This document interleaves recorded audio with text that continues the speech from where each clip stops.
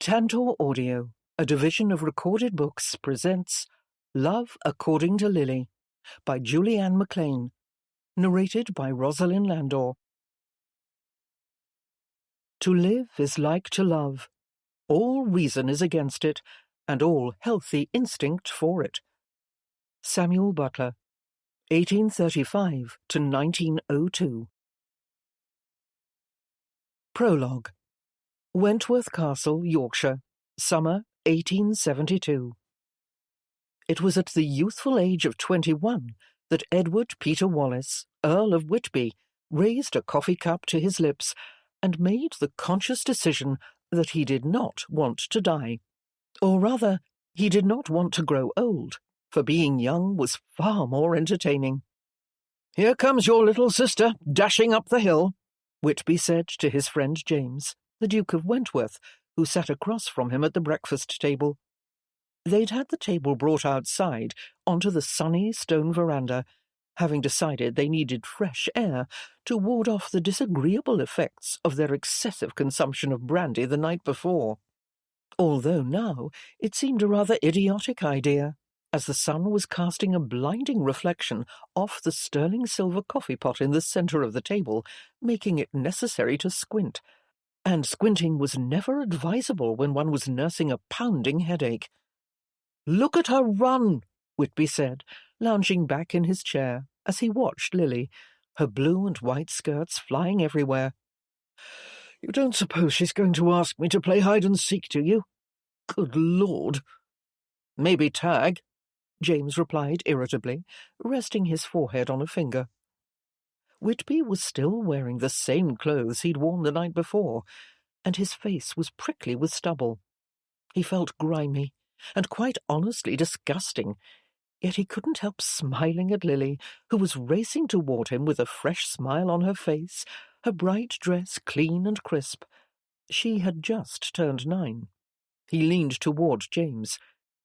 "When do you think she'll be old enough to realize we're still half pickled when she comes running up the hill to our breakfast table?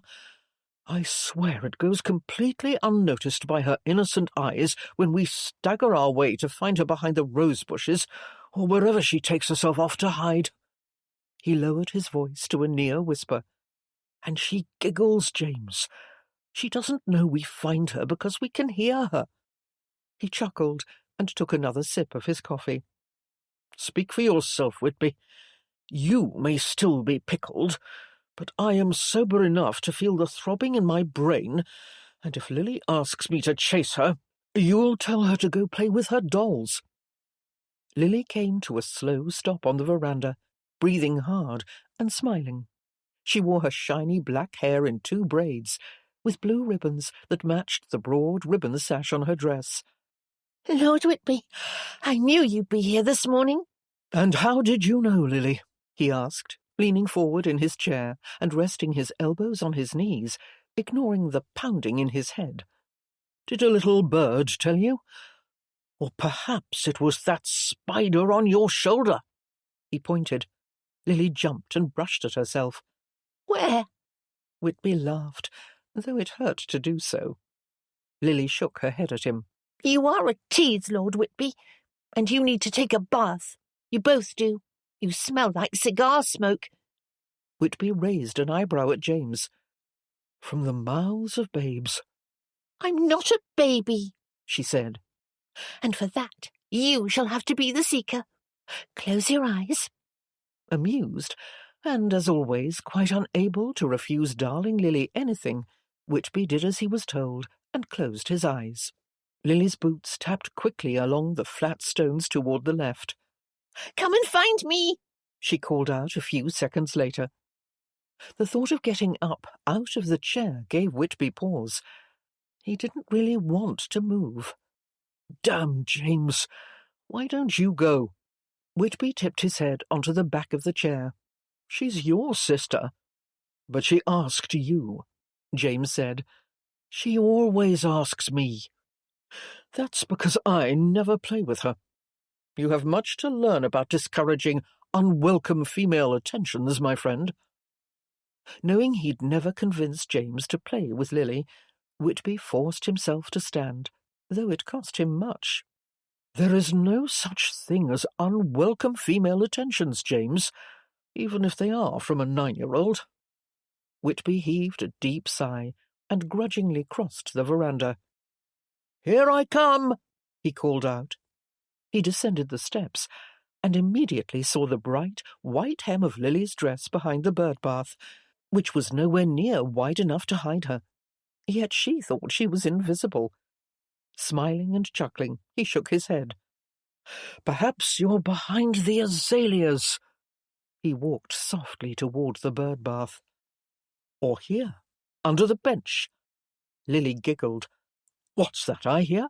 Whitby said, stopping only a few feet away, seeing her as plain as day. "You must be hiding in the hedge." She giggled again, and he lunged around the bird bath. "Found you!" Lily screamed and took off, and Whitby ran after her, throwing his arms around her and tickling her ribs until she bent over, clutching her side. She laughed and screeched until he stopped and slapped his hands over his ears. "Great Scott, Lily! My head!" She straightened. "You're getting too old for this, aren't you, Lord Whitby? One of these days you won't want to play with me, and you'll be very dull like James. Very old." "James isn't old." "Well, he's certainly dull," Lily said spitefully. Whitby felt honour bound to defend his friend. Or perhaps he was inclined to help Lily understand that her brother was a complicated man. If he was reserved, he had his reasons. "He's dull because he doesn't play hide-and-seek. Surely he's interesting in other ways." Whitby could certainly think of a few. "He doesn't play anything. Like I said, he's practically an old man, as bad as my father was." Whitby narrowed his eyes at her. His tone became serious, with a gentle reprimand. "I doubt that, Lily." She shrugged casually, and he could see she regretted the remark, for her father had been a cold, cruel man. To compare anyone to him was beyond exaggeration. Whitby bent forward to speak to her at eye level. "I promise I will never stop playing with you, Lily, because I have no intention of ever growing old." "Everyone grows old." "Not me." He straightened and rested his fists on his hips. "I will stay young forever. Young at heart, at least." Lily smiled. "Then I shall grow up and catch up with you in years, and then we can get married. I should like that." "Married? Good heavens, Lily, what are you thinking? I am the worst rake in the world, and you, darling, are a child." He tugged at one of her braids and turned to walk back to the veranda for more coffee, which he sorely needed. After running around just now, his headache had returned with a vengeance. He rubbed the back of his neck as he walked, oblivious to the fact that Lily had run off without a word in the other direction, with tears in her eyes. Chapter 1. Wentworth Castle, Yorkshire, October 1884. With the late afternoon sun beaming in through the lace curtains, bathing her room in bright, shiny light, Lady Lily Langdon sat at her desk, tapping her foot impatiently on the floor, while she tapped her pen in a similar rhythm upon the letter she was trying to write. She gazed at the clock on the mantel, ticking away in the silence, while the sunlight reflected off the silver and gold-plated face. She was anxious and edgy. She couldn't pretend not to know why. She knew enough about her own emotions to understand it. It was the first day of her brother James's annual shooting party. The guests had been arriving all day, and in a very short time she would be dressing for dinner in one of her elegant gowns and donning heavy jewels. She'd already chosen the right gown for the evening, her dark blue satin worth with the black velvet roses emblazoned on the hem. She need only select the right earrings to go with her sapphire necklace. Then she would be ready to venture downstairs and meet the guests in the drawing-room. Lily continued to tap her pen upon her desk, still feeling frustratingly anxious. It was not something she enjoyed, mingling in a room full of strangers. Of course, they wouldn't all be strangers. Her family would be there, and friends of her family, some of whom she had known forever. Perhaps that's why she was anxious. A knock sounded. She rose from her desk chair, crossed the room and opened the door. Mother! Her mother, Marian, the Dowager Duchess, stood in the corridor with her hands clasped in front of her. She wore a long-sleeved black day dress, buttoned stiffly around her neck. Her dark grey hair was pulled into a tight bun at the back of her head. "Lily, I must have a word with you." Lily stepped back and invited her into the room. While her mother gazed around at everything, the pile of unfinished letters on the desk, the modern novel lying open on the bed, a sense of inadequacy swept through Lily. She quickly moved to close the book and turn it over, face down, wondering if she would ever be able to disregard the enduring weight of her mother's disappointment in her. Lily's mother had never understood Lily's romantic nature, in particular when it made Lily take exception to her duties. For Marian was a strict, humourless woman, and she would never even consider questioning her own duties. Marian sat down on a chair, while Lily sat on the sofa opposite. They gazed at each other uneasily for a few seconds before Marian spoke. "Lily, as you know, the guests have been arriving throughout the day." Lily nodded. "As it happens, there is a particular gentleman who arrived not more than an hour ago, a young man I encouraged Sophia to invite, as I believe he is a charming and respectable young man. He is Lord Richard, the Earl of Stellarton's youngest son." A youngest son. Lily squeezed her hands together in her lap. There was a time when her mother would only consider an eldest son as husband material, for Lily was, after all, the daughter of a duke. But Lily was 21 now, and not exactly without her share of knocks and scratches. She suspected her mother was becoming desperate. "How old is he?" Lily asked, grasping frantically for calm, intelligent questions, when all she really wanted to do was leap out of her chair and say, "I don't want to be shepherded." But she didn't leap out of her chair, because she supposed she did want guidance. She was afraid of trusting her own judgment when it came to men. She knew how foolish one could become when blinded by passion, for she had become infatuated with someone once, Pierre, a charming Frenchman with an enchanting accent. That man had turned out to be something very different from what she believed him to be. Yet, for a brief week or two, she had fancied herself quite in love with him. And then there was Whitby, always Whitby. But he did not see Lily as a woman. He saw her as a child or sister.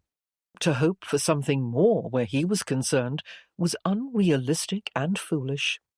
So yes, she needed guidance, because she wanted to get on with her life. "Lord Richard is 26, her mother replied. "I met him when he arrived, and I can say, without hesitation, that he is very handsome." Lily lowered her gaze. "You know I don't consider looks to be the most important quality in a husband." "Well, you did at one time," her mother said flatly, revealing the embers of resentment that still smouldered over Lily's recklessness with Pierre. Lily wondered if she would ever be able to make up for that misstep. "Is he expecting to meet me tonight?" she asked. "Is that why he came?" "Yes. Like you, he does not enjoy London during the season, and he is looking for a quiet country girl." That sounded promising. "What do you plan to wear this evening?" her mother asked. "My blue Worth, with the black velvet roses." Her mother's gaze drifted toward Lily's dressing room. The blue Worth. She pondered it for a moment. "Perhaps something more traditional. What about the green gown you wear with your cameo?" The green gown was certainly more traditional. It had long sleeves and a lace neckline that was far less daring than the blue gown. "If you think it would be more appropriate." "I do. Lord Richard is a highly regarded young man.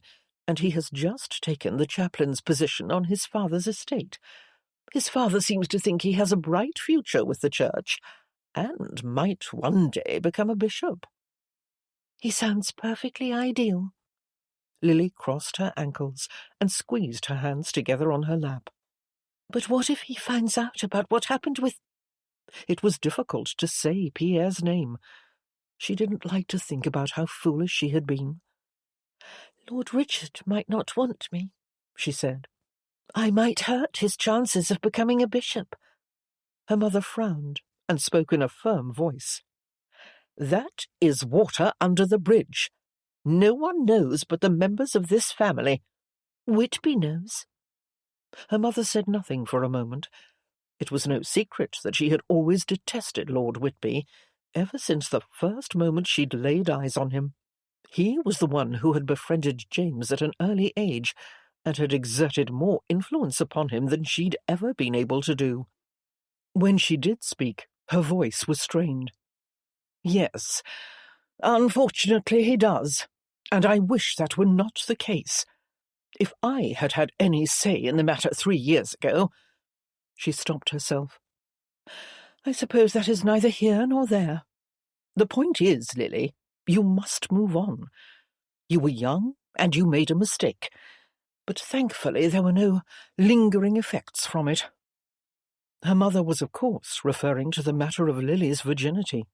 She still possessed it. But what if Lord Richard approves of me and wants to marry me?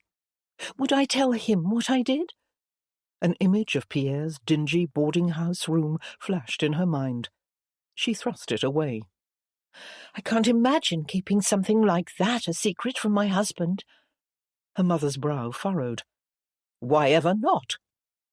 Lily experienced the confusing mixture of frustration and sympathy she always felt when her mother said things like that, for she had never loved Lily's father. She had probably kept many things about herself secret from him. But since James had married Sophia, Lily had seen for herself what was possible in a marriage. There were no secrets between them. They loved and trusted each other completely, something she never could have imagined when she was growing up, and now she wasn't sure she would want to jeopardize such a future for herself. She wanted openness and honesty in her marriage, just like James and Sophia had in theirs. Oh, and passion, of course.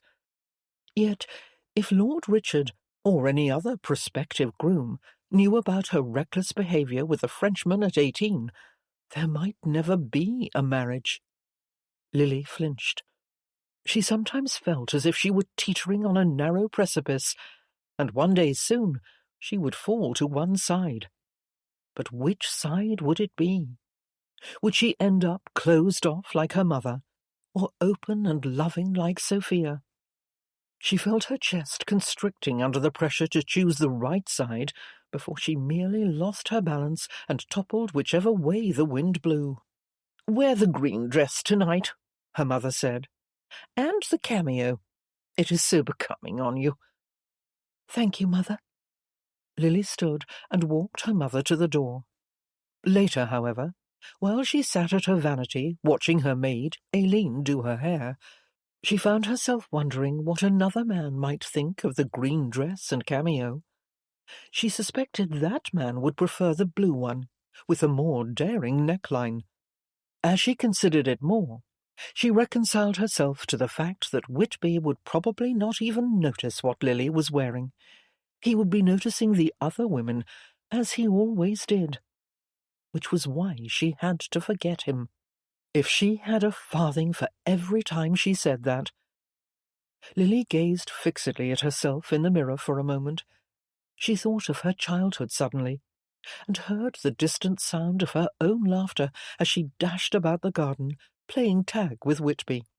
His visits had always been a bright, shining light in an otherwise dark existence, when she'd lived in a house without laughter. Her heart ached suddenly with grief and a painful longing for those singular moments from the past. She laid a hand over her heart. "Are you all right, my lady?" Aileen asked. "Yes, I'm fine," she replied. But she was not fine. Not really. She hadn't been fine for a very long time. She wished she could travel back in time and find the girl she had once been, the girl who had known how to skirt the shadows, the girl who was not afraid to act upon her passions.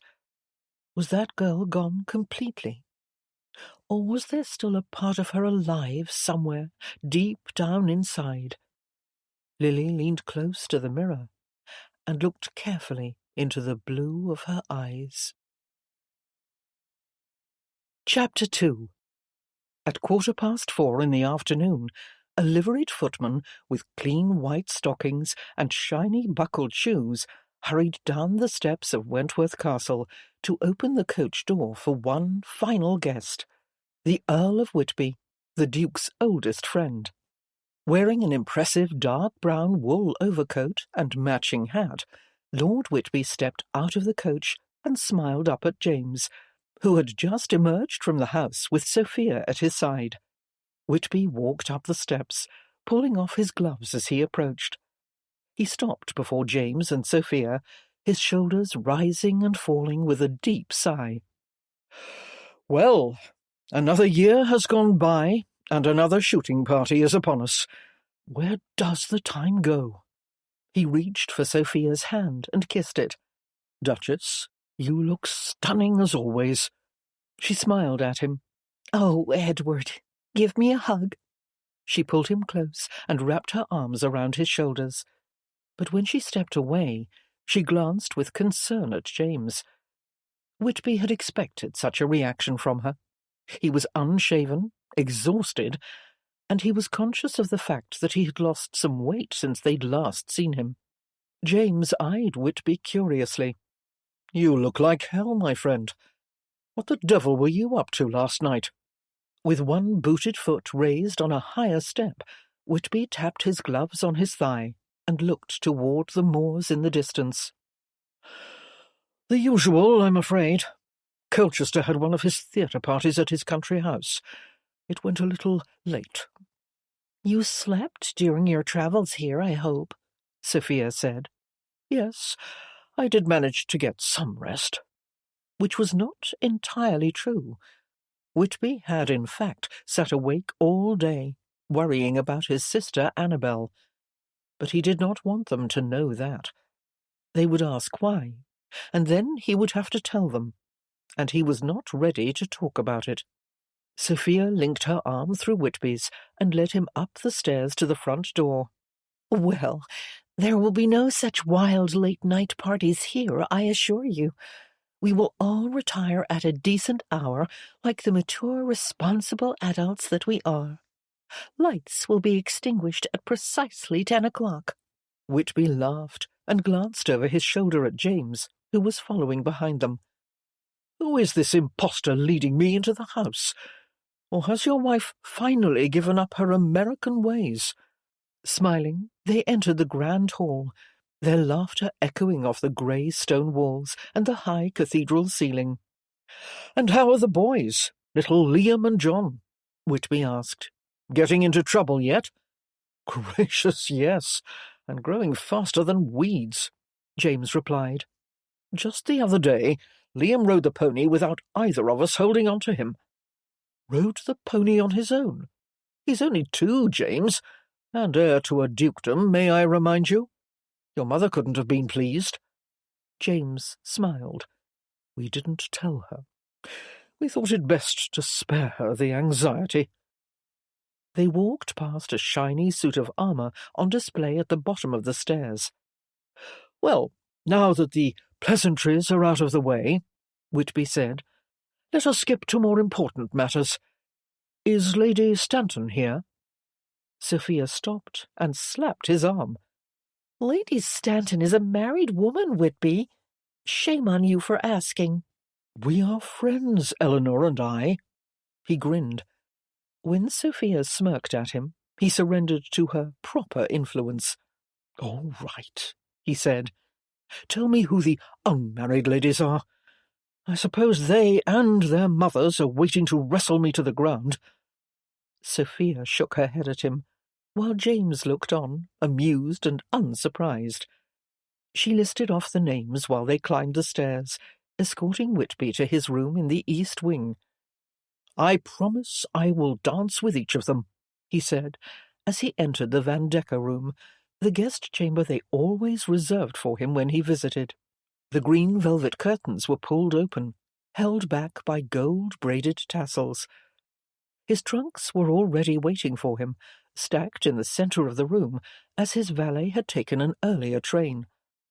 Whitby shrugged out of his coat and tossed it onto the canopied bed, a massive structure made of old English oak, with a headboard that duplicated the turrets of the castle itself, and bed curtains tied back at the posts. "There will be dancing, I presume?" "Of course," Sophia said. "Tomorrow night. Tonight we will gather in the drawing-room at 7 and dine at 8. Then we'll play some cards afterward." She and James paused in the doorway. "We will leave you to get settled," James said. As soon as they were gone, Whitby sank onto the cushioned bench at the foot of the bed and pinched the bridge of his nose. He inhaled deeply a few times, feeling shaky and winded after climbing the stairs. He probably should have eaten something. Reaching into his breast pocket, he retrieved his flask and quickly unscrewed the cap. He took a sip and forced himself to swallow. His valet walked in just then and saw his pained grimace. The man stopped suddenly in the doorway. Whitby held up a hand. "Don't say anything, Jensen." Jensen, who had been Whitby's valet for more than 10 years, walked to the bed and picked up Whitby's coat. "I had no intention of speaking, my lord." Whitby watched Jensen hang the coat in the corner wardrobe. "It's a sore throat," he explained, not knowing why he felt he needed to explain himself to his valet. But what could he say? He'd lost his father at the age of 8. Jensen, now 61, had occasionally filled the role of father figure. "Another sore throat, my lord?" Jensen said, disbelieving. Whitby shook his head at him and downed the rest of the contents in the flask, finally feeling the welcome, numbing relief it offered. It was close to 7:30 when Lily stopped in the doorway of the crimson and gold drawing-room. Inside, the heavy drapes were drawn, and the room was lit invitingly by dim lamps and candles. A few young ladies were seated on the sofa with their mothers in nearby chairs, while some of the gentlemen stood next to the piano. They were laughing over something. Another group of guests, including Sophia and James, stood before a crackling fire in the hearth. Lily wondered if Lord Richard had arrived yet. She would be glad to get the introductions out of the way. At that moment, she felt someone approach from behind, and before she had a chance to turn, a large hand wrapped around her elbow. "Lily, thank God, you're late too." She turned and found herself gazing up at Lord Whitby, dressed in formal black and white dinner attire, his golden hair thick and wavy. He was smiling down at her, waiting for a response. She noticed he looked thin. Tongue-tied as usual, she gazed up at him and felt instantly lost in the deep blue of his eyes and the playful allure of his smile. He was so beautiful. She wished she didn't feel that way about him every time she saw him. She wished her stomach wouldn't erupt into a wild flock of frenzied butterflies. She wished she could just see him as a brother. "What do you say we sneak in together?" he suggested, leaning close, "and no one will be the wiser. Come on." He placed his hand at the small of her back and guided her into the room. She went with him, more than a little aware of the fact that she'd not yet spoken a single word. She cursed this effect he had on her. The same thing had happened to her the last time she'd seen him, a few months ago at one of the London balls. He had been flirting with someone else that night, as he always was. That particular night, it was the Lady Violet Scott, who had been sure that Whitby was going to propose to her. Lily had not enjoyed herself that night. "There," he said. "No one even noticed us." He nodded at the footman, who immediately approached carrying a tray of champagne.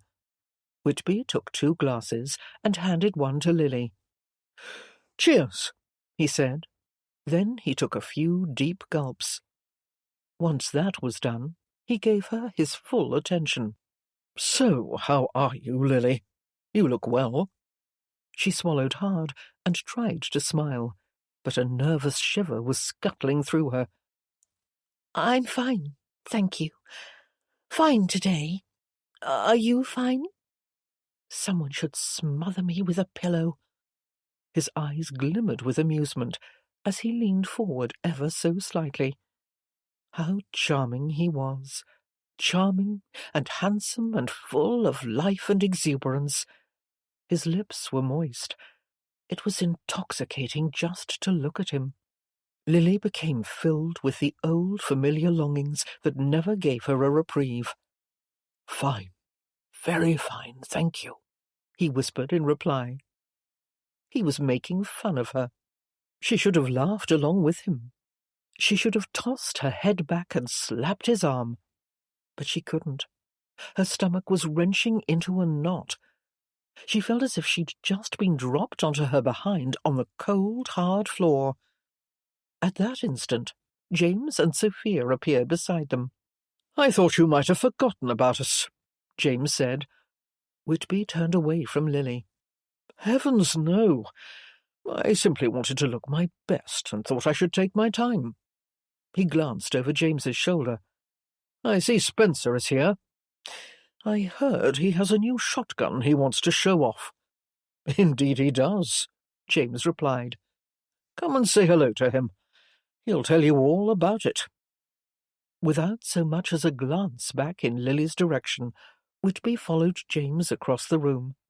Lily watched him for a few seconds, while the butterflies in her tummy continued to swarm.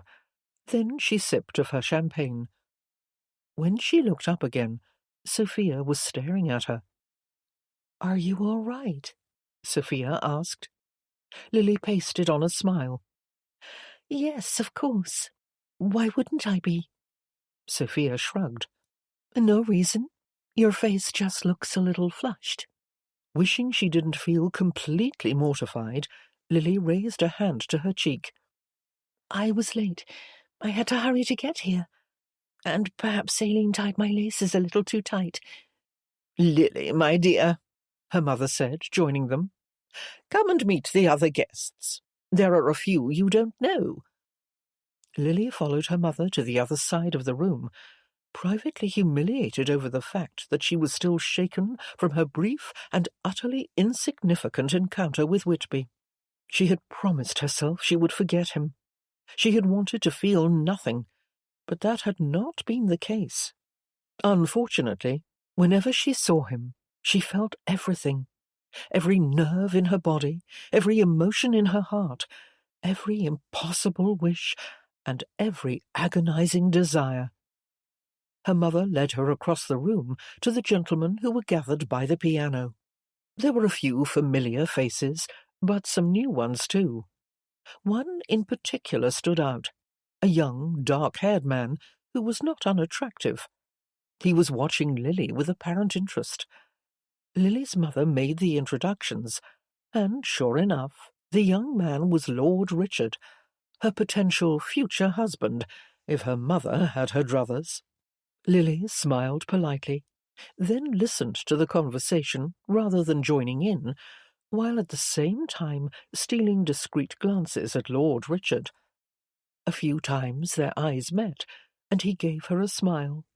She began to feel more at ease. Her pulse slowly returned to its normal pace. A short while later, the conversation was clipping along, and Lily was smiling brightly at all the people in the group. She forgot about her flushed cheeks. She forgot about Whitby. She did not look across the room, perhaps because she was very aware of Lord Richard's interest in her, watching her and evaluating her. She did her best to be charming and friendly, laughing at witty remarks that were made, gazing with interest at whoever was speaking at any given moment. Then, when the dinner gong rang, and the time arrived to proceed into the dining room, she smiled candidly at Lord Richard before taking the arm of her elderly neighbour, Mr. Horton, for they were to line up 2 by 2 according to precedence. They entered the vast formal dining room, lit by dozens of candles set in silver candelabras, spaced evenly down the long length of the white-clothed table that was set for 30.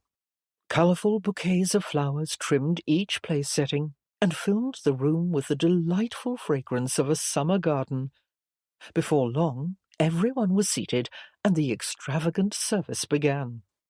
Lily sat at a diagonal across from Lord Richard, so they were unable to speak to each other directly. But it was a fine opportunity to observe him and see how he behaved with the others around him. He seemed very polite. Occasionally he smiled at Lily, and she smiled back. On other occasions she found herself gazing up at the other end of the table, where James, Sophia, and Whitby were laughing and engaging in more animated conversations. Whitby was seated next to Lady Stanton, who was very beautiful, and evidently very amusing. Everyone laughed at the things she said. Lily forced her gaze back to her plate, and resolved to keep her attention on the people sitting beside her and across from her. After dinner, the ladies returned to the drawing-room for coffee, while the gentlemen went to the library for claret and cigars. "It's nice to see Lord Richard here," Lady Stanton said to Lily's mother while the coffee was being poured.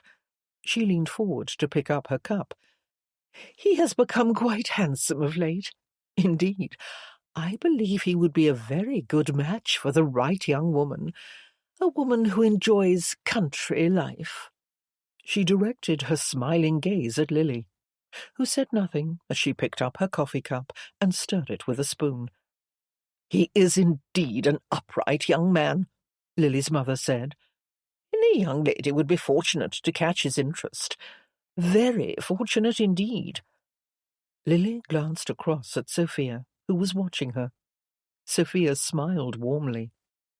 Later, after the gentlemen had joined the ladies in the drawing-room, Sophia approached Lily, who was sitting alone on the settee by the window.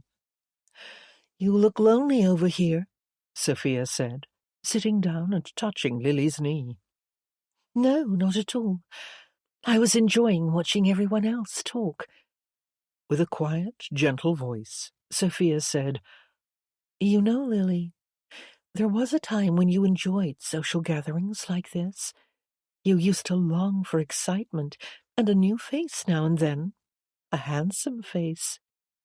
She gave Lily a knowing, sidelong glance. Lily managed to reach the edges of a smile, though she felt little joy to go along with it. "That was when I was young and innocent, and knew nothing of the wicked ways of the world." She spoke with mocking humour, though there was more than a little truth to it, and they both knew it. "So, what do you think of Lord Richard?" Sophia asked, thankfully changing the subject. "Your mother thinks he would be a very good match for you." "I am sure she's right," Lily replied. "I'll look forward to getting to know him over the next few days." Sophia stared intently into Lily's eyes. "Will you?" The scepticism in her voice was unmistakable. Sophia had always been direct. "Or would you prefer to get to know someone else?" A thick cloud of uneasiness descended upon Lily as she sat speechless on the settee. Sophia knew. How long she had known, Lily had no idea. She remembered telling Sophia 3 years ago that she had once fancied Whitby when she was a girl. Lily had thought she was over him at that time. She had sincerely believed she was. In fact, she had thought of him very little over the year prior to that. But something had changed lately. Lily had gone to London in May and thrown herself back into the scorching crush of the season. She'd seen Whitby over and over at balls and assemblies after not having seen him for almost 2 full years, the years after Pierre, when she had retreated from society in general. She had skipped the London season altogether during those years. But when she saw Whitby again last May, she had remembered all too clearly the day he had come with James and Sophia to fetch her out of that horrible boarding-house and bring her home and save her from certain doom. He had carried her down a flight of stairs and taken her into the safety of a private coach. He had not judged her, like she'd felt the others had, especially her mother, after she had arrived home. But she couldn't blame them. Even Lily had judged herself, and continued to judge and condemn herself. But Whitby never had, nor did he seem to judge her now. It was all forgotten. He never mentioned it, though he never talked to her about anything of consequence. Sophia took hold of Lily's hand. "You know you can trust me, Lily, don't you?" Lily nodded. Sophia squeezed her hand a little tighter. "I like to think that we are close, and I believe that we are, but there is something you have been keeping from me, and everyone else for that matter, for a very long time. I believe you care for Lord Whitby, but you haven't wanted anyone to know." Lily looked down at Sophia's hand upon hers and said nothing, for what seemed like an eternity. At last she sighed. "You are very intuitive."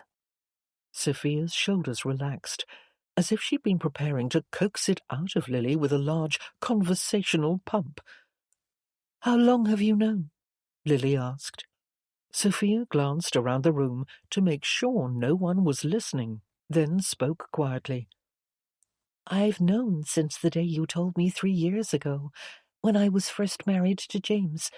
But since then, I thought you were over him. I continued to believe that, until you left London unexpectedly, when everyone thought he was going to propose to Lady Violet. But when James and I returned home, you never mentioned or asked about him, so I thought perhaps I was wrong. Until tonight."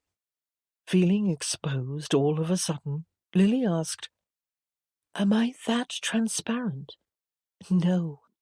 If you were, your mother would know, and Whitby would know too. He has a very keen awareness when it comes to women expressing their interest." Yes, Lily knew how clever he was with women. She had been watching him for years. "Does James know?" she asked. Sophia shook her head. "No. I've mentioned my suspicions to him a few times, but he has never believed it could be true. Perhaps because you're his sister, he has a hard time imagining you being in love, with Whitby at any rate, since you've known him forever. James most likely sees the two of you like a brother and sister. But we're not. No, you are not, which is very clear to me." Lily couldn't begin to express the elation that came from knowing that someone saw her as something other than a sister to Whitby. "I think you're the only one who sees it that way," she said, still finding it impossible to imagine anything coming of it. Sophia grinned with gentle compassion. "Only for the moment." Lily's heart bounced a little in her chest. "What are you saying, Sophia?" "I'm saying what you think I'm saying. Perhaps the time has come to see if there can be more between you." Lily stared dumbfounded at Sophia. She had been talking herself out of loving Whitby for so long, she couldn't even begin to comprehend the possibility of any other fate. Her thoughts went immediately to all the reasons why. "But Mother despises him. James doesn't. But Whitby's so much older than I am. 12 years, Sophia replied. A mere obstacle, easily circumvented." Lily felt her eyebrows lift. "Easily circumvented?" "Yes." Sophia glanced discreetly around the room again. "Life is too short, Lily.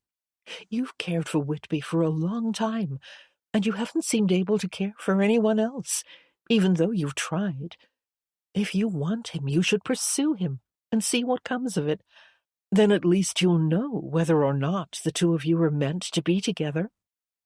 Lily laughed out loud, then put her hand over her mouth, afraid she'd attracted the attention of the other guests. "Just like that? Pursue him? Why, yes." Sophia was looking at Lily as if she couldn't understand what the problem was, which was very typical of Sophia. She had a tenacious will, and every Englishman knew that Americans had hard noses for getting what they wanted. Lily supposed she could do with a few lessons in diligence from her sister-in-law. Lily dropped her gaze to her hands again. "But James is right in one respect. Whitby does see me as a child and a sister, if he sees me at all." "You don't know that." "Yes, I do. He barely notices me when there are other women around, women who know how to flirt with him. In fact, he barely notices me even when there aren't other women around. Just tonight, he was far more interested in hearing about Lord Spencer's new shotgun than he was in talking to me. Whenever we're in the same room together, it's like I'm invisible. Have you ever tried to make him see you?" Lily scoffed at the suggestion. "By doing what? Jumping up and down and waving my arms over my head?" "No, silly," Sophia replied quietly. "He's a man. You're a woman, and a very pretty one. All you need to do is flirt with him. But don't be too available. Don't chase after him. A good flirt will manipulate the man into thinking he's chasing after her. And perhaps wear a more daring gown. Surprise him, so that he has no choice but to finally see that you've grown up." Lily gazed pensively at her mother sitting before the fire. "I was going to wear my blue Worth tonight, but Mother thought I should wear this.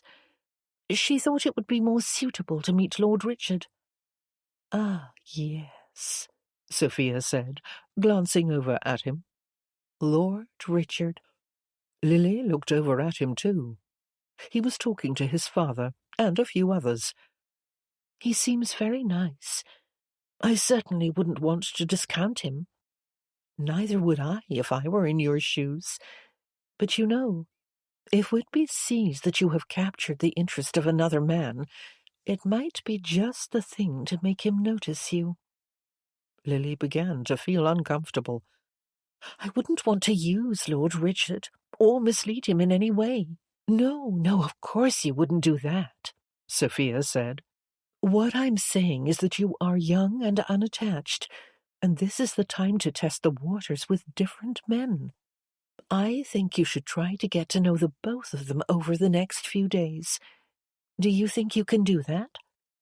Lily's lifetime dream came to her mind, the vision of Whitby leaning down to kiss her, his lips touching hers lightly at first, before he pulled her into his arms for a more passionate kiss. Her heart began to race with excitement. "Do you really think it's possible? I wouldn't be having this conversation if I didn't." The blood stirred in Lily's veins, sending a burst of excitement from the top of her head down to her toes. Sophia was confident. She believed it could be done. Could Lily believe it too? "I don't have a daring gown," she said.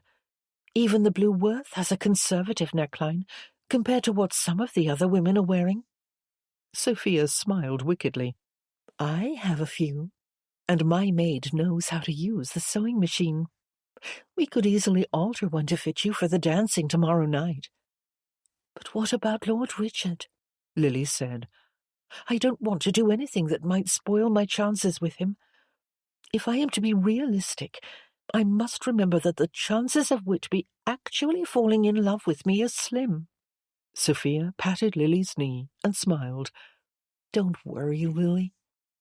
I suspect if Lord Richard is like most men, he'll approve of your new look. They both will."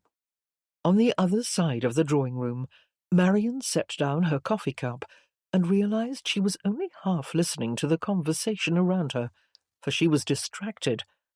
She did not like the look of things over by the window, where Sophia and Lily were speaking privately and keeping their voices noticeably low. It was not proper. They should be with the other ladies, conversing politely. She glanced over at them again, and saw a look in her daughter's eye that she had not seen in quite some time. Lily looked rather eager and animated. It was a look that caused Marian some concern, and she was most agitated by the involuntary clenching of her jaw. Chapter 3. "Did you enjoy yourself last night?" James asked Whitby, who was sprawled out in a chair in James's dressing room. James slipped his arms into the grey tweed hunting jacket his valet held out for him. Whitby, already dressed in his hunting attire, flipped his hat over in his hands. "Yes, it was a fine time. Sophia was an excellent hostess, as always. She likes to entertain." James turned away from the cheval mirror and faced Whitby. He stared at him for a moment. "Pardon my candour, but you look like hell again this morning. Tell me you ate breakfast." Whitby continued to flip his hat. "I'm quite sure I did." "You're quite sure? When someone asks you if you ate, and you did, you don't say you're quite sure you did. You say you did. Unless you're trying to hide the fact that you weren't hungry, because your head was still swimming in brandy from the night before." Whitby leaned back in the chair. He wasn't in the mood to defend himself. He had far too much on his mind. He tilted his head at James. "What's gotten into you all of a sudden? I remember a time when you avoided breakfast too, after a so-called late night in the drawing-room." James faced the mirror again, while his valet tugged at his sleeves. "Yes, but I've matured, thank God. I don't take this body for granted any more." Whitby did not take his body for granted either. Not by a long shot. "You, on the other hand," James continued tersely, "act like you're still 19. Whitby stared astonished at James. "And why not? What's wrong with enjoying myself? I'm not dead, at least not yet." He tried to sound good-humoured. James bent forward and reached into Whitby's breast pocket. He pulled out the flask and stared at it, then tossed it into the trash basket. "You will be soon if you keep this up." Whitby stared in stunned silence at the flask in the bottom of the basket. An ominous silence descended. James waved his valet away, and the man walked out of the room. As soon as the door closed behind him, James said, "You're my oldest friend, Whitby, so I consider it my duty to ask. When was the last time you were sober for more than a day?" Whitby, slouching in the chair, narrowed his eyes at James. He couldn't believe he was having this conversation. He'd come here because he'd wanted to have a good time. He needed to have a good time. He did not come to be lectured. For a long moment he sat there, and when he finally spoke, the irritation was clear in his voice. "I'm not a drunk, if that's what you're asking. Then explain this change in your appearance." Whitby glared at James. "What is this? For God's sake, you're beginning to sound like your father." James frowned at hearing such a thing. "And you were sounding like yours." It was no great secret that Whitby's father had been constantly inebriated during the final years of his life, before dying at the age of 42. Whitby dropped his hand to the armrest. Normally, he would have stood up and faced James directly, jabbed a finger on his chest, and challenged him to make such an accusation a second time. But today, Whitby couldn't. For one thing, he was indeed still soused, and he didn't entirely trust himself to get out of the chair and stand steady. Secondly, he found this whole conversation unsettling. It reminded him of his failures regarding his duty to his family, in particular to Annabel, who was the most vulnerable to Magnus, his cousin, his enemy, who was finally going to get what he wanted if Whitby's health did not improve. So Whitby simply rolled his eyes at James. "You're way off course. I've had a sore throat lately, that's all. Bloody hell." "A sore throat?" James said doubtfully. "Yes, and the brandy numbs it. Have you seen a doctor?" Whitby was annoyed with James for asking these intrusive questions. He did not want to talk about it. "Yes, I've seen a doctor," he lied, and that lie gave way to another. "And for your information, he's the one who suggested the brandy." James eyed his friend with careful scrutiny, then reached into the trash basket for the discarded flask and handed it back to Whitby. "Why didn't you say so?" "You were enjoying yourself too much, acting old and self-righteous. Now I know how Martin must feel, in the unenviable position of being your younger brother. Perhaps he and I should compare notes." Hearing the faint humour in Whitby's voice, James appeared to relax slightly. He took a deep breath. "The doctor said it will pass." "The sore throat?" "Yes, the sore throat," James said, growing visibly frustrated with Whitby's apparent lack of concern and not appearing to be entirely convinced he was being honest. "Of course it will pass. I probably should have stayed home and nursed it, but I've never missed one of your shooting parties before, and I'll be damned if I start now." James turned to the mirror again and placed his hat on his head. "Very well, then. Let us just hope you will be able to shoot straight." That evening, Lily entered the dimly lit drawing-room at 7 o'clock sharp. She glanced over all the guests and felt self-conscious in Sophia's deep crimson evening gown with a shockingly low off-the-shoulder neckline. She raised a hand to touch the ruby necklace she wore. The sensation of the cool air touching Lily's collarbone and cleavage was most unnerving, for she hadn't worn a gown like this in years, not since she was 18, and full of courage and confidence. She had tried very hard to look beautiful then, but she was no longer that girl. Lily swallowed over her nervousness and entered the room. A hot fire roared in the grate. The gold chandelier overhead gleamed with a dozen flickering candles. Her mother had not yet arrived.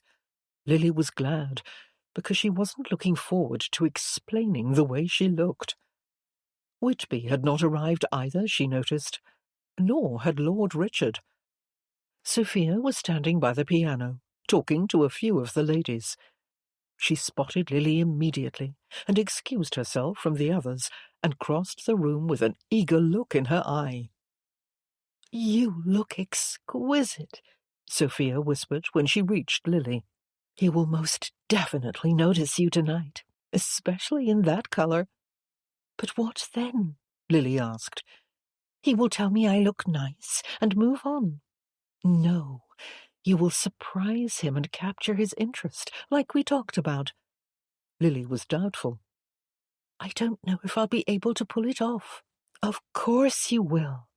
Just remember, it's all about pretending to be confident, even if you're not." Lily smoothed her hands over the front of her skirt. "No man has ever chased me before. Well, one did, in this very drawing-room, and you know how that turned out." Sophia led her fully into the room and lowered her voice to a whisper. "Yes, but you mustn't think of that. All you have to think about is Whitby, and how you're going to let him know you want to be caught." Lily felt her cheeks flood with colour. She didn't think she had what it took to be coquettish. Not with Whitby, for he had become like a character in a fairy story to her. She idolized him. It was ridiculous, she knew, because he was just a man she'd known her entire life. At that moment, Her eyes turned toward the door, and there he was, in all his handsome, heavenly splendour, walking into the drawing-room and picking up a glass of champagne from the footman. Oh, he was spectacular, more than spectacular. Over the years he had matured and become even more manly, if that was possible, more confident in the way he carried himself. The bones of his face were strong and well-defined, and tonight his golden hair was unruly in the most deliciously rakish way. She glanced at his big hand, holding the delicate stemmed champagne glass. His emerald ring gleamed in the evening light. Lily nervously sucked in a breath and wet her lips. Dressed in black and white formal attire, he moved to the other side of the room and stopped beside the window. He struck up a conversation with a few of the gentlemen. Sophia signalled to a footman, who immediately approached with a tray of champagne. Sophia and Lily each took a glass. Then Sophia touched Lily's arm and redirected the way she stood. "Turn your back to Whitby." Lily did as Sophia suggested, and slowly sipped her drink while they chatted. "He just looked at you," Sophia said. "Who? Whitby?" "Yes, he looked you up and down from head to foot. My word, he has no shame." "He looked me up and down?" Lily said, astonished. "Surely not. He must have been looking at you." "No, he wasn't." "Well, that does it. I am convinced. A red dress works every time." They continued to chat and sip champagne, and Lily finally summoned the courage to look over her shoulder at him the way Sophia had told her to do. He immediately met her gaze, and before she had a chance to look away, he raised his glass to her. Shocked, she faced Sophia again. "Did you see that?" "Yes," Sophia replied, smiling. Not a minute later, the corner of her mouth turned up in a satisfied grin. "What a surprise! He's coming over here." "Are you certain?" Lily asked, still not quite ready to believe that Whitby wanted to talk to her. Surely he was coming to talk to Sophia. "What about my flirting with him and making him think he's chasing after me? I had expected that to take all night." Sophia shrugged and chuckled. "I guess Whitby doesn't need to be manipulated." Lily felt her face flushing red. "Relax," Sophia said, "and don't turn around until he speaks first. Act unsurprised to see him. Then, after a few minutes of aloofness, say something witty and smile at him with your eyes. Men like that." At that moment, Lily felt Whitby nearing, like a great tidal wave about to crash over her. Her stomach did a wild, out-of-control flip. She strove to ignore it and do as Sophia suggested. She would act aloof. "Good evening, ladies." Whitby bowed slightly. "I must say, you both look stunning." He turned his attention to Lily and stared at her briefly. For a panic-filled instant, she was certain she was going to fail miserably at this, because she had no idea where her voice was or how to use it. But then, thank heavens, words suddenly, somehow, spilled out of her mouth, and they weren't ridiculous. "Thank you, Lord Whitby. How was the shooting today?" He didn't respond right away, but rather took a second or two to study her face. He did indeed look surprised. It was as if he were looking at her for the first time. Was it the dress? He looked at her eyes, then her nose and lips, then down at her ruby necklace. Then he quickly returned to his usual self, and the moment passed. He had evidently glanced at her, thought she looked different, and that was that. He made his reply to both Sophia and Lily.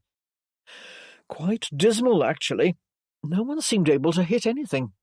Shouldn't be too difficult to do better tomorrow. We certainly couldn't do any worse." Lily should have said something in response. She wanted to, But butterflies had invaded her stomach again, and they had found a direct path to her brain. Sophia quickly took up the reins of the conversation. Was it the weather?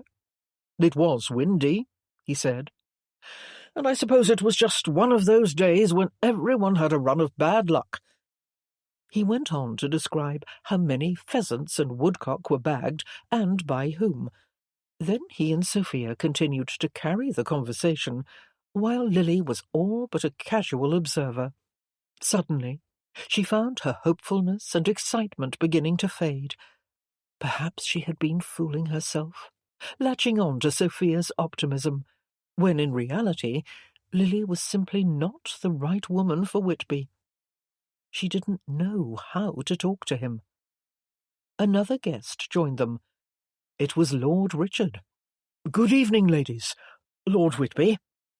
Whitby nodded at him. "Lady Lily," Richard said, turning toward her. "Your mother tells me you are reading The Pilgrim's Progress. It is one of my favourite works. I read it for the first time when I was just a lad." All eyes turned to Lily. She glanced up at Whitby, who was watching her over the rim of his champagne glass as he took a sip, waiting for her reply. She smiled at Lord Richard and managed to put on a confident air. "How interesting," she said. "I haven't finished it yet, but it is indeed a fascinating story." They discussed the lengthy religious allegory in some depth, but as soon as there was a break in their conversation, Whitby bowed slightly and said, "If you will excuse me." With that, he turned and left their group, crossing to join Lady Stanton on the other side of the room. Lady Stanton saw him coming and met him halfway, smiling and raising a bare shoulder as she greeted him. Lily tried to keep her attention focused on Lord Richard, who was still talking about Bunyan's Slough of Despond and the Burning Mount. Richard then began describing something in the second part of the book, which Lily hadn't read yet. In truth, she was finding it difficult to listen to him, because she was too busy trying to fight off the heavy ache of her disappointment. Again she had bored Lord Whitby. Again he had found another woman far more intriguing than she. Perhaps it was time to give up her childish dreams and start acting sensibly. Whitby was obviously beyond her reach. She'd always known that. But she also knew that her hopes would not be easy to shed, for they had lived for too long in her heart. "Please don't give up yet," Sophia said after dinner, when the men were still in the dining room and the ladies had retired to the drawing-room. "He's not interested in me, Sophia. There is no point trying to pretend otherwise. But you can't give up because of one small failure on your first attempt. No one ever accomplished anything by giving up. You must try again." "I don't think so. My chances for happiness are better with Lord Richard." Sophia lowered her voice. "But are you attracted to him?" "I could grow to be." Sophia's expression softened. "I suppose I can't force you, can I?" Lily smiled and shook her head. "I think it would be best if I got over Whitby once and for all. I can't keep dreaming about the impossible, not when it stops me from really living." Sophia leaned forward and kissed Lily on the cheek. "If that is what you truly want, I will support you. I only want you to be happy." She stood. "I'm going upstairs to check on the boys and make sure they are sleeping, but I'll be back shortly. You'll be all right?" Lily nodded and watched Sophia leave. A few minutes later, the doors opened and the gentlemen walked into the room. James and Whitby entered first. Lily watched Whitby for a moment, feeling sad, for she was about to give up on something that had been a part of her whole being forever. She had known Whitby since she was barely able to walk. He had always been there in her life, extraordinary in her eyes. He looked her way, and his gleaming eyes gripped her with their usual mesmerizing force. Lily's body grew warm with a familiar desire that had simmered within her for too long, unfulfilled. Lately it had begun to burn, and its tenacity in the face of her opposition frustrated her beyond any imagining. He smiled at her, a slow, lazy smile that shone mostly in his eyes, and excused himself from James. He began to make his way across the room toward Lily. She shifted uneasily on the sofa and sat up a little straighter. She cleared her throat and looked around, wondering, suddenly, if Whitby was in fact on his way to talk to someone else. Lady Stanton, perhaps. No, Lady Stanton was on the opposite side of the room. All at once, Whitby was standing before her, tall and sumptuous, muscled and magnetic. Her pulse quickened, and she had to fight hard to remember what she had just vowed about wanting the impossible. Chapter 4. When Lily was a little girl, she had adored Whitby's playfulness. Now, as a woman, she adored something else entirely. The spellbinding seduction in those mature blue eyes, the strength of his hands, and the divine perfection of his mouth and nose, cheeks and lips. He was the most beautiful man she had ever known, and even now, certain that he could never fulfill the painfully mystifying lust she felt for him, she could not bring herself to look away. He was a dazzling, captivating undertow of desire, and he would always pull her under. Damn him for stoking her lustful fires when she had just resolved yet again to forget him. Lily swallowed hard and struggled to contain her fascination with him, so she would at least be able to speak sensibly. "May I?" he asked, gesturing to the empty space on the sofa beside her. "Of course," she replied, sliding over a little. He sat down and leaned back, resting his arm along the back of the sofa and crossing one long leg over the other toward her. She tried to breathe normally, but it was a challenge when she was so intensely aware of his hand only inches from her ear. He sat for a few seconds, regarding her with a rakish smirk. What in the world was he smiling about? Finally, he spoke. "Tell me you're not actually enjoying the Pilgrim's Progress. If you are, I'll stand up right here and do a jig."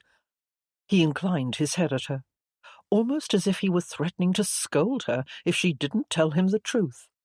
Lily smiled. Her stomach whirled with an exhilarating thrill. "I haven't finished it yet." He leaned toward her, only slightly, a small movement she would not have noticed had it been anyone else sitting beside her. But it wasn't anyone else. It was Whitby, and all her senses were alert to even the slightest move on his part, or the slightest change in his expression.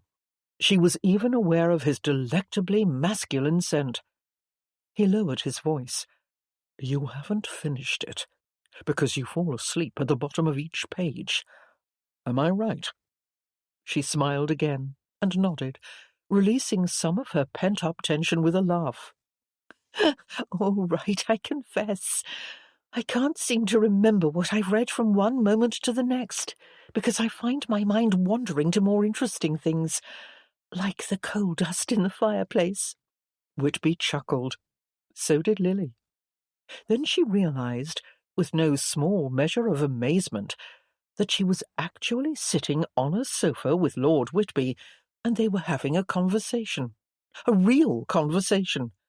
He was looking into her eyes, and she was looking into his. "Every time I've ever seen you reading," he said, "you've always had the very latest novel in your hands, or something Gothic. I remember once seeing you reading Melmoth the Wanderer. I read it too, shortly after that." Lily recalled reading that book 4 years ago. It was a frightening story of a man who had made a pact with the devil to prolong his life. She was surprised that Whitby remembered what she'd been reading, or had even noticed for that matter. "That book terrified me," she said.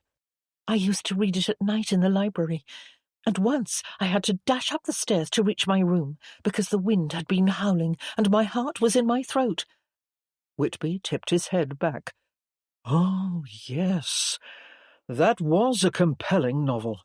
I couldn't put it down. I had to sleep with the lamp on one particular night, if I recall." He rubbed a finger behind his ear and stared at Lily for a moment. He blinked slowly, and she thought he looked tired. She wondered if he'd been ill recently. "I hear Lord Richard has been paying you particular attention since he arrived," Whitby said. "You appear to have made an impression."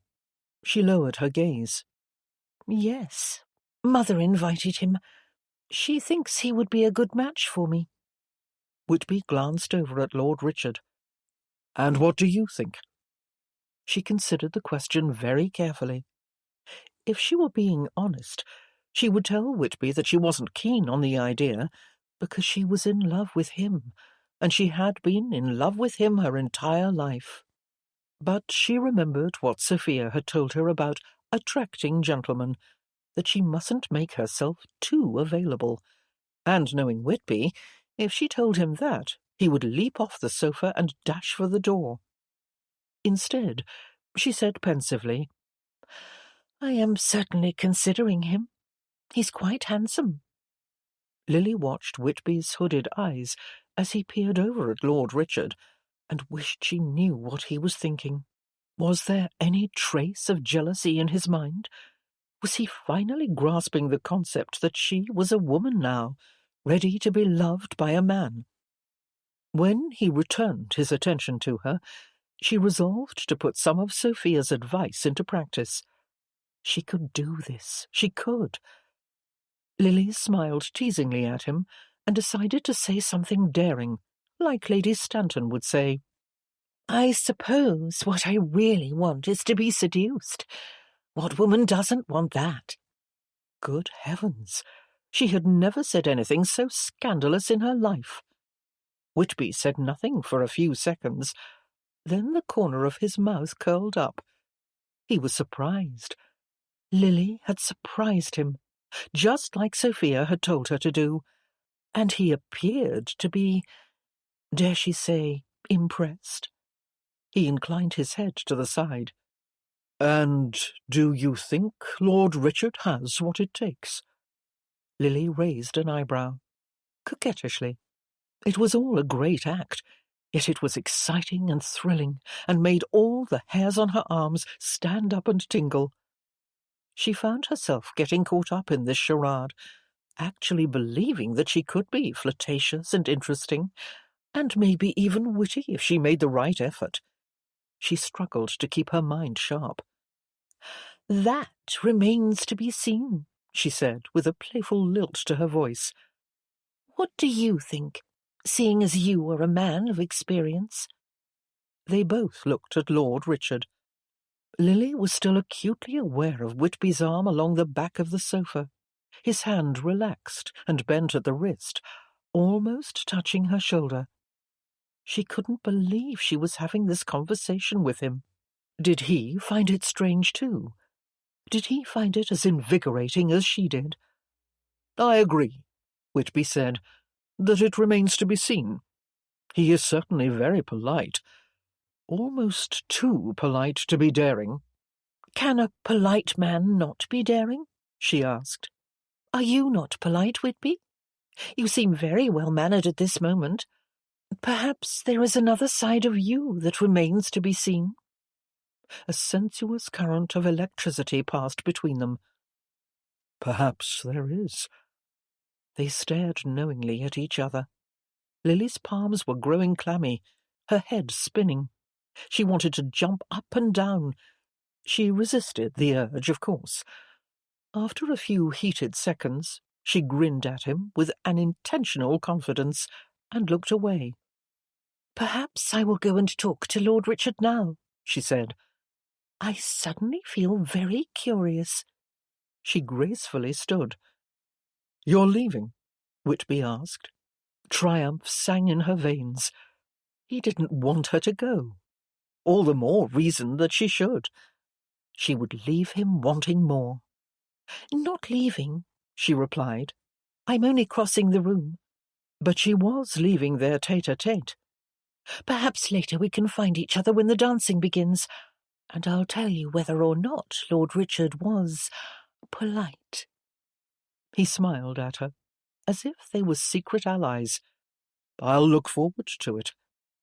With that, Lily turned and walked away from him, feeling exuberant and excited and full of glee, having finally tasted the sweet flavour of success. She had done it. She had attracted Whitby's attention and kept it fixed on her. There had even been a sexual energy between them, a teasing allure that promised something more. There had been temptation, desire. He was intrigued now.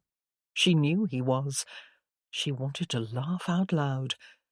She also knew that he was still watching her as she walked across the room.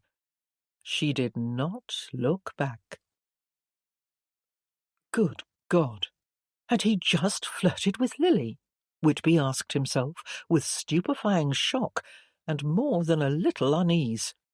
He had, and he'd bloody well enjoyed it too. Whitby watched her walk off and noticed for the first time the slender length of her neck and the delicate curve of her shoulders, and those hips. She looked exquisite, by God. He'd never seen her look that way before. The red gown was stunning on her, and her bosom was... Well, he had certainly never noticed that before. He'd known for a long time that she was growing into a woman, but he'd thought nothing of it. She simply wasn't the type to catch his eye, and she was, of course, James's baby sister, the little girl in braids. But tonight she was different, and not just in the way she was dressed. Everything about her was different. What in the world had she done to herself? Whitby watched her casually approach Lord Richard, who stood with a group of guests, including Sophia and James. She joined in the conversation, while Whitby continued to watch her. Lord Richard said something to her, and she laughed. Whitby wondered if he was talking about that dreadfully dull book again. No, he couldn't be. It wouldn't have made Lily laugh. Suddenly, Whitby was unnerved by the fact that he had to fight the urge to go over there and charm circles around that pup, Lord Richard. He could if he wanted to. Maybe, if he had more energy and didn't need to sit there and rest, he would do it. He could easily put a spell on Lily and be the victor in winning her attention. But that was his competitive nature talking, he told himself. If there was a beautiful woman in the room, he couldn't help but flirt with her, which was what had just happened with Lily. He had merely become swept up in the game and forgot who she was. He supposed he didn't really know who Lily was any more. He had known once, of course. He'd played with her for years when she was a girl. He'd enjoyed those games. But when she grew too old for pony rides on his back, there wasn't much left between them. What did a 26-year-old man say to a 14-year-old girl after all? They'd simply stopped talking to each other. And, except for the brief day he'd spent in her company when they took her away from Pierre, this present shooting party was the first time they'd actually had a real conversation. And she was a woman now, and she had been flirting with him. Still trying to ignore the fatigue that seemed slightly more relentless tonight, he ran a hand through his hair and promised himself he would be more careful next time and try not to become distracted by the way Lily looked. She was still little Lily, and she was not someone he could toy with. If he did, James would likely slice him up into cubes and feed him to the dogs for breakfast. At least that would bring a swift end to things. Chapter 5. "I don't understand it," Lily said to Sophia later that evening, after the dancing had begun. "He flirted with me earlier. He implied he was going to dance with me, but he's been ignoring me completely. This is even worse than it was before. He has never outright avoided me before. Maybe I was too forward. Lily and Sophia walked around the perimeter of the green saloon where the guests were dancing informally to a polka. There were no dance cards this evening.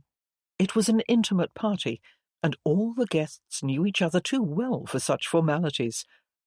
Whitby was not dancing, however. He was leaning against the wall in the corner, talking to some gentlemen. Perhaps, Sophia said, he is avoiding you because he did feel something and he is uncomfortable with it. Think of his friendship with James, after all.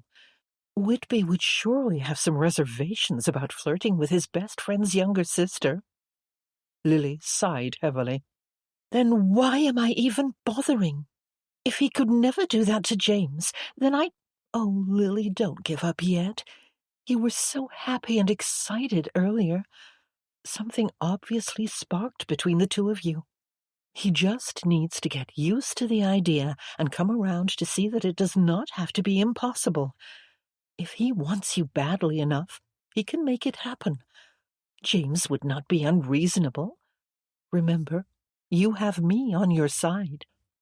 Whitby doesn't look like he wants me very badly right now. Look at him. He hasn't even glanced in this direction. He looks completely bored.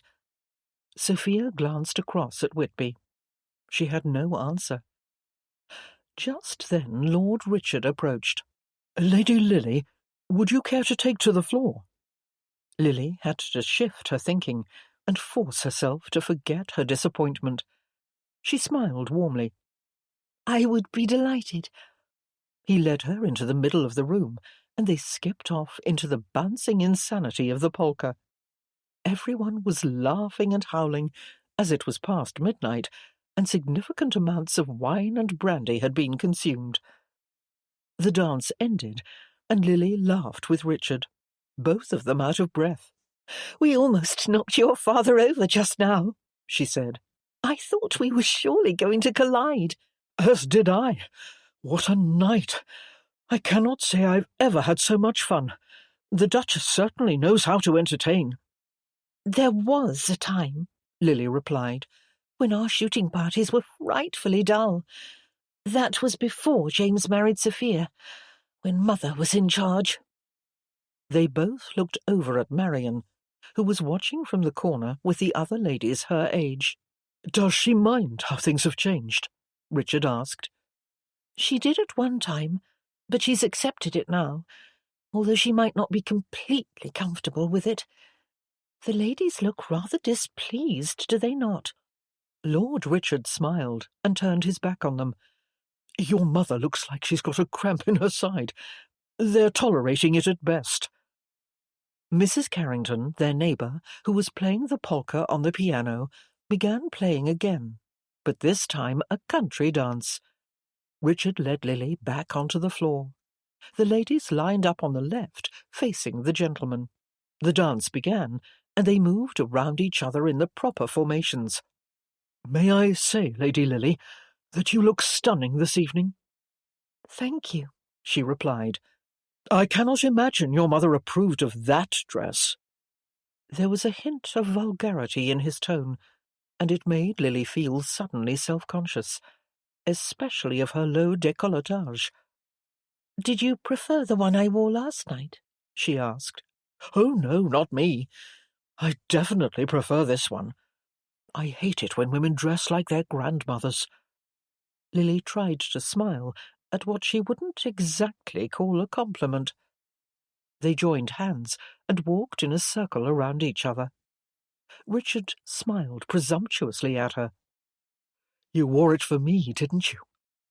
They separated and came back together again, going through the steps side by side. "I wore it because I liked it," she replied. "I like it too.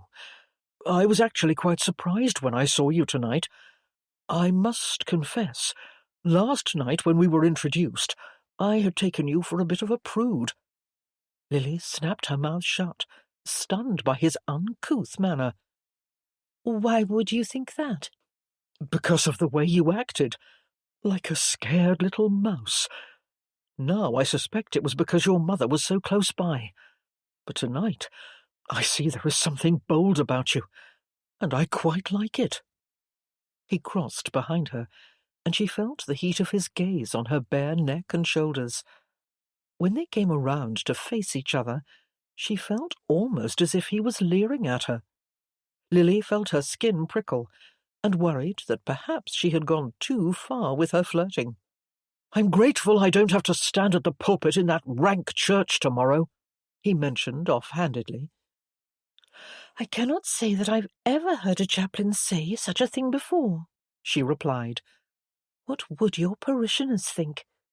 A look of disdain coloured his face. "To tell you the truth, I don't really care. I wouldn't be in that chapel day after day if it weren't for my father. He's so bloody controlling. He'd cut me off if I didn't do as he told me to do." Lily wondered what her mother would think if she could hear Lord Richard now. He crossed behind her. "There aren't many people I would say something like that to," he said. "But I've seen the way you are with your mother, and tonight I've begun to suspect that you would like nothing more than to break free of your confines too. I'm hoping we are kindred spirits." He discreetly brushed a finger along her arm as he came to stand before her. She was reminded of what had happened to her 3 years ago, when Pierre had convinced her to run off with him. She had wanted to break out of her confines then, to fly free of this house. She had been desperate for attention and affection from anyone, and she had wanted to prove to herself that she was not in love with Whitby. She had wanted to smother the hurt and the longing she always felt, especially when she watched him flirt with other women. She would not make that mistake again, because she had learned from it. She had learned that one could not simply distract oneself from things that hurt. Those things must be faced and dealt with. The dance ended, and she was glad. Richard escorted her off the floor, but remained at her side. A few other guests joined them. While the conversations went on all around her, Lily found herself searching the room for Whitby. She spotted him sitting down in a corner with Lady Stanton. He had not danced all night, which was odd, Lily thought. It was not like him. He always danced at these parties, with every woman in the room. While one part of her feared that he was purposefully trying to stay out of her path, because she had made a complete fool of herself earlier, another part of her wondered again if he was not well. At that moment he stood. He bowed to Lady Stanton, who stood also and left his side. Whitby approached Sophia and James, spoke to them briefly, and headed for the door. Lily watched all this from the far side of the room. She noticed James take a step forward, as if to try and convince Whitby to stay, but Sophia touched his arm and shook her head. James consequently did not follow. Lily turned her attention back to the conversation around her and tried to hide her immense disappointment over the fact that Whitby had left. The next day, while the gentlemen were out with the guns, the ladies enjoyed an extravagant lunch of soft-shell crabs, tossed salad, and pickles. Afterward, they all donned their cloaks and headed outside for a leisurely stroll to the lake. Lily walked beside Miss Jenny Carrington, whose mother had played the piano the night before. As they wandered down the yew-hedged walks through the terraced garden, they paused occasionally to identify the flowers that were blooming so late in the year. The group went on ahead of them, so they had to hurry past the rectangular pond to catch up. Just then, Jenny's gaze darted to the tawny figure of a man in a light brown jacket sitting on the stone bench on the other side of the pond under the oak tree. He had his back to them and was not aware of their presence. He leaned forward with his elbows on his knees and his head down. "Who is that?" Jenny asked. "I thought all the men were out shooting."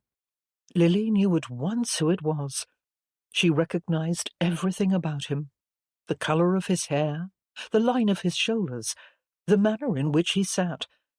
The fact that he was not with the other gentleman made her slow her pace. "It's Lord Whitby," she replied.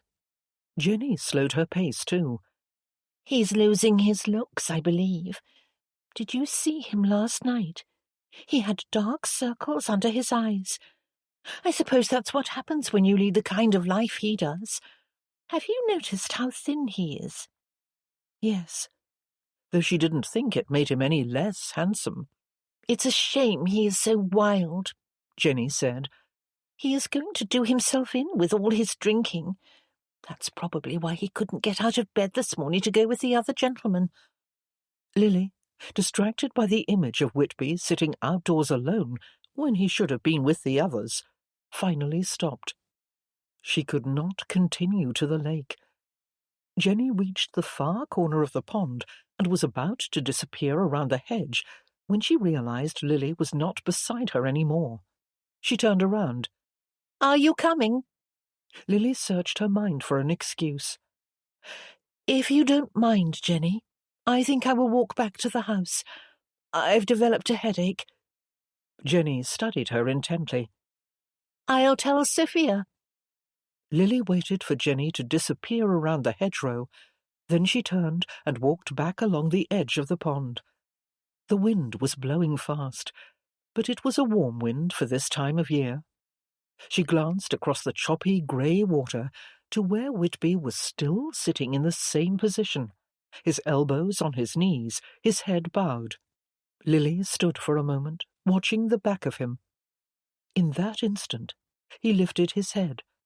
He turned on the bench, as if someone had whispered to him, and looked directly at her from across the pond. Lily waved. He hesitated a moment before he waved back. Lily had the distinct feeling he did not wish to be disturbed, but it was too late now. She couldn't very well turn around and walk off. So Lily did the only thing she could. She put one foot in front of the other and started off to join him and find out why he was sitting there alone, looking so very low. Chapter 6. Whitby sat on the cold bench and swallowed over his sore throat while he watched Lily approach. The wind was blowing her cloak open, and her dark green skirts were hugging her legs. She raised a hand to hold on to her hat. As she came closer, he marvelled at how petite she was. He could easily wrap his hands around her tiny waist. Last night he'd noticed how tiny her wrists were too. They were slender and delicate, and he was sure he could easily wrap his thumb and forefinger around one of them if he tried. She was, most assuredly, a small woman, which was probably why he had failed to realize she had become one. She came to a slow, hesitant stop before him. He should have stood up to greet her properly, but he couldn't. He didn't have the strength. Instead, he met her gaze and smiled rather sheepishly and rested his elbows on his knees again. "Good morning," she said. "Or rather, good afternoon." He simply nodded at her, for he didn't really need to say anything. He could tell that she knew something was wrong with him. He could see it in her eyes. She sat down beside him. "You're not out with the guns. Are you all right?" He stretched his legs out in front of him and crossed them at the ankles. "I am fine, Lily. I just didn't feel like getting out of bed this morning." She gazed toward the horizon. "I don't believe you. I don't think you're fine at all. You certainly don't look fine." When he didn't reply, she turned on the bench to face him more squarely. "You must know what people are saying about you, Whitby, that your wild manner of living is catching up with you." He shook his head and chuckled. "You too, Lily. Yesterday, James gave me a lecture on this very subject. He seems to think I'm trying to drink myself to death." "Are you?" she asked, sounding quite decidedly horrified. "Of course not. I've had a sore throat, that's all. The doctor suggested brandy." There it was again, The lie about having seen a doctor when he had not seen one. He'd only seen his solicitor. About his sister, Annabel. And Magnus, of course. Surely not bottles and bottles of it? He sighed, because he didn't want to talk about this. Perhaps James could call on our family physician, Lily said. He is very good. But Whitby did not want to see a doctor. Not yet. He would have to in time, of course, but for now there was no need, because he already knew what was wrong with him. It was what his father had, and Whitby was not ready to hear it confirmed. "This will pass," he said. "It's nothing." Neither of them spoke for a moment or two. Then Whitby deliberately changed the subject. "So, tell me, was Lord Richard polite last night? I saw you dancing with him." The concern in her eyes softened, and Whitby was glad that she was not going to ask more questions about his health. He was also perceptive of the fact that she seemed pleased he had asked her about Lord Richard. He could tell she wanted to talk about her flirtations, and he found it endearing. Perhaps a little intriguing as well. "You would have been surprised if you could have heard him," she said. "He was, as you put it so eloquently last night, quite shockingly daring.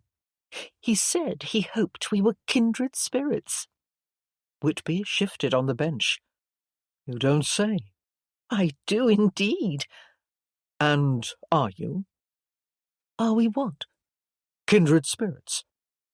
She pondered that for a few seconds, then replied with a teasing smile. "I haven't decided yet." Ah, Lily, still playing games. Aside from last night, he hadn't seen her play games like this in many years. He felt a sudden longing for something vague and elusive. He wasn't quite sure what it was, specifically, because he'd been overwhelmed by an avalanche of different emotions lately. But whatever it was, longing for it hurt somewhere deep inside of him. "Was Lord Richard charming?" he asked, hoping to distract himself. Oddly, Whitby was hoping to hear that Richard had been a buffoon. Again, he chalked it up to his competitive nature, and nothing else.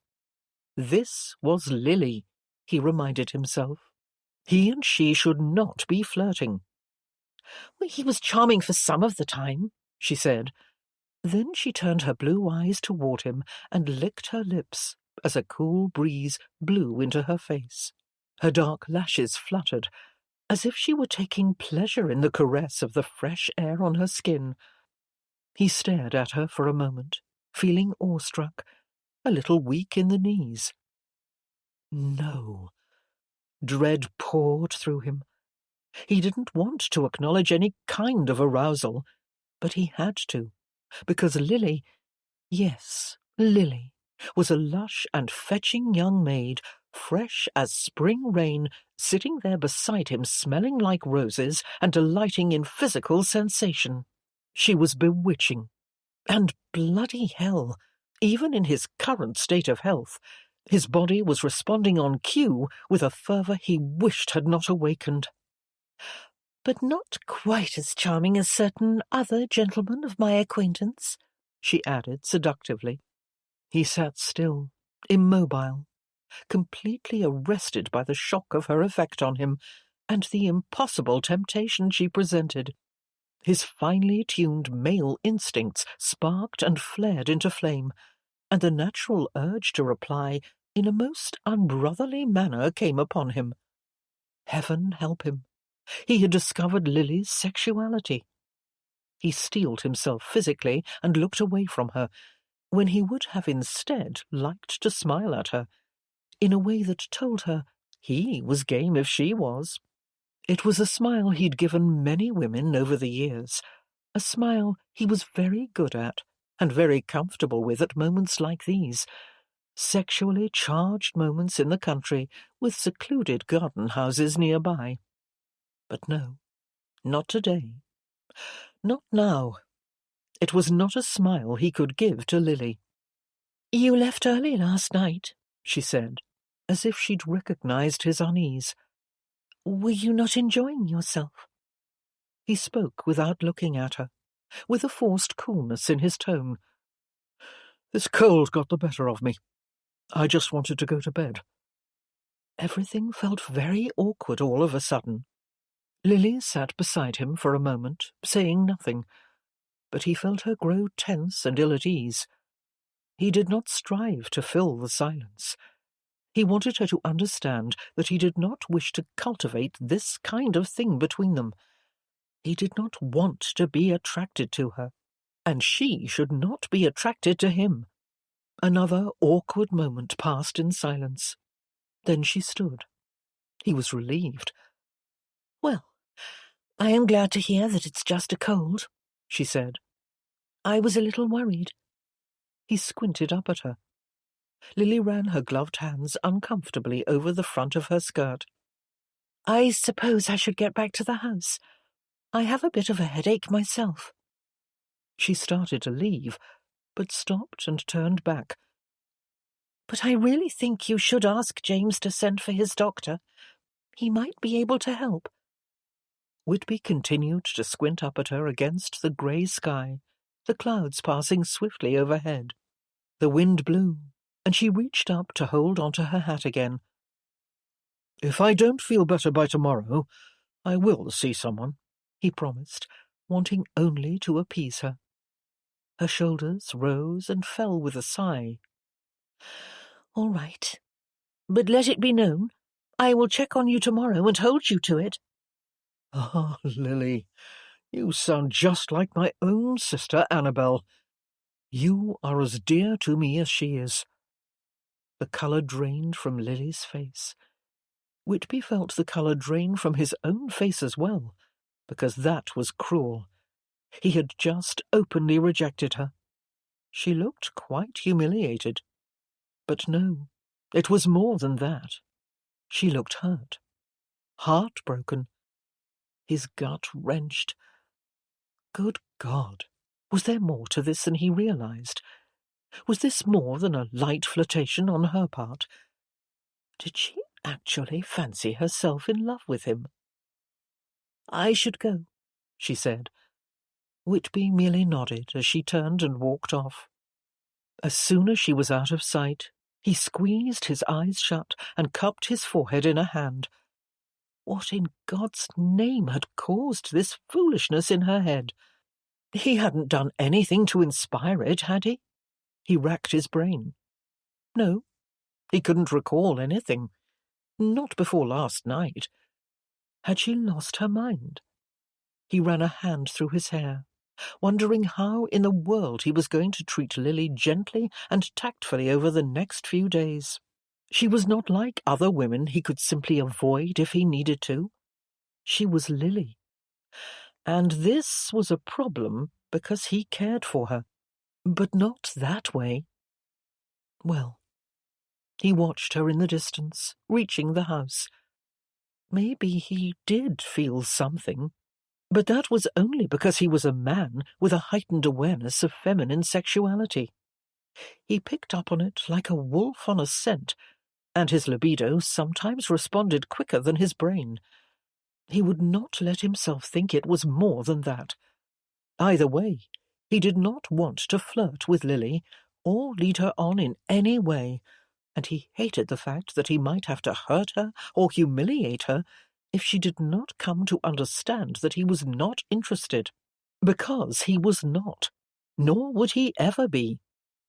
He glanced to make sure she was not going to come back, and when he saw her disappear into the house, he sighed deeply with relief, then reached into his pocket for his flask. While he unscrewed the cap, he recalled that he had promised himself he wouldn't touch it until tea time. He paused for a moment, staring at it. Then he brought it to his lips and tipped it up until it was gone. Chapter 7. That evening, Lily sat in the green saloon with the other guests, waiting for the theatricals to begin. Lady Stanton and Sir Hatley had prepared a short play. Whitby was seated at the back of the room, avoiding Lily again, but tonight it didn't just seem like he was. She knew he was. He had made it abundantly clear that day, and had told her indirectly, yet directly, that he did not welcome her attentions. She had cried when she'd returned to her room, and there was a lump in her throat still, as she glanced back at him, laughing with the other men as if he hadn't a care in the world. "Are you all right, Lily?" Sophia asked, taking the empty seat beside her. Lily had not even noticed her sister-in-law approach. "Not really." Sophia glanced around at the others and lowered her voice. "What happened today? We lost you on the way to the lake." Lily supposed she had to tell Sophia, even though she didn't really want to talk about it. She wanted to put it behind her. But this was not a new desire. She had felt this way and wanted the same thing many times over the years, following many similar encounters with Whitby, most of them revolving around his not seeing her or flirting with other women in front of her. Today it was 10 times worse, for he had openly rejected her. "I spoke to Whitby," she said. "I thought you might have. I saw him sitting on the bench." "What happened?" "Well, we talked for a few minutes about Lord Richard, and I tried to be flirtatious in the same way I was last night, but today he cooled instantly. It was mortifying. He wouldn't look at me, and when I mentioned I thought it would be a good idea if he saw James's physician, because he has a sore throat, he told me I was just like Annabel, his sister. He was very clearly trying to tell me to stop behaving otherwise." Sophia touched her hand. "Oh, Lily." Lily sat up straighter in her chair, fighting to crush the urge to cry again. She could not keep doing this. "I felt like a fool. It was dreadful. I have been devastated and embarrassed all day, and I wouldn't have come tonight, except for the fact that I couldn't bear the thought of him knowing I was crying in my room like a child. I was determined to come and hold my head high and ignore him, hoping only that he might think he was mistaken about his suspicions, and I, in fact, have no interest in him whatsoever. Otherwise, I will never be able to face him again without feeling completely humiliated." "At least now you know," Sophia said gently. "I'm sorry, Lily. I'm sorry I encouraged you. I should have minded my own business." Lily shook her head. "It's not your fault. In fact, I should thank you. You're right. At least now I know, and I can get over him once and for all." Sophia glanced over her shoulder at Whitby. "I was so sure the two of you were meant to be together. I can't explain it, except to say that you have similar souls. I still feel it. I just wish he could see it." "I don't feel it at all," Lily said. "Not after today." Just then, Lady Stanton walked to the far end of the room where they had cleared the floor and set up a small stage with an amber curtain as a backdrop. "Attention, attention, everyone," she said. "We are about to begin. Sir Hatley and I are going to perform the death scene from Romeo and Juliet." Lily sighed. "Wonderful. They couldn't have chosen a comedy this evening?" Sophia squeezed her hand. The two began the performance, which turned out to be a comedy after all. They exaggerated the lovers' deaths, groaning with their tongues hanging out, while the guests cheered and whistled, finally rising to their feet, clapping and shouting "Brava!" when Juliet gasped her last farcical, wheezing breath. Lily forced herself to smile and clap too, though inside she was still fighting tears. When the applause died down and everyone was congratulating the actors, who were laughing hysterically, Lily stood and excused herself. "You're sure you're all right, Lily?" Sophia asked, whispering. "I am fine." She just needed to be alone. She turned and left the room. A short time later, She met Lord Richard in the long, carpeted gallery. He stepped out from behind a bust, startling her. "I was hoping you weren't gone for the night," he said, glancing down at the neckline of her cream-coloured French silk gown. "I wanted to talk to you." "About what?" she asked, looking around the gallery to see if there was anyone else present. There was not. They were completely alone. He gave her a sidelong glance, as if to tell her she should know. When she said nothing, he shook his head at her. "Surely you're aware of the fact that we are being paired up this week?" Lily was feeling increasingly uneasy. "I suppose. I wasn't keen on coming to this party at first, because I know the kinds of girls my father has selected for me in the past, and quite frankly, they've all been about as pretty as piglets." Lily was disappointed. She had truly wanted to like Lord Richard. Everything would have been so much easier if she could have felt something for him, but his insensitive comment did nothing to recommend him. In fact, she was liking him less and less with every word he spoke. "But you," he said, raising an eyebrow, "are no piglet. I almost think my father was disappointed when he saw you. Disappointed that his undeserving son was going to get such a prize for a wife." Lily stepped back. "I have not consented to become your wife, Lord Richard." He followed her with a forward step of his own. "Not yet, but I suspect you will." "What makes you so sure?" "Because you've had no other offers. Probably because of the whispers about you." "What whispers?" she asked, caught off guard. "The rumours. Some people seem to think you might be used goods, though no one knows for sure. But I have to wonder why you've avoided society for the past few years, and why someone as lovely as you, with such a large dowry, isn't already spoken for." He was standing very close now, but Lily would not back away. "That is all utter nonsense," she said, "and you have just severed any chance whatsoever that I might ever consider becoming your wife. You are disrespectful, sir." She moved past him to return to the saloon, but he took hold of her arm. "Where are you going?" He looked surprised. "Back to the party," she said tersely. "Sophia is waiting for me." "Don't go yet." Did he not understand she was not attracted to him in even the most minuscule way? "Let go, Richard." "I said not yet." Just then, someone else spoke. It was Lord Whitby. Lily knew his voice like she knew her own. "Is everything all right, Lily?" She glanced toward the door. There he was, leaning at his ease against the jamb. Richard let go of her arm.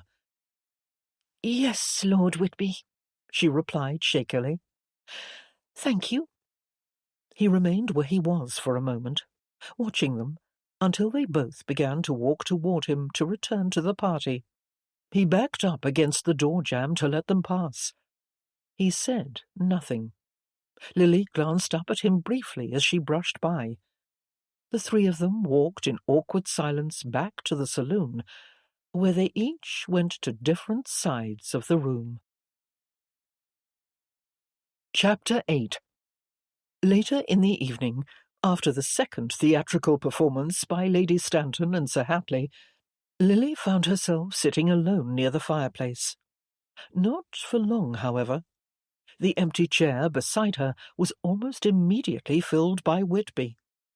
"I wasn't sure," he said, going straight to the heart of things, "if I should have interrupted you when you were in the gallery. I thought perhaps you might have arranged to meet Richard there." Lily's heart began to pound, and she cursed herself for it. After all her tears today, and all her grand intentions to forget Whitby, all he had to do was say 2 words to her, and she melted. She shook her head. "No, I didn't arrange it. He must have followed me when I left here earlier." "Yes, he did. And I noticed. So I followed as well." "Why?" He hesitated a moment before he answered. Because I was worried that he might not be entirely trustworthy. Call it a feeling. She'd had a feeling too. Why didn't you tell James? She asked. Because James would have beat him to a pulp. She couldn't help but smile. So, you wanted to protect Lord Richard, did you? No, not Richard. Her body began to feel warm as she sat beside him this way. Wishing he did not have such power over her, she reminded herself that he had been worried about her, just as he would have been worried about Annabel, his sister. Well, as you can see, I am fine, she said, which was not entirely true in every sense of the word, but she would not let him see that. Good. But what are you going to do about Lord Richard? Am I right to presume you did not welcome his attentions? Yes. Whitby looked across the room at the man. Well, you might consider telling James. You certainly wouldn't want to be pressured into marrying a worm. Lily chuckled despite herself. Whitby leaned a little closer. I can hardly blame the man, though. You look stunning tonight, Lily. He probably lost his head. Lily felt her brow crease. What was Whitby doing? When he said things like that, he made it impossible for her to get over him. Because, quite honestly, right now she felt euphoric and hopeful again, and she wanted him more than life itself. How little it took. Thank you for the compliment, she replied, but she was angry with him. Did he not realize he was playing with her feelings? You're most welcome. Then he walked off to go and sit with Lady Stanton. Whitby listened to Lady Stanton talk about Ascot with only half of his brain. The more thoughtful half was mulling over his conversation with Lily. He wasn't sure why he had told her she looked stunning. Well, she did look stunning in that cream-coloured dress, her neck dripping with pearls, but it hadn't been necessary to tell her. Earlier in the day, he had compared her to Annabel, with the full intention of discouraging her from having any non-sisterly feelings toward him, because he was not the man for her. And just now, after seeing Richard make an advance, Whitby had forgotten all that, and had said something that would likely have the opposite effect. He had paid her a compliment, and he'd done so flirtatiously. He wished he hadn't said it. He wished he could take it back. He didn't want her to have romantic notions about him. He didn't want to stir her passions, however innocent they might be. In truth, he wasn't entirely sure how innocent Lily was, after what happened 3 years ago with that French nuisance of a man. She had been with him in his boarding-house, and on a boat with him overnight, and everyone had been very close-mouthed about it afterward. The fact that he was curious about her innocence now, after not even wondering about it over the past few years, was not lost on him. He glanced over at her. Strangely, he could not imagine her giving herself to that scoundrel Pierre, or that worm Richard. Just the thought of it offended him. It made him want to strangle the both of them. But as he comprehended the excessiveness of his agitation, he began to realize, with considerable surprise and uneasiness, that he was not as disinterested in Lily as he hoped he could be. He reached a hand up to rub the glands at his neck, then glanced over at James, his closest, oldest friend. Whitby's pulse began to beat erratically. This was not going well. Nothing about this week was going well. It seemed like everything was spiraling out of control, and there was nothing he could do to stop it. The weather was overcast again the next day. It was unseasonably warm, however, and many of the gentlemen had removed their hunting jackets and wore only their shirts and waistcoats as they stood in the autumn field, firing shots high into the air over the lake as the ducks took flight. James aimed his shotgun and fired, bringing another bird down from the sky. Whitby stood beside him, the tip of his own gun resting on the ground while he used it to lean upon. "Good shot, James," he said, squeezing the handle of the gun. A hound jumped into the lake with a resounding splash and swam out to fetch the fallen bird. Whitby watched him swim past the cattails, paddling silently into the deep. "It was, wasn't it?" James said, grinning over his shoulder. His gaze dropped to the shotgun Whitby was leaning upon. "Why aren't you shooting?" Whitby picked up his gun and loaded it. "Just taking a break." He waited for the beaters to send another bunch of ducks into the air, then aimed and fired. A number of shots rang out from the other gentleman standing a distance away. "Well done," James said, while they watched a few birds fall from the sky into the water. Whitby lowered his gun while James reloaded his. "Tell me," Whitby said, "are you in on the plan to marry Lily off to Lord Richard?" He hadn't intended to talk to James about this. In fact, he'd promised himself that very morning that he would stay out of it. So much for self-control. James cocked his gun. "No, that's Mother." "I'm relieved to hear it. What makes you say that?" More birds took flight, and James quickly aimed and fired. "Damn," he said, missing the shot. "Well," Whitby replied, pausing while he reloaded, "I walked in on them last night in the gallery, and Richard was rather bold with his attentions." James immediately faced Whitby. His tone took on a hard edge. "Explain, if you will." "Don't panic. It wasn't anything serious. It was just something in his manner I didn't like." "Did he touch her?" James asked. "He took hold of her arm to try and stop her from returning to the party when she made a move to leave. It was clear to me that Lily was uncomfortable. If I were you, I would discourage the match." Whitby worried suddenly that he was overstepping his bounds. It wasn't his place to tell James who his sister should or should not marry. But hell, he couldn't help himself. He couldn't bear the idea of her being pressured to marry Lord Richard, and he knew it wasn't just a brotherly protectiveness, which was becoming very unsettling. Or perhaps this concern was simply a symptom of his state of health. He'd certainly been preoccupied lately with making sure Annabel was going to be taken care of.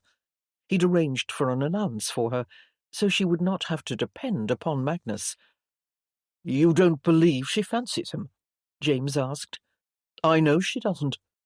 "How?" "I asked her." 3 more ducks took off with a flutter, and both James and Whitby aimed and fired, bringing down 2 of them. They lowered their guns. "I appreciate you telling me," James said. "To be honest, I've wanted to clobber Lord Richard a few times myself over the past few days. He keeps boasting about his horses. But I've refrained because of the possibility that he might one day be my brother-in-law." "He's trying to impress you," Whitby said casually. "No doubt. It's hardly working, though, especially after what you just told me." The tension in Whitby's shoulders drained away while they both gazed out at the lake. "I'm feeling rather ready for lunch," James said. "How about you?" Whitby merely shrugged. "I could eat, I suppose." James rested his shotgun on his shoulder. "I'll go talk to Anderson and see if he's got the table laid out yet." He started off, but stopped and turned. "Help me keep an eye on Lord Richard tonight, for caution's sake. Lily doesn't need another problem like the last one." "Absolutely, James." Whitby was only too happy to oblige. Far more happy than was wise. Chapter 9. That evening, the ballroom was adorned with colourful flowers and greenery. Tall potted tree ferns and bolts of ivory crepe draped over the doorways and windows. The shiny brass chandeliers glittered in the light from the candles they held, and the whole room spun magnificently with the circular movements of the dancers swirling around the floor. Lily wore a silk gown of mulberry, trimmed with lace flounces on the skirt, and she was laced so tightly she could barely breathe. At her neck she wore a pearl choker that she had borrowed from Sophia, and on her feet matching satin slippers with French heels. She felt beautiful, more beautiful than on any other night, and she was thankful for that, because the shooting party would conclude the following day, and she had come to the ball knowing it would be the last time she would see Whitby before the long winter set in. She was hoping for one last encounter with him, a dance perhaps, or a pleasant, friendly conversation free of flirtation. She had tried for something more with him, and she had failed. He had communicated his feelings on the matter, and she had understood the message. He was not attracted to her. For that reason, that night, she was going to finally lay her childish infatuation to rest, and she did not want him to feel that he must avoid her in the future because she was pining away for him. She could not imagine a worse fate. She did not want things to be awkward between them. Lily spotted her mother approaching and walked to meet her. When she reached her side, she clicked open her plumed fan and cooled herself, for it was warm in the ballroom. "You've had a few days to get to know Lord Richard," her mother said flatly. "What do you think of him?" "Honestly," Lily replied, pausing because she did not enjoy displeasing her mother. She never enjoyed it, but she knew it was necessary in this matter. She could only pray that her mother would understand. "I don't think he is the right man for me." She could sense the frustration in her mother's long, drawn-out silence. "Lily," Lily faced her. "I know what you were thinking, that I am too fussy, but it's not true. Lily, you must think of your future." "I am thinking of it. Please understand, Mother. I do not care for Lord Richard." Marian led Lily toward the wall to speak privately. "Lily, I am growing weary of this. You are far too romantic. Marriage is a serious matter, and I do not think you truly understand your duty as a member of this family. You are the daughter of a duke, and you are 21. By the time I was your age, I had been married for 2 years. But not happily." Lily had never spoken so bluntly to her mother before. Marian went pale, then her face clouded with anger. "How can you judge me, after all that I endured? Do you think it was easy?" Lily shuddered inwardly, regretting her words, wishing they had not been so stinging.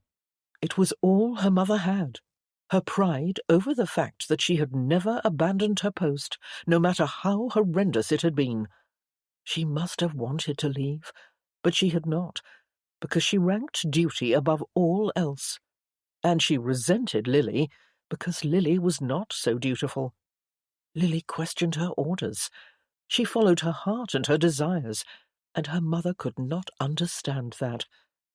They were two very different people. "I'm sorry, Mother," she said. She was sorry for criticizing her, and she was sorry for defying and disappointing her, for all the times in the past, and all the times she would continue to do so in the future. The orchestra began a minuet, interrupting their conversation briefly, but not for long. "Just give me more time," Lily said, wanting desperately to appease her mother as best she could. "I do want to be dutiful. I want to please you. But I cannot marry Lord Richard. I will be successful next season, I promise." Marian would not meet her gaze. She was breathing hard, angry and shaken. "Well, it's obvious I can't force you. I've learned that such tactics do nothing but cause you to rebel." She turned in the other direction. "I must go and sit down." She walked away, leaving Lily to struggle with the ache that had existed in her heart since she was a child, the aching need for affection, or merely approval from her mother. Lily laid a hand on her chest to try and soothe it, and went outside for some fresh air. Whitby watched Lily with her mother. There was a marked intensity in their exchange, though he tried not to stare. He wondered if they were talking about Lord Richard. Whitby searched the room for the man, and spotted him not far from where Lily stood, probably waiting to dance with her. Whitby remembered his promise to James that he would keep an eye on them, and decided he would do just that. Keep a very close eye. Just then, Lady Stanton, wearing a sky-blue gown with a cluster of pearls at the bosom, arrived beside him. She touched his arm with one long, slender, gloved finger. "Good evening, Whitby. I hope you intend to dance with me. It's the last night of the party, and we all go home tomorrow. Yet I haven't seen nearly enough of you." He turned to her and smiled, though tonight it felt like a pretense, for he didn't have the energy to be charming. A waltz began, and he held out his hand regardless, for he was never one to disappoint a lady. "Are you free for this one?" "I believe my card indicates that I am." Whitby led her onto the floor and took her into his arms. They stepped into the waltz and swept smoothly around the room.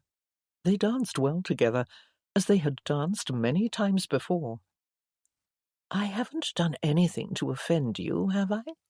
Lady Stanton asked, after the first few measures. Whitby met her troubled gaze. "What do you mean, Eleanor?" "I had thought we might spend some time together this week. I thought you might come to my room, but I've been disappointed each night, and I've had to sleep alone." Whitby turned her around at the far corner of the ballroom. He recalled last year's shooting party, and remembered how he and Eleanor had amused themselves. She was a delightful woman. He knew it today, just as he'd known it last year. She had certainly not offended him. Yet he'd felt no desire to spend time in her bed during the week. "I apologize, Eleanor. I have not been myself. It's nothing you've done. I've been rather unwell with a sore throat." Her body seemed to relax in his arms. "That's all it is? What a relief. I was beginning to fear you were suffering from a broken heart, that some woman had captured your interest while I wasn't looking and jilted you." He chuckled. "No." "Well, thank goodness," she said with a smile. As they continued to dance around the room, Whitby found himself feeling uncomfortably short of breath. He began to feel weak and light-headed. "You know you're welcome to come to my room tonight," Eleanor said, with an enticing tone. "My door will be unlocked for you, if you would like some company." Whitby swallowed hard, barely hearing what she had just said, while he laboured to concentrate on the steps of the dance.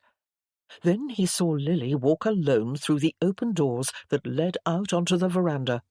His gaze perused the room for Lord Richard, who predictably was not far behind, following her outside. Suddenly, a wave of dizziness came over Whitby, and he was forced to stop in the middle of the floor. "My apologies again, Eleanor. I'm afraid I can't go on." He turned to look for James. Eleanor put her hand on his cheek. "Good heavens, Whitby, you're blazing hot. Why didn't you tell me?" He wiped the perspiration from his brow. "It came upon me rather suddenly just now. Where is James?" Eleanor took him by the arm and led him off the floor. He went with her, crossing the room to where James stood drinking champagne and laughing with Sophia. "Lord Richard just followed Lily out onto the veranda," Whitby said, wasting not a single breath on anything but that, while he struggled not to stagger sideways. James glanced over Whitby's shoulder and went immediately to his sister. Sophia took one look at Whitby and grabbed hold of his arm. "Are you all right?" Whitby turned to ensure James was heading in the right direction, to the veranda where Lily had gone.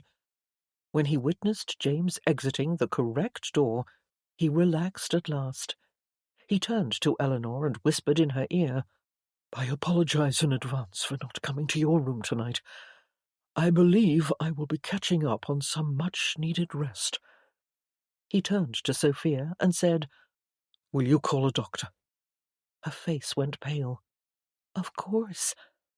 With that, he walked out of the ballroom, climbed the main staircase, and only made it as far as the door to his bedchamber before he collapsed in a heap in the corridor. By the time the physician arrived an hour later, Whitby was slipping in and out of consciousness. Dr. Trider entered the room and set his black bag on the side of the bed. He opened it, pulled out his stethoscope, and listened to Whitby's chest. James and Sophia watched from opposite sides of the bed. "How is he?" James asked. The doctor ignored the question for a moment while he moved the scope around, listening to Whitby's heart and lungs. He removed the earpieces and lifted Whitby's eyelids one at a time, looking at his pupils. He put his hand on Whitby's forehead. "How long has he been like this?" "The fever came upon him rather suddenly tonight," James replied, "though he's had a sore throat all week, and saw a doctor for it before he came." Dr. Trider pressed his fingers on both sides of Whitby's neck, just under his jaw. "His lymph nodes are swollen." "What does that mean?" Sophia asked. "It could be a number of things, depending on the symptoms he's had." James raked a hand through his hair. "Well, he's lost some weight, and he's been fatigued. No appetite." The doctor nodded. "I see." He put his stethoscope back in his bag. "Has he been in contact with anyone else who's had these symptoms?" "I don't know. He didn't mention anything. He didn't seem overly concerned, but he has been drinking more than usual lately." "Drinking, you say?" The doctor felt Whitby's neck again, and appeared to be concentrating very hard upon what he was feeling. Just then Whitby opened his eyes. The doctor leaned over him. "Lord Whitby, I am Dr. Trider. Do you know what's wrong with you? Have you been in contact with anyone who's been ill?" "No contact," Whitby said, slowly shaking his head on the pillow. "What I have is not contagious." "How do you know? Have you been diagnosed?" No need." Whitby closed his eyes again, and the doctor gently slapped at his cheeks. "Lord Whitby, wake up! What do you think you have?" Whitby opened his eyes and looked at James. "Did you find Lily?" "Yes, she is with my mother." "And Lord Richard?" "Nursing a bloody nose and packing his things as we speak." Sophia's gaze darted across the bed. "A bloody nose? James!" He shook his head at her. "I didn't give it to him. Lily did, after he tried something he shouldn't have. And he bloody well deserved it, too." "That is good news," Whitby said groggily, before he fell back into a feverish sleep. James stepped forward and bent over him. "Whitby, wake up! The doctor needs to ask you some questions." But Whitby did not wake. James backed into the chair by the bed and sat down. "What could it be, Doctor?" Dr. Trider's brow furrowed. "I cannot be sure, but the swollen glands indicate a few possibilities. It could be influenza or lymphatic tuberculosis, but that doesn't usually come on this quickly. Typhoid, on the other hand, develops very fast, but a sore throat for more than a week—" He shook his head. "I don't believe it's typhoid. And he said it wasn't contagious, which influenza and tuberculosis both are." The doctor appeared baffled. He took another step toward the bed and felt Whitby's glands again. "The other possibility is—" He glanced at James. "Have the glands been getting increasingly swollen over a long period of time?" "I don't know." Dr. Trider pressed upon Whitby's abdomen, through the thin nightshirt his valet had dressed him in earlier. "His spleen is enlarged. Do you know how long he's had the sore throat? Weeks? A month? More?" James went to the adjoining dressing-room and opened the door. "Jensen, how long has Lord Whitby had the sore throat?" The valet came out of the room. "He's had a few of them, Your Grace. The first one was about a month ago." The doctor stepped away from the bed and pushed his spectacles up the bridge of his nose. "A few of them, you say? Is it possible it has been one continuous sore throat?" Jensen looked uneasily at James and Sophia. I suppose it's possible. Dr. Trider nodded thoughtfully. One disease that is consistent with his symptoms and is not contagious is Hodgkin's. But how would he know that if he was not properly diagnosed? Hodgkin's, Sophia said. What's that? The doctor paused, then spoke in a gentle voice. It is a type of cancer, Your Grace. James stared at him in stunned silence. That's what killed his father. Chapter 10. Lily was taking part in a quadrille, still exceedingly unnerved over what had happened on the veranda with Lord Richard, when she noticed Sophia and James enter the ballroom after having been gone for quite some time. Whitby had been missing as well, and Lily was beside herself with worry. It was not like James or Sophia to leave their guests for so long. Something was definitely wrong. As soon as the dance ended, she thanked her partner and quickly made her way through the crowd to where Sophia stood. Their gazes met with a heightened intensity. "What is going on?" Lily asked. "Where were you?" Sophia took her aside. "Whitby is ill." The music from the orchestra and the laughter from the crowd seemed to fade into silence, and Lily wondered if her heart had stopped beating. "Oh, no. The doctor has just seen him, and we do not know anything for sure yet, but he has a very high fever and some swollen glands." "Can I see him?" Lily asked. "Yes, but he's not conscious, and I must warn you that the doctor said it could be a very serious illness. He will need to examine Whitby further when he wakes." Sophia led Lily out of the ballroom. "I will take you to him, then I'll come back here. I don't want any gossip over this. I'd prefer to keep this quiet if we can. It's no one's business but ours and Whitby's." "Of course." They discreetly left the ballroom, and while they made their way through the corridors of the house, Sophia asked Lily about Lord Richard. "Did he hurt you?" "No," Lily replied. "He just tried to kiss me and was very persistent when I resisted. He's a repulsive lech. James said you hit him. I couldn't help myself." "Good girl." When they reached the Van Decker room, the door was closed, so Sophia knocked gently, then pushed it open. The room was dimly lit and quiet, except for a fire crackling in the hearth. Lily followed Sophia inside, but stopped when her gaze fell upon Whitby in the large bed. He was drenched in sweat, and his face was ashen. He wore a loose-fitting white nightshirt open at the neck, and it was sticking to his damp skin. He looked half dead.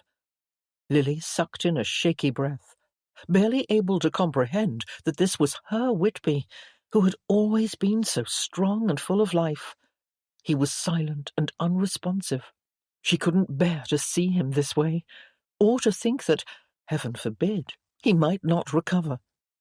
Then her eyes drifted to Lady Stanton, who was sitting next to him with her slender hand upon his. "Lily, you have come to see the patient," she said. Lily nodded. "I just arrived a few minutes ago myself. He became feverish while we were dancing, you see. But do come and sit down." Lady Stanton vacated the chair by the bed and went to join Sophia near the door. Lily slowly moved to the chair and sat down. "I will return to the ballroom," Lady Stanton said to Sophia. "Will you keep me informed?" "Of course, Eleanor. Lily will sit with him for a few minutes while I walk with you." Lily barely heard what they said. She only noticed the door close behind them, and felt the sudden jarring impact of being alone with Whitby in his bedchamber, when her entire being was dissolving into dread and despair over the fact that he was so very ill, and it could be serious. She let her gaze travel down the length of his bare forearm to his hand on top of the sheet. She reached to touch it. Heavens, he was scorching hot. She rubbed his hand gently between her palms, then rested her head upon it, and prayed tearfully for him to get better. Raising her head, she laid her open palm on Whitby's chest, where his nightshirt lay open. His heart was beating fast beneath his fiery, damp skin. The door clicked, and Lily abruptly sat back, wiping tears from her cheeks. Sophia entered and walked around the bed. "Any change?" she asked. "No, he hasn't moved. And how are you doing, Lily?" Lily considered the question for a moment, while she stared at Whitby's sleeping face. Her brain didn't seem to be working very well. "What is there to be done?" Lily asked. "I want to do something." Sophia nodded, understanding. "The doctor had another call to make tonight, but he will return in the morning. Until then, someone needs to stay and keep Whitby cool with damp cloths." She touched Lily's forearm, her expression grave. "And the doctor said we should give him a tablespoon of brandy every 6 hours, but no more than that, even if he begs." Lily understood. She had been watching him this week. She knew. "Let me stay with him," she said. "I can do all that." Sophia nodded. "I will tell your mother. She won't like it." "I'll talk to her," Sophia said. "I'm sure she would want us to do everything we can for Whitby. Either way, it won't matter if she likes it or not," Lily said desolately, "because nothing is going to tear me away from his side tonight." After going back to her room to change out of her ball gown into something more comfortable, a plain brown muslin day dress, Lily sat through the night with Whitby. She spent most of the time in the chair, holding his hand and watching him in the firelight, waiting and hoping he would stir. He slept very soundly, however, never moving, except occasionally when his eyelids twitched and he turned his head to the side with a moan or a sigh. Lily was glad he did not wake and ask for brandy. She would have had a difficult time saying no to him. The music from the ball downstairs continued until after 3 in the morning, at which time Sophia and James came to check on Lily before going off to bed themselves. After that, the house was deathly quiet. She dozed off only once, very briefly, and stayed awake the rest of the night. At one point, she rose to open the window and let in some fresh air, but the breeze was too strong and too cool, so she closed the window and sat back down again. The night seemed dark and endless, and there were moments when she felt lost in a tunnel, unable to see light at the end. She was the only person awake in the household, but how could she possibly sleep? Reaching around to put her hand on her lower back, she stretched and yawned, and prayed that Whitby's fever would break. It did not break, however, not through the night, nor had it broken in the morning, when he finally opened his eyes. The sun was just coming up, and Lily herself was waking from a nap in the chair by the window. James was sitting by the bed. It was the sound of their voices that woke her. She sat up sleepily, but remained quiet, for she did not want to interrupt their conversation. "We've sent a telegram to Annabel," James said, sitting forward in the chair with his elbows on his knees and his hands laced together. Whitby lay motionless for a moment. Then he wet his lips and whispered, "I'd like a drink, James." James shook his head. "The doctor said no." Whitby chuckled bitterly. "You're going to dry me out, are you? What's the point?" "The point is, you've had too much lately." Whitby lay in silence, staring blankly at the canopy above him. "I'm dying, James." Lily sat up straighter, a spear of dread piercing her heart. She strained to hear James's reply. "No," he said firmly, touching Whitby's hand. "We don't know that. It might be nothing." "I feel like I'm dying. I've felt it for weeks." James was momentarily staggered, which was uncharacteristic of her brother, who was always in absolute control. "You told me it was just a sore throat," he said. Whitby wet his lips again, and it seemed to take forever for him to find the strength to speak. "I lied. I've been getting weaker and weaker." You said you'd seen a doctor. What did he say about it? I lied about that, too. I didn't see anyone. I wanted to put that part off for a while. I thought I had more time. James took a moment to digest this. Is that why you've been drinking so much? I suppose. Brandy numbs the regrets. Lily watched her brother bow his head. Her heart broke a little at the sight of him, for he himself had had a difficult life with their father, and she knew Whitby was the one person in the world James had trusted when he was young. Whitby had been his only true friend at a time when he'd had no one, not even a mother he could rely on for love. You have nothing to regret, Whitby. Whitby turned his head from side to side on the pillow. I beg to differ. I should have grown up a long time ago and gotten married like you did, but I thought I'd be young forever. And now I'm probably dying, and Annabel will be... He tried to sit up. I need to see her. Is she coming? James managed to keep Whitby from getting up. She'll be on a train today. Good. I must see her, James. I know. I've arranged for an allowance for her, so she won't need to depend upon Magnus. But I don't want her to live alone. I can trust you to take her in, can't I? Of course you can. Lily realized at that instant that Whitby didn't know she was in the room. She wondered if she should make her presence known. She also wondered what was causing Whitby this concern over his sister, and who Magnus was. If anything happens to me, he said, promise me you will watch out for her. I will, but nothing's going to happen to you. Lily cleared her throat to announce herself. She slowly stood and smoothed out the wrinkles in her skirts as she walked to the foot of the bed. Good morning, she said nervously. Whitby slowly blinked as he met her gaze.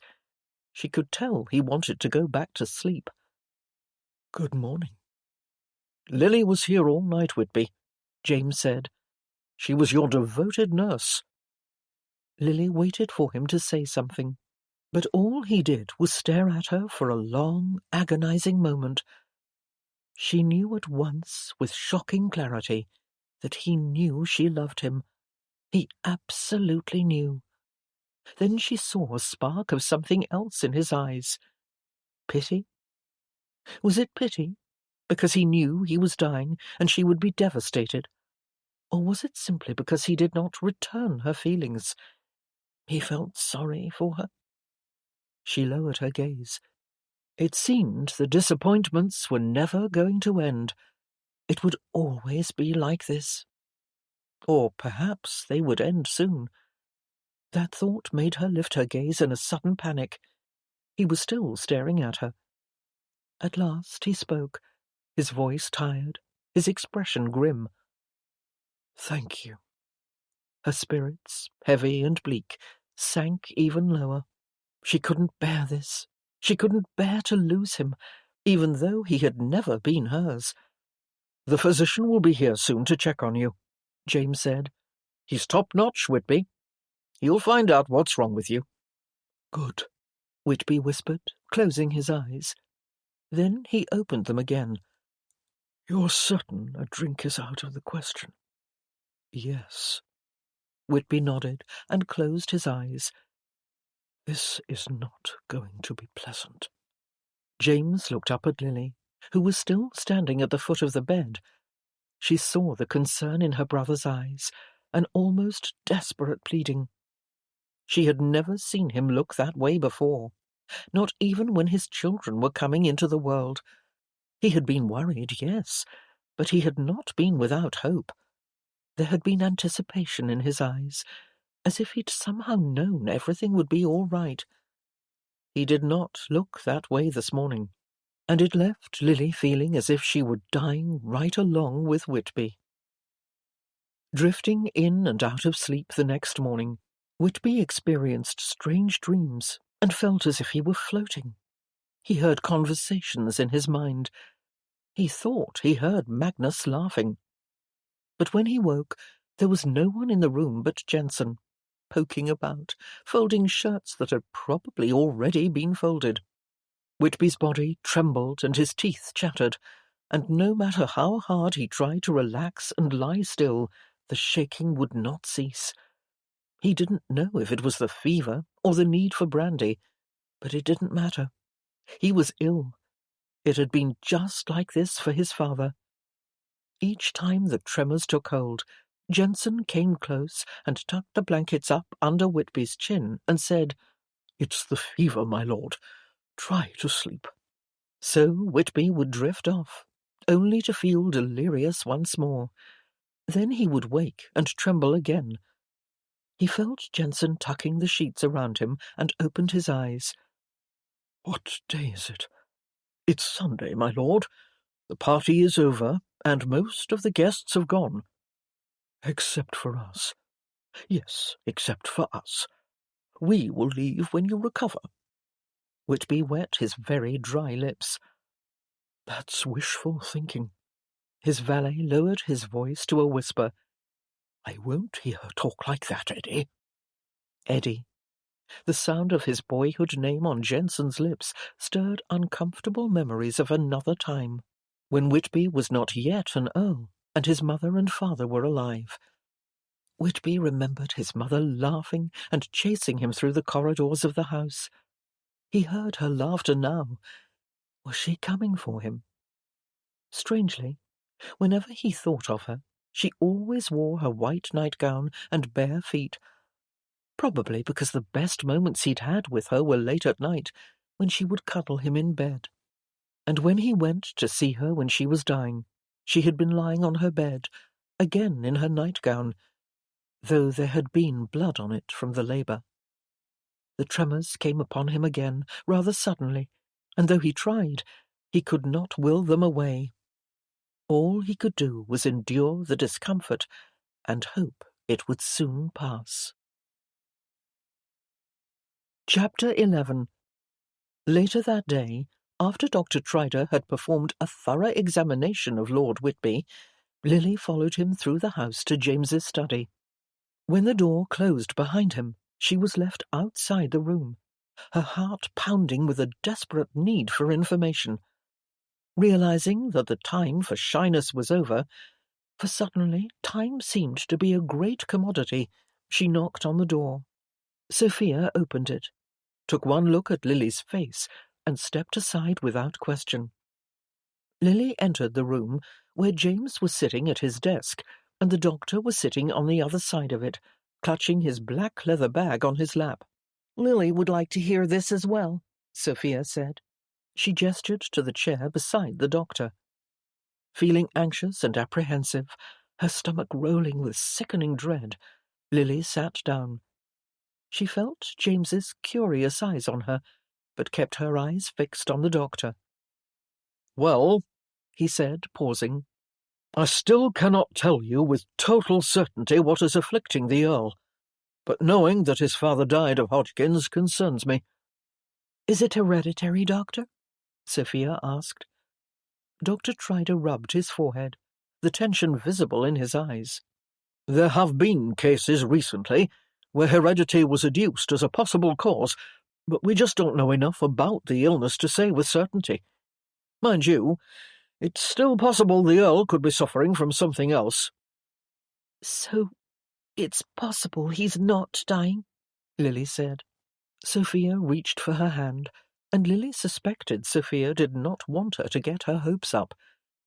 "If it is Hodgkin's," James interjected, "is there a cure? Didn't I read about an operation a few years ago? There have been very few successful operations. Hodgkin's is a type of lymphoma, and lymphomas are generalized, involving blood and bone marrow." The doctor shook his head. "I'm afraid the prognosis is not good, if it is indeed Hodgkin's. May I remind you that we do not know for sure that is what ails the Earl? If it is, how much time would Lord Whitby have?" James asked. The doctor considered it. "From the cases I've seen, it can be anywhere from 3 months to a year, or even more in chronic cases. It depends on how rapidly the disease progresses. "Have you told Whitby all this?" Lily asked. Just then, another knock sounded at the door, and Sophia went to answer it. Lily turned in her chair at the same moment that Sophia spread her arms wide and said, "Annabel, thank goodness!"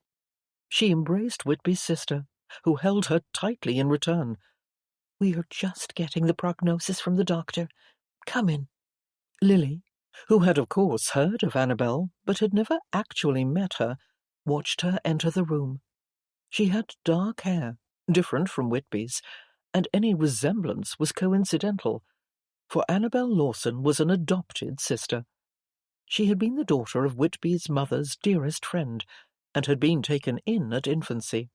She wore a dark blue travelling gown, and her eyes were blue, her nose tiny and slightly turned up. She possessed an uncommon beauty, though she did not seem aware of it. She did not carry herself with the confidence of a woman who knew she was beautiful. Miss Lawson seemed shy, and Lily was drawn to her immediately.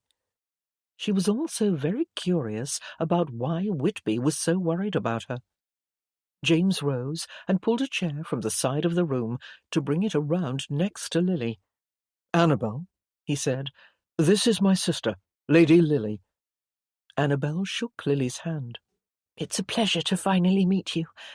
I've heard so much about you, and have wanted to meet you since I was a girl." More than a little taken aback, Lily smiled at Annabel. She had heard about Lily? From whom? Whitby? James returned to his own chair and sat down. He leaned forward and rested his hands on the desk-top. "The doctor was just telling us what he thinks could be wrong with Whitby, though he can't be sure yet." Dr. Trider repeated his prognosis for Annabel, who raised a handkerchief to her eyes and began to cry. Lily leaned close and rubbed Annabel's back. "We are hoping for the best," Lily said. Sophia took a step forward. "Yes, of course we are, Annabel. Don't lose hope yet. He's young and strong." She collected herself and lowered her handkerchief. "Thank you for everything you're doing. You know, James, he has always considered you his best friend in the world." James nodded. "When can I see him?" Annabel asked. "Right now," James replied. "Perhaps, Lily, you could show Annabel to the Van Decker room?" "Of course," Lily replied, hiding the fact that she was glad to be able to see Whitby again, even if it was only for a moment. Lily rose and led Annabel out of the study and through the long, wide corridors of the house. When they reached Whitby's room, they entered to find him sleeping, and Jensen was sleeping as well, his head tipped back on the chair, his mouth open, a noisy snore pulsing from his throat. Annabel and Lily shared a glance. Then Lily walked around the bed to gently shake the older man on the shoulder. What? He asked, startling awake. He took one look at Lily and quickly scrambled out of the chair to stand. "I do beg your pardon, my lady. I didn't hear you come in." "It's all right, Jensen," she said with a reassuring smile. "I slept like that myself a few times through the night." She gestured toward Annabel, who stood just inside the bedchamber door. "Look who is here." Jensen's face relaxed. "Miss Lawson, thank goodness he's been asking for you." Annabel walked to him. "I'm so glad you've been here with him. How is he now?" "He's seen better days," Jensen replied.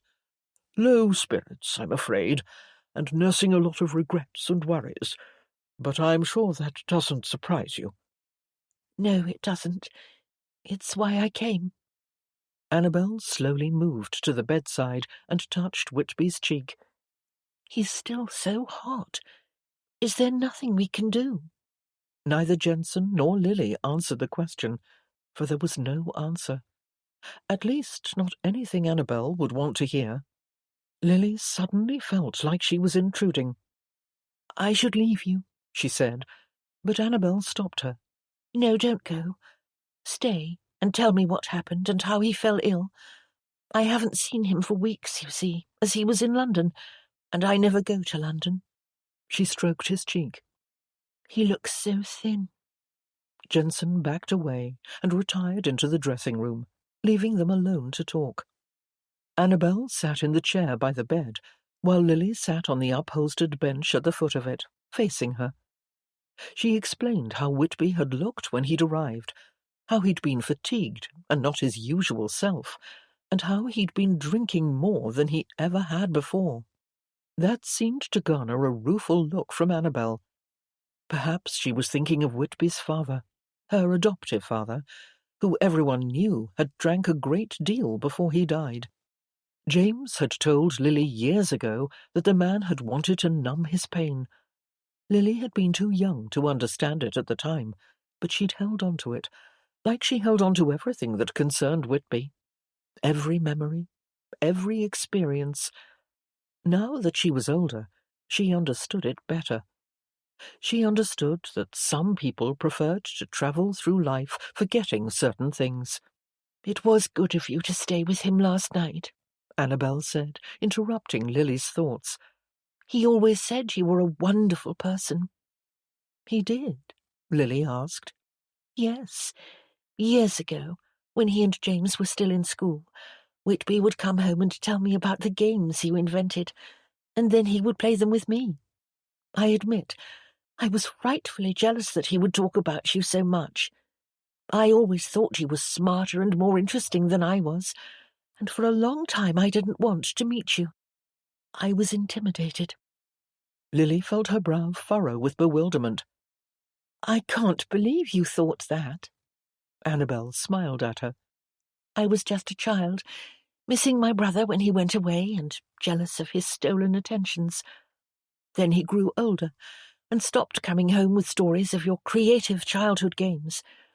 He started his own games, I suppose. Games neither of us would likely invent." Lily understood what Annabel was hinting at. Games that involved women and whiskey. And, of course, Lily and Whitby had grown apart when she'd matured past childhood. The games had stopped then. She was surprised, however, that Whitby had spoken of her so often to Annabel, that he had continued to keep her in his thoughts after he'd left their house each time. Whitby stirred, and Annabel leaned close. "I'm here, Whitby," she said. "It's Annabel." He opened his eyes, took one look at her and said, "Thank God." He lay there for a moment with his eyes closed. Then he opened them again. "I'm so sorry, Annabel. I should have listened to you." Neither Whitby nor Annabel looked Lily's way, so she remained where she was, sitting quietly and watching. "You didn't know this was going to happen?" Annabel said. "No, you're right.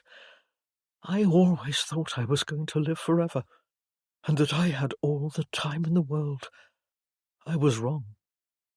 "We don't know that for sure. You may very well recover completely as soon as the fever breaks." "Perhaps," he replied. "Even so, it does not excuse my failure to protect you and the estate, and to prevent a great injustice." "You will get well, Whitby. You must." Lily found herself again listening to a conversation she did not feel a part of, as if she were hearing secrets while she was invisible to the people telling them. But she had always been invisible to Whitby, hadn't she? Well, perhaps not always, as she had learned just now. She made a move to stand and leave them alone, but her movement attracted Whitby's attention, and he gazed sleepily at her. "Lily, I didn't know you were here."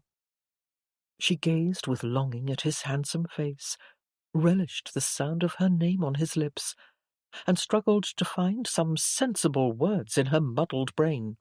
But she had not slept much the night before, and she was still fighting the wrenching heartache over his illness. It simply wouldn't give her any peace. No wonder she felt so rattled. "I didn't mean to intrude," she said. "I should go." He did not argue.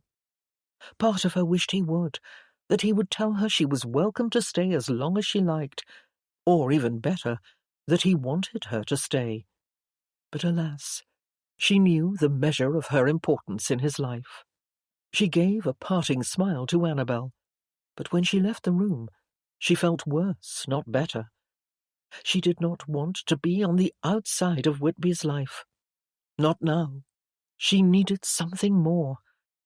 Lily decided at that moment to offer to watch over him again that night. Chapter 12. "How is he?" Sophia asked, rising to her feet when Annabel entered the drawing-room later that evening. Lily stood too, anxious to hear any developments.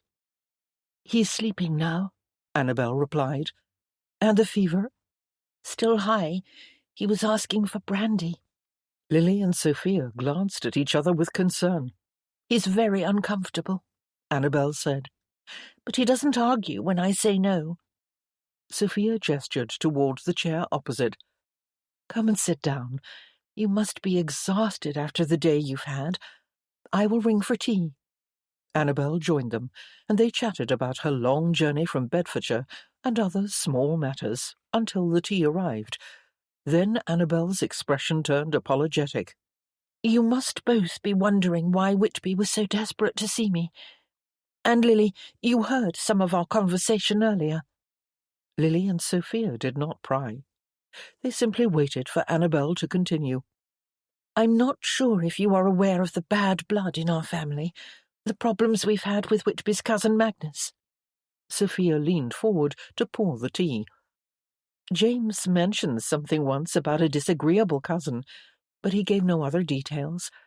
Did you know about it, Lily?" Lily shook her head. "Well," Annabel continued hesitantly, accepting a steaming cup of tea from Sophia and holding it on her lap. "Magnus's father was cut off socially and financially from the family when he was just a boy, and for very good reason. He was a hateful, jealous child, and tried on many occasions to harm his older brother, the heir." "Good gracious, I had no idea," Sophia said. "His son, Magnus, is just as cruel and very bitter about the feud, and he envies Whitby the same way his father envied his brother. But now, if anything happens to Whitby, Magnus will inherit the title and house." "Is he that bad?" Lily asked. Annabel paused a moment before she replied. "You both know Whitby is a good man. He would not deny a family member what is due to him. But in this case, his feelings are well-founded. Magnus has always coveted the title, you see, and there were suspicions that he may have caused the death of Whitby's older brother, who was Earl before him.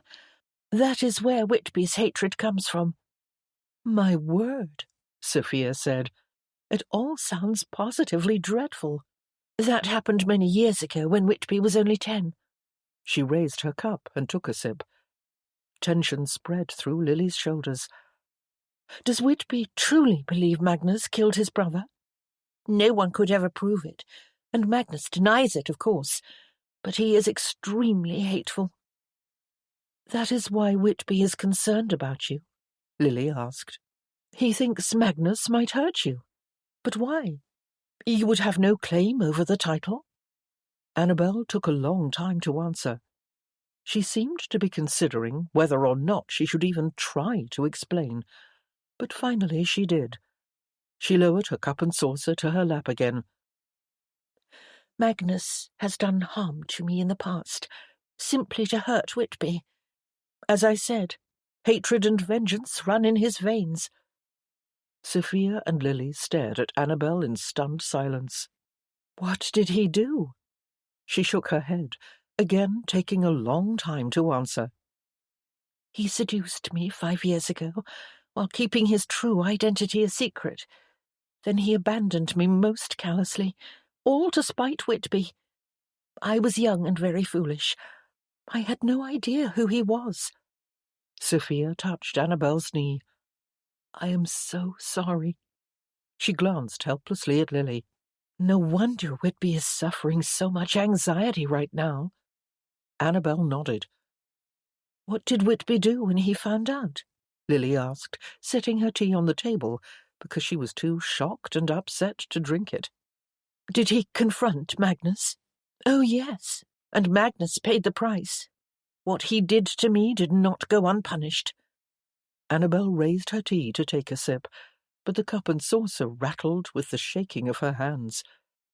Neither Lily nor Sophia asked her any more questions after that. They sat in sombre silence for a minute or two. Then Annabel gazed toward the window. If only Whitby had married someone years ago and had an heir. Then at least if he were to die, he would be able to die in peace. It's sad how death almost inevitably brings regret. For things we did not do when we had the chance, Lily added, realizing suddenly that she was speaking to herself. She knew she had been drifting aimlessly in life's current for too long. Both Sophia and Annabel smiled sadly at her. Yes, exactly, Annabel said. That's it exactly, Lily. That evening, Lily stood outside Whitby's bedchamber with her ear to the door, trying to hear what the doctor was saying to Whitby and James. From what she could decipher, the doctor had found no change in Whitby's condition, and his future was still as uncertain as ever. A short while later, the doctor left the room and headed down the dark corridor. Lily quietly followed him to the main hall and watched from the top of the stairs while he accepted his coat and hat from the butler. As soon as the butler had closed the door behind the doctor and left the hall, Lily dashed down the stairs and ran outside. "Dr. Trider!" she called out, just as he was stepping into his carriage. She ran up to it and put her hands on the side to keep him from driving away. "Lady Lily," he said, appearing somewhat startled by her desperate chase. She took a few seconds to catch her breath.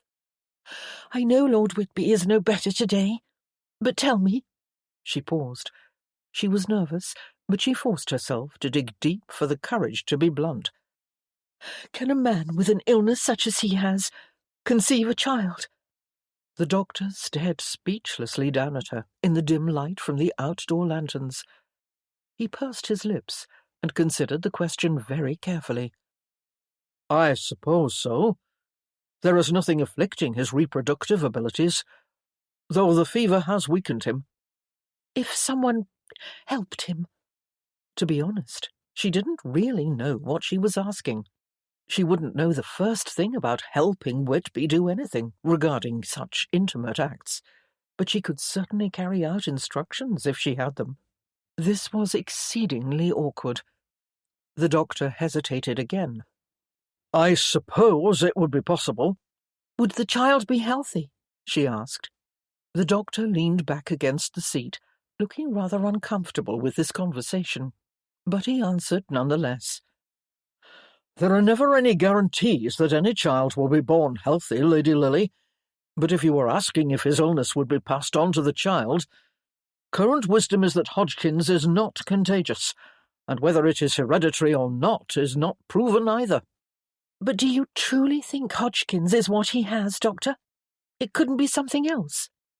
He stared uneasily at her. "Please be frank with me. What is your honest opinion?" "I cannot say for sure. Not until I can do the proper test." "Please, Doctor." He sighed heavily. "I believe, given his symptoms, that Hodgkin's is the most likely malady. But again, I cannot be sure." Lily nodded and accepted the doctor's opinion. Then she stepped away from the carriage. "Thank you." He picked up the reins and slapped them on the horse's back, then clicked his tongue. "Move along now." The carriage lurched forward. "Good night, Lady Lily." "Good night, Dr. Trider." She wasn't entirely sure he knew what she had really been asking. He would probably figure it out about a mile down the road. She hoped he wouldn't drive his carriage into a tree. Lily knocked softly on Whitby's door at midnight to take over for Annabel, who had been sitting with him all evening. The room was lit only by the fire burning in the grate and a single candle beside the bed. Whitby lay on his side, facing away from the door, and just the sight of his masculine form beneath the light sheet made Lily's heart pound with a longing to be near him. Annabel had been slouched back in her chair, but she sat up when Lily entered. She yawned and stretched her arms over her head. "I thought you'd never get here. He's been asleep for hours, and I'm exhausted." Lily walked around the bed. Jensen had bathed and shaved Whitby earlier that evening, so his hair looked clean, but wildly dishevelled from lying in bed. He wore a fresh white linen nightshirt, open at the neck, and Lily could see the hard, muscular lines of his smooth chest. How many times had she dreamed of seeing him sleeping? And here she was, finally gazing upon him, realizing there was something extraordinarily intimate about watching someone sleep. The bedroom at night, in the near dark, was surely the most private place in the world, though she would never have wanted her dream at this cost. She realized Annabel was watching her. Lily smiled, trying to act nonchalant, when in reality she was trembling inside, for she was about to attempt the unthinkable, and surely everyone would believe she'd lost her mind. "You care for him, don't you?" Annabel whispered unexpectedly as she looked up at Lily. Lily took a moment to consider how she should reply. Her first instinct was to deny it, because that was her habit, but the time for denial was over. There was no point in it now. "How did you know?" she finally asked. "I can see it in the way you look at him." Lily sighed. "I suppose I've given up trying to hide it. Yes, I do care for him, Annabel. Very much." "How long have you felt this way?" "Forever." Annabel squeezed her hand. "I'm not surprised." "You're not?" She shook her head. "No. You've always been a presence in his life." "A sisterly presence," Lily said. "What makes you think that?" Lily gazed down at him sadly. "He told me so this week, that he cared for me the same way he cares for you." Whitby breathed deeply and rolled over onto his back. Annabel lowered her voice. "Whitby has never known permanence in his relationships with women, Lily, except for me, and I believe that because he has known you almost all his life and cares for you deeply, he doesn't know what to make of those feelings, except to categorize them with how he feels about me. That doesn't mean he could not find you attractive as a woman." Neither of them said anything for a moment, while Lily struggled to find a way to put her feelings and desires into words. She loved Whitby. She'd never loved any other man, and could not imagine she ever could. She wanted to be a part of his life, even if it was only for a short time. If she'd learned anything over the past few days, it was that life was too short, and you had to make the most of every day. She wanted to love Whitby, to give herself to him completely and hold nothing back, because she didn't want to someday regret what she had not been courageous enough to say or do. She knew all too well that the clock could not be turned back. "Annabel," Lily whispered, "there's something I want to offer, and I need to tell you what it is. Come and sit with me." Lily led Annabel to the upholstered bench at the foot of the bed. She folded her hands on her lap and whispered, "I spoke to the doctor this evening, and he said it would not be impossible for Whitby to conceive a child right now." Annabel's eyes revealed immediate understanding, but she said nothing. She sat very still, waiting for more of an explanation from Lily. "I could try to give him an heir," she said daringly, and the words sounded unbelievable even to her own ears. Annabel continued to stare at her blankly in the dim, flickering firelight. Then her brows drew together with concern. "Lily, that is too much to offer, too much to give of yourself." Lily shook her head. "I know it looks that way, but I confess I am not just being generous or selfless by wanting to help you and Whitby. though I do want to help you. But the true foundation of my desire is far less charitable. I want him, Annabel, desperately. I've wanted him all my life, and lately my feelings have grown to such enormous heights that I can't bear the thought of never touching him or kissing him or telling him that I love him. I am in hell right now, being so separate from him, when I am afraid that I'm going to lose him forever. I want his child to have with me after he is gone, whether God takes him now or years from now. I love him, Annabel. Annabel bowed her head. I'm so sorry that you are in pain, Lily, and I understand. Honestly, I do. If it were up to me, I would say yes. Do it. Marry him and love him and bear his child. Don't let anything stand in your way. But it is not up to me. It is up to him, and he will never agree. He would never want to use you that way, especially if he thinks he will not live to take care of you and the child. He would not be using me, Lily said. He would be giving me a beautiful gift and happiness for the rest of my life. She realized what she was saying sounded ridiculously idealistic and romantic. Annabel covered Lily's hand with her own. As I said, it is not up to me. He is the one you need to convince. Lily nodded. She knew it was true, though perhaps a deep, frightened part of her had hoped that Annabel would think it a marvellous plan and talk Whitby into it herself, thereby sparing Lily the task of allowing herself to be so vulnerable by revealing her heart to Whitby, who had the power to break it. It was the more likely outcome, after all, that he would refuse and reject her. He had rejected her before, hadn't he, when she'd made overtures? Perhaps she had lost her mind, she thought suddenly, feeling her heart sink like a stone. Maybe she should plead with Annabel to forget they'd ever had this conversation and put the ludicrous plan out of her head. Annabel stood. I must go and get some rest. I'll be able to sleep, Lily, knowing you're here with him. Lily merely nodded. She stood and walked Annabel to the door, but Annabel paused in the corridor before she left. Talk to him tonight, Lily. What have you to lose by trying? My dignity, my pride. Annabel shook her head. No one can take that away from you. No matter what happens, he will respect you for your courage, and he'll treasure you for offering such a beautiful gift. Lily imagined talking to him about this, and realized that if nothing else, it was a chance to be intimate with him, and speak of honest, heartfelt things. Even if that was all that ever came of it, it was more than she had now. It would be something to remember.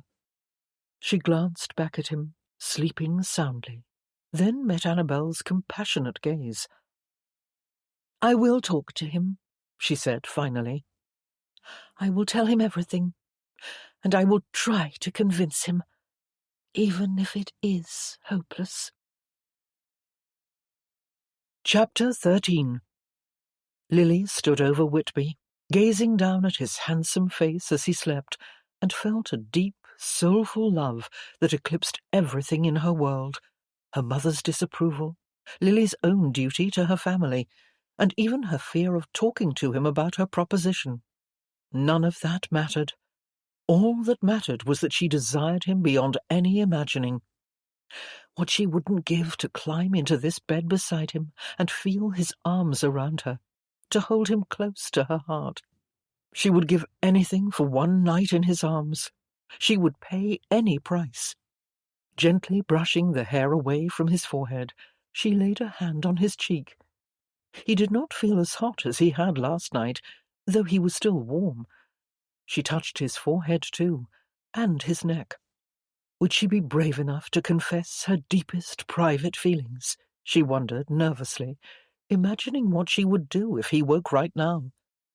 She did not need to wonder long, because Whitby stirred and opened his eyes. Lily, he whispered, his voice deep and husky, not weak. Even when he was ill, he was vigorous, and she realized that was the strength and allure of his character. He was captivating, in any state of health. She leaned forward, drawn in. "Yes, I'm here." "I need water." Quickly, she turned and poured him a glass from the pitcher on a tray beside the bed. He managed to lean up on his elbows, and when she tried to hold the glass for him and tip it over his lips, he allowed it. "Thank you," he said. She set it on the tray. "How are you feeling?" "Bloody awful." He lay down again. "I despise this." "I know you do." She paused for a few seconds, then sat down. "Annabelle told me about your cousin." Did she indeed? It's a filthy business, really. My tragic family. Quite the motivation to get well, wouldn't you say? She smiled faintly. "Yes, and I'm glad to hear you say that." His eyes narrowed questioningly. Why? Did you think I was just going to give up and die? Knowing what the doctor had said was a possibility, that Whitby could be dead in as little as 3 months, Lily tried to word her answer carefully. "You have been very sick, that's all. But you don't feel quite as hot tonight." She put her hand on his forehead again. He did not take his eyes off hers. He simply lay there, looking up at her.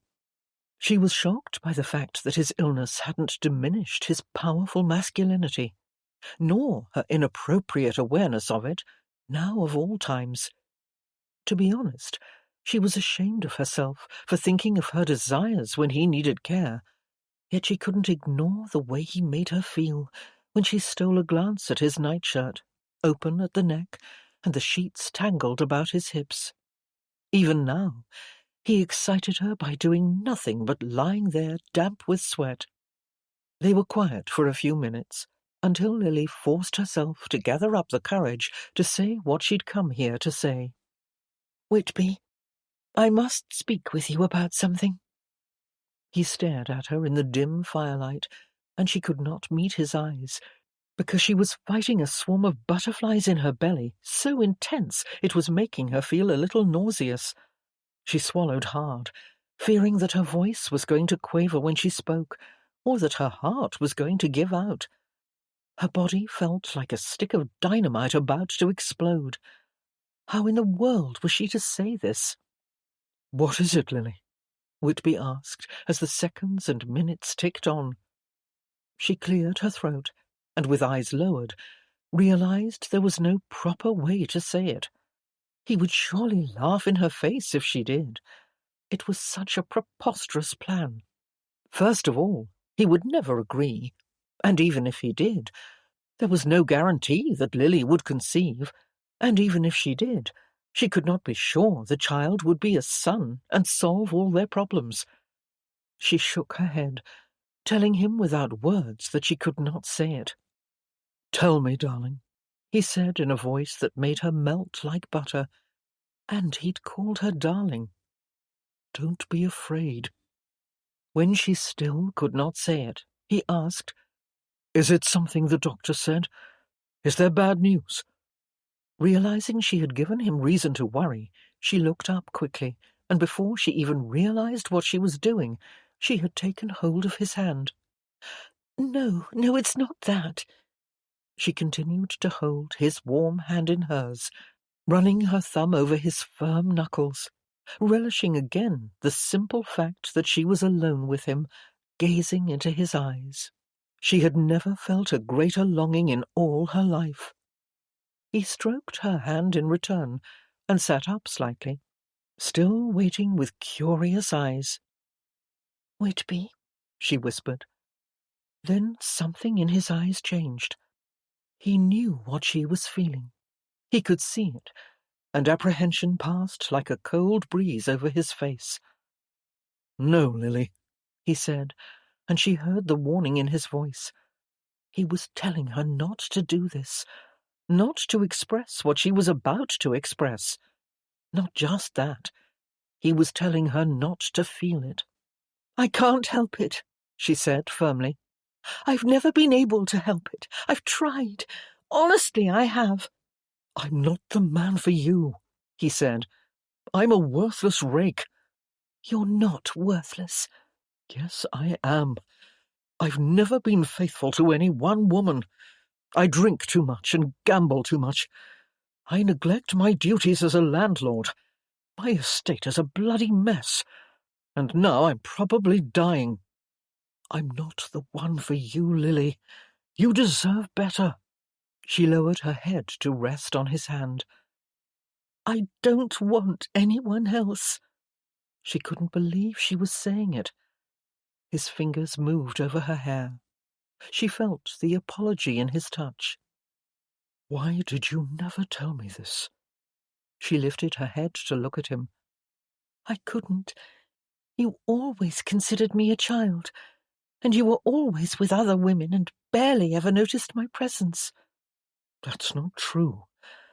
I've always cared for you. Like a sister, she said, her heart burning in her chest. Yes. His tone was firm. She was breathing hard now, as if she were climbing a steep hill, but she would not give up. Even this week, when we spoke in the drawing room, I sensed there was something more than a brotherly regard. I began to hope— No, he replied, cutting her off. For a moment she sat there, trying to accept this, but she could not. She loved him. She breathed deeply, working hard to calm the ferocity of her emotions and the violence of her need for him. She closed her eyes and laid her cheek on his hand again, realizing that love, combined with sexual desire, was a fierce and potent thing. It was pummeling her standards and morals. Right now, she would settle for being one of the many women he would casually bed. But she knew he would never treat her that way. As she sat there with her cheek on his hand, stroking his index finger with her thumb, her whole body pounded and quaked with a fiery, passionate yearning. Then she remembered what she had originally planned to say to him but hadn't. She had wanted to offer to give him an heir.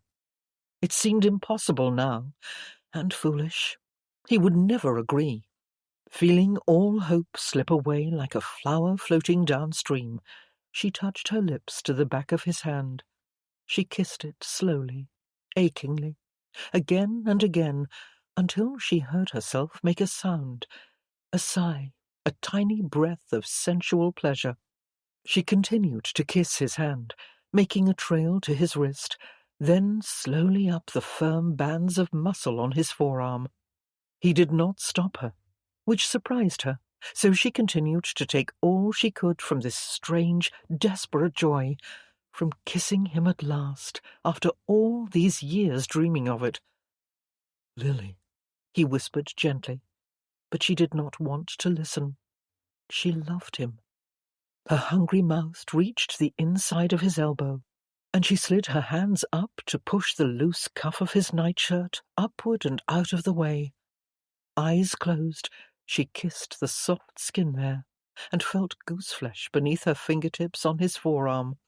She waited for the word "stop" to come, and when it did, she would obey. She would put all this foolishness to rest and accept that he did not return her affections, because she could not force him to love her.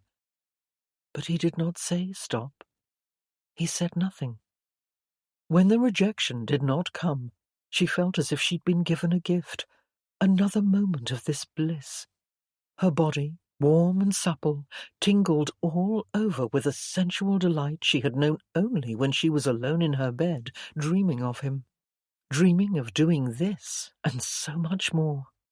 She parted her lips and tasted the inside of his arm with the tip of her tongue. She kissed the tendons in the juncture between his forearm and upper arm.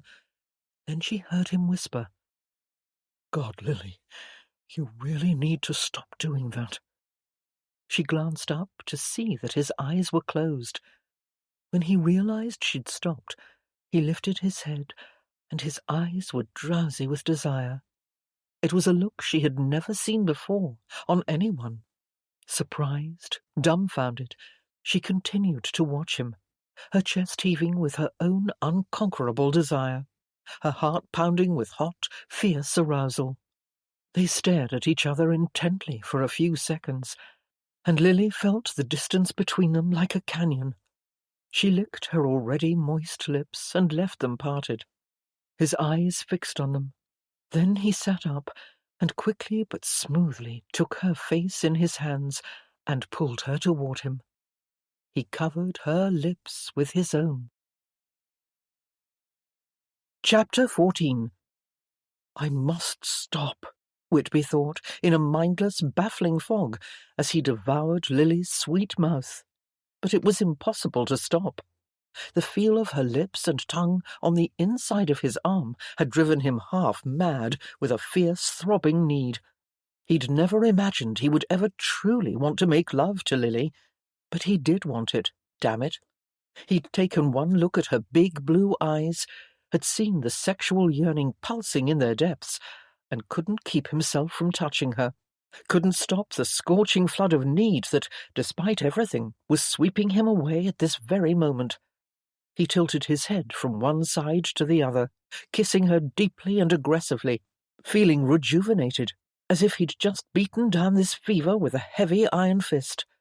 She stood up and crawled onto the bed, moaning softly, and never breaking the intimate connection of the kiss. Then she straddled him and pushed him back against the pillows, and he realized that Lily was an aggressive lover.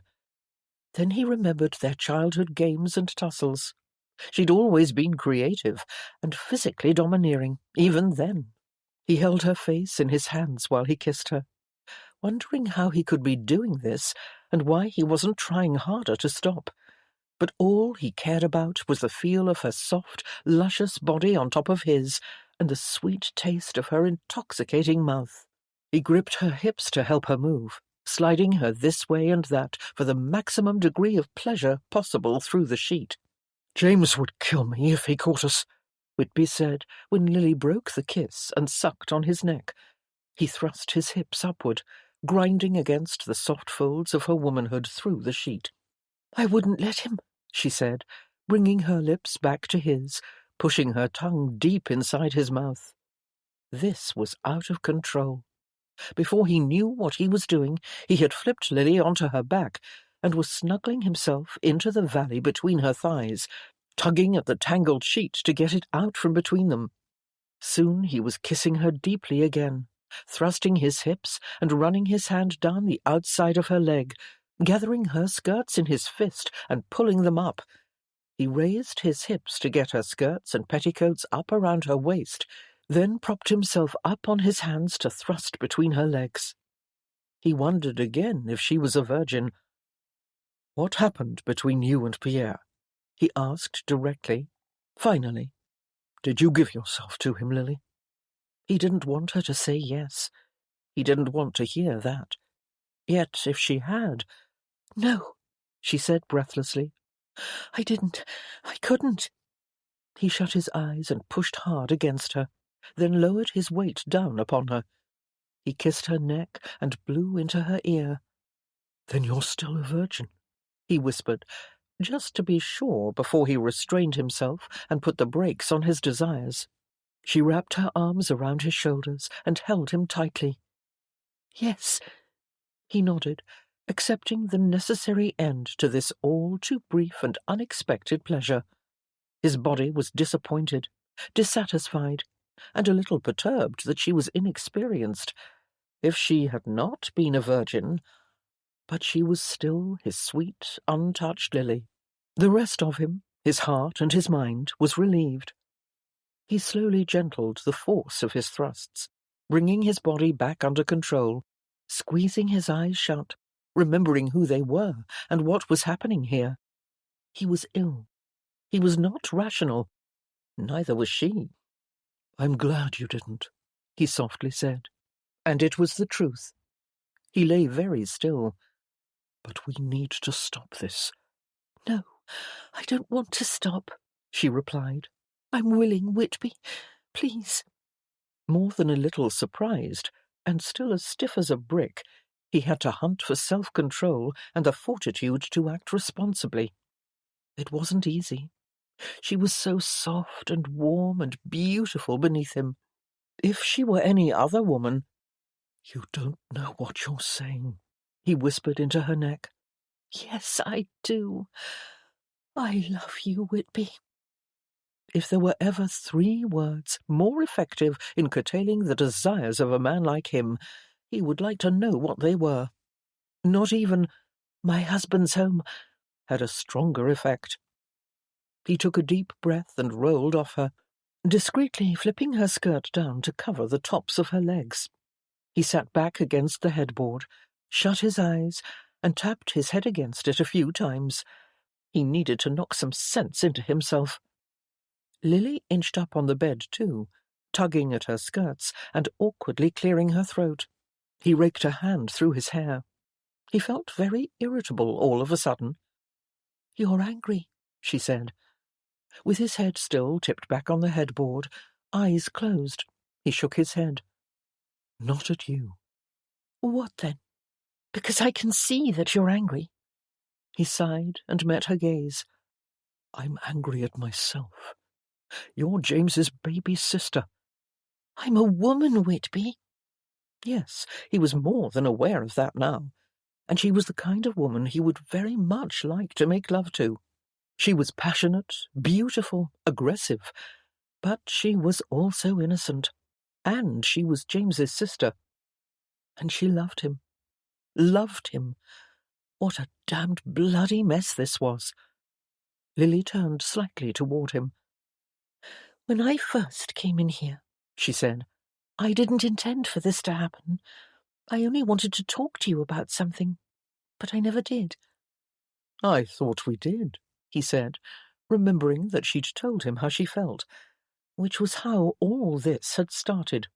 Her face became flushed, as if she were nervous.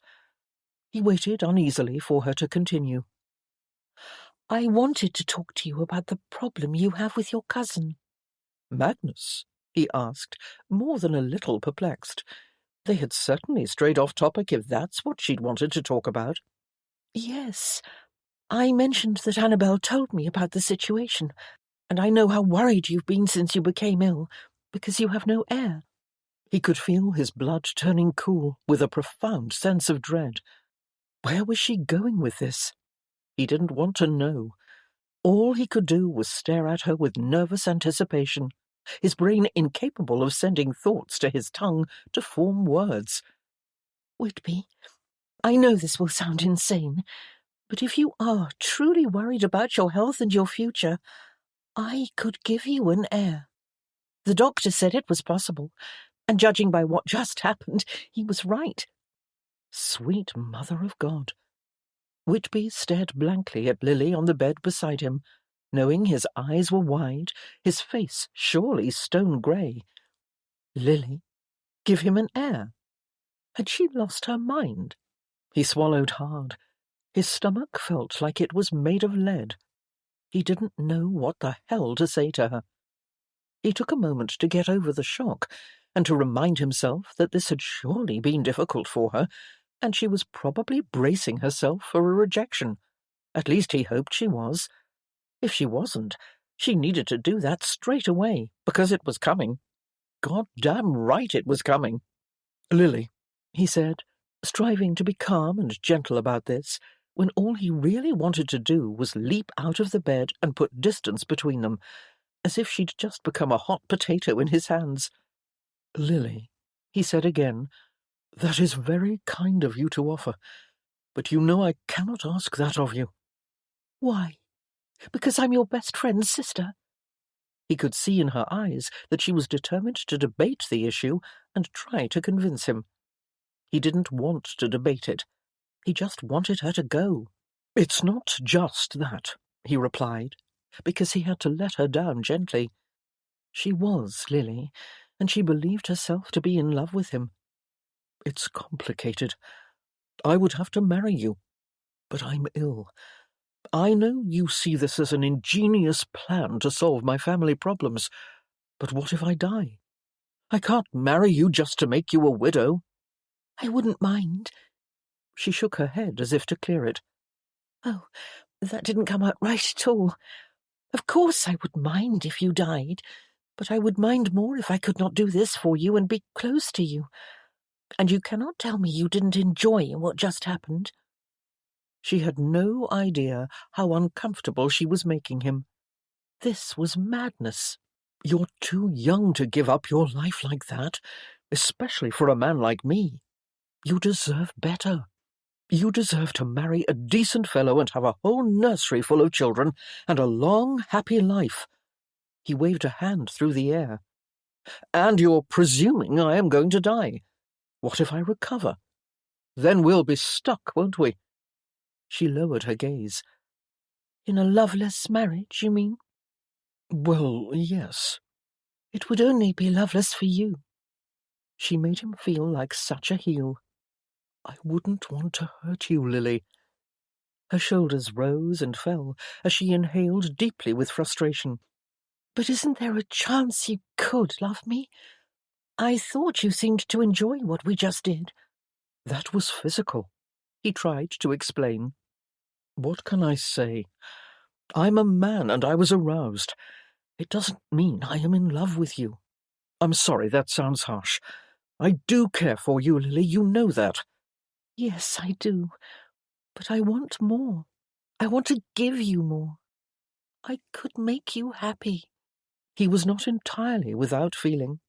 Her words touched him. He did care for her, very deeply, and he knew it.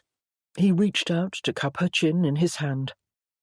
You're a very beautiful woman, he whispered, and you are going to make someone very happy one day.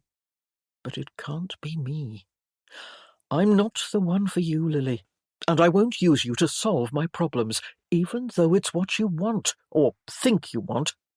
She kept her gaze downcast, and he wished she would look at him.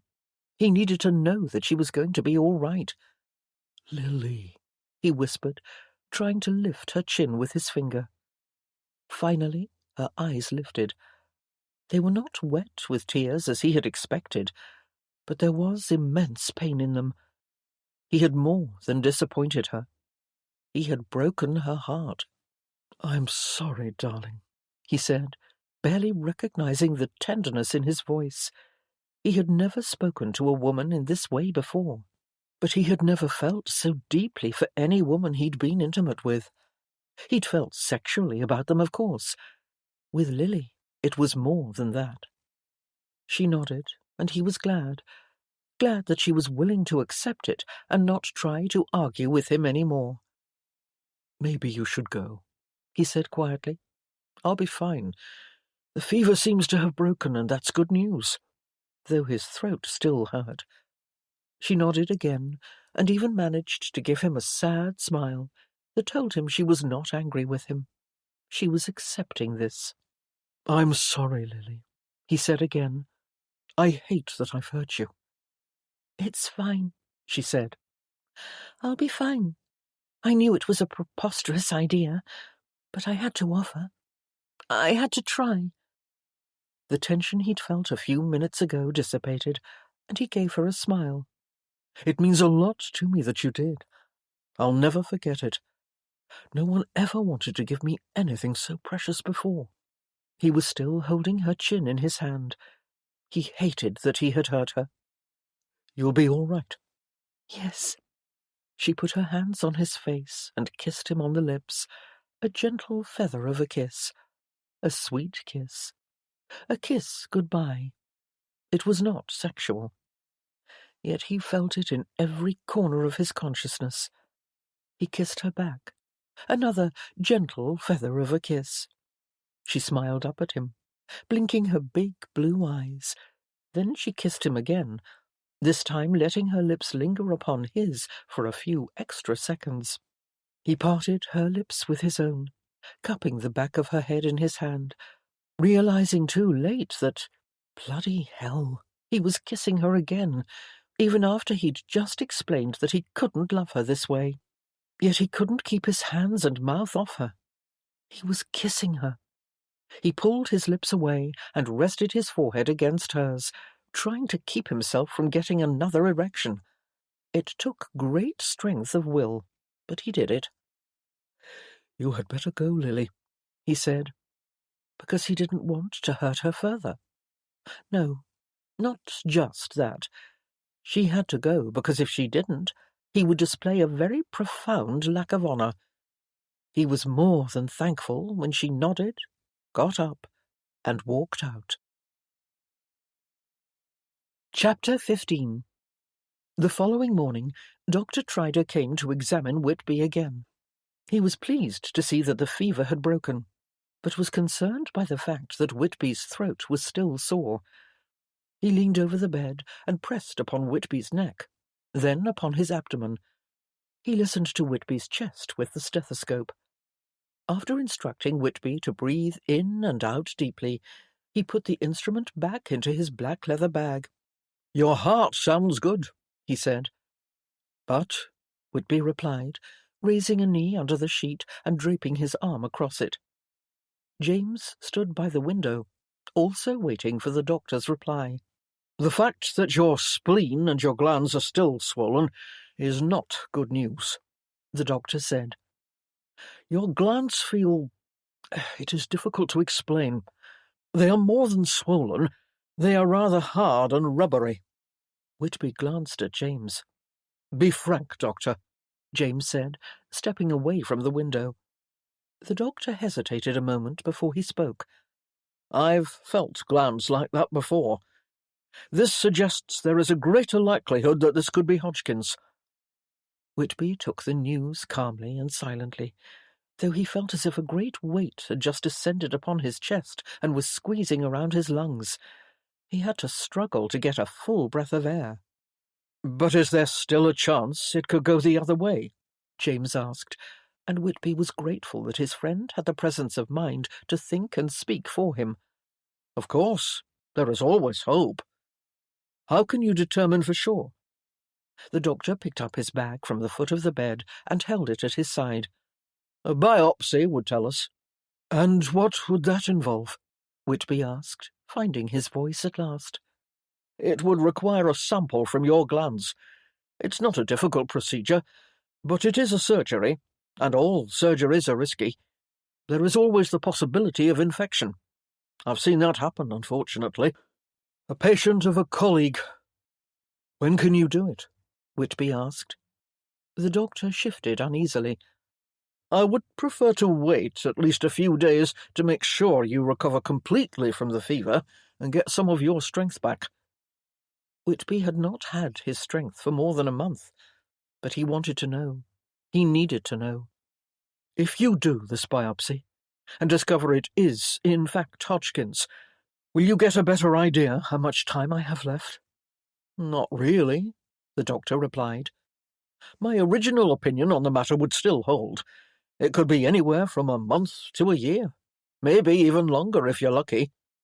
"You said I'd have at least 3 months last time," Whitby said, feeling as if the clock was suddenly ticking faster than before. The doctor gazed uneasily at him. "I said it depends on how quickly the disease progresses, but at the rate you've been going—" Whitby simply nodded. "I understand." The doctor reached into his bag for a bottle, which he handed to Whitby. "For now, while awaiting the biopsy, it would be prudent to take this, an iron and cod liver oil tonic." Whitby stared numbly at the bottle. "And try to remember," the doctor said, "that we still don't know anything for sure. It's important that you do not give up hope. It could simply be a very tenacious infection I am not aware of." Whitby was not convinced. He thought of Lily suddenly, and what she had offered him. It was a chance to leave something of himself behind, for a part of him to go on living. A sudden, irrational urge to go through with her mad plan came upon him, but he managed to remain calm and sensible. Getting Lily, or any other woman pregnant, would not save him or give him immortality. He would still die, if not next month, some day. A knock sounded at the door. It was Sophia, who greeted the doctor just as he was leaving. She entered the room with a letter for Whitby. "This came for you just now." She handed it to him, and he turned it over in his hands, then broke the seal. It was from his agent, Mr. Gallagher. My lord, all members of the household wish to express their deepest well wishes and sincere hopes that you will recover soon and return home. We all wish you to know that you are held with great esteem by everyone, and none can remember a better landlord. Please, get well. George Gallagher. Whitby folded the letter and stared at it. He could read between the lines. The note was more than a thoughtful communication of well wishes. First of all, Whitby was not a good landlord, and everyone knew it. He was absent too much of the time, seeking amusements in London. No, this was a plea, a desperate plea for Whitby to come home and prevent a new master, a master everyone would fear and despise, from taking over the estate. He laid the letter down beside him. "What is it?" James asked. "A note from Gallagher," Whitby replied, "telling me to get well." He and James exchanged a knowing look. James, as always, understood. "Then you had best get to it," he said. Annabel sat quietly by herself in her room, staring at the wall. The sadness she often felt when she was alone, with nothing but her thoughts and memories, was not absent today. It was hovering over her like a dark cloud. Yet today she was not thinking of herself. She was thinking of Lily. She sat forward and rested her elbow on the armrest and rubbed her chin. What happened last night? She wondered with concern. And what was Lily doing now? Was she regretting her actions, sitting in her room, chastising herself for doing or saying something that could not be undone? Or perhaps she had done nothing. Perhaps she had not found the courage to tell Whitby how she felt. If she hadn't, Annabel supposed that either way there would be regrets. Unless, of course, Whitby had said yes to her proposition. But Annabel knew better than to speculate about that. She knew her brother too well. Wondering if the doctor had finished his examination yet, she rose from her chair and left her room. A moment later she knocked on Whitby's door. "Come in," he called from inside, so she entered. Whitby was in bed, sitting up on a pile of pillows propped up against the headboard, reading a book. Annabel went to his side. "Did the doctor come?" He set the book down. "Yes." He did not elaborate, so Annabel, wanting very much to know the situation, was forced to pry. "What did he say?" Whitby looked intently into her eyes. He was not optimistic. Annabel felt as if a giant hand had just squeezed around her throat. She slowly lowered herself into the chair and laboured to keep her voice steady. "There must be some hope," she said. "There is always hope. That's what the doctor said." He held a letter on his lap, and when Annabel glanced curiously at it, he passed it to her. "It's from Gallagher." She read the note. "He is a good man," she said. "Yes, and his concerns are evident. I can only imagine what's going on in the servants' wing. They are probably all scrambling for new positions of employment as we speak. At least Magnus will not have everything handed over to him too easily." "Oh, Whitby, don't say that. I can't bear to think of anything happening to you. Nor can I bear the thought of our family's enemy inheriting everything. Not after all the insufferable things he's done. He is a devil, Whitby. You must get well. You cannot let it happen." She realized suddenly that she was asking him to control events that he could not control. Only God had the power to change Whitby's fate. But no, that was not entirely true. Whitby still held some power. He still had choices. Annabel handed the letter back. "Lily took good care of you last night?" she casually asked. Her brother eyed her suspiciously. "Yes. But I told her she didn't have to stay. I was fine." Annabel could not keep the disappointment from her tone. "You told her to leave?" His broad shoulders rose and fell with a sigh. I take it you know what she had intended to say to me? Yes. Good Lord, Annabel, he said angrily. You didn't put her up to it, did you? No, of course not, she blurted out. It was wholly her idea. I was as surprised as you must have been. You could have at least tried to talk her out of it. Annabel glared at her brother. Why should I? She's a wonderful woman. Any man would be lucky to have her as a wife. You could not ask for anyone better. The anger in his voice intensified.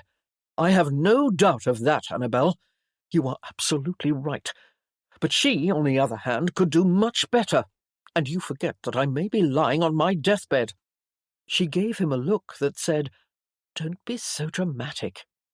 Lily deserves better, he said, regardless. Feeling her dander rise, Annabel leaned forward. Who are you to decide that? She's a grown woman and can make up her own mind about what she wants. It's her life, and if she loves you, let her give you that love. If she is denied that, she will never get over it. She will always feel dissatisfied and frustrated. Whitby looked away.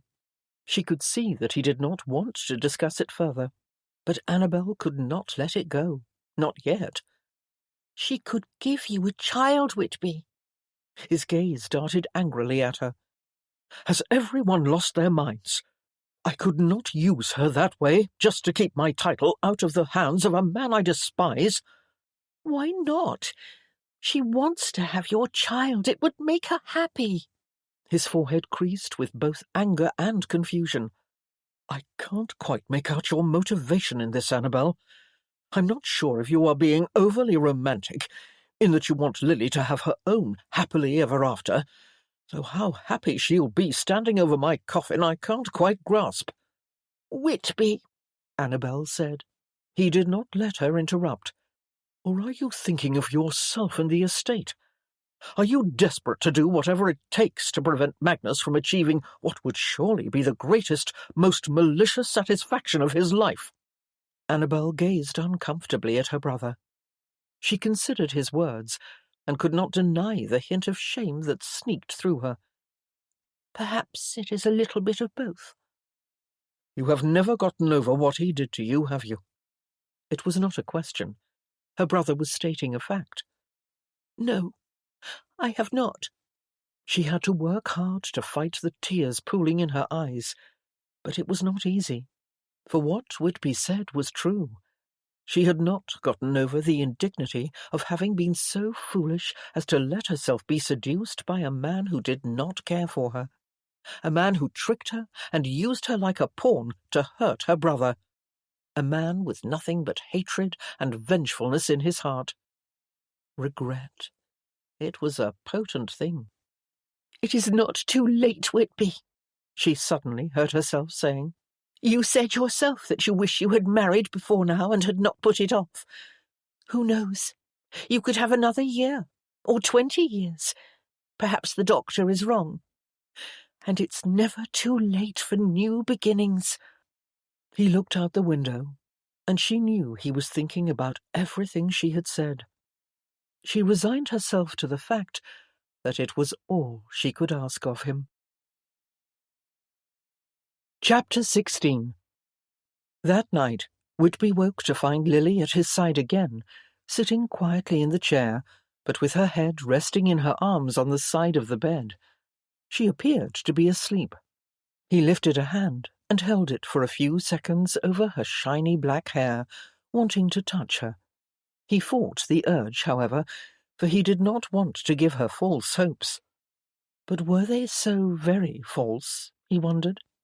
The unnerving truth was, he had not been able to stop thinking about her all day.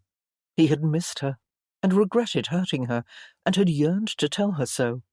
He had thought of everything they had said to each other the night before, and how satisfying it had been to lie with her on the bed when he was kissing her and holding her close, yet not close enough. That day he had also ventured into the past and recalled the many conversations they'd had through the years and the games they had played. He remembered tying her cape under her chin once when she was a girl, and how he had smiled at her, and she had smiled back. Those smiles had always been knowing smiles, full of mischief, as if she had known with the full certainty of her soul that he knew what she was thinking and feeling. When they were younger, he had always felt like he understood her, and knew the person she was deep inside, and he'd always known that she was aware of that knowledge. There had been an intangible connection between them, and this week, when she had looked at him that way again, with those mischievous communicative eyes, he felt reunited with her, and it had seemed like not a moment had passed since those days when they were close, in the strange way they were, when he was a young man and she just a girl. He swallowed hard, resisting the urge to touch her for as long as he could, until he couldn't do it any more. Finally, he let his hand come down upon the back of her head, where her hair was pulled into a loose bun. He stroked the silky, smooth texture of it, and at last she woke. She lifted her head and blinked up at him sleepily. "Are you all right?" "I'm fine," he replied. "I feel completely fine, except for the sore throat, which continued to plague him and make swallowing a nuisance. But at least the fever was gone." She sat back and cleared her throat nervously. After what had happened between them the night before, he was not surprised she was nervous. In fact, he was surprised she was here at all. Yet he was glad, which was another surprise. "I didn't expect you to come tonight," he said, apologizing in a roundabout way for what had occurred. "I couldn't stop myself," she said. "I needed to know how you were." He rolled onto his side to face her. "I'm better. Are you all right?" She smiled and shrugged. "A little embarrassed, unfortunately." "Don't be." "How can I help it? I was very foolish." "No, you weren't." "You're very kind to try to make me feel better," she said. "But I'm afraid I'm doomed to be mortified for the rest of my life." He chuckled. "You are always punishing yourself, Lily."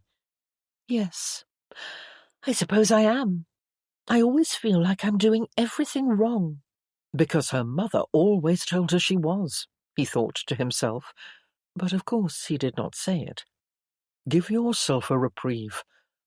Last night was my fault too. You weren't alone on the bed." She lowered her gaze. "It isn't just that. It's what I said, what I proposed. I must have been out of my mind." "Why?" "I offered to give you an heir. It was like something out of a bad play." He laughed again. "I was touched. I still am."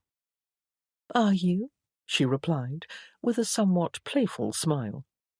He felt that familiar connection again, felt the heat of their exchange, and knew they were discreetly flirting, like they had done earlier in the week. "Yes," he replied. "I thought about you all day.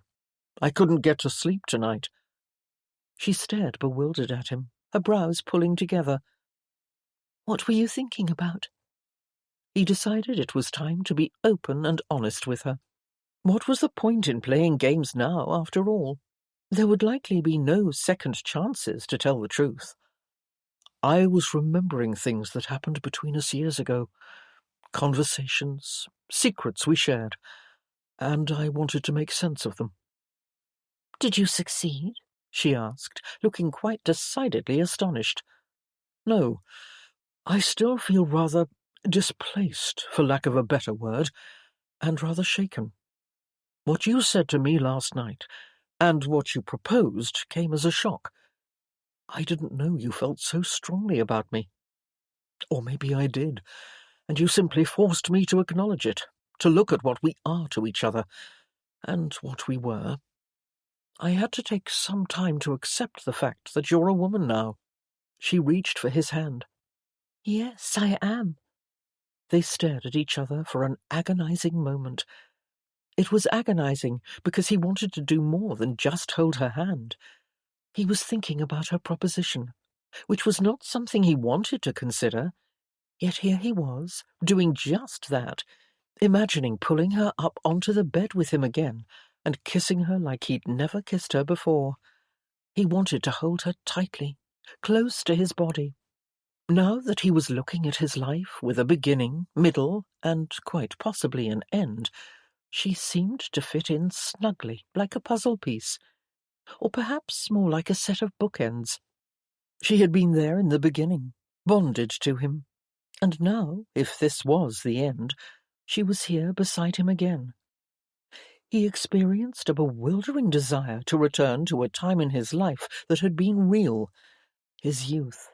For when he was young, things were simple and honest. He had not been jaded, or at least he was less so than now, and he presently felt a need for a circle to be closed. Lily was the one woman in his life who had always been there, even if the dynamic had changed from non-sexual to sexual. If he were to bond with anyone in this life before he left it, Lily was surely the one, for the natural bond was already there. It was just not yet fully explored. He was staggered. He could not have imagined considering this 2 weeks ago, not even 2 hours ago. She reached a hand up to brush the hair away from his forehead. "You're very caring," he whispered. This was strange. It was not his normal behaviour with women in his bedroom. He was usually much smoother than this, much more calculating and less sensitive. But he was not himself these days, he knew. Or perhaps he was more himself. He just hadn't known who that self was. Strange, how death had a way of turning a table upside down in an instant. It swept away all the dust that covered treasures, blew the fog from one's view, knocked away facades. He was now craving honesty and understanding about who he was, and what his purpose was, and what he was meant to leave behind. "I came also," Lily said, "to make sure you knew I wasn't angry with you. I understand that what I suggested was ridiculous, and you were right to refuse me." He continued to gaze at her in the dim, flickering candlelight, heard the clock ticking, the fire snapping and crackling in the grate. Her lips were moist and full, her skin like ivory cream, her hair darker than midnight. She was striking. She was extraordinarily beautiful.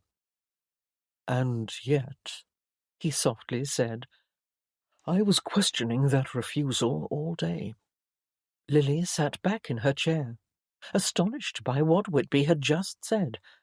He had questioned his refusal. The fact that he had been thinking of her at all was shocking on its own, but he had actually been considering her offer. "You look surprised," he said, sitting up and inching back against the headboard. His nightshirt was open at the neck, which gave Lily a clear view of his broad shoulder as the garment slid off it. He didn't straighten it.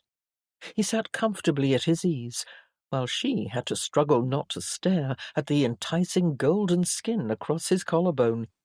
She supposed he was used to this sort of thing, being alone with women in his bedchamber while he was only partially dressed.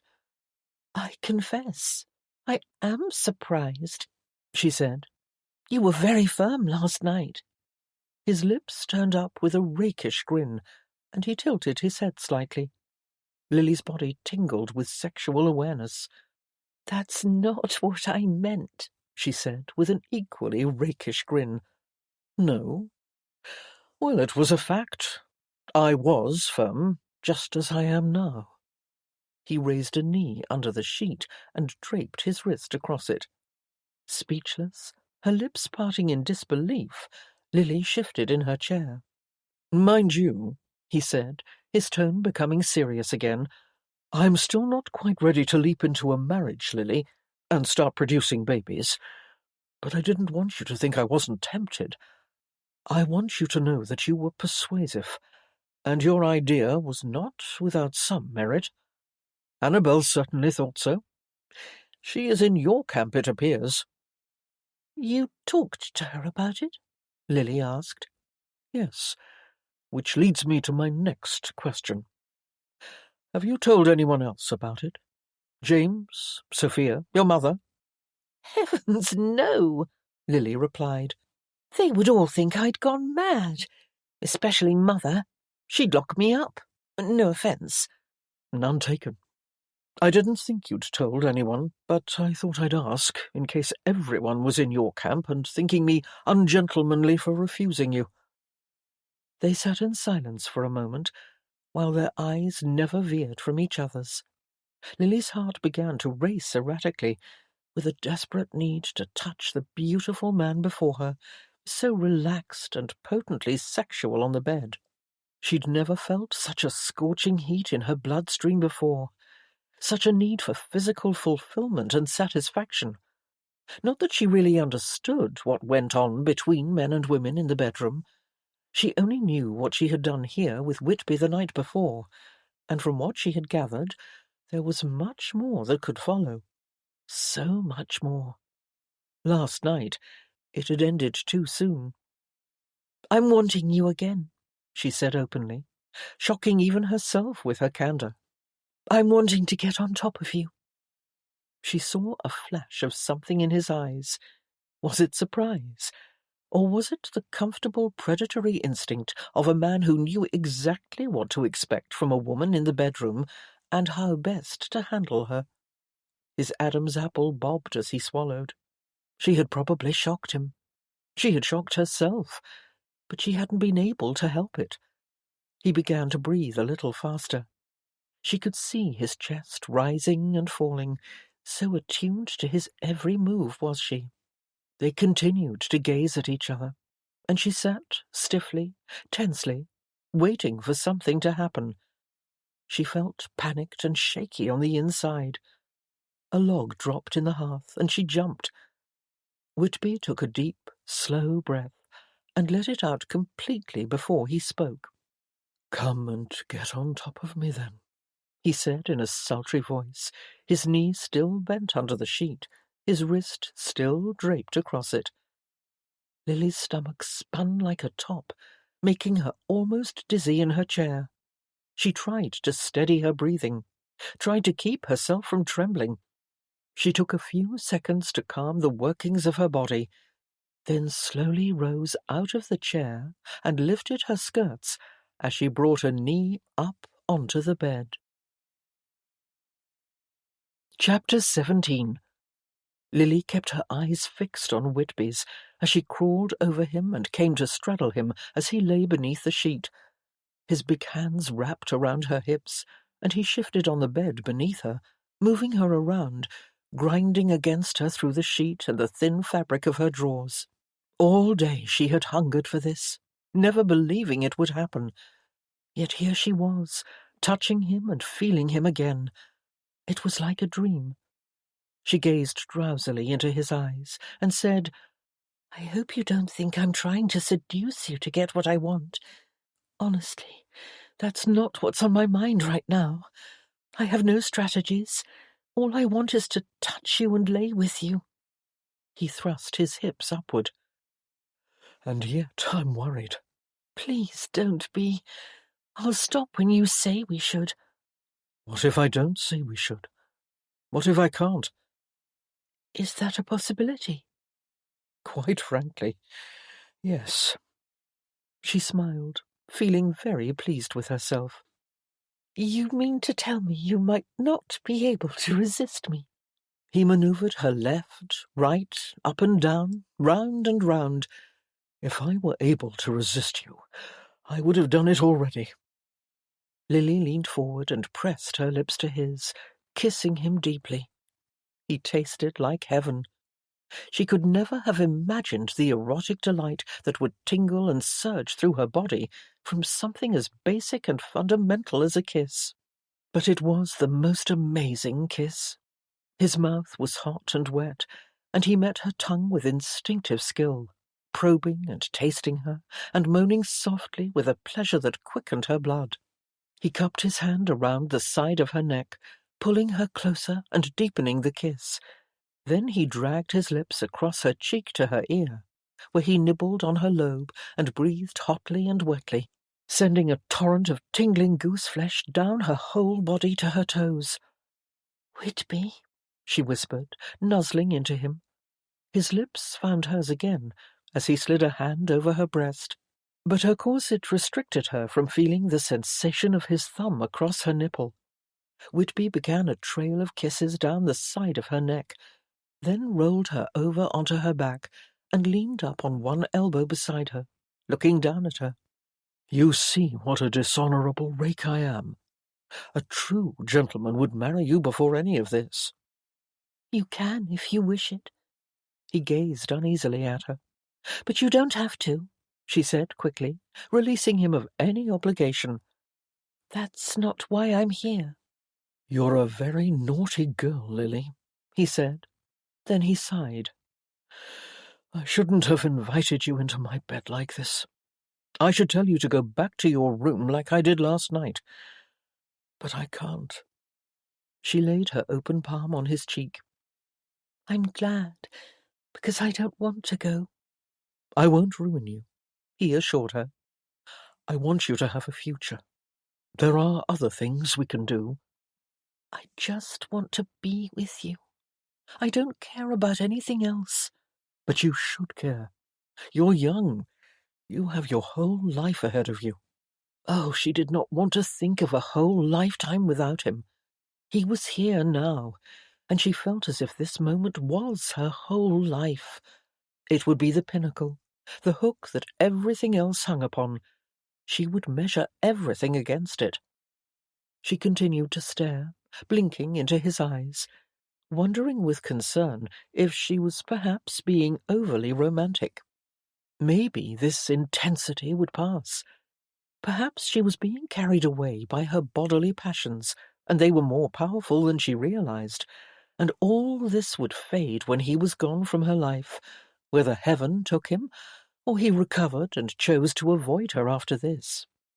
She suspected she would understand it some day when her mind cleared and everything seemed normal again.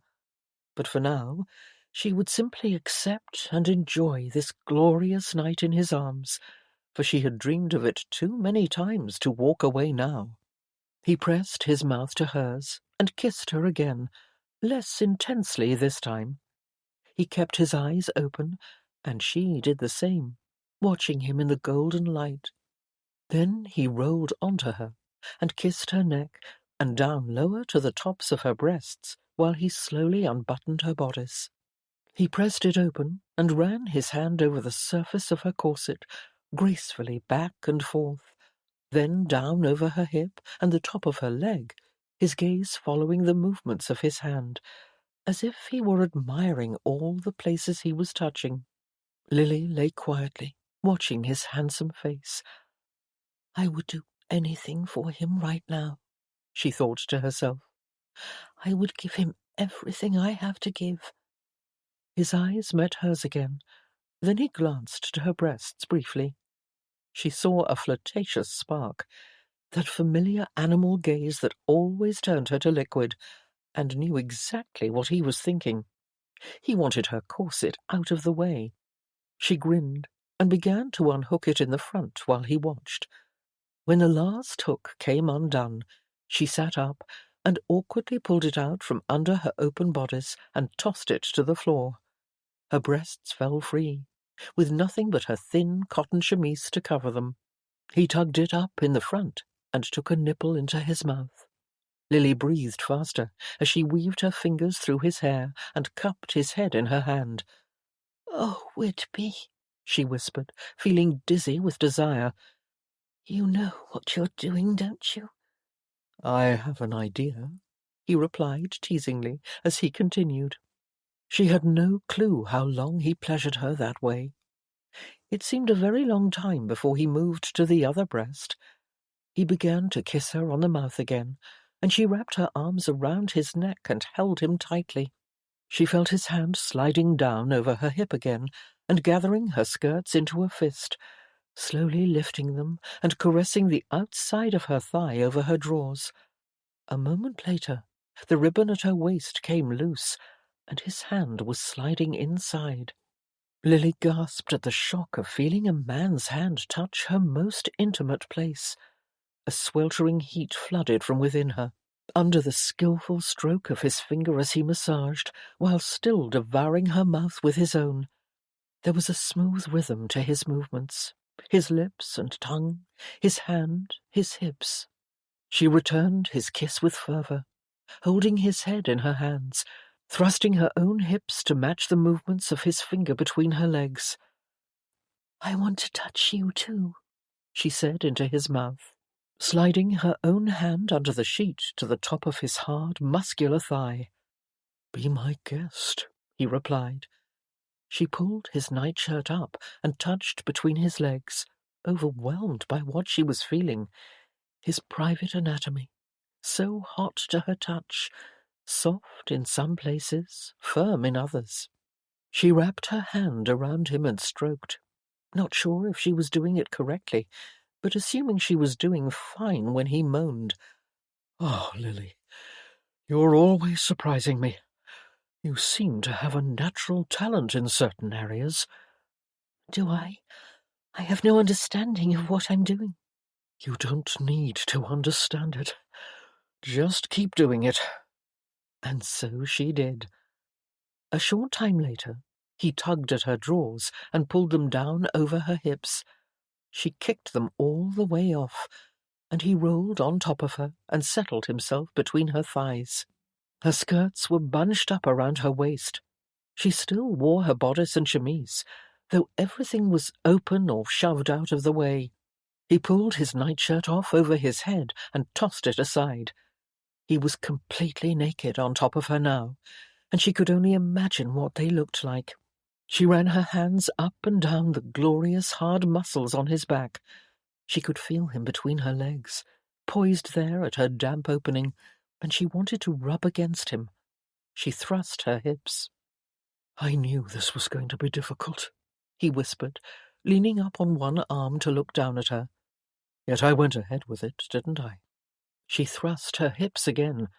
"Be careful," he said. "I don't want to be careful. I just want more of you." He rested his forehead upon hers and closed his eyes. "And I want more of you. I can't believe how badly I want you, Lily. And I'm feeling very healthy all of a sudden." She smiled. "Maybe I'm your cure." "You're definitely a cure for something." She kissed him with a profound depth of feeling. "I want to feel you inside me," she whispered. "Please, Whitby, I won't ask any more than that. Just make love to me. Make me a happy woman." She felt his desire grow. He moaned as he kissed her neck and shoulders. "I would have to marry you," he said. "I would want to, Lily." "No, you wouldn't have to. But I would if it's what you wanted." "But I'm ill." She cupped his face in both her hands. "All the more reason to make the most of the time we have. Even if you have only a month to live, let's enjoy it. We could make love every day, and I know you don't love me the way I love you, but I can live with that. I just want a chance to try and make you happy." He slid into position, pushed gently, causing her some discomfort, but she wanted it. She wanted the pain and the pleasure and whatever else came with it. He paused. "This is madness, Lily. I've lost my mind. I'm feeling very selfish." "I feel selfish too." He lay still and quiet for a long moment. Then he kissed her on the cheek. "Marry me. I want to marry you." He pushed again, not too hard, not all the way. Feeling the discomfort again, Lily sucked in a breath. "Are you sure?" "Yes. Say yes, Lily. Hurry, because I'm going to make love to you." "Yes," she replied, so overcome with desire she could barely think. Without another second's hesitation, he pushed slowly but firmly into her, groaning with relief while she cried out in pain. The pain, however, turned quickly to pleasure. the most intense physical experience of her life, and with it came joy and pride. He was hers, and she was his, and he wanted her. She would give him a child. She hoped she conceived that very night. He made love to her gently at first. Then he leaned up on one arm and looked into her eyes. "Are you okay?" She nodded and smiled. "Oh, yes." "Am I hurting you?" "No, it feels good." He propped himself up with both hands flat on the bed on either side of her, looking down at where they were joined. "How does this feel?" he asked, changing the way he moved, using his length to stroke the place that was the most sensitive of all, the place that made her entire body burn. "I've never felt anything like it." He was still looking down at what he was doing, though he had to move her skirt out of the way to see. He whispered, "What about this? Is this better?" "Yes." She was beginning to feel almost delirious from the sensation. When he seemed to have the position and movement mastered, he brought his mouth to hers and kissed her. He continued to pleasure her with his length, keeping a steady pace. Before long, Lily's bones and muscles seemed to gel, and she felt as if she were flying. Sensations of all kinds shot and trembled through her, and she arched her back and gasped for air, crying out into the quiet bedchamber. Her body relaxed, and she was overcome by a love so grand it brought tears to her eyes. Whitby continued to make love to her, moving faster toward the end until he pushed one last time with deep, pounding force. "Lily!" he uttered through gritted teeth. She hugged him tightly until he relaxed his full weight upon her. "Am I too heavy?" he asked after a moment, and she wondered if he could read her mind, because she felt almost crushed by him. "No. Yes." He laughed and withdrew, then slowly rolled onto his back beside her. He stared up at the canopy. "Lily, you're all grown up now, and you are the most delightful woman." She reached for his hand and held it. "I thought you'd never notice." He turned his head on the pillow. "Well, you certainly got my attention tonight." She smiled. They gazed at each other for an easy moment. Then their smiles faded, and they both, at the same time, turned their eyes toward the canopy again. They lay quiet and motionless for a long while, their bodies returning to a normal ebb and flow, and reality settled in. Lily felt the cool air upon her bare legs. She shivered and felt very exposed. "That was madness," she said with a hint of humour, needing to fill the silence and the awkwardness with something, anything, as she pulled her skirts down with one hand. He squeezed her other hand. "Indeed it was." They continued to lie beside each other, saying nothing. Lily wet her lips. She breathed deeply, feeling self-conscious and uncomfortable. She didn't know what to say. What did a lady say to a gentleman after something like this? Was Whitby feeling uncomfortable too, or was he regretting what they'd done? "You don't have to marry me," she blurted out, without really thinking. "That wasn't why I did this." He turned his head on the pillow again, but she kept her gaze directed upward. "I want to, Lily. I must." She closed her eyes. She yearned to believe that he truly wanted to marry her, the way she'd believed it in the seconds just before he had taken her virginity. He had made her believe it because he genuinely wanted her. He had. Or was it just sex that he'd wanted? And had he lost his head because of it? She had certainly lost hers. "I didn't mean for this to happen," she said. "I didn't want to force you into anything or trap you." "You didn't force me. I asked you, remember?" "But we weren't thinking sensibly." He let go of her hand and sat up on the edge of the bed, bowing his head. Lily looked at his broad, sweat-covered back, smooth and muscular, and she wanted to run her hand across it and massage the tension out of his shoulders. But she remained where she was, for she did not wish to influence him in any way. She'd already done quite enough of that. "This is an unusual situation," he said. "I've never proposed to anyone before. I've considered it many times because I've always known I had to marry, but I've never actually gone ahead and done it. Something always stopped me. A sense of panic, I suppose, like I was suffocating." He turned to look at her. "But I didn't feel that way tonight, Lily. I felt no fear, and I'm still baffled by that. I think this illness has done something to me." She finally did sit up on her knees and laid her hand on his warm, damp back. She rested her chin on his shoulder. "You're going to get better," she told him. "You think so?" "Yes." It was clear, however, that he did not agree. He stood and crossed to the window, standing naked before the closed drapes, his back to Lily.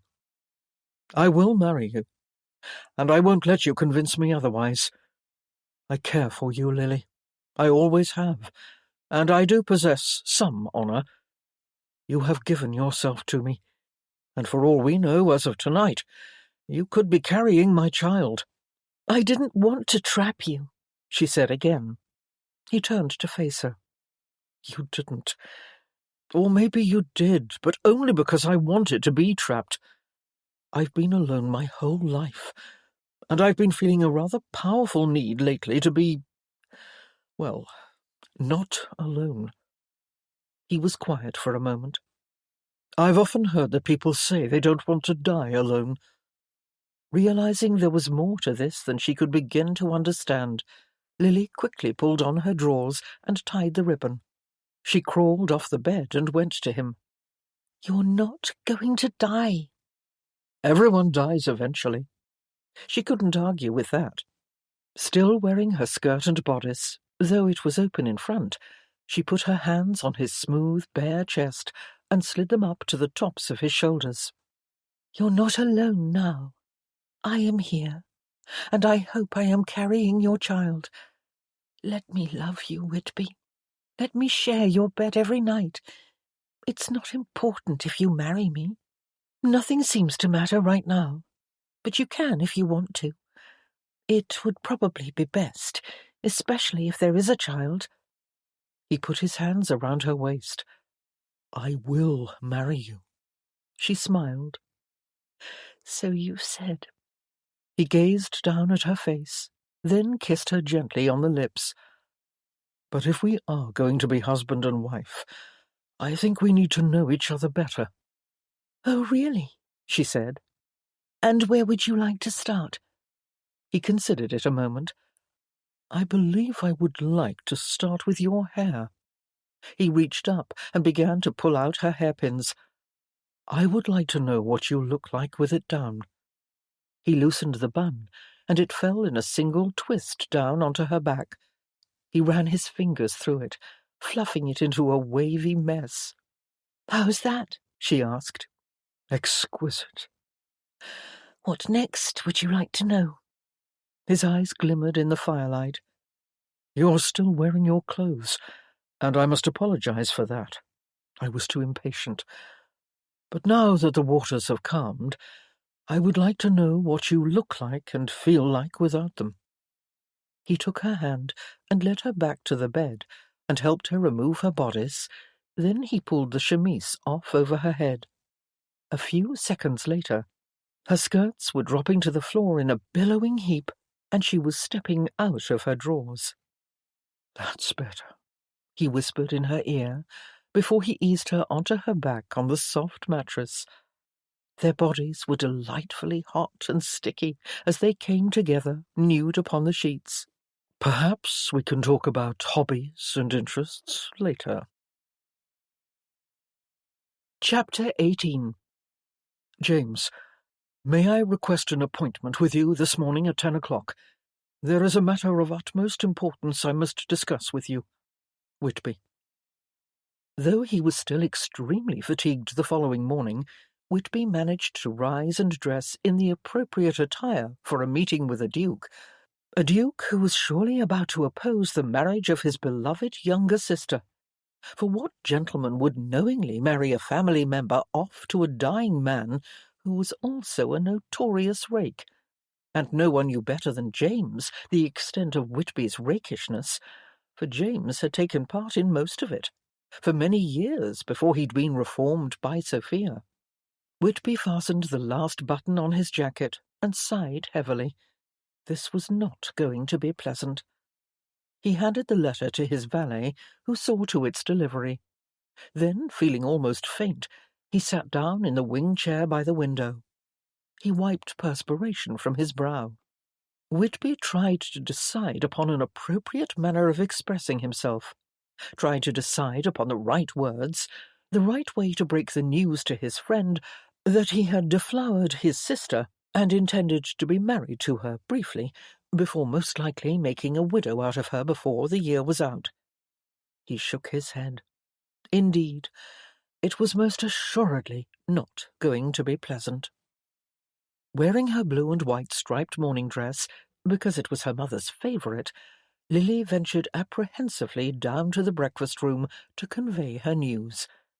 Yes, she was going to marry a man her mother despised, a man widely known as an irresponsible, disreputable rake, who also happened to be on his deathbed.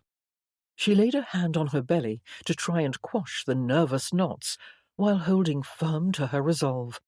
She had to be strong, no matter how bad it got.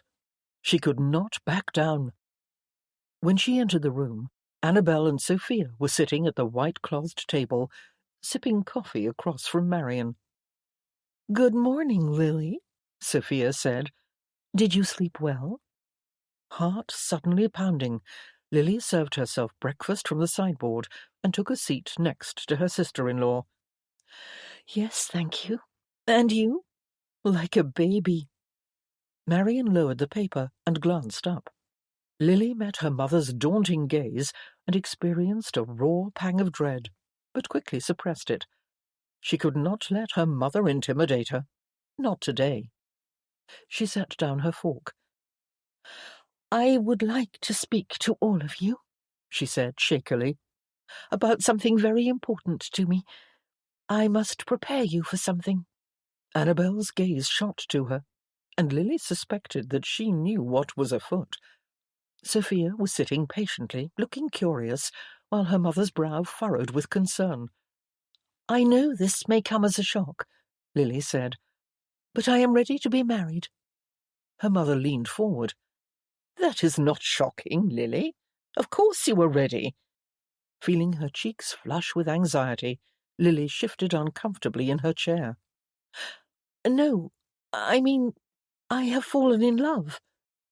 Everyone fell silent, except for the footman standing behind them against the wall, who cleared his throat. Annabel's face warmed with a smile. Sophia's face brightened with hope. Lily knew they would both be supportive. Her mother, on the other hand, was beginning to exude her ominous cloud of disapproval. Lily felt it like a thick fog descending upon the room. "With whom?"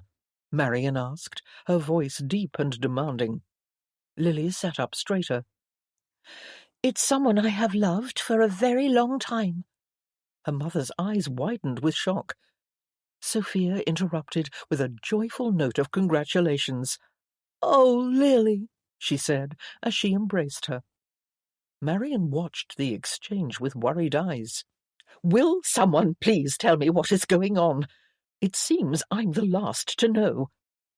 Sophia and Lily sat apart. Lily gazed apprehensively at Annabel, then faced her mother. "I am in love with Lord Whitby," she said flatly, "and he has proposed." Both Sophia and Annabel covered their mouths with their hands and shouted with joy. Then another heavy silence descended upon the room as they all stared worriedly at Marion, whose narrow lips had parted slightly. Annabel quickly moved to fill the silence. "How wonderful!" "I beg your pardon?" Marian said. "You think it's wonderful?" "Here we go." "If they're in love," Annabel said hesitantly. Marian turned her eyes toward Lily. "He has proposed to you?" "Yes." "When? When did he do this?" "Last night." The lines in her face grew even deeper and darker. She was in shock. Last night? What in the name of heaven occurred last night? You had no cause to be in his room. His fever had broken. "I just wanted to be with him." Marian stood. Just wanted to be with him? A man like Whitby? Tell me it isn't true, Lily. You could not believe yourself in love with such a man? "I am, and he's a good man, Mother." Marian turned to Annabel. "Forgive me, my dear. I mean no offence to you, but even you must acknowledge that your brother is less than an ideal husband. He is not respectable. He drinks excessively. He gambles. His estate is in disarray because he is irresponsible and neglectful of his duties as a landlord. And I dare say his reputation with women can hardly be ignored. Not to mention the fact that he is ill and could be dead in a month." "Mother!" Lily burst out, rising also on the other side of the table. "Stop it! I love him, and I am going to marry him, with or without your consent." Lily's whole body was shaking with the intensity of her emotions, her heart beating so fast she was certain it was going to explode. She had defied her mother many times before, but never as ardently as this, nor over anything so significant. She supposed she had always known this day would come, when they would collide head-on with no compromise possible. Lily feared suddenly the result was going to be a complete dissolution of their relationship, frail as it was to begin with.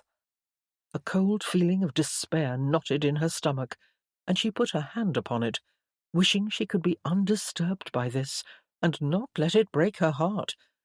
Why should it matter what her callous, unfeeling mother thought? Lily should just tell her to keep her opinions to herself. Yet she could not. She wished she could, but she couldn't. Even now, with all her anger blasting out of her like dynamite, still, all she wanted from her mother was her love, her support at the very least. It was a lifelong wish for the impossible, a wish she had never been able to overcome. It was her weakness, her Achilles' heel. She clenched her hands into fists. "He'll make you miserable," Marian said, her voice shaking with fury. "One way or another." Whitby did indeed have that power, and Lily knew it. But she could not give in to that fear. Not now. "He's what I want." Her mother was breathing hard. She looked almost desperate. "Have you no respect for my wishes? Have you no respect for mine?" Lily answered back, shouting now. The two of them glared at each other like cats. "Have you told James about this?" Marian asked. "Not yet," Lily replied. "I suspect Whitby is telling him at this very moment." Sophia stood too. "Right now? That is what the note was about?" "Yes." "Good gracious," she said. "Poor Whitby." "Poor Whitby," Marian said. "I hope he gets what he deserves. I hope James thrashes him. No offence, Annabel." Sophia gazed worriedly at Lily. "He might very well do that. I can only hope Whitby has gained some of his strength back this morning." "Well, he obviously has," Marian said bitterly. "If he was energetic enough to seduce a young girl—" "He did not seduce me," Lily said, her head now spinning with anger. "If anything, I seduced him." Her mother shot her a look. "Lily!" Lily stood firm. "I am in love with him, Mother. There is no one else in the world for me. I would rather die alone than marry another man. I only wish you could accept that. Please try." Lily could see the censure and displeasure in her mother's expression. For a long time she stood staring at Lily, as if she were trying to figure out a way to change her mind. But in the end She appeared to be accepting that nothing would change Lily's mind, not even her own intimidating force of will. Lily was no longer a child. She was a woman, and she would make her own decisions, whether they were right or wrong. And Marian had finally given up. She was giving up all hope that Lily would ever make her proud. "You will not have my blessing," Marian said. "Ever." "Mother, please, if you could just try to be happy for me." "Happy?" A breath puffed out of her chest, something resembling a bitter laugh. A long, tense moment ensued, until Marian stepped away from the table. "I refuse to argue about this. Go ahead and marry him. I don't care what you do." Lily felt the denunciation like a knife in her heart. Marian glanced at Annabel and Sophia with one last silent reproach. "I am going to London. Do not expect me back until Lily and Whitby are gone." She walked out, leaving Lily to fight stinging tears, wishing that for just one moment in her life her mother could have understood her heart, even if it meant she had to watch Lily make a mistake. And though Lily had finally stood up to her mother had nevertheless won, for Lily was stricken with grief. Today of all days, when all she wanted was to be happy. Marian entered her room in the dowager wing and shut the door behind her. She walked to the window and drew the curtains so that it was dark, then sank into the chair in front of the fireplace. Her fingernails dug into the armrests as she squeezed them over and over. Why would her daughter not listen to reason? Why did she insist on being so insolent and ignoring the advice of someone older and wiser than she? Marian would never have considered being so disobedient with her own parents. They had chosen a husband for her, and she had never questioned or resisted their wishes. It had not been easy, but she had endured her difficult marriage because it was her duty. Her duty. What was wrong with these young people who would not do the responsible thing, she wondered, seething with a pent-up rage that throbbed at her temples. They all seemed to live for their passions and impulses while ignoring their obligations. Duty had to be fulfilled. It was a fact of life. Taking a deep, shaky breath, she stared into the empty grate in the fireplace. She remembered suddenly a night in the early days of her marriage, when her husband, the Duke, had shouted and banged at her door. He had burst in, smelling of another woman's perfume, and had thrown her private childhood journal into the fire. She had burned her hands trying to retrieve it, but in the end had watched it dissolve into ash. "Lily, you will be so unhappy with a man like Whitby." But no, Lily was defiant. If she were ever unhappy, she would leave. If she had been in Marian's shoes, Lily would have left the Duke. In fact, she never would have married him in the first place. Marian's breath caught in her throat. Could she have refused to marry the man her parents had chosen, as Lily was doing now? Could she have? No, she could not question that now. It made her heart pinch in her chest to even consider that she had made a mistake. She couldn't possibly live with that thought. She couldn't think about what her life might have been like if she had made her own choice. "I married the Duke because I was an obedient daughter, and I remained at his side because I was a dutiful duchess. I did not ignore my obligations. I did the right thing." Then she broke down into a fit of sobs. Chapter 19. Whitby entered James's study at precisely 10 a.m. James was seated at his desk, but rose to his feet and walked around to greet him. "Your colour is back," he said. Whitby nodded, but the truth was, he needed to sit down before he collapsed. Just the walk down the hall had exhausted him. "The fever is gone." "Well, that's good news." James gestured to the sofa. How can I be of assistance? Whitby wished he knew the right way to tell James what was on his mind, but supposed there was no right way to say it. He would simply have to do it as directly as possible. He sat down on the sofa, while James sat in a facing chair. I am afraid this will not be easy for you to hear. James inclined his head. It sounds serious. Yes, it is. James probably thought it had something to do with the illness, or Whitby's last wishes. He was most definitely going to be taken aback. Whitby leaned forward, rested his elbows on his knees, and clasped his hands together in front of him. Are you aware, James, that Lily has had an affection for me in the past? James sat back. There were occasions over the years when I sensed she might have entertained a bit of a crush. Yes, well, it has become something more than that. She is a woman now, and has she expressed this to you? James asked, looking concerned. Whitby looked up at him. Yes.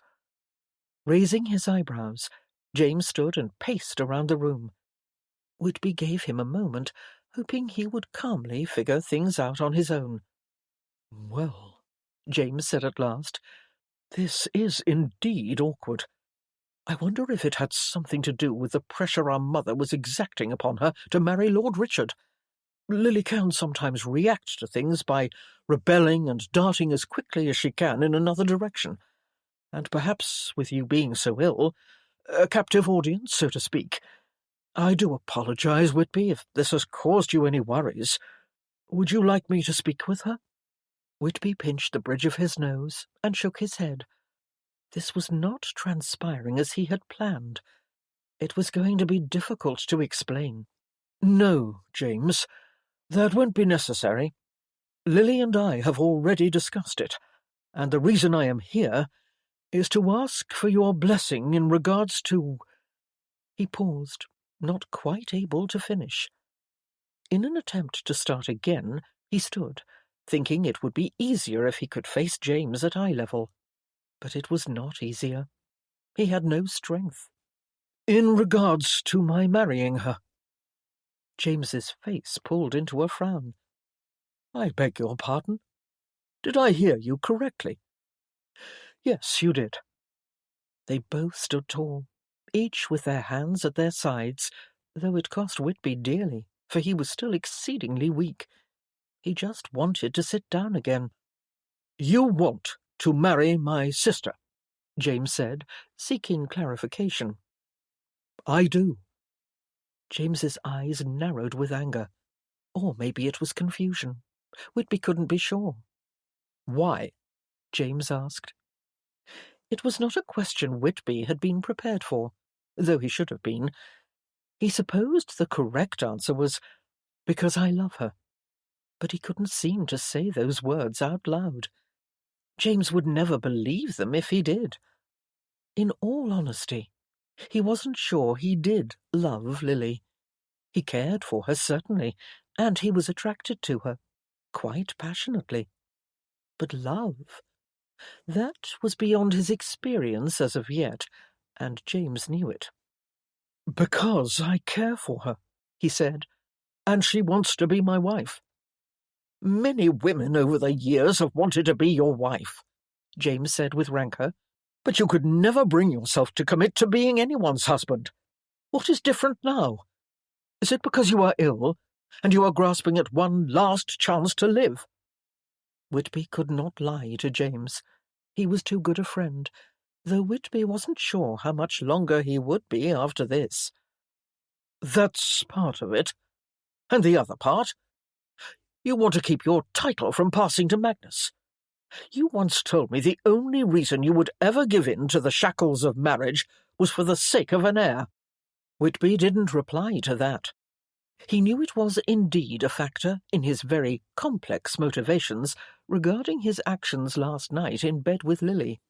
A part of him had wanted to conceive a child, but not just because of Magnus.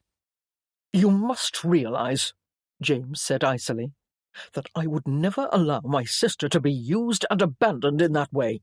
Not by anyone. I would never abandon her.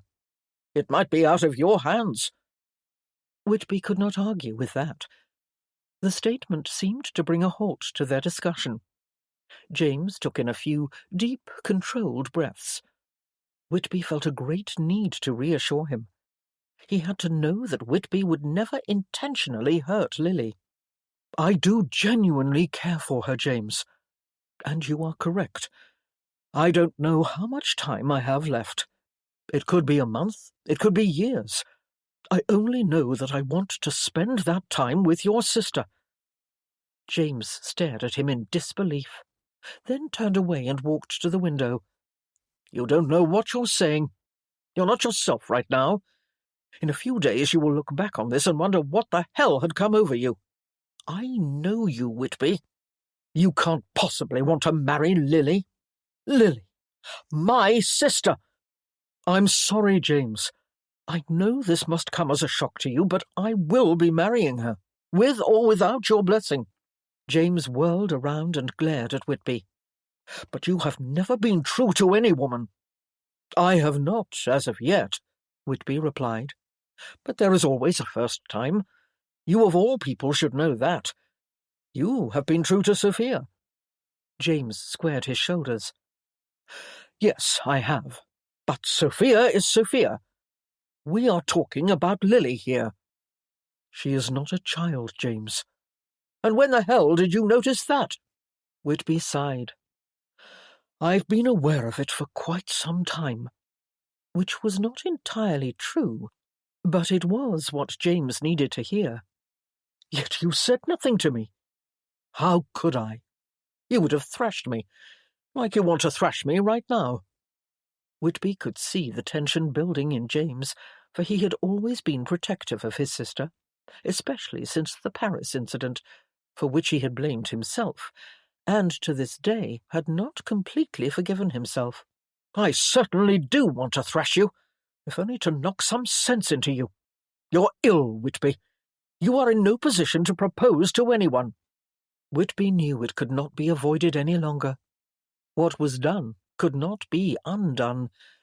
He was going to marry Lily as quickly as it could be arranged. No one, not even James, could stop it. Whitby would not allow it. I am afraid it is a little late for contemplation, he said. The fact is, I have already proposed, and Lily has accepted. I will remind you she is of age. James stared at him for a long, hard moment. Too late, you say? Whitby could see in James's eyes that he was grasping the reality of the situation.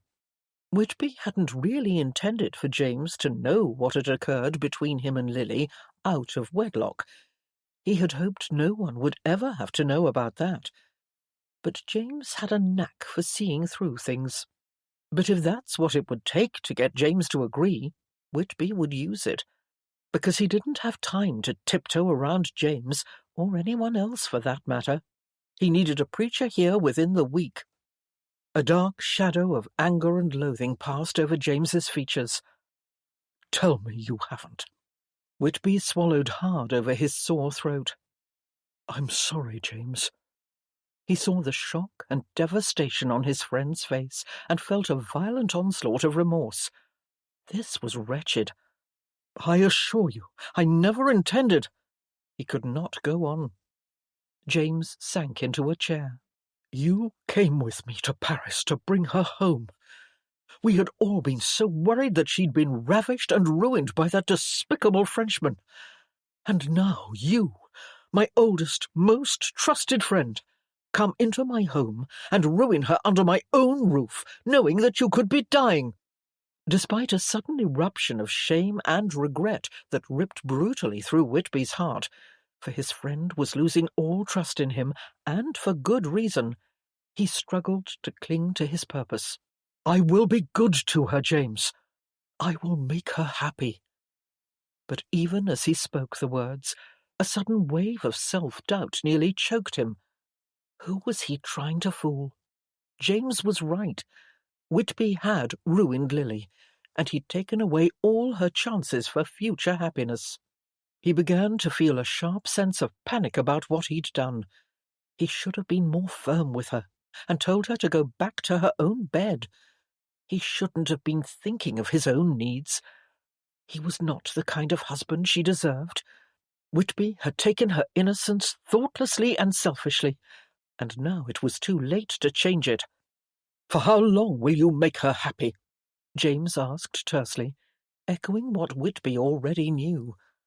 But there was no point in answering the question. It would not improve matters here. They both remained silent for a moment, while Whitby let the news sink in. He stood, listening to the ominous ticking of the clock, and wished regretfully that he was not having this conversation. Then he squared his shoulders and surprised himself with the conviction of his next demand, considering how he was feeling at the moment. "We'll need to make arrangements as quickly as possible." His only explanation for such resolve was that he knew he had nowhere to go but forward. There were no other choices. "A small wedding will do." James glared up at Whitby with quiet abhorrence. Then his shoulders rose and fell with a sigh of defeat. "I'll never forgive you for this, Whitby, for what you have done to Lily." Whitby sucked in a slow, difficult breath that made his chest ache. He had never felt like he was dying as much as he did at that moment, as he reflected upon James's biting words and thought of Lily, dear, sweet Lily, who only wanted his true and genuine love. But he was a man who had never lived for anyone but himself. Whitby swallowed hard over the pain in his throat. He did not want to disappoint Lily. He most assuredly did not. But heaven help him, James was right. Whitby simply did not possess what it would take to make his sister truly happy, and she was surely going to suffer for it. Chapter 20. Facing James in his study that morning had taken a great deal more strength than Whitby had possessed, so he was forced to retire immediately to his room afterward and collapse onto the bed. Still wearing his morning jacket, he lay on his back staring upward, contemplating what he had just done, and feeling as if he were existing in a tilted reality, as if this were not his life. It was another life running parallel to his own, a life he had no control over. He had just driven a wedge into his friendship with James, and he'd committed himself to marrying Lily. Lily. Last night seemed suddenly an ocean's breadth away. The woman he had made love to was surely someone else, not the little girl in braids whom he had known forever, not his best friend's baby sister.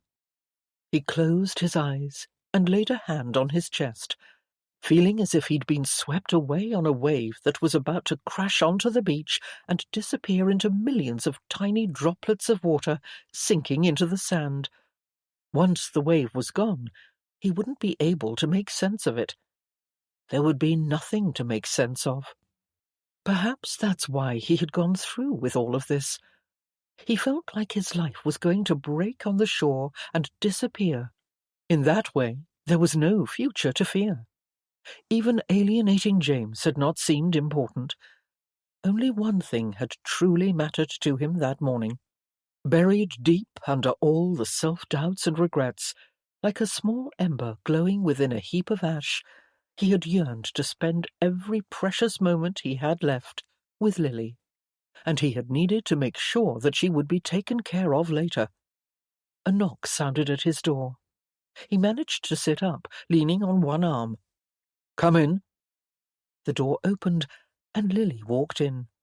She wore a blue and white striped dress, with lace at the sleeves and a high-necked collar. There were other dresses he liked more than this one. This one made her look young. She stopped just inside the door, which she had closed behind her, and he immediately recognized her agitation. She was nervous and unsure about what would happen between them, now that they must face what they'd done. He felt uneasy himself. This was all very strange. I wanted to see how you were feeling," she said. Whitby felt an immediate need to reassure her. He might as well, since the rest of his world seemed to be falling apart. He at least had the power to fix something. He gave her the smile he knew always worked with women, the teasing one, where he inclined his head. "I suspect the real reason you came was to make sure I wasn't at this very moment packing my trunks and planning my escape." Thankfully, she recognized the humor in his tone, and the tension drained from her face. She let out a deep breath and smiled.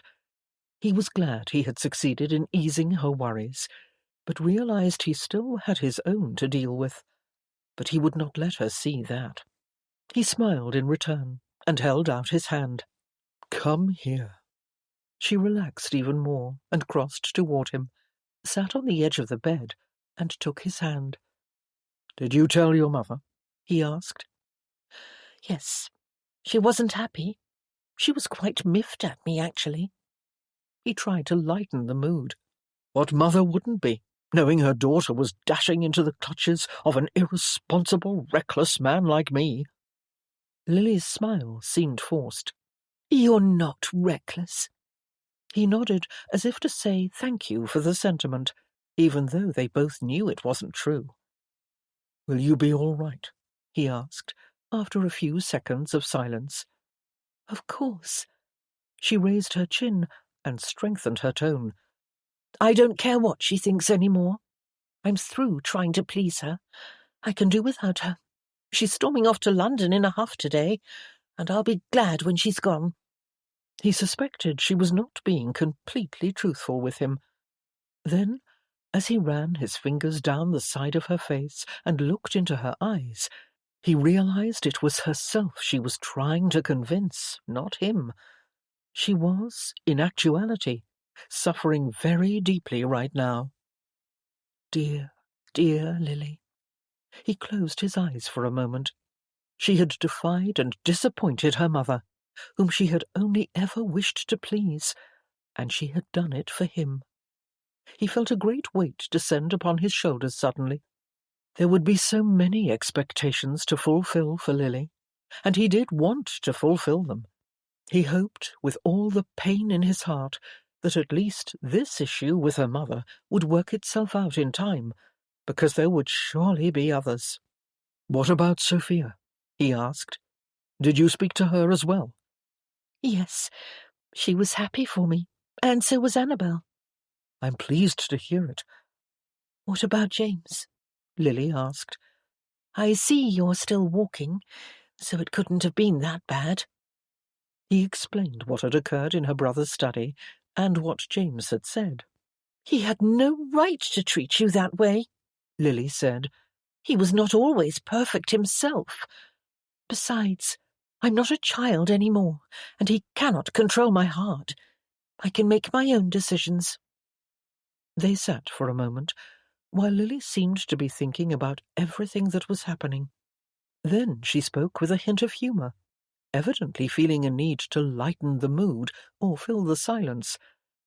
"I am at least relieved that he didn't break your legs this morning. It will be difficult enough as it is to get you down the aisle." Whitby laughed. "Yes, but if my legs were in splints, at least I wouldn't be able to dash off into the countryside when the Reverend asks me to say I do." She smiled along with him, but then turned serious again. "We are jesting, I hope." He cradled her chin in his hand. "Of course we are. Nothing could keep me from walking down the aisle to marry you, Lily, even if I had to crawl." Yet he knew, they both knew, that there was some kernel of truth in their teasing. Marriage was not something he'd ever been comfortable with in the past. Not that he was completely comfortable with it now either, but the decision was made. "You look tired," she said. "I am." He felt sluggish and feverish, and he needed to sleep. Lily took his hand in hers and kissed it, then backed away from the bed. "I should let you get some rest."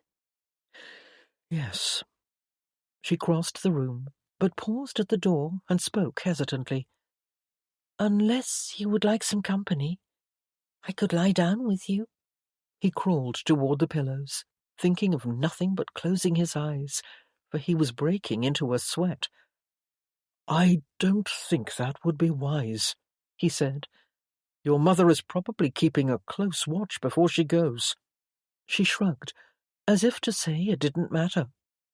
He eased himself into a comfortable position on his back, let out a deep breath, and draped an arm over his face.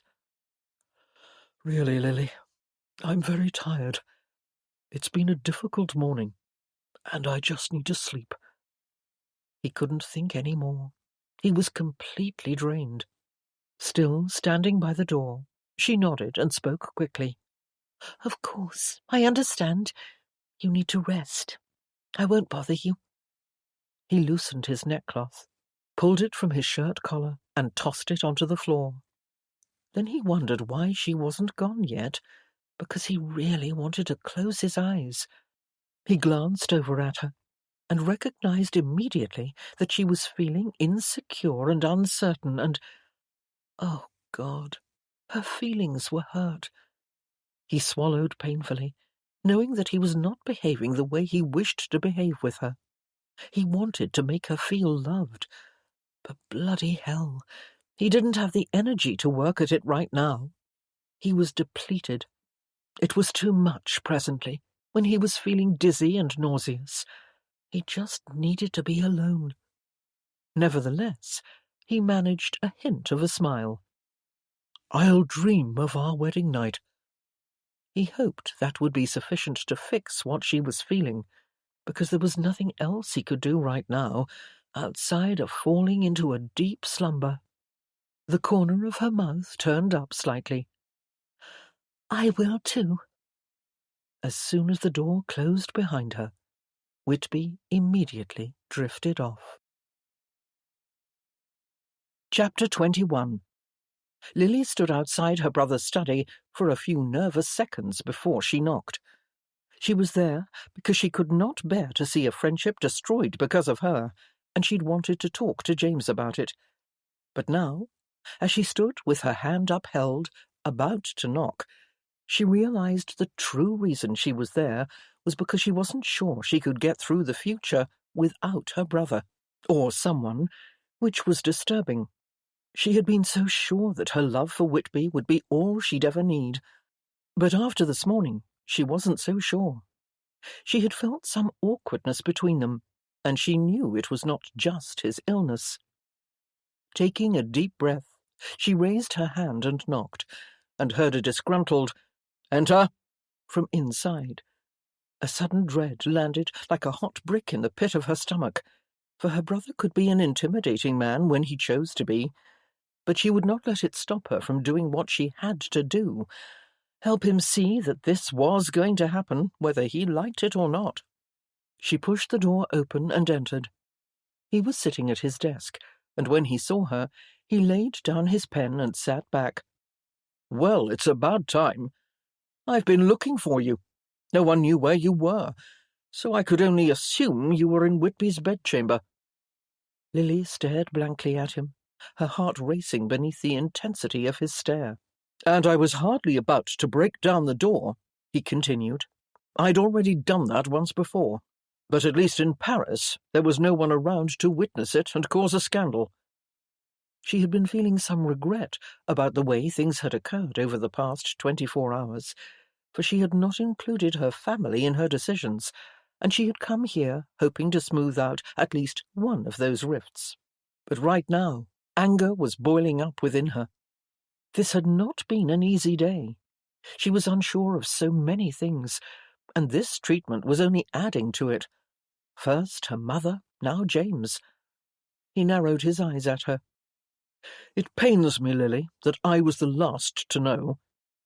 You were not the last to know, she firmly told him as she sat down in a chair. You were, in fact, one of the first. But too late to have any say in the matter.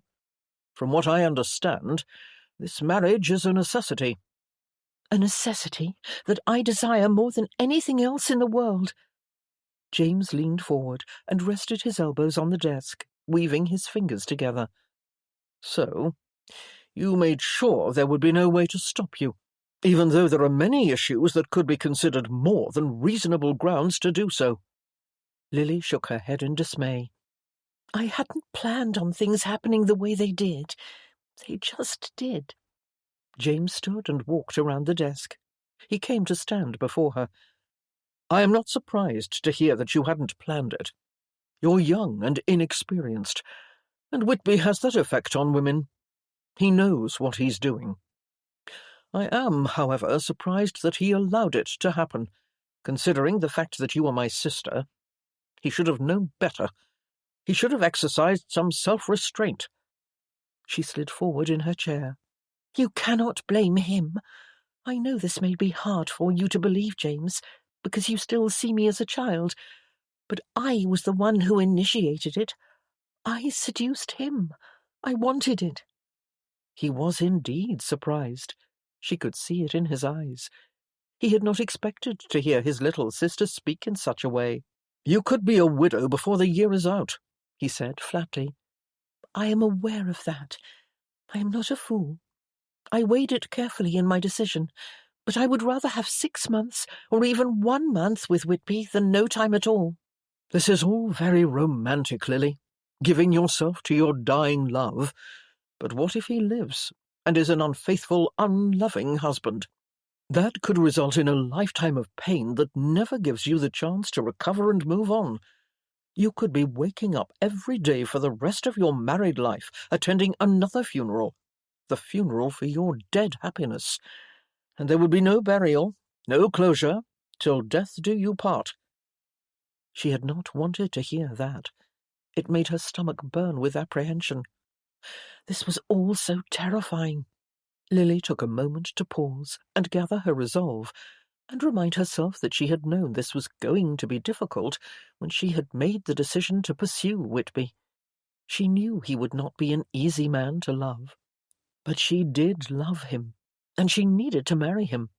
Nothing could stop her, and James's disapproval was not going to help anyone. She needed his support, and to get it, she needed to prove to him that she could and would make her own decisions, and not need to be bailed out like last time.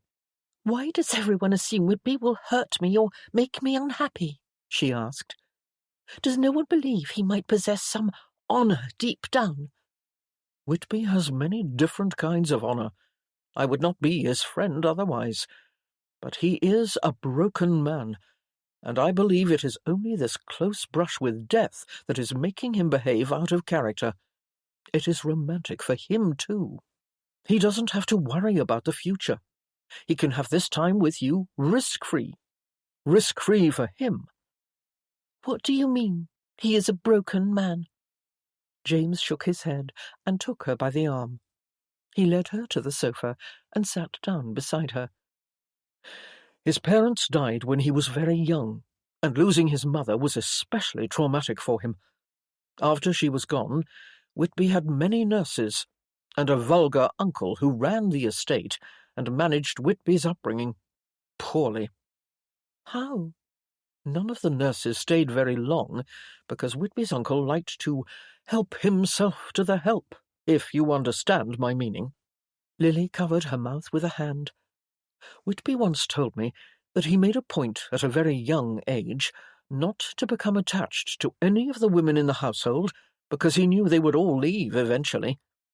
Lily was beginning to understand what James was trying to tell her, that Whitby was not even capable of loving someone.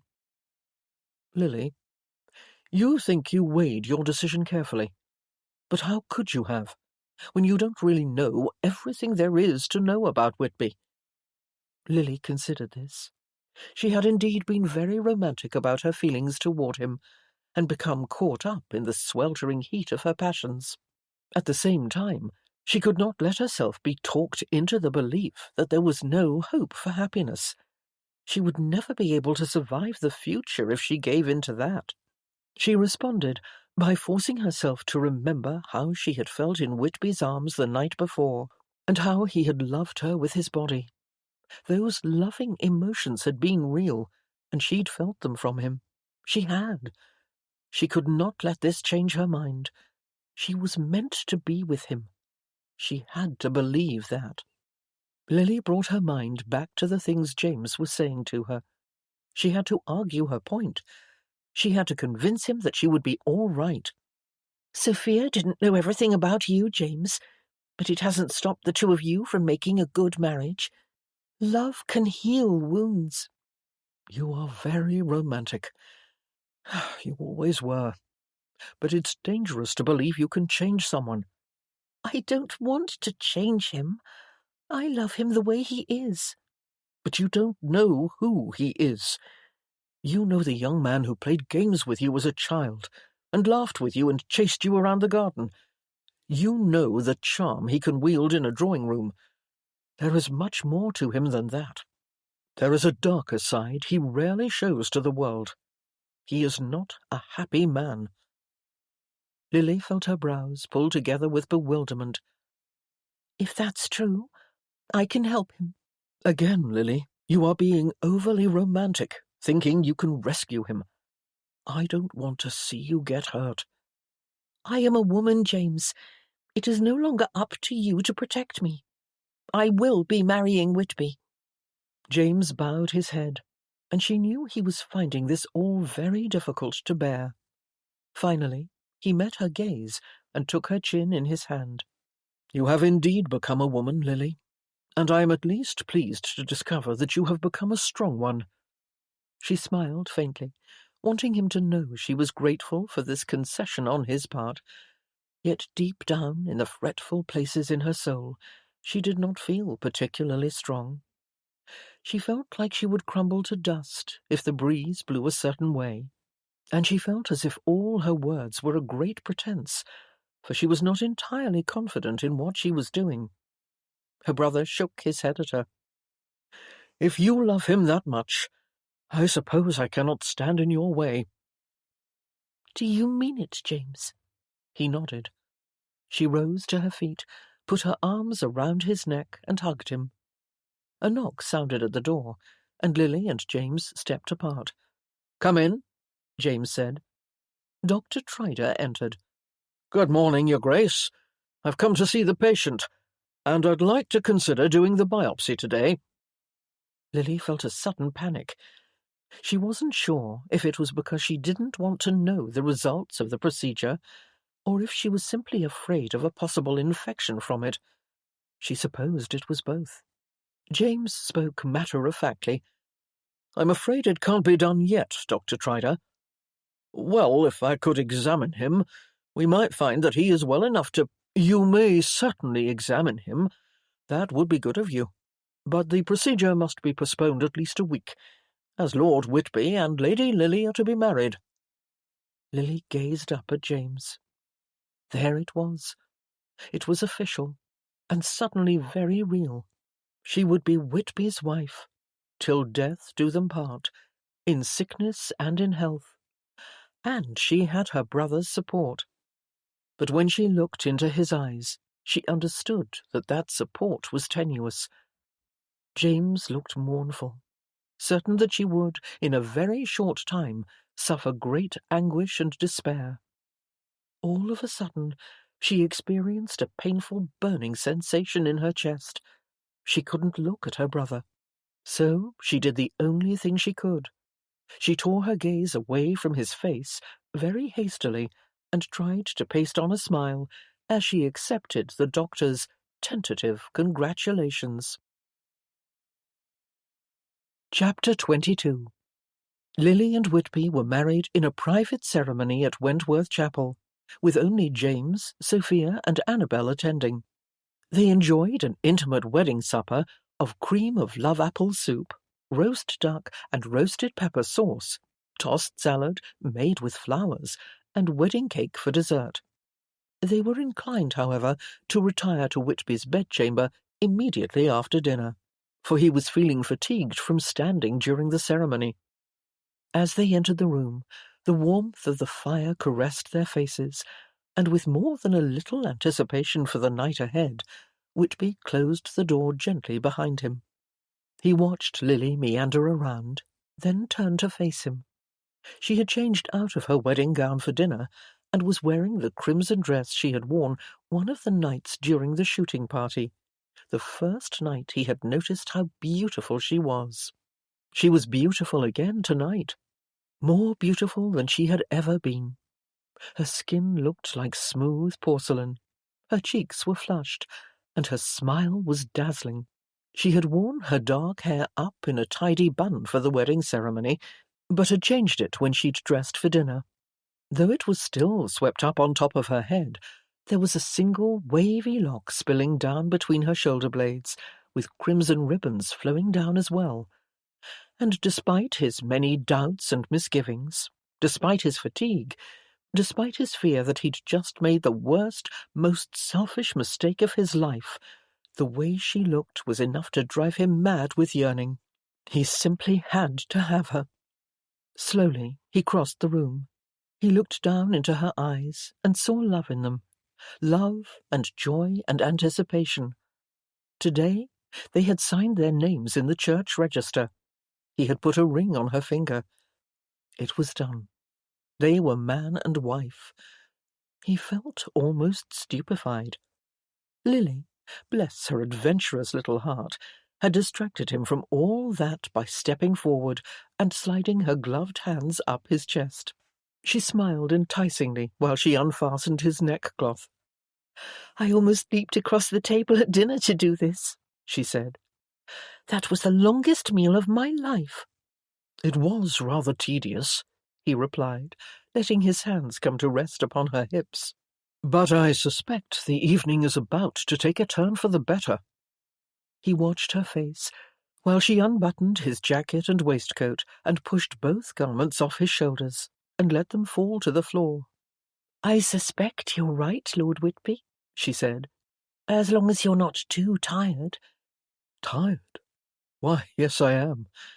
But I'll do much better once I'm horizontal." He raised his arms while she pulled his shirt off over his head. Then he watched her pull off her gloves, finger by finger, and drop them onto the floor as well. She returned her eager hands to his bare chest, and he shuddered pleasurably at the feel of her warm palms upon his skin. "Lady Whitby, you are irresistible," he said. She closed her eyes and sighed.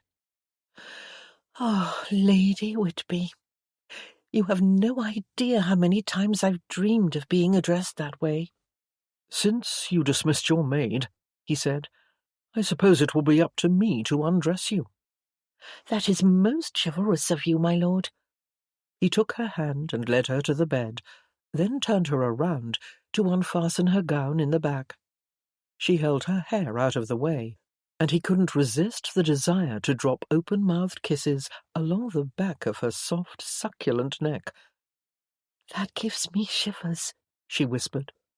He slid the dress off her shoulders and let it fall to the floor. She stepped out of it, and he bent forward to pick it up. He folded it and draped it carefully over a chair, then returned his attention to the task of getting her out of her clothes. He began to unhook her corset in the front, while he laid gentle kisses across her neckline, and when the corset came loose, he tossed it to the chair on top of the dress and pulled her chemise off over her head. He stood for a moment, admiring her bare breasts in the firelight, noting with some surprise that the rash impatience to bed her was fading. Now he wanted only to slow everything down. Whitby laid a hand upon her breast, and Lily closed her eyes. "I love the feel of your hands on me," she whispered. "And I love what I feel when I touch you." It was all very strange, he thought, reflecting upon this slow, quiet foreplay. It was not his customary style. He was usually more aggressive than this. Perhaps it was his illness, or perhaps not. He didn't know. He unfastened the ribbons on her petticoats and drawers, and everything fell to the floor in a soft, white heap. His bride stood naked before him, wearing only her stockings and dainty black heels, and he took a step back to allow his gaze free rein, to travel down the length of her beautiful body and back up again. It pleased him to know that she belonged to him, that he was the only man who had ever made love to her. He possessed her virginity, and he always would, and it felt very right. Thinking she might be cold, he pulled back the covers on the bed to discover dozens of fresh red rose petals hidden in the sheets. Lily looked down and laughed. "Sophia must have done this," she said, inhaling the fragrance. "She looked rather mischievous today." Whitby watched Lily step out of her shoes and climb onto the bed with an impressive lack of shyness, given her nudity. Then he removed the rest of his own clothes and joined her, sitting back on his heels at her feet. He proceeded to remove her stockings, stroking her delicate foot and calf, until he heard her whimper with anticipation. His heated gaze lifted, and he smiled knowingly. "Perhaps I should come closer," he suggested, with a husky, enticing voice, as he kissed the arch of her foot. "Yes," she replied breathlessly, clearly finding it difficult to think and speak. He continued to lay a trail of kisses up the inside of her calf, while she sighed with delight. Then he lay down beside her. She turned onto her side to face him. "When will we go to your estate?" she asked suddenly, surprising him with the question.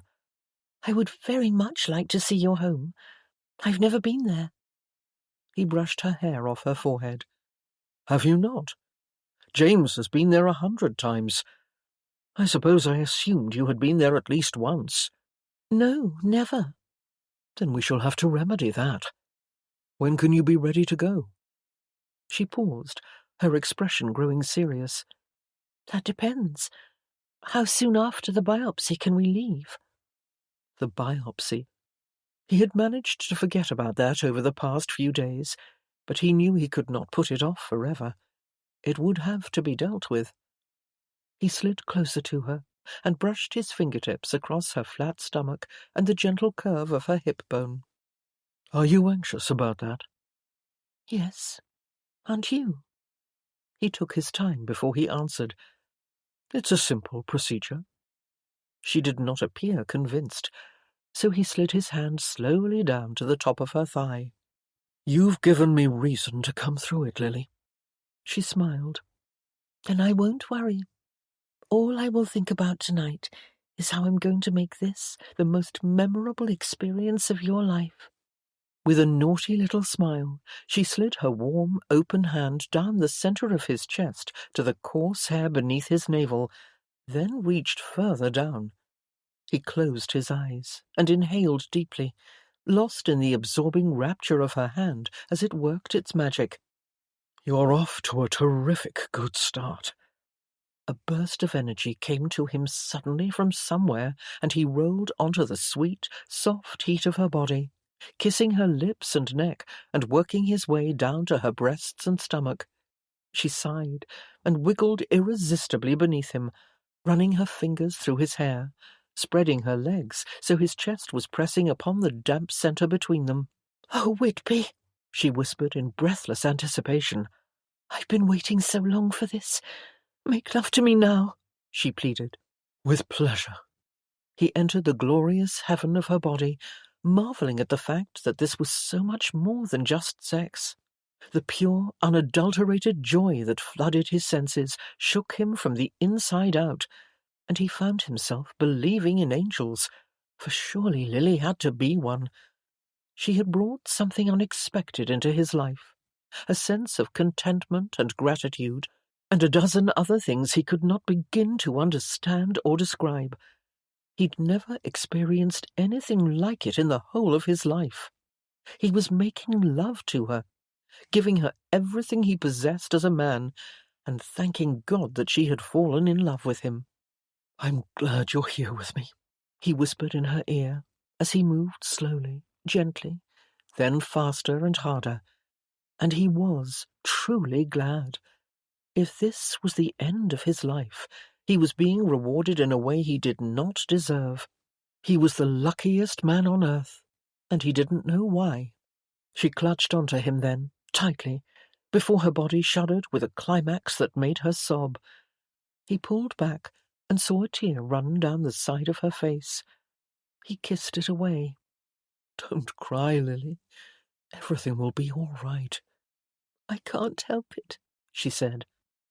"I'm so happy." He smiled gently. "So am I. More than you will ever know."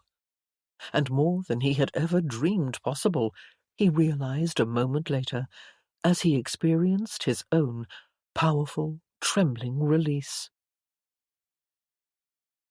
Chapter 23. Lily and Whitby spent the first 3 days of their marriage in bed, but hardly because Whitby was weak or ill. He was, in fact, quite remarkably energetic when in a horizontal position, and he had even regained enough of an appetite to attend dinner each evening with James, Sophia, and Annabel. On the 4th day, after breakfast, he told Lily he wanted to go outside for a short walk, and she immediately called for his valet. A half-hour later, they were wearing their coats, slowly making their way through the corridors and down the main staircase to the back door. "Are you all right?" Lily asked, stopping with concern as soon as they stepped into the clear sunlight. The air was cool and crisp. He held up a hand to shade his eyes. "It's bright, that's all. I suppose I've been indoors too long." She slipped her arm through his. "Come, you'll get used to it." They slowly descended the steps on the other side of the flagstone veranda and crossed the terraced garden to the pond, where they had to stop and rest.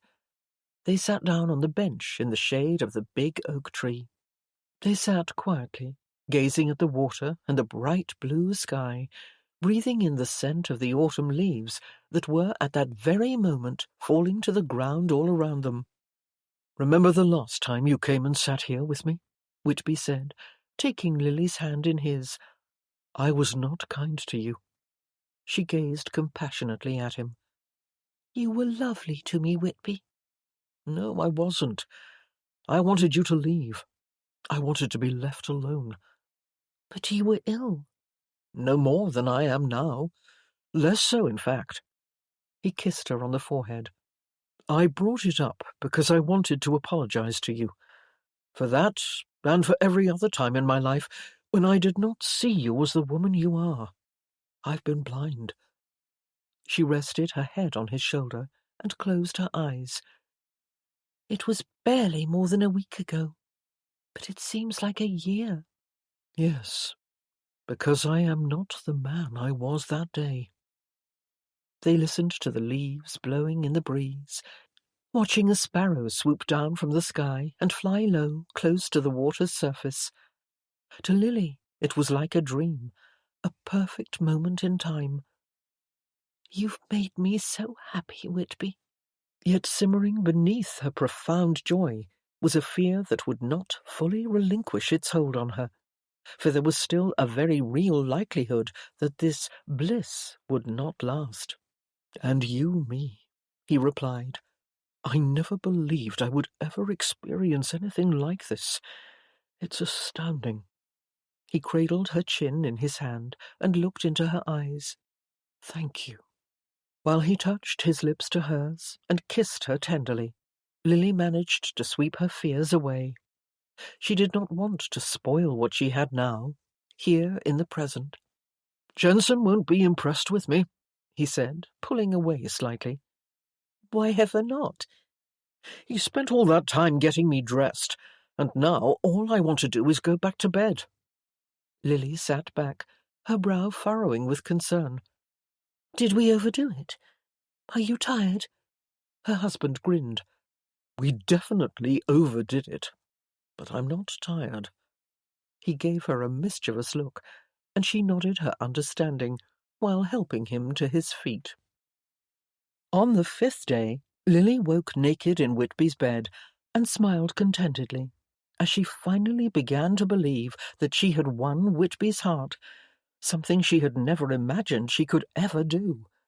They had spent every minute of every day together since their wedding, and had given their bodies to each other passionately and devotedly each night.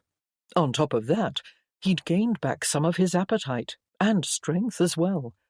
Not only had they gone for a walk the day before, but at dinner that night He had eaten some of almost every course.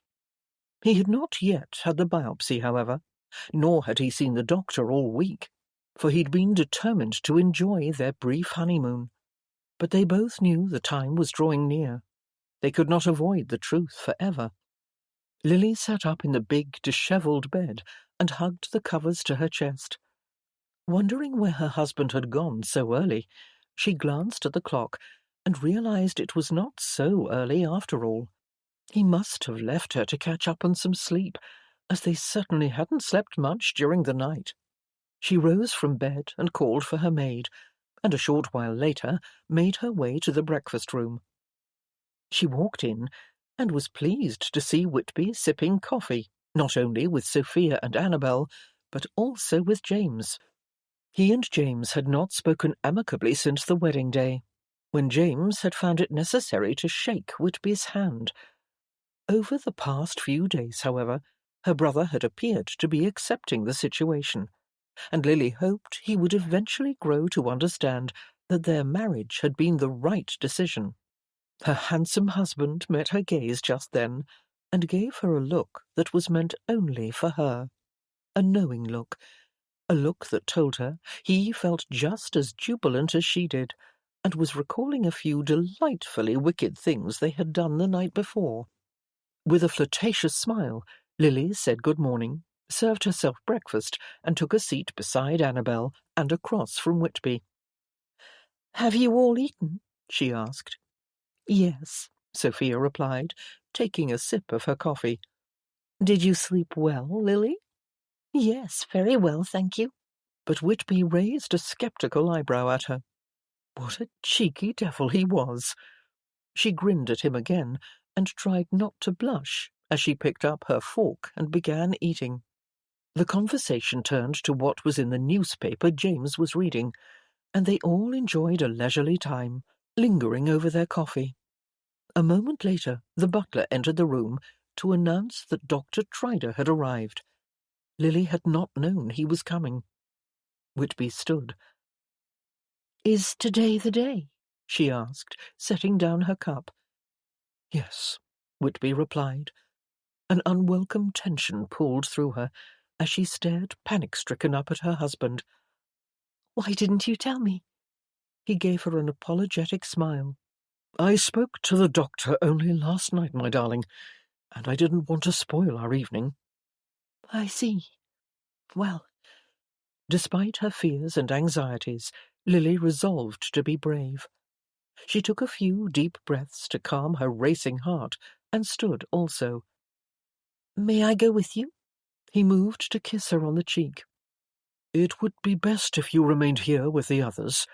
The doctor will tell you when it's over. It shouldn't take too long." Lily struggled to smile and appear confident. "Of course." She sat down again, though she couldn't finish her coffee. She couldn't imagine swallowing anything when dread and fear were filling her, for the doctor was going to slice her husband's skin with a scalpel. She couldn't bear to envision it. Whitby hesitated a moment, gazing down at her one last time before he left the breakfast room. "Let's have a look at you before we get started," Dr. Trider said cheerfully in Whitby's bedchamber. "Have a seat." Whitby had been through this examination all too many times. He unbuttoned his waistcoat and untucked his shirt before he sat on the edge of the bed. The doctor asked him how he'd been feeling over the past week. "Better, in fact," Whitby replied. "My appetite has returned somewhat, and Lady Whitby and I went for a walk yesterday.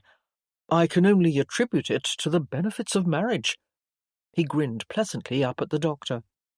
Dr. Trider nodded his understanding and withdrew his stethoscope from his bag. He listened to Whitby's chest, looking up at the ceiling as he did so. "Yes, very good." He lowered the stethoscope and felt the glands at Whitby's neck. He pressed everywhere, his brow furrowing with what looked like concern. It was not the look one wanted to see upon the face of a physician while in the midst of an examination. Whitby's pulse quickened slightly. "Is something wrong?" he asked. The doctor shook his head and took his time before he answered. He continued to press upon Whitby's neck in various places. Finally, he said, "Lie back. I want to check your spleen." Whitby reclined, and the doctor felt around his abdomen. He continued to wear that unsettling expression on his face, as if he were both confused and concerned. Finally, he stepped back, and Whitby sat up, waiting uneasily for the doctor to say something. At last he spoke.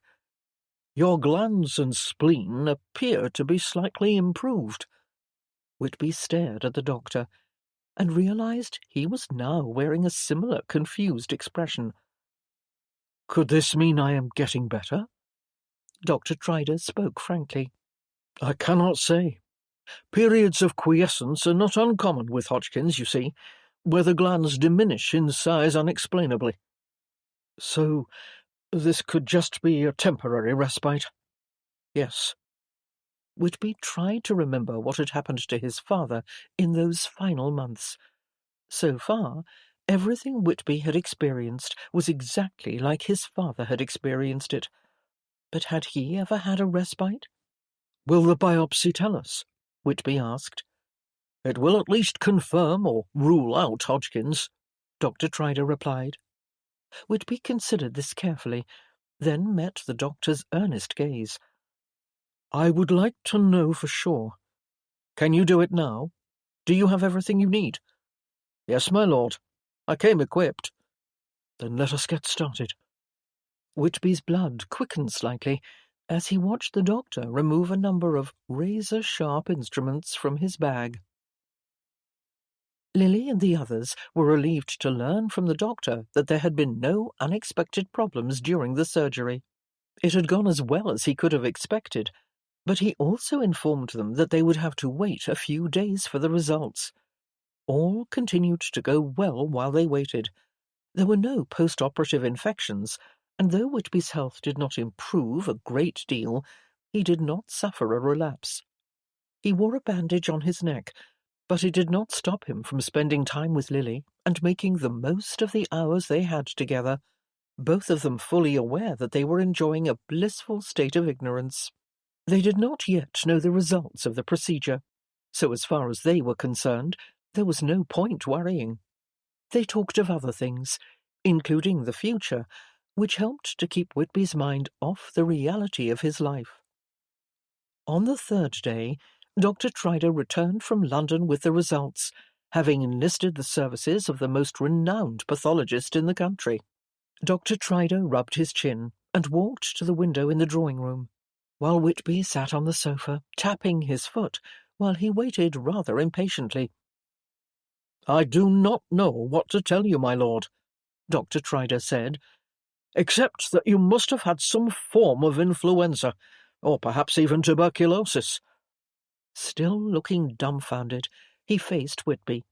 "I will certainly report this case to my colleagues in London. Perhaps there have been other similar cases." Whitby stood up. "You mean to tell me I'm not dying?" The doctor shook his head. "At least not of Hodgkin's, though I am most decidedly confused by this."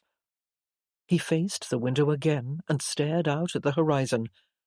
"If it was influenza, I see no reason why you shouldn't continue to improve.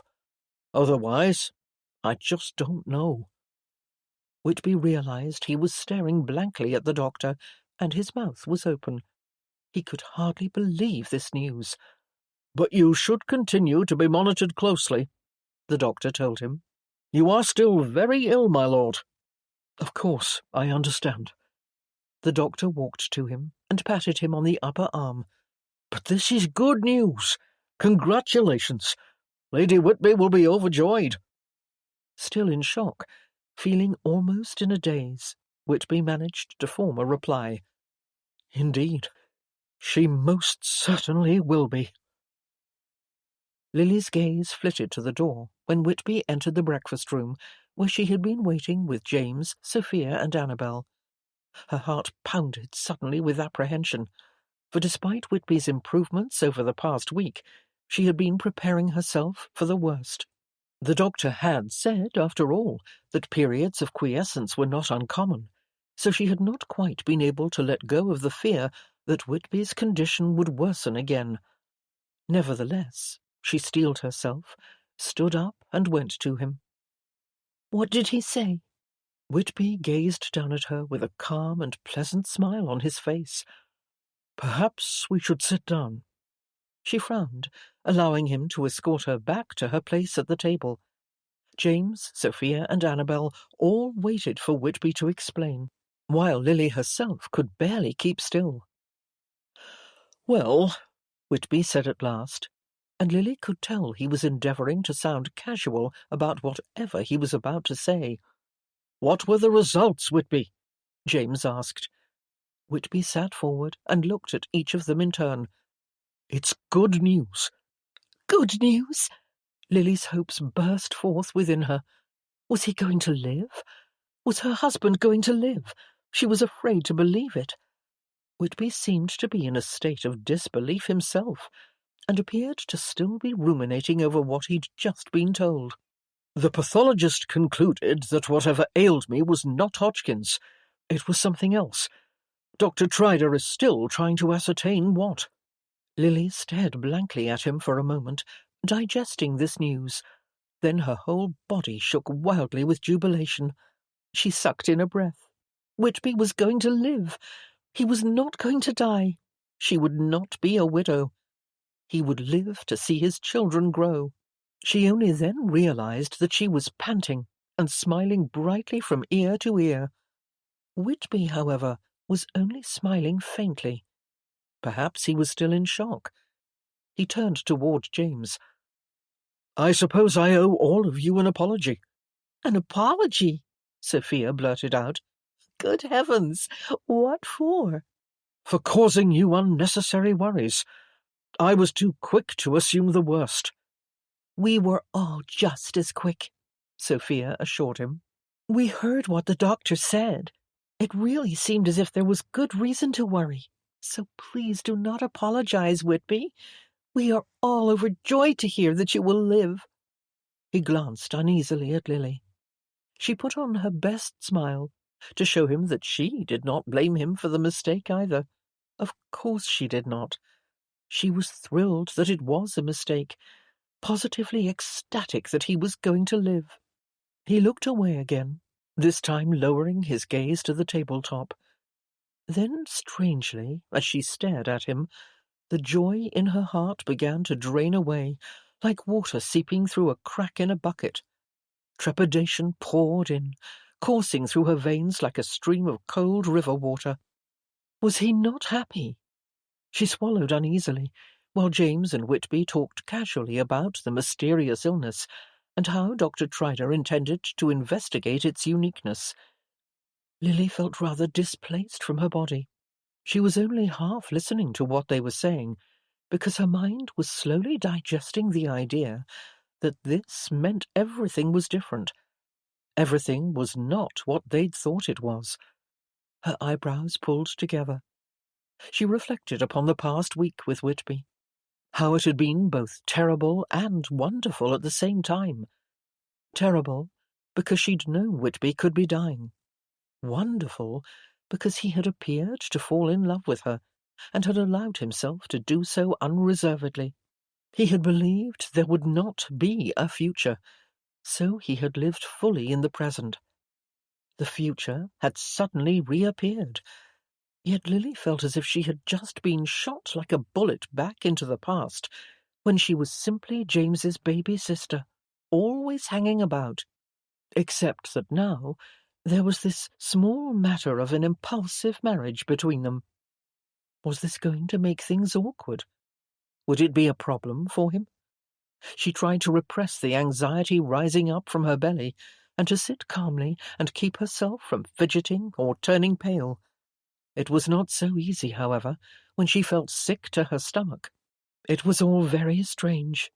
She had not expected this reaction from herself upon hearing that Whitby was going to live. She had expected to feel only joy, nothing else. But she had not anticipated Whitby's response. She had not imagined how it would feel to see him avoiding her gaze, just as he used to do, before all this began. Chapter 24. Lily woke from a brief nap when a knock sounded at her door. She sat up groggily in bed, wondering if it was Sophia. Sophia had wanted to talk to her earlier about the good news, but Lily had wanted to be alone. She hadn't wanted to discuss the situation, for she didn't feel ready. For one thing, she didn't fully understand what Whitby's true feelings were, and there was no point speculating about it until she could speak to him directly. All she could do was tell herself that everything was fine. Perhaps he had just been in shock at breakfast. The knock sounded again, so she called out, "Come in." When the door pushed open, she sat up on the edge of the bed and felt her heart flutter at the sight of her husband. Yes, he was still her husband, she reminded herself. The news about his illness did not change that, even though so much of what had occurred between them over the past few weeks did not seem real. Lily watched him with apprehension as he entered the room and closed the door behind him. He did not approach the bed right away. He stood in front of the door and faced her. Lily had to force herself to keep her eyes fixed on him. She was so afraid he was going to tell her they'd made a terrible mistake. "You disappeared from the breakfast room before we had a chance to talk," he said, with a charming, jovial, heart-stopping smile. There it was, that magic, playful appeal. He's back, she thought instantly, feeling her heart return from its pathetic rendezvous with self-pity and despair. He was as charming as he had been every night in his bed since they were married, as charming as he was in a drawing-room, surrounded by pretty ladies. Did this mean he was not uncomfortable with what they'd done? "I knew you had to escort the doctor out," she said. "I assumed you would come to see me when he was gone." He walked to the bed where she was sitting, her hands squeezing the edge of it, her feet not quite touching the floor. She was surprised by the compassion she saw in his eyes as he ran a finger down the side of her cheek and pushed a fallen tendril of hair behind her ear. Lily's heart was now racing like a wild stallion. She did not know what to expect. She was still afraid he was going to tell her they'd made a mistake. "Don't look so worried, darling," he gently said, and all the pent-up tension in her body blew away like feathers on a breeze. "Upon my word, at breakfast you almost looked disappointed that I was going to live." Lily let out a tight breath. "No, Whitby, not at all." He chuckled. "I am only joking.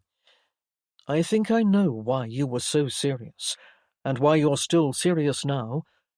You were afraid I was going to regret marrying you." Lily shuddered with both joy and fear. Joy because he did understand her, and fear that he was about to tell her the truth. That yes, he did harbour some regret over their hasty marriage. He cradled her chin in his hand and shook his head at her, looking almost amused. "What's so funny?" she asked, slightly miffed that he could find her anxiety humorous. "You," he replied, bending to kiss her lightly on the lips. "Why is it so impossible for you to believe that I desire you? And more than that, I care for you like I've never cared for anyone. Didn't you see that over the past week?" Lily stared at him, quite unable to get even the smallest word past her lips. "No woman could ever mean more to me than you do, Lily," he continued, "and I will never regret my actions when I was ill. I feel quite the opposite, in fact. I will always be thankful for that brush with death, because it forced me to finally grow up and recognize how precious and brief life is, and how none of us should waste a single minute drifting along, waiting for things to happen, or feeling as if we have all the time in the world to do later what we could and should do today." Lily continued to stare up at him, speechless, while her heart pounded in her chest. She could hardly believe what she was hearing. He was speaking to all her fears, as if he had been able to read her mind all morning while she was lying up here alone in her bed, imagining the worst. "You don't regret what we've done?" she asked. He rested his forehead upon hers. Of course not. It was the best thing I ever did. You're my wife now, and nothing is more important to me than you and our future children. He kissed her, and all her womanly desires sparked instantly into flame, and she reached up to hold his head in her hands. "Oh, Whitby," she whispered breathlessly, tipping her head back as he kissed her neck. "Make love to me." He rose from the bed, looking down at her while he removed his jacket and began to unfasten his trousers. "I had every intention of doing just that when I knocked on your door." Then he came down upon her, heavy and warm, and so much of a man. She smiled up at him, though inside her head she could not stop herself from doubting what was happening. This cannot be real. It cannot be true. It's too wonderful. He can't possibly love me like this. He made love to her slowly and gently, and without a word, as the early afternoon sunlight beamed through the window. Lily tossed her head back and gave herself up to the ecstasy of the moment. She would not let herself think of his behaviour in the breakfast-room earlier that day, after he'd learned he would be her husband until he was an old man. She was going to forget that. She would force herself to forget it, and she was going to enjoy the gift she had been given, the gift of Whitby's life. Whitby slipped quietly out of Lily's bed while she slept.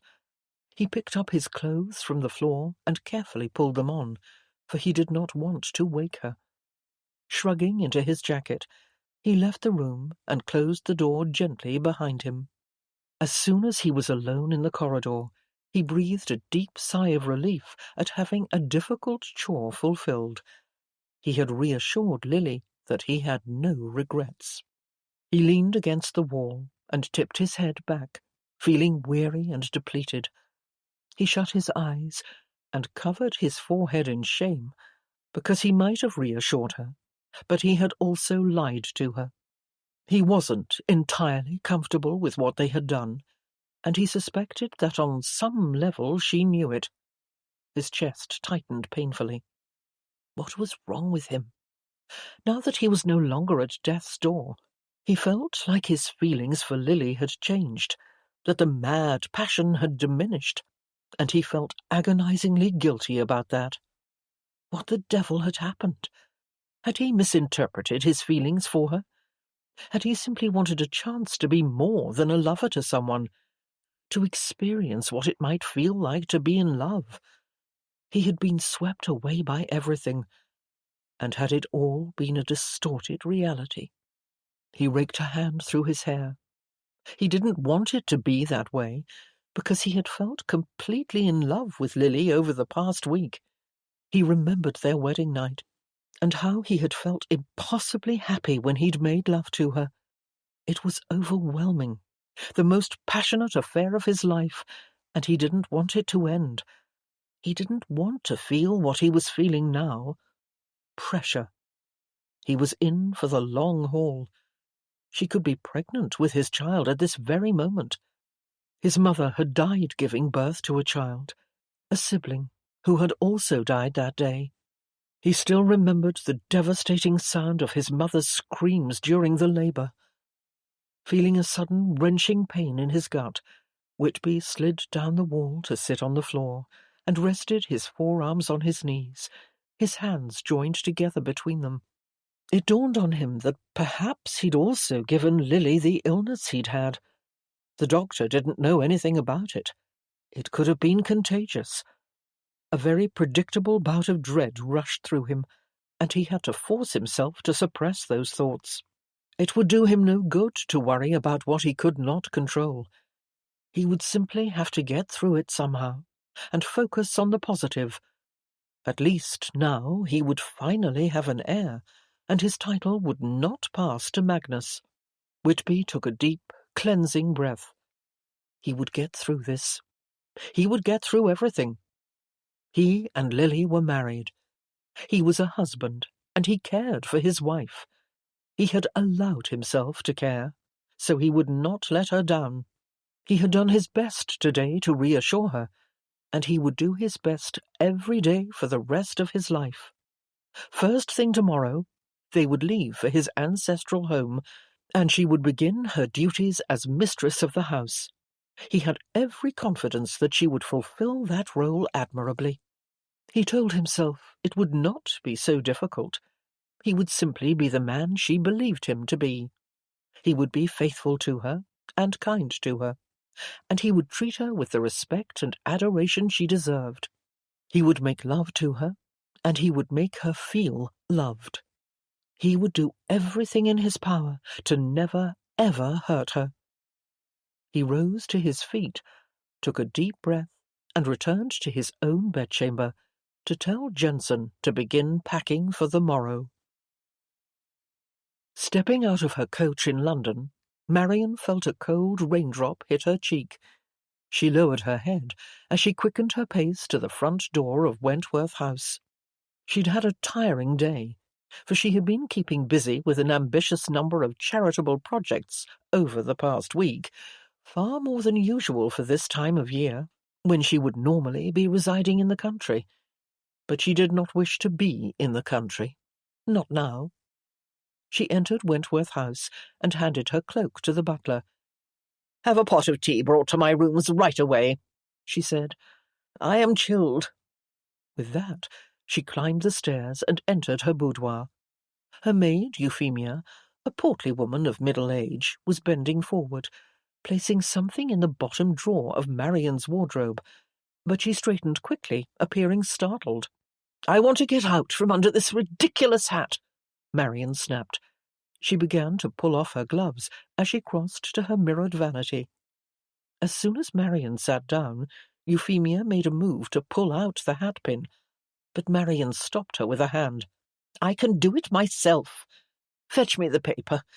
I'm going to have a cup of tea while I read it." "The paper?" Marian's gaze darted to Euphemia's reflection in the mirror. "What's wrong?" "Nothing. It's just that—" She hesitated. "It's nothing, Your Grace. I'll go fetch it now." 20 minutes later, while Marian was sipping her tea at her desk and reading the society pages, she discovered the basis for Euphemia's anxiety. Marian clenched her jaw as she read the most shockingly succinct announcement. Marriage. Lady Lily Elizabeth Langdon to Edward Peter Wallace, Earl of Whitby. Marian leaned back in her chair and lowered the paper onto her lap.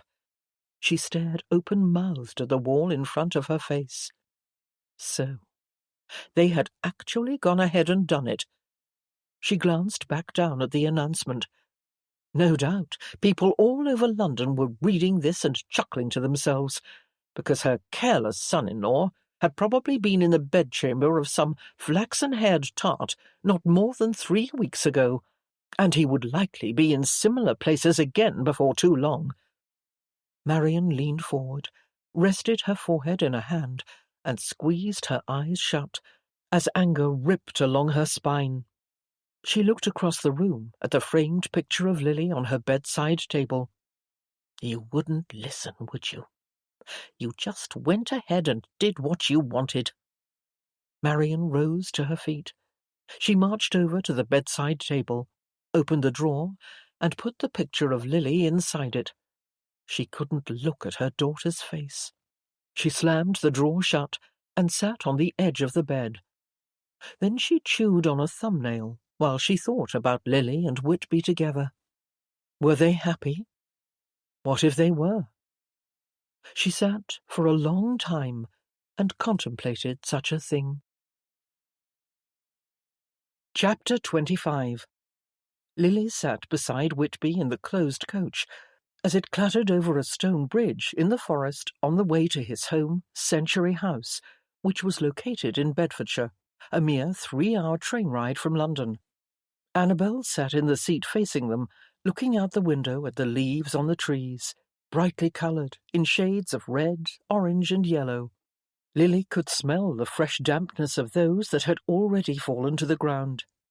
The carriage rolled off the bridge, and Lily leaned closer to the open window to see what lay ahead.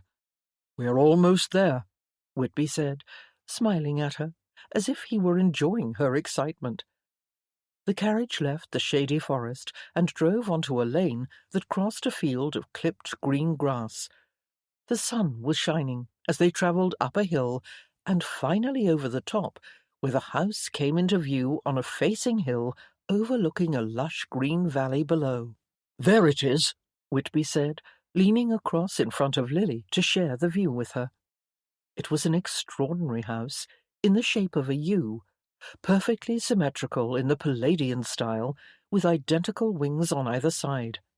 A grand triumphal arch stood in front.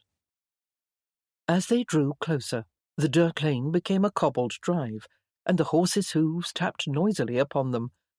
Lily's heart beat fast with excitement as they passed under the arch and pulled to a slow halt at the main entrance.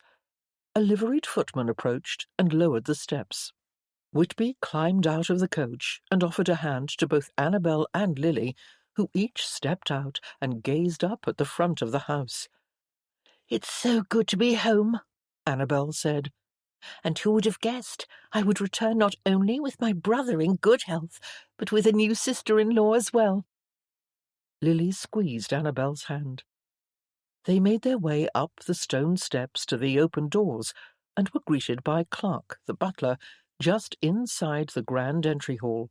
Clark presented Mrs. Harrington, the housekeeper. The servants were lined up formally, waiting to meet the new countess. Lily smiled warmly at the members of the staff, speaking to each one. She could sense they were pleased to meet her, and some of them seemed almost ecstatic in their relief. Perhaps they had been worried that Whitby would not recover from his illness, and because he had no heir, everything would come to a screeching halt at the estate. No, she thought, it would not have come to a halt. It would have been passed on to Whitby's cousin Magnus. She came to the end of the line of servants and supposed that would explain their relief. From all accounts, Magnus was not an honourable man. Mrs. Harrington informed them that their rooms had been prepared and dinner would be served at 8. As they made their way toward the stairs, however, the butler requested a private word with Whitby, who politely excused himself from Lily's company. She watched them with evident curiosity, then accompanied Annabel and Mrs. Harrington up the stairs. Whitby entered his study and waited while Clark closed the double oak doors. The butler turned to face Whitby, his expression tainted with concern, though, as always, he kept his hands steady at his sides. "What is it, Clark?" Whitby asked. "Did something happen while I was gone?" "Yes, my lord," Clark replied sternly. "I feel it is necessary to inform you that Lord Magnus was here 3 days ago, asking to see Miss Lawson." Whitby felt his hackles rise. Magnus and his father had been barred from the family doors many years ago, and Magnus had no right to come here, especially to see Annabel. "He must have known I wasn't here," Whitby said loathingly, "to have made such a demand. Did you let him in?" "No, my lord." "What did he say? Did he give any explanation as to why he wanted to see her?" "Not at first. He simply requested a meeting with her, and he seemed rather smug, a trifle too confident, in my opinion, which caused me some concern. When I told him that Miss Lawson was not at home, he didn't believe me, and he informed me that I was making a grave error. He told me that when the earldom was his, I would be the first to go, and if I possessed any shred of intelligence, I would be seeking other employment post-haste." "When the earldom was his? He said that?" "Yes, my lord. I am of the opinion that he knew of your illness. He clearly did not know about your marriage." Whitby felt light-headed all of a sudden and had to sit down. He was not yet fully recovered, and sometimes just standing for a long period of time exhausted him. This news was not helping. "But how the devil had he learned of my illness?" Whitby asked, sinking into the chair at his desk. "No one knew, except the members of this household and some of the Duke's guests." "I do not know, my lord. It appears he has a connection somewhere among those you mention. Whitby clenched his jaw. This is worrisome. Clark said nothing for a moment, while Whitby tapped a finger on his desk. Are you all right, my lord? You don't look well. Whitby raised a hand to dismiss Clark's fears. I'm fine. Clark stared uneasily at Whitby for a moment. Whitby could feel himself breaking into a sweat. He took a few calming breaths. Would you like me to make inquiries among the staff? Clark asked, returning to the issue at hand. Perhaps Lord Magnus is offering compensation to someone. How? Whitby said cynically. The man has barely enough money to keep his horse. He couldn't offer much. Whitby turned in the chair to look out the window at his estate. He must know about my marriage by now. It was announced in the papers. Yes, my lord. Whitby opened and closed a fist, striving to keep his anger under control. He reminded himself that he could not lose his calm. He could not allow Magnus to have that effect on him. Those days were over. The priority now was to protect Lily, and to protect Annabel from any further harassment, for events lately had obviously rekindled Magnus's ambitions, and in that state of optimism, regarding his position on the hereditary chain, learning about Whitby's marriage would be a great blow. Magnus would not be pleased. He might even attempt to act upon his anger, as he had in the past with Whitby's brother John. Whitby loathed the idea that he would have to see Magnus again, especially in his current condition, but he needed him to know that the earldom would not be handed over to him any time in the foreseeable future. Whitby also wanted him to know that, despite appearances, he was still more than capable of protecting his wife and sister. He opened and closed his fist again, then turned to face Clark. Prepare the carriage, if you will. My lord. Whitby recognized his butler's curiosity and did not wish to keep the man in suspense. I intend to protect my family, Clark, and finally put this feud to rest. I am going to London tonight, and I will see Magnus in the morning, and if luck is on my side, I will get rid of him once and for all. Magnus Wallace lived with his mother in a one-story brick house on the dingy outskirts of London, in a neighbourhood most unsuitable for the grandson of an earl. Whitby arrived in his shiny black-crested coach at 10 the next morning, and did not wait for the coachman to lower the steps before he opened the door himself and climbed out. He was impatient. Perhaps it was a product of his recovery from an illness he had believed would take his life. Whitby felt suddenly compelled to deal with everything in a decisive manner and leave nothing to sort itself out at a later date, for he had learned, rather abruptly, that there might not always be a later date. I won't be long, he told the coachman. Then he crossed the front yard, passing a black goat tied to a post and mewling noisily. The musty smell of the chicken coop around the side of the house wafted to Whitby's nostrils as he arrived at the front door, causing a grey cat to leap off a rocking chair and dart away in the other direction. The cat probably sensed the next few minutes were not going to be pleasant. Whitby raised a fist and knocked hard upon the blue-painted door. A moment later, the door opened, and he found himself staring down at Caroline, Magnus's mother. She wore a shabby brown dress with a muddy hem and was clutching a woolen shawl around her shoulders. She had aged since he'd seen her last, 5 years ago. That, too, had been an unpleasant visit. Whitby saw the shock in her eyes and had to shove his shiny black boot in front of the door to keep her from slamming it in his face. I wish to speak to your son. He isn't here, she said odiously. And even if he was, I wouldn't tell the likes of you. Whitby did not remove his boot, which was still wedged in front of the door. He simply stared down at the woman. She sneered up at him. I thought you might be dead by now. Thought or hoped, he replied. Hoped is more precise. Whitby inclined his head. "I am sorry to disappoint you, madam. Where is your son?" "I told you he isn't here." She tried to push the door harder against Whitby's boot, but he leaned more weight upon it. "Then kindly inform me, if you will, where I can find him." The door unexpectedly opened all the way, and Caroline looked over her shoulder.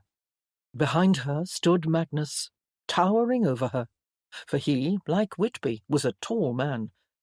That, however, is where any similarity ended, for where Whitby was golden-haired, Magnus was as dark as night, with jet-black hair and eyes equally as black. Where Whitby knew how to smile and charm, Magnus knew only how to frown and look upon the entire world with disdain. Whitby faced Magnus. He evaluated his cousin's hostility and attempted to discern what was going through his mind. Was he surprised to see Whitby alive and well, or had he already known he'd recovered, along with the fact that he had taken a wife? Finally, Magnus stepped back and opened the door. His mother did not look pleased, but evidently her opinion had no effect on her son. "Go to the kitchen, mother," Magnus said, his fierce gaze never veering from Whitby's. Caroline obeyed and left them alone. Whitby stepped inside, and Magnus shut the door. "The last time you came here," Magnus said, "you beat me to a pulp. I should know better than to let you in." "You deserved it," Whitby replied, "for what you did to Annabel." A dark satisfaction stole through Magnus's eyes. "Contrary to what you think, Annabel very much enjoyed what I did to her." Before Whitby had a chance to even contemplate a reply, he punched Magnus, who took it without flinching. Magnus stood soundly where he was, cupped his jaw in a hand, and moved it from side to side to make sure it wasn't broken. He smiled faintly at Whitby, appearing pleased that he had evoked such a reaction in him, even though it had cost Magnus a punch in the face. But it had cost Whitby a great deal too, for the sudden movement had made him unsteady on his feet. He had to struggle to hide the fact. Whitby turned from his cousin and walked into the front parlour. Not much had changed in the past 5 years. The rug still needed to be cleaned. It was discoloured with ground-in coal dust. Whitby faced Magnus again. "You thought the earldom would be yours, and you came to my home and asked to see Annabel, after giving me your word you would never contact her again. What were your intentions?" "To propose, of course. When I took over the estate, I could hardly turn her out, could I?" Whitby swallowed over his pungent ire. "You expect me to believe that?" "It's the truth." Whitby shook his head at him. "You seduced Annabel 5 years ago only to injure me." "Yes, I did. And it worked, didn't it? It's still working, I'm glad to see." Whitby turned his back on Magnus and walked to the mantel, staring for a moment at a painting of a fisherman in a small boat on a lake. Mist floated over the calm water. The painting had a unique tranquillity about it. Whitby's eyebrows pulled together in a frown. The painting did not suit the room, for the room was not tranquil. This fine painting deserved to be elsewhere. Whitby glanced over his shoulder when he heard the floorboards creak under Magnus's shoes. "If I had married Annabel," Magnus said, "you would have rolled over in your grave, wouldn't you?" Whitby faced his cousin. "But as you can see, I am not dead." "No, you are not. Sadly so. And from what I understand, you are a married man now. A duke's sister, no less. Well done. I hear she's pretty. I'd like to meet her." Enough was enough. Whitby could take no more of Magnus's insinuations. He had come here to put an end to this situation, and he was going to do just that. He took a step forward to glare at his cousin, only inches away from his face. Magnus stood tall and steady. He did not back away. "Indeed, I have a wife," Whitby said, and we expect a child in the nursery before a year can pass. You will soon find yourself knocked out of your position as my heir. So I ask you, as a gentleman, to leave my family alone and take your ambitions, for lack of a better word, elsewhere." Magnus turned and crossed to the other side of the room. "Where would you like me to take them?" Whitby remained calm. "Anywhere you please.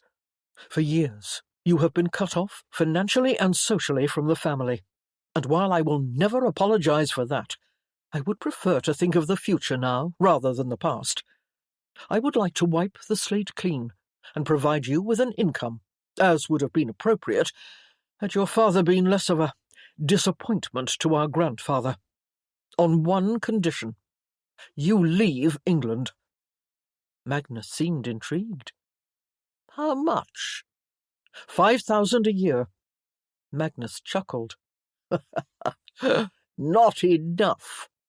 10,000, Whitby said. Bloody hell. He hated this. He hated negotiating with this black-hearted, conniving snake. A month ago, he would never even have considered such a thing, and he wanted to take the offer back. He wanted to walk out of here and declare open war upon his cousin. But he could not do that. He could not because of Lily. He did not want a war in her backyard. Magnus had very likely killed John. Whitby couldn't be sure the man wouldn't do something like that again. He wanted only for Magnus to disappear. Magnus paced around the room, rubbing his chin in an irritatingly exaggerated manner, and spoke with a mocking tone. 10,000, you say? My, that is tempting. Mother and I could see Rome. Whitby clenched a fist again. He had to work hard to remember what he'd just said to himself, that Lily's safety was the only thing that mattered, because right now his loathing was about to bust out of his head. Magnus stopped pacing and pursed his lips. Tempting, yes, but no thank you. It's not enough. Whitby gritted his teeth. How much would be enough to get rid of you? Magnus considered it. The 5,000 a year sounded interesting. So here are my terms. You take the 5,000 a year, and you can keep the title and house because the law says you must. But I will manage it for you, and you will leave England. Magnus gazed off to the side, then smiled back at Whitby. Oh, and one last thing. I will have Annabel. The room seemed to turn red before Whitby's eyes as he stared enraged at his cousin. He had come here to put the past behind them. He had been willing to give back to Magnus a piece of what had been taken from him and his father years ago, their financial connection to the family, even though that connection had been severed for good reason. Magnus had heard Whitby's offer and had all but spit in his face. The time for gentlemanly negotiations was over. Whitby took a deep breath and let it out slowly. Then he took 2 long strides toward his cousin and spoke with resolve. I came here today to put an end to the feud, he said, but I see you don't want it to end. That is your choice. But rest assured, if you ever take one step in the direction of my wife and future heirs, I will kill you. And I would be grateful for the opportunity to kill you while defending myself. Whitby supposed that was what separated him from his cousin. Whitby did not enjoy this antagonism. He did not enjoy the fight, but Magnus did. Whitby turned and left the house, then strode to his coach. As soon as the door to the vehicle slammed shut behind him, he collapsed onto his back on the upholstered seat and fought a violent spinning sensation. God, if you're listening, please get me home, he whispered as he closed his eyes, feeling the coach lurch into motion. And thank you for not letting me collapse in the yard. Chapter 26 Lily had vowed to walk into Century House with optimism and high hopes, and in her opinion, she had done so quite successfully. She was very proud of herself, in fact. When she had been shown to her room the day before, she told herself over and over that everything was going to be fine. When she'd dressed for dinner, she'd remembered that Whitby had assured her he did not regret marrying her. Hence, she had nothing to fear. They were going to be gloriously happy together. But when she woke on her first morning alone in her new home, in an unfamiliar bed, with blankets that weren't quite warm enough, she found herself wondering uneasily what had become of her husband the night before. He had missed dinner, and she did not know why. All she and Annabel knew was that he had gone to London regarding a personal matter.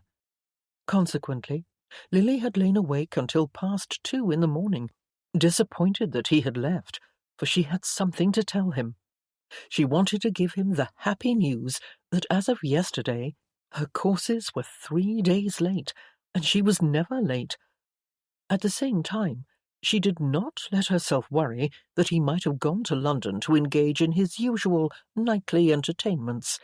She'd squashed those thoughts instantly, every time they snuck into her brain. It was late in the afternoon, when she was sitting in the drawing-room waiting for Annabel to join her for tea, when she walked to the window and sucked in a quick breath at the sight of the approaching carriage. She picked up her skirts and dashed down to the main hall to greet Whitby. She would ask him where he'd been and what he'd been doing. No, he might find that smothering. She would simply throw her arms around his neck and kiss him 100 times, and, of course, tell him her happy news. Oh, she was far gone, she thought, as her feet tapped down the corridor. Most women would be angry with a husband who had left without a word. She was on her way down the stairs, her feet still drumming a rapid tattoo, when she saw Clark walk calmly to the door to greet Whitby, who handed over his coat and hat. Lily halted halfway down. Whitby and the butler spoke quietly. Then Whitby headed toward his study on the first floor, but stopped abruptly when he looked up and caught sight of Lily. He looked hesitant. A second or two later he smiled at her. "Good afternoon." She smiled in return, though she had to force it. She felt a little afraid, for something about her husband did not seem right. His smile did not seem real. "Good afternoon." Whitby held out his hand. "Come." Trying to appear relaxed, she descended the stairs. When she reached him, he set his hand upon her cheek and gazed at her for a moment. He kissed her lightly on the lips. "I missed you," she said. They stared at each other awkwardly for a few seconds, and Lily felt suddenly as if they were strangers. It was not how she had felt when he'd made love to her at Wentworth. When they'd made love there, she'd felt as if she knew everything he wanted, and not just the wants and needs of his body. They seemed to join with each other in those wonderful moments and days, unlike now. Suddenly they were stumbling over what to say to each other. Lily groped for words to fill the silence. "Where were you?" There it was, the question of a smothering wife. He hesitated, and she regretted asking the question. "I'm sorry," she said, before he had a chance to answer. "It's none of my business." He studied her face briefly. "Of course it's your business. You're my wife. I went to London because I had to deal with a difficult thing." Lily's eyebrows lifted. "A difficult thing? Did something happen?" "Yes. It is rather scandalous, I'm afraid." "I don't like the sound of that," she replied. He shook his head. "It's not what you're thinking. I had to go and speak to my cousin Magnus." "To tell him about our marriage?" "Yes, and to make sure he stays away in the future." Lily felt a momentary panic. She hadn't realized Magnus was still such a threat. "You went to his house?" Whitby put his hand on her shoulder in a reassuring gesture. "Yes, I went to see him because he had somehow learned of my illness, and was no doubt already rearranging the furniture here in his mind. I felt it necessary to inform him that he will very soon be giving up his position in line to my title, and I wanted to ensure that he would never so much as glance in your direction." Lily understood the basis for his concern, for she knew what Magnus had done to Whitby's brother John, and how he had hurt Annabel. But she did not like the idea of her husband being in the same room with such a man. "That couldn't have been easy," she said. "No, it has not been easy." He paused, his fingers playing through her hair. "I'll never forgive myself for what happened with Annabel, and I have vowed never to let anything like that happen again." Lily cleared her throat nervously. "Well, Magnus may be nudged out of his position as heir sooner than you think. I wanted to tell you last night. There is a chance, you see, that we were successful over the past few weeks." "Successful?" "Yes," she replied, wondering why she was so uncomfortable delivering this news. It was what he wanted, after all, an heir, and Lily wanted to please him. "My courses were due a few days ago," she said, "and I am never late. I think it is possible I am with child." He stared at her blankly. She felt her smile die away. "That's good news, isn't it?" He had gone a little pale, and looked almost shaken. Lily, too, felt shaken. She had thought it was what Whitby wanted, but now she wasn't so sure, and it made her heart twinge uncomfortably. "Indeed, it is good news," he finally said. "Very good news." He reached up and removed her hand from his cheek and gently rubbed his thumb over her knuckles. "I'm quite tired," he said. "It's been a long day, and I suppose I'm not fully recovered yet. I think I will rest. Perhaps you could spend some time with Annabel." "All right," Lily replied, struggling to keep her tone light. "Of course, you must be exhausted." But her heart did not feel light, because, despite all the times her husband had tried to tell her that he did not regret marrying her, she had to acknowledge the fact that she still did not believe it. She sensed it was all a lie, and that she, too, had been lying to herself. Her desperate hopes and her burning love for him had made her blind to the truth, that he did not want to be close to her the way she wanted to be close to him. And now her heart was breaking, because she was skeptical that he even wanted to have a baby with her. Whitby sat down in his desk chair, rested his elbows on his knees, and leaned forward to drop his head into his hands. He shut his eyes. Lily might be pregnant, and all he could think about was his beloved mother, lying on her bed, with a sheet being drawn up over her pale, ghostly face. His heart began to pound. It had all happened so fast. He'd thought he was dying.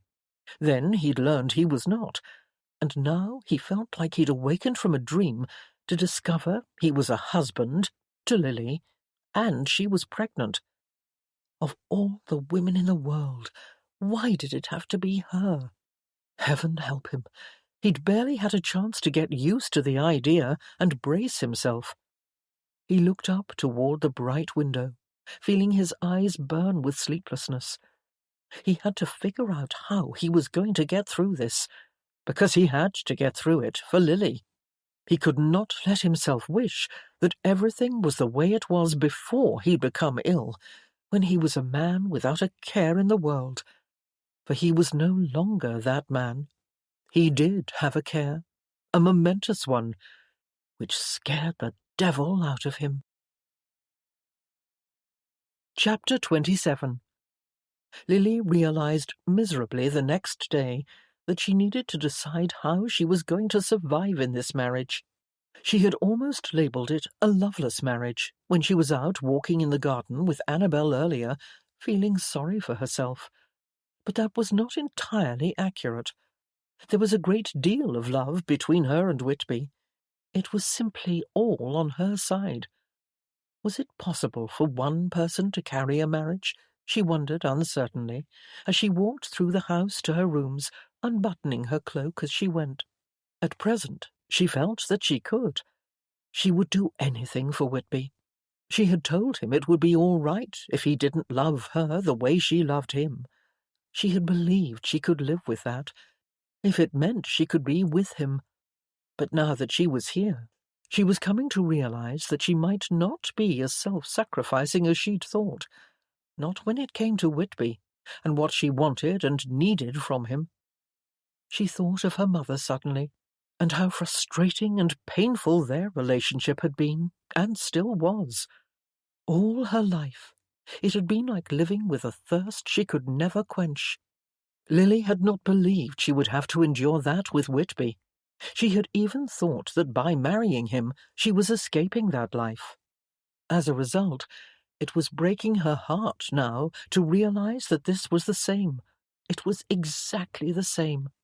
What then could she do?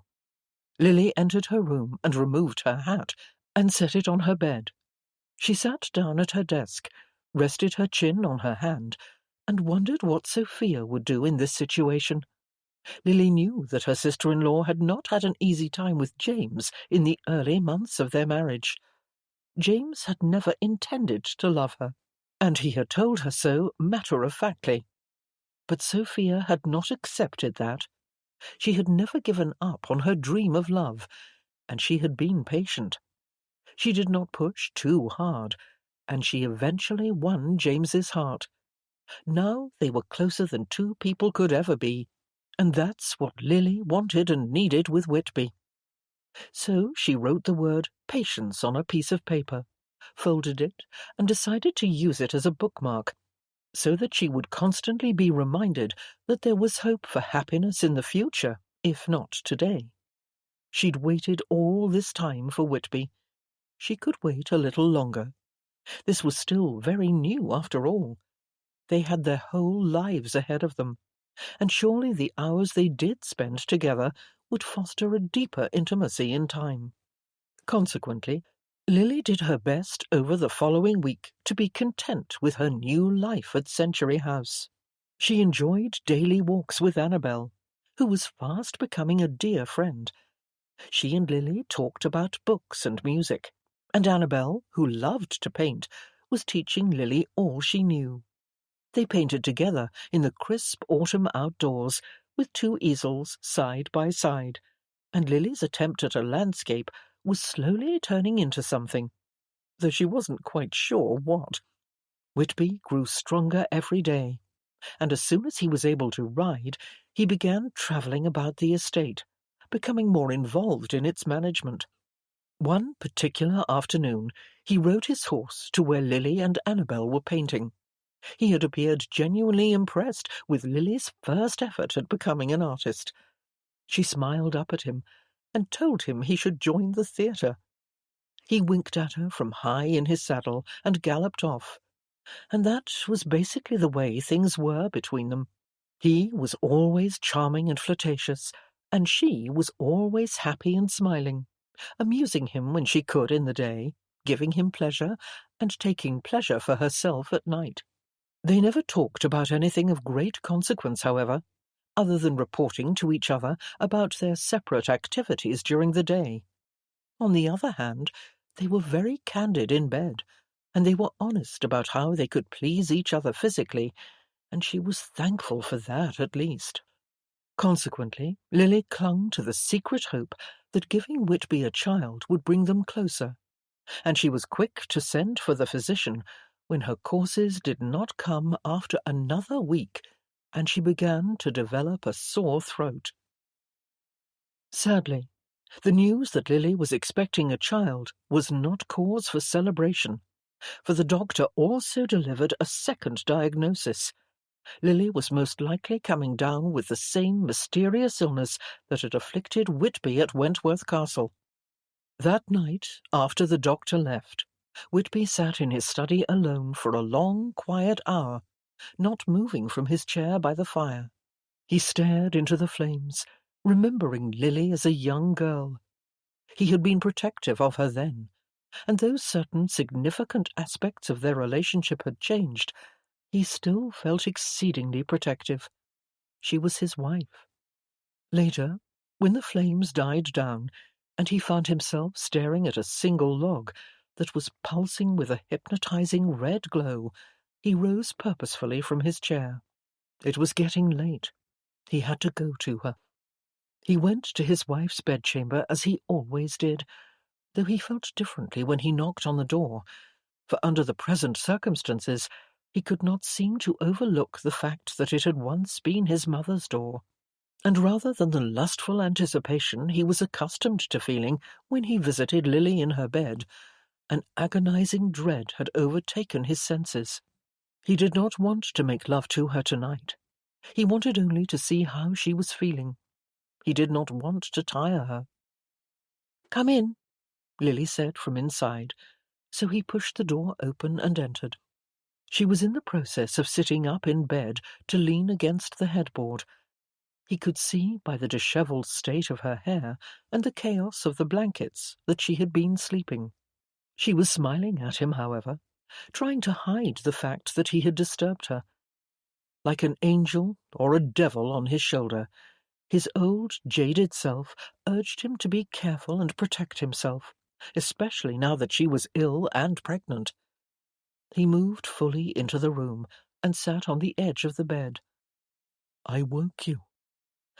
"No," she replied. "I was just resting." He took her hand. "How are you feeling tonight?" "I felt better." He took a moment to envision what the next few weeks were going to be like.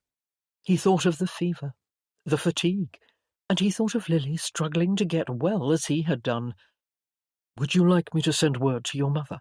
he asked. "No." He recognized the lingering hostility in her voice. "Are you sure? Perhaps it would be a good opportunity to—" "No, Whitby. I don't need to see her.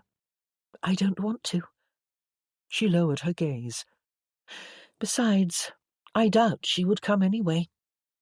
He nodded, deciding to let the subject go for now, for he wasn't entirely sure Lily was wrong about that, and he did not want to hurt her with such a rejection. "How is your throat?" She swallowed with discomfort. "It's sore. I didn't feel like eating supper." He stroked the back of her hand with his thumb. "I remember what it was like, but do try to eat, darling, even if you don't want to. You need your strength." "Yes."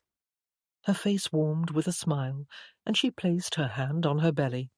"I do indeed." Whitby gazed down at her flat stomach and found himself quite unable to comprehend the notion of a baby growing in her womb. It signified a future, a life different from anything he'd ever known. It was astonishing, wonderful, and frightening all at the same time. "We were very efficient," he said with a grin. She raised her eyebrows playfully. "I knew we would be. We are very good at doing what it takes to make a baby." He chuckled, and though he had not come here to make love to her, he nonetheless felt a rush of arousal, brought on by the luscious intonation in her voice and the teasing glimmer in her eyes. The fact that her nightgown was unbuttoned at the collar, and he could see the gentle swell of the tops of her breasts, made it all the more difficult to remember that he had not intended to be selfish or irresponsible tonight. He had wanted only to think of her well-being. The scandalous fact of the matter was, he could not keep his hands off his wife, even when he wanted to back away from her. He wanted her, with all the force and passion of a tempest, and when it hit hard, and he forgot all things sensible. He forgot what frightened him, for when he made love to Lily, when he was inside her, he felt as if he'd found a safe harbour, which was why all this was so difficult to bear. He did not want to lose her. He gazed into her eyes for a moment, trying to resist her allure because she was sick and he had to, and said, "It's important that you get as much rest as possible. And now that we know this illness is contagious, I probably shouldn't even be touching you. I shouldn't come to your bed for a while." The happy playfulness in her eyes drained away, and her smile turned to a frown. "Oh." "I just want to make sure you get well." And that was God's honest truth. Still, he could see the hurt in her eyes. She stared at him for an uncomfortable moment. "Whitby, if we can't be together at night, I fear that we—" She couldn't seem to find the right words. "What are you trying to say, Lily?" She lowered her gaze.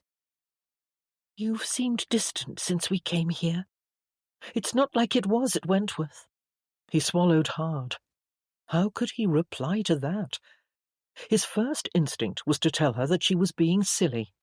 Of course, everything was fine.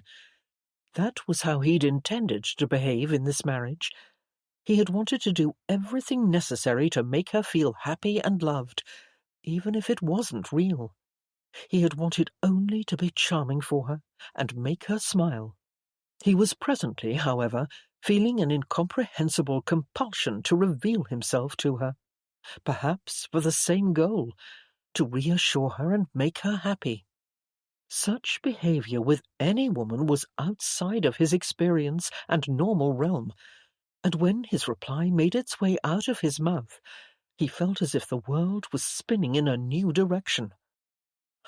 "I thought I was dying at Wentworth, Lily. Strangely enough, knowing that I'm going to live, and knowing that we will be spending the whole of our lives together, makes everything more complicated.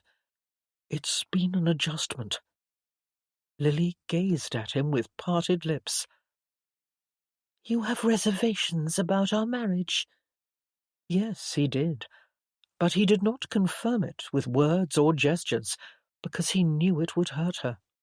Regardless of that, she knew it, as if he had said it aloud. She always seemed to know things about him, to sense things, which was somewhat disturbing. It made his plan to spend his life trying to convince her he was happy seem like a daft waste of time. "You told me that you did not regret our marriage," she said, "but I have not been able to believe it." She looked down at her hands. "There is a part of you that wishes your life was the way it was before you travelled to Wentworth and became ill, isn't there?" But did he really wish that? He wondered suddenly, as he stared into her worried eyes. A part of him did, yes, especially now that she was sick. But another part of him did not. "No, Lily, I don't want that." "Because I would give you an annulment if you wanted it," she replied, as if he hadn't spoken, as if she were not carrying his child. He saw passion in her eyes, a desire to argue with him. It was the old Lily he used to know, the little girl who demanded he chase her, even when he was not in the mood. "I want to be your wife more than anything," she said. "I've always wanted that, but I would never want to be a burden to you, and I am beginning to fear that I cannot live here with you if you don't truly want to be with me." He took her face in his hands. "I do want to be with you." Her eyes did not soften. He began to see that she had been suppressing some anxiety for a number of days now, and she was going to blow. "Only in bed," she said firmly. "But we never talk about anything important. You never tell me how you feel about anything, nor does anything ever seem to bother you. But I want to know you better. I want to know about your childhood and your parents." "None of that has anything to do with our marriage." "It has everything to do with it. James told me about all the nannies you had." He gave her a fierce, warning look that chilled her blood before he turned away from her. Lily stared at him in dismay. After a moment, she bowed her head in defeat. "I feel like all the smiles over the past few weeks have been a charade, and I've been trying to be patient and accept it. But now I don't think I can, not if we can't be together at night. I know that's not your fault.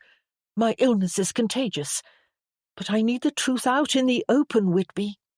All I've ever wanted was honesty and openness in my marriage. I'm tired of pretending that everything is fine." He faced her again and shook his head. "What truth? I don't understand what you want from me. Do you want me to say that I wish I'd never married you? Do you?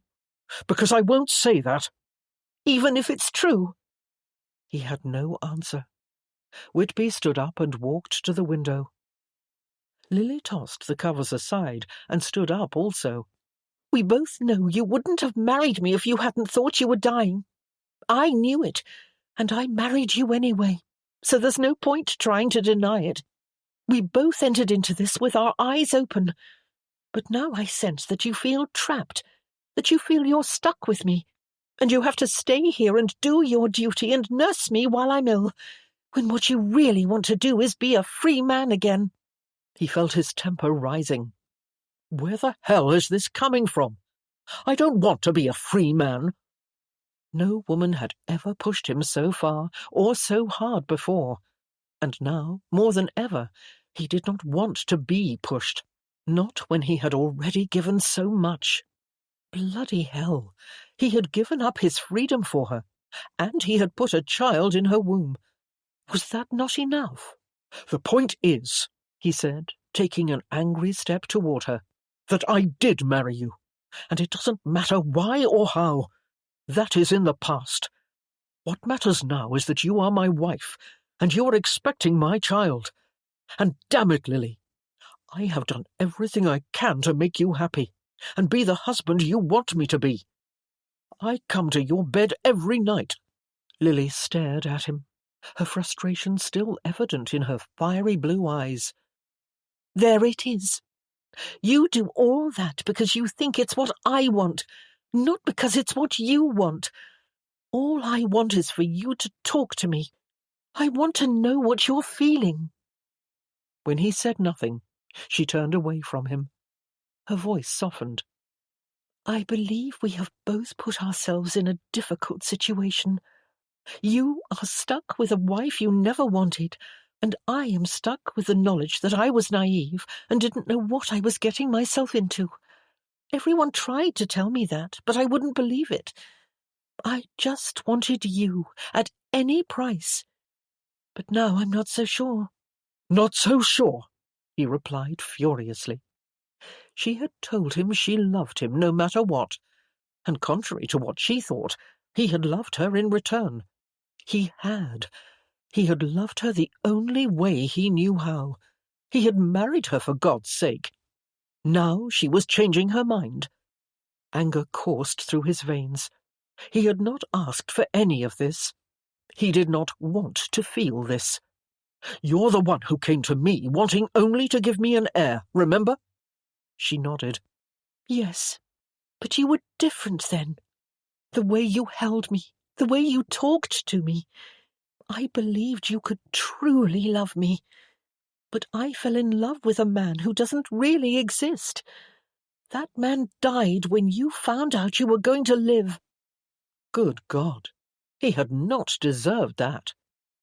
"We have been married less than a month, Lily," he said. "You expect too much. I cannot change who I am overnight. I wish I could, but I can't." "Is it me?" she asked, and he wondered if she was hearing anything he was saying. "Am I not the kind of woman you find interesting?" This was a nightmare. "Of course I find you interesting. I just don't understand what you want from me. I'm giving you everything I can. I made you my countess. I make love to you every night. I'm not unkind to you. You want too much, Lily." She stood dumbfounded, her chest rising and falling with deep, panting breaths. Then she sank into a chair. "Yes, I do. I want more, Whitby, because something is missing. But the worst part is, I don't even know what it is, because I've never had it." He stared at her for a moment, while labouring not to feel too surprised by this. He had known he would not be able to make her truly happy, intimately happy. He just did not know how to love that way. Whitby turned from her and walked to the door. "Get some sleep. You need your rest." Speechless, she watched him. "You're leaving?" He heard the shock in her voice, but something very intense was compelling him to leave. He couldn't fight it. The ceiling was coming down on his head. He didn't know what to say to her. He couldn't fix what was wrong. He had to leave. "There's nothing more to say." "Yes, there is." He stopped with his back to her, holding onto the doorknob, waiting for her to speak. "At least when you were dying, I didn't feel like you were lying to me." He paused for a moment, then faced her with one last word. "Lily, you said whatever I could give you would be enough. So, it appears that I am not the only one who lied." With that, he walked out and shut the door behind him. He paused in the corridor, however, and laid a hand over an unfathomable ache in his heart, because, for the first time, he did regret marrying Lily, and he wanted his old life back. Chapter 28. In the days following, Whitby gave Lily a wide berth. He increased his involvement in estate business, and found himself almost obsessively wanting to take care of things that had been too long neglected. He spent every possible minute with George Gallagher, his steward, visiting the tenants, and finally seeing for himself where the rents were coming from and who was ploughing his fields. He'd insisted upon learning how the account books were kept, and went over them himself at night after Gallagher was gone, making sure everything made sense. Whitby realized that this fixation on his duties as landlord was a direct result of his argument with Lily, for he had developed a rather sudden awareness of his shortcomings and how he had failed those who were dependent upon him. He'd been a frightfully incompetent landlord, and he could still do with some fundamental improvements as a husband. He just didn't know how to fix that aspect of his life quite yet. Account books were easier. He was contemplating these changes and deficiencies in himself as he arrived home chilled one afternoon after a long ride across his estate. Handing his horse over to one of the grooms, he strode across the courtyard to the back entrance of the house. He blew into his gloved fists and rubbed his hands together, suspecting that snow was little more than a week or two away. He could smell it in the air. Taking 2 steps at a time up the back veranda, he stopped when he noticed Annabel standing alone in her hooded cloak, her back to him while she gazed out over the terraced garden. Whitby removed his hat and approached her. "Annabel!" She turned to him with a strangely hopeful look on her face, but it disappeared when their eyes met. She lowered her hood and smiled. "You're back?" "Yes," he replied, removing his gloves. "I had a productive day." "I'm happy to hear it." She walked toward him, and they sauntered casually across the veranda together. "Everyone is very impressed with your new interest in the estate," she said.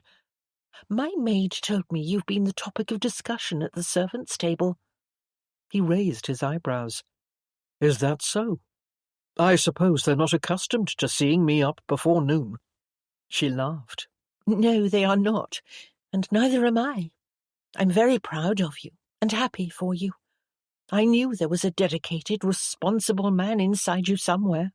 He smiled faintly at her to acknowledge the compliment, then turned his eyes toward the horizon. "How is Lily?" Annabel shrugged. "She is as well as can be expected. She's been sleeping for the past few hours. Did you know she's been ill in the mornings?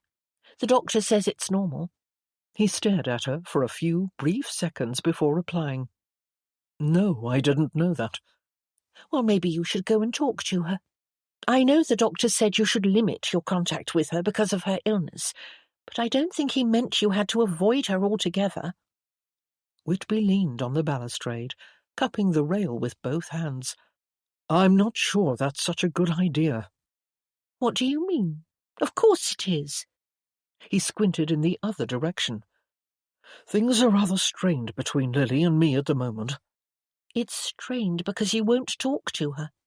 She thinks you're sorry you married her, and that you're not in love with her. Did she tell you that? No, she's very loyal to you. She doesn't talk about you, or say anything derogatory behind your back, not even to me. But I can see it as plain as day. She did not marry you for position or money. She married you because she loved you.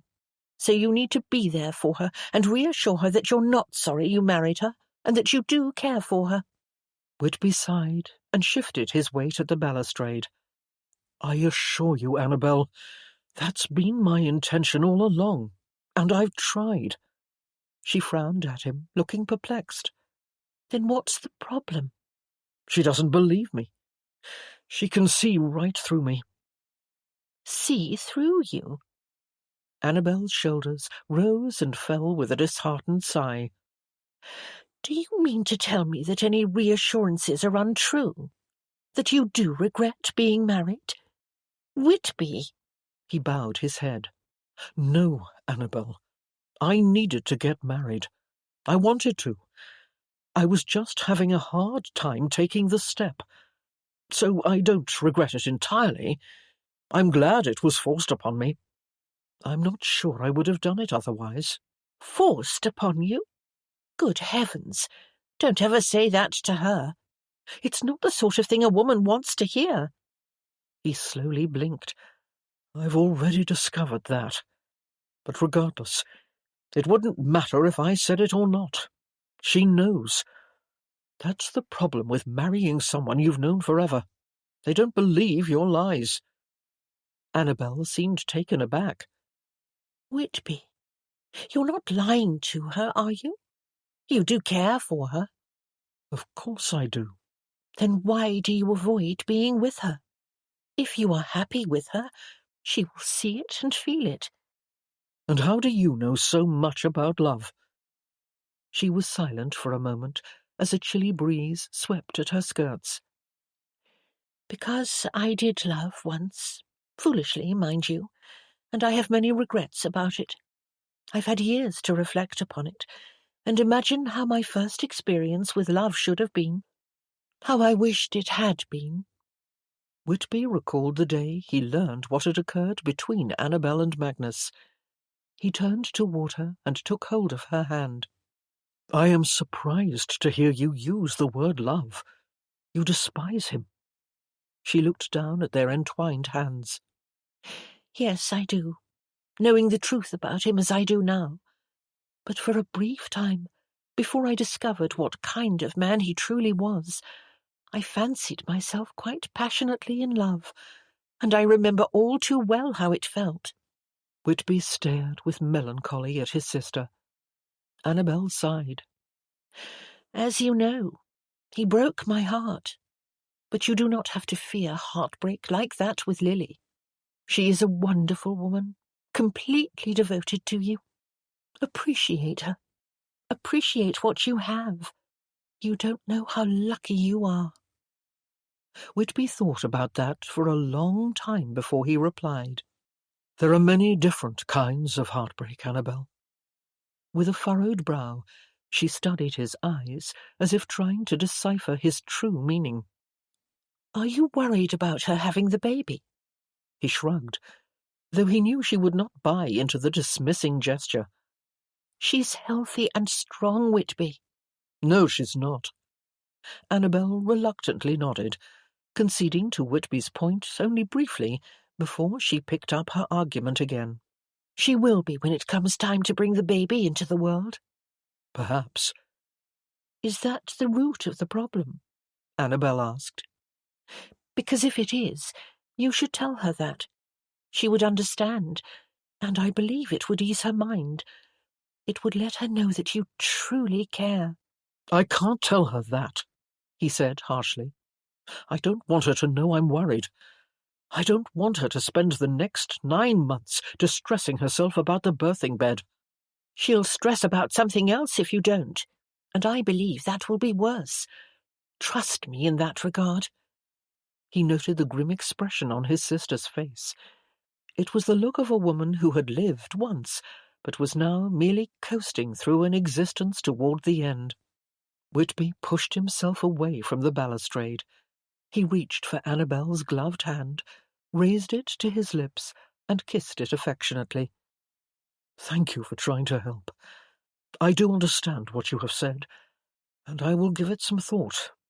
Truly I will." Annabel responded with only a nod and a sad smile. There was no place-setting for Lily that evening at the table, for she had informed her maid that she was not hungry.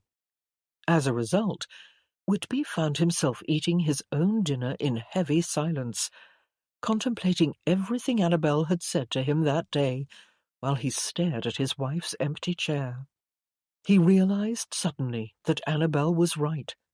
He needed to talk to Lily and smooth out their problems. And besides that, he missed her.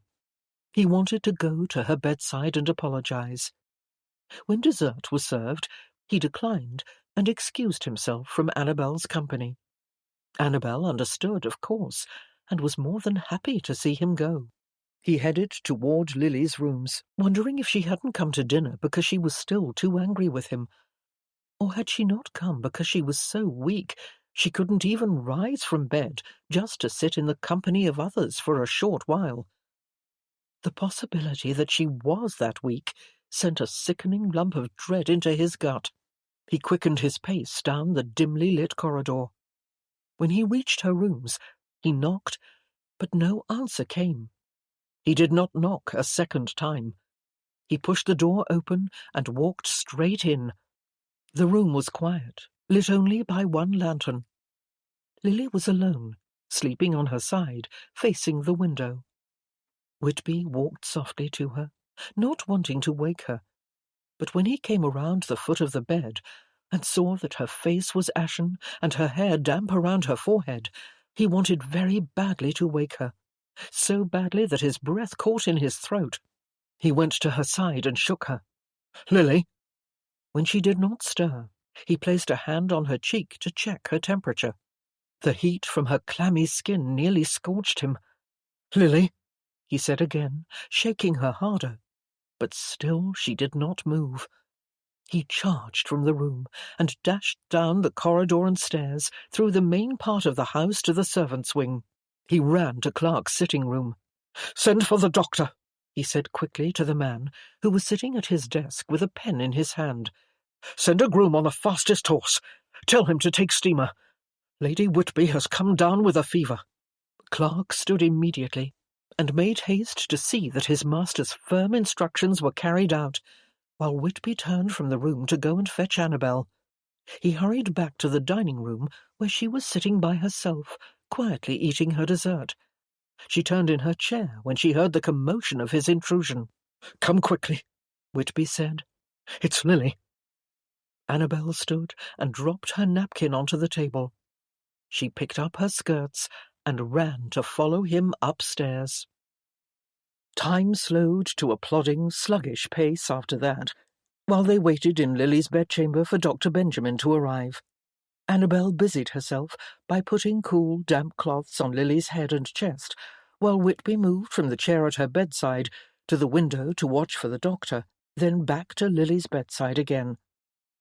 Finally, after an hour or so, the doctor's carriage arrived. Whitby greeted the man at the door and led him upstairs to the room where Lily lay motionless on the bed. He remembered his own mother lying motionless on that same bed 26 years ago. She'd lost her baby, and Whitby, only 7, had been called in to see her before God came to take her. The doctor was quick and thorough with his examination, and his diagnosis held nothing that could be considered a surprise. Lily's illness was progressing, and there was nothing to be done but wait and keep her comfortable and pray that her case would not be worse than Whitby's. "What about the baby?" Whitby asked directly. "She is young and strong, my lord," the doctor replied, not meeting Whitby's gaze as he put his instruments back in his bag and closed it. "I see no reason why she and the baby shouldn't pull through this." But he was guessing. Whitby could hear it in his voice. He didn't know the first thing about this illness. He was as baffled as Dr. Trider had been. Whitby forgave the doctor, however, for he knew there was no other reply. It was what must be said to all those with sick loved ones in times such as these, and it no doubt comforted most who heard it.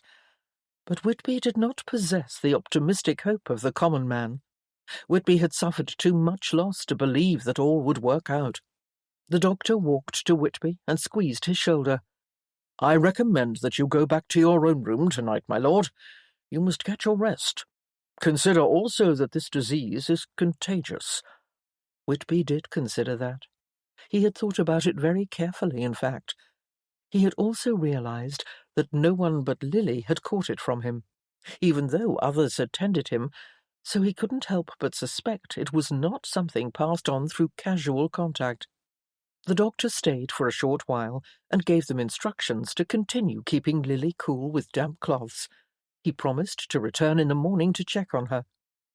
After seeing Dr. Benjamin to the door, Whitby returned to Lily's side and told Annabel that he would stay all night, and he would prefer it if she went to bed and got her rest, so she would be able to help in the morning. He was genuinely sincere in the fact that he did not want Annabel to become overtired, but the true basis for his request was a powerful need to be alone with Lily tonight, to be the person caring for her. Annabel left, and Whitby sat at Lily's bedside. As the clock ticked slowly in its case on the mantel, indicating each hour as it passed, he rose only to change the cloth on his wife's forehead or to add another log to the fire. He spent the night leaning forward in the chair, touching Lily's hot, damp cheek with the back of his hand, pushing her hair away from her face, but never kissing her. He prayed all night long, perching his elbows on the bed and resting his head on clasped hands. He asked God to watch over her and help her get well. He apologized for all his sins.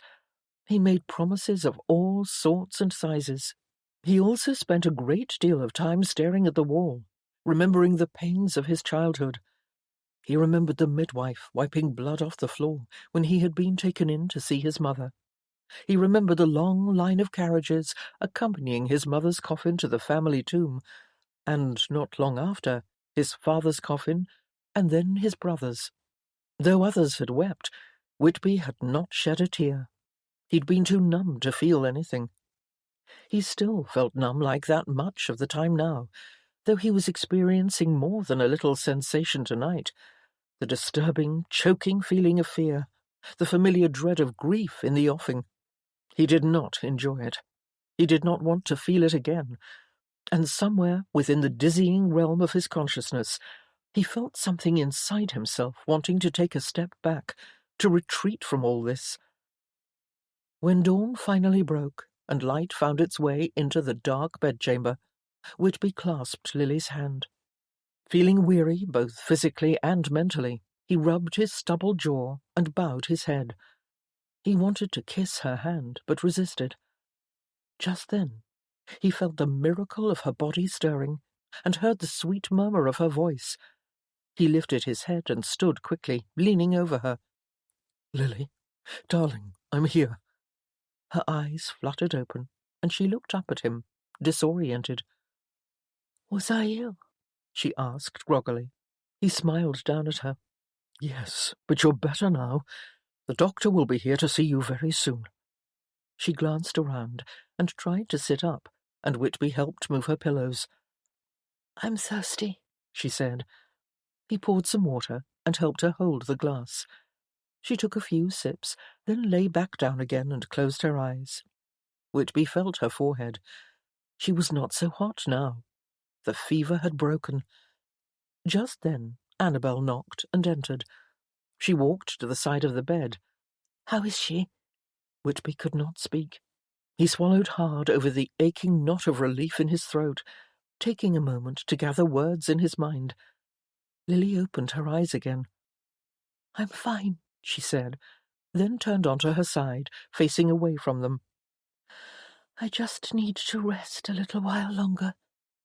Annabel touched her forehead, then gazed up at Whitby with a happy glow in her eyes. "She's much better," Yes, she's better, he replied. Perhaps you can stay with her now. I'll go and get some sleep. Yes, you should, Whitby. You look exhausted. He had no doubt that he did look like death himself. He'd been up all night after all. He thanked Annabel for coming so early, told Lily he would be back later to see her. Then he went to his own private bedchamber and wept. Chapter 29. 3 months later. Lily stood at the drawing-room window with a cup and saucer in her hand, staring absently out at the overcast morning. There was no colour in the distant forest, only the greyness of dormant trees, with a white dusting of snow on the ground. Winter had finally descended upon them. She laid a hand on her belly and wondered when she would feel the baby kick. Soon, she hoped. She was 4 months along. At least the morning sickness was gone now, and she was fully recovered from her illness. She had her appetite back, though she was still fatigued. The doctor assured her that fatigue was a normal part of her pregnancy, however, so she felt little concern when she took long naps in the afternoons. Though life was far from perfect, she had grown comfortable in the house during her long recovery. She wrote frequent letters to Sophia and James, though she never expressed her unhappiness. Perhaps it was her pride. She had fought so hard against her brother and mother to let her do as she wished. She also received many letters, though never any from her mother. She tried not to let it matter, but it did, because she hated this animosity between them, this silent punishment. If only her mother would just bend a little, Lily would be willing to bend a little too. But she knew that would never happen. Her mother did not bend, not when it came to her precious duty. Hence, Lily swept that hope as far away as she could. On a happier note, Annabel had become invaluable as a friend and sister, taking over Lily's duties while she was ill, and making sure everything ran smoothly in the household. Lily had come to depend upon her, and they enjoyed each other's company, whether they were discussing the tedious details of the dinner menu or the titillating chapters of a scandalous novel. And Whitby had come regularly to visit her each afternoon when she had been ill. He had read to her from a book or played cards with her. The dynamic between them had become more relaxed. They had become friends. They never discussed the argument they'd had. She had known he had not wanted to upset her. And, to be honest, she had not wanted to upset herself. The illness, she knew, had taken the wind out of her sails. She had grown tired of fighting for what had been forever elusive in her life, and she had begun to believe that she would find happiness if only she could accept life the way it was and let go of her stubborn and perhaps greedy desire for something more, something she didn't really understand anyway, because she'd never had it. And life was not so bad. As a result, Lily managed to ease into a comfortable routine, spending all her time waiting for spring, waiting to have her baby, waiting for the awkward gap between herself and her husband to disappear. For it was certainly awkward in one respect. They had not made love since she'd been ill. Even after she'd regained her strength, her husband had not reclaimed his place in her bed. They had become mere companions, seeing each other only in the drawing-room in the evenings, while he read a book, and she and Annabel sat together on the sofa, reading or taking turns at the piano. Lately, however, her body was remembering the pleasures they'd given each other in the early days of their marriage. She felt hungry for the physical act of sex, and she wondered if it was the pregnancy causing it. She felt especially hungry for sex now. She wondered where her husband was. He usually went off with Gallagher in the mornings, or he was in his study, taking care of estate business. It was chilly this morning. Perhaps that's where he was. She raised the cup to her lips and discovered that her tea was cold. Setting it back down with a clink onto the saucer, Lily set it on the tea-cart. Feeling exceedingly restless, she left the drawing-room and went to Whitby's study, knocked firmly on the door, and heard his voice from the other side. "Enter." Lily pushed the door open. Her husband was seated at his desk with his eyes downcast, writing something. He raised a finger to say, "One moment," then finished what he was writing before he looked up. Their eyes met, and he was surprised to see her, which was no great shock, considering she had not allowed herself to seek him out like this since before that horrible night when they'd argued. Her pride had made her wait for him to come to her. But today she could wait no longer. Her body needed him, and nothing else seemed to matter, not her pride or her loneliness. Lily walked in and closed the door behind her, while she simply looked at him. He stared at her for a moment, then set down his pen. He pushed his chair back and stood. Lily inched along the wall, her hands clasped behind her back. She said nothing, asked for nothing. As he moved out from behind his desk, his eyes glimmered with a clear awareness of what she had come for. How did he know? And the absolute confidence that he could satisfy her, in that regard at least. He sauntered toward her without a word, only the heated intensity of their locked gazes, the subtle yet bold connection of their sexuality. Breath held, Lily watched him approach, her heart pounding like a hammer in her chest. Never taking his eyes off hers, he walked to the door and locked it, then came to stand before her. "Good morning," he said in a quiet, husky voice. Ah, this was what she wanted, a piece of the connection they had once shared, and the pleasure of knowing he still wanted her, in this way at least. His unsmiling eyes roamed over her face, and she felt as if she hadn't seen him once in the past 3 months, even though she had. She experienced a sudden urge to ask him why he had not come to her bed yet to make love to her, but resisted it. She was in the mood for sex, not conversation, and she could see in his eyes that he wanted the same thing. Lily slid along the wall, tilting her head. Her husband let her go almost out of reach, then took hold of her wrist and smoothly dragged her back to her spot in the shadow of his large frame. His expression was dark and stern. He leaned into her, pressing his body snug against hers. She could feel the heat of his breath on her face before he bent at the knees and kissed her. He thrust his hips in a slow, tantalizing rhythm that promised to satisfy all the erotic longings that had been assaulting her lately like a madness. Lily wanted sex, raw, unbridled sex with him. That was what she had come for. Yet still, at the back of her mind, no matter how hard she tried to resist it, she wanted so much more, and could not keep herself from hoping that these wild moments of rampant pleasure would lead them in that direction. He slid his hand down her leg and gathered her skirts in his fist, lifting them.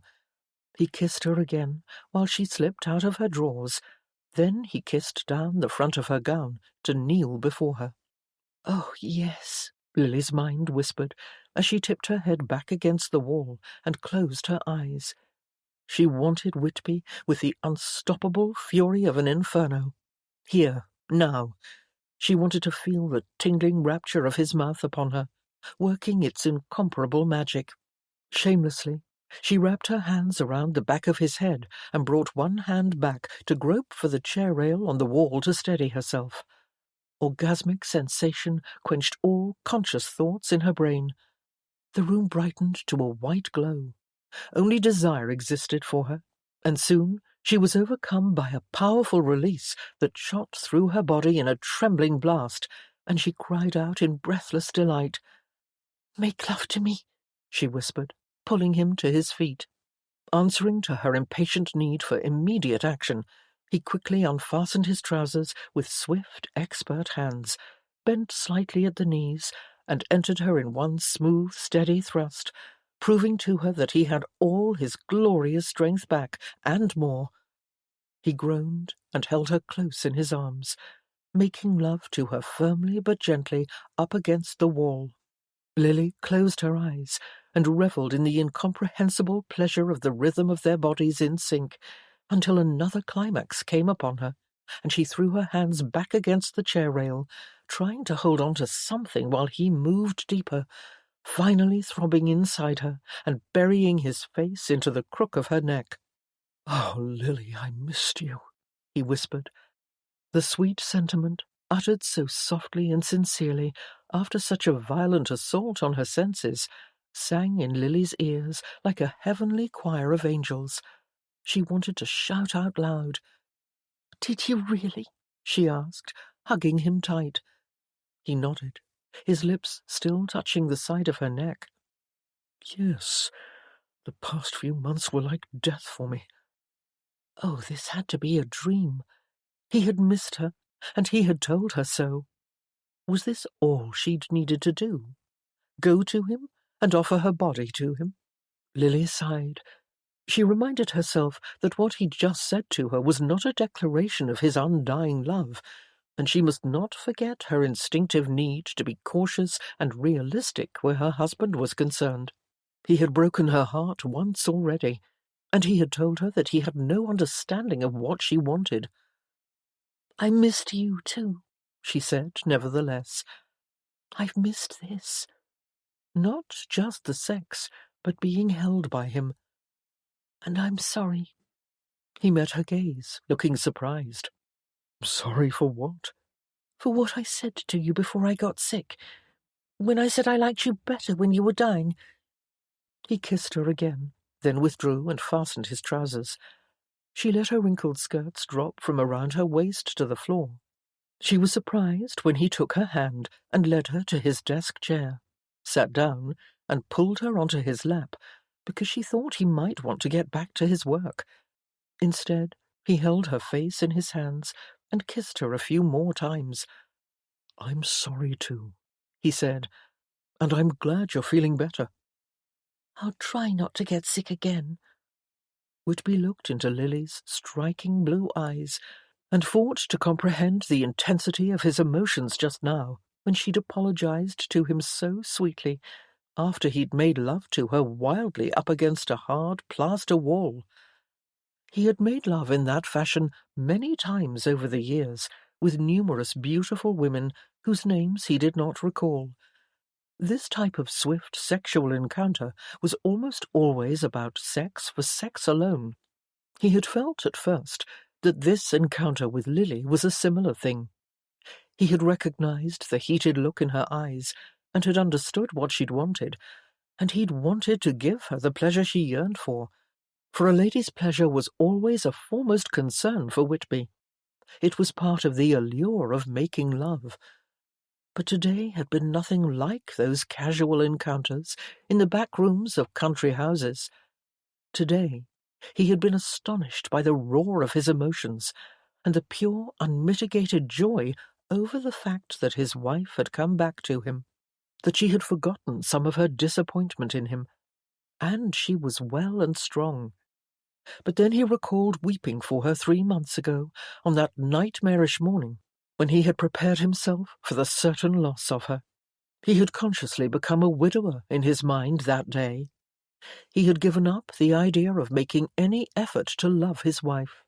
More than ever, he had not wanted to love her, this fragrant flower of a woman who had blossomed so beautifully into womanhood over the long, sterile years of his existence. And he was still afraid, because in 5 or so months she would be crying out in pain on the birthing bed, at the mercy of God, or fate, or whatever one wished to call it. Lily smiled warmly at him and ran her fingers through his hair. He leaned forward and kissed her neck, holding her tight against him. "Lily, When he did not finish, she took his face in her hands. "Yes, Whitby? What is it?" He stared intently at her, remembering the conversation he'd had with Annabel a few months ago. "I worry about you," he said at last. "I worry about you having this baby." Lily's lips parted. "There's nothing to worry about," she told him. "I'll be fine. It will all go well, you'll see." But he did not see. He could not see. "You know that my mother died in childbirth," he reminded her. "I know, but mine didn't." She smiled reassuringly. Babies are born healthy every day, Whitby. You must remember that. You mustn't worry. He nodded because he had to. He couldn't disagree with her. He didn't want to make her anxious. Come to my room tonight, she asked tentatively. He sat back and ran his hand over her thigh. Yes, he replied, more than ready to make love to her again, for he had always been able to separate sex from love, and he would continue to do so. He simply had to. We have some catching up to do, don't we? She smiled enticingly. Yes, I believe we do. With that, she kissed him on the mouth and left him to finish his work. Chapter 30. Almost immediately, Lily and Whitby rekindled their sexual relationship, and all was well between the sheets of Lady Whitby's bed. But whenever Lily brought up what her husband had said to her in his study, regarding his worries about the upcoming birth, he told her he didn't want to talk about it, nor did he wish to discuss his mother.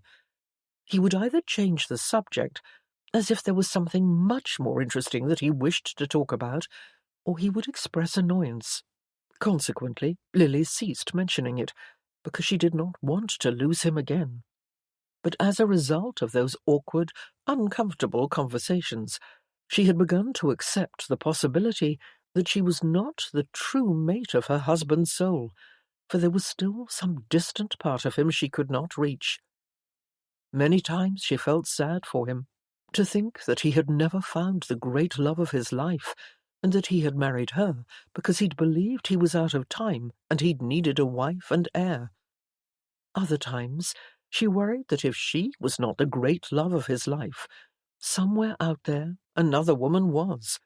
Perhaps there was someone else he would be able to talk to about things that caused him pain, and perhaps one day he would find that woman and need to be with her, and Lily would have to quietly stand back like other wives did when their husbands took mistresses. She was not sure she could do that. It would devastate her. Yet, despite everything, she loved him deeply and hopelessly, and for her there would never be another. She had no choice but to cling to the dream that after the baby was born, after he saw that childbirth was not always tragic, he would let go of some of his worries and let himself love her. She was sitting in her room, pondering all these things, while she sealed a letter to Sophia and James, when a knock sounded at her door. "Come in," she called out. The door opened, and her husband entered. He wore a white shirt and chocolate-brown waistcoat, and she found herself staring at him, speechless, caught in the glorious splendour of his masculine good looks. He smiled questioningly at her, then closed the door behind him, locked it, and sauntered in. He leaned a shoulder against the solid oak bedpost and said, "Busy?" She smiled knowingly in return, set the letter on a tray to go out with the rest of the mail, and rose from her chair. She walked to where her husband stood and began to unbutton his waistcoat. "It's the middle of the day, Lord Whitby. Don't you have work to do?" "I do indeed have a number of things I wish to do this afternoon. To you." He slid a hand around the back of her neck and pulled her close for a deep, wet kiss. When he finally let her go, she felt wonderfully woozy, and a hot ache was skulking through her body. Lily realized her eyes were still closed, her face upturned. She struggled to lift her heavy lids. "You are most welcome to do everything you wish to do to me today. As long as you promise to help me get my shoes back on afterward, I can no longer see my feet." Whitby chuckled and unbuttoned her bodice for her, then led her around the bed and eased her onto her back. "Soon I won't be able to be on top any more." "We'll have to do it one of the other ways," she casually replied. "I suppose it won't be so difficult." He slid a warm hand up under her chemise and across her swollen belly. His touch was feather-like over her skin. "We've certainly been rehearsing lots of alternatives lately." He kissed her again, parting her lips with his own and touching his tongue to hers. "You are so good at that," she whispered breathlessly, as he laid a trail of kisses down her neck. "Let me show you what else I'm good at." Lily laughed out loud when he tossed her skirts up over her face and took his mouth on a trip in a southerly direction. A short time later, she was sighing with unparalleled satisfaction as her husband made love to her, and she began to believe she was the luckiest woman in the world. She might not have everything, but she certainly had more than she'd ever had before. And later, when their bodies were sated, and they were both pleasurably drained of strength and energy, Lily revelled in his arms, while he held her close on the bed. "I should let you finish your letters," he said, kissing her on the forehead. "No, don't go yet. Besides, I'm already finished. I wrote a long letter to Sophia and James, and told them about the new painting I'm starting with Annabel." "Have you written to your mother at all?" Lily ran her fingertips along his smooth, bare chest. "No, but she hasn't written to me either." "Do you think you should, now that the baby is coming?" She leaned up on one elbow, gazing into his eyes. She shook her head. "It doesn't matter any more. I've started a new life. I don't need her approval. And perhaps I finally realized that she never earned mine.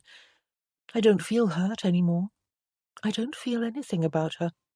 It was true, all of it. "I'm not sure why I feel this way," she added. "I hadn't thought it would ever be possible." He pushed a lock of hair behind her ear. "You're stronger now. You defied her, and you survived. And it has all worked out. At least, I hope it has." He was searching for something, she realized. He wanted to know that everything she had said that horrible night when they'd argued was no longer true. He wanted to know if she was happy. "Yes, it has worked out," she replied, keeping her lingering reservations to herself. For this moment was the best they'd had yet in their strange, brief marriage. Whitby had spoken to her of something important, something personal. She dared not spoil it. With her son, Liam, resting on her hip, Sophia entered the drawing-room at Wentworth Castle. Marian, who sat across from James by the fire, keeping warm, looked up from her needlepoint. Sophia set Liam down. He toddled to the window and climbed up onto an upholstered chair to look outside. "It's snowing, Mummy," he said, touching his chubby finger to the frosty pane. "Why, look at that," Sophia replied, watching him with a beaming smile. "You're right, Liam." She turned to James and handed him a letter. "It's from Lily." She glanced at Marian. "She says all is well, and she and Annabel have each started a new painting." "Ah, my sister, the artiste." James smiled as he accepted the letter and began reading. Marian felt Sophia watching her, and she knew her daughter-in-law was hoping she would ask to read it too, but she would not. Though she did wonder if Lily was still suffering from her morning illness. Marian remembered what it was like. She had been very ill with James. She returned her full attention to her needlepoint, but was startled by a loud bang that caused her heart to leap to her throat. "Liam!" Sophia shouted. She and James both darted across the room before Marian had even comprehended what had occurred, that Liam had climbed onto the back of the chair and it had tipped over. Marian rose from her chair and dropped her needlepoint to the floor. She felt rooted to the ground, locked in the panic of a memory. James doing the same thing in this very room when he was not much older than Liam. His tooth had gone through his lip. Marian remembered it as if it were happening now. Her husband hearing the crash and crossing the room to pick James up and stand him on his little feet. As soon as he saw the blood, he'd slapped him across the face. Marian sucked in a shuddering, stinging breath. She watched James go to Liam and pick him up and stand him on his feet. She swallowed anxiously, her body clenching with dread. Liam was wailing. "Are you all right, son?" James asked, staring into his son's distraught face. "I fell," Liam cried. James gave him an encouraging rub on the head, messing his hair. "You certainly did. That was quite a tumble. But you're all right now. Give me a hug. There, there." Marion felt shaken, relieved, but slightly nauseous, as other memories flooded her mind, a multitude of moments just like this one, when her husband had been cruel to her and their children. She had married him because her parents told her to. Her parents. Where were they now? Gone. And she had no memory of them ever comforting her like that. What did her duty to them matter now? She put her hand over her heart, and for the first time in her life she uttered the words, "I made a mistake. I made a terrible mistake." The shock of the admission held her immobile, as she stared blankly at the floor. Then her eyes lifted, and she found herself looking at Lily's letter on the chair in front of her. A letter from her brave daughter, who only wanted happiness with the man she believed she loved, despite all his flaws. A raw and primitive grief beset Marion, as she slowly bent forward and reached for the letter. Chapter 31. It was quite surprising when Lily realized that, contrary to how she had felt early on in her marriage, when she had believed that she could not live without Whitby's full devotion, she was not unhappy in the months leading up to her delivery. She had taught herself to focus on the bright side. Though her husband rarely spoke of matters of the heart, he treated Lily with kindness, generosity, and respect.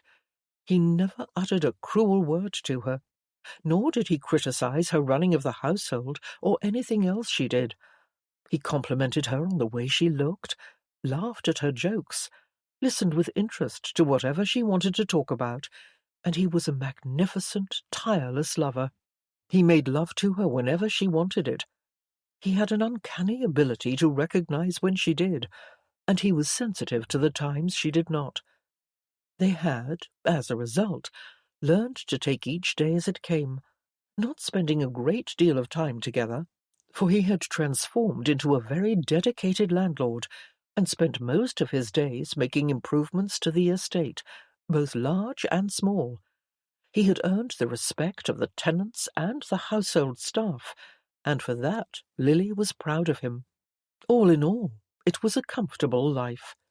They were compatible and polite to each other, and though it wasn't perfect, it was a great deal better than what her mother had endured in her marriage.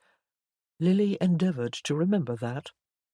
Annabel, too, seemed happier these days. She and Lily were still painting together, and though Lily knew she would never possess Annabel's natural evocative talent, she had become quite proficient, having completed some landscapes and a number of works with fruit or flowers.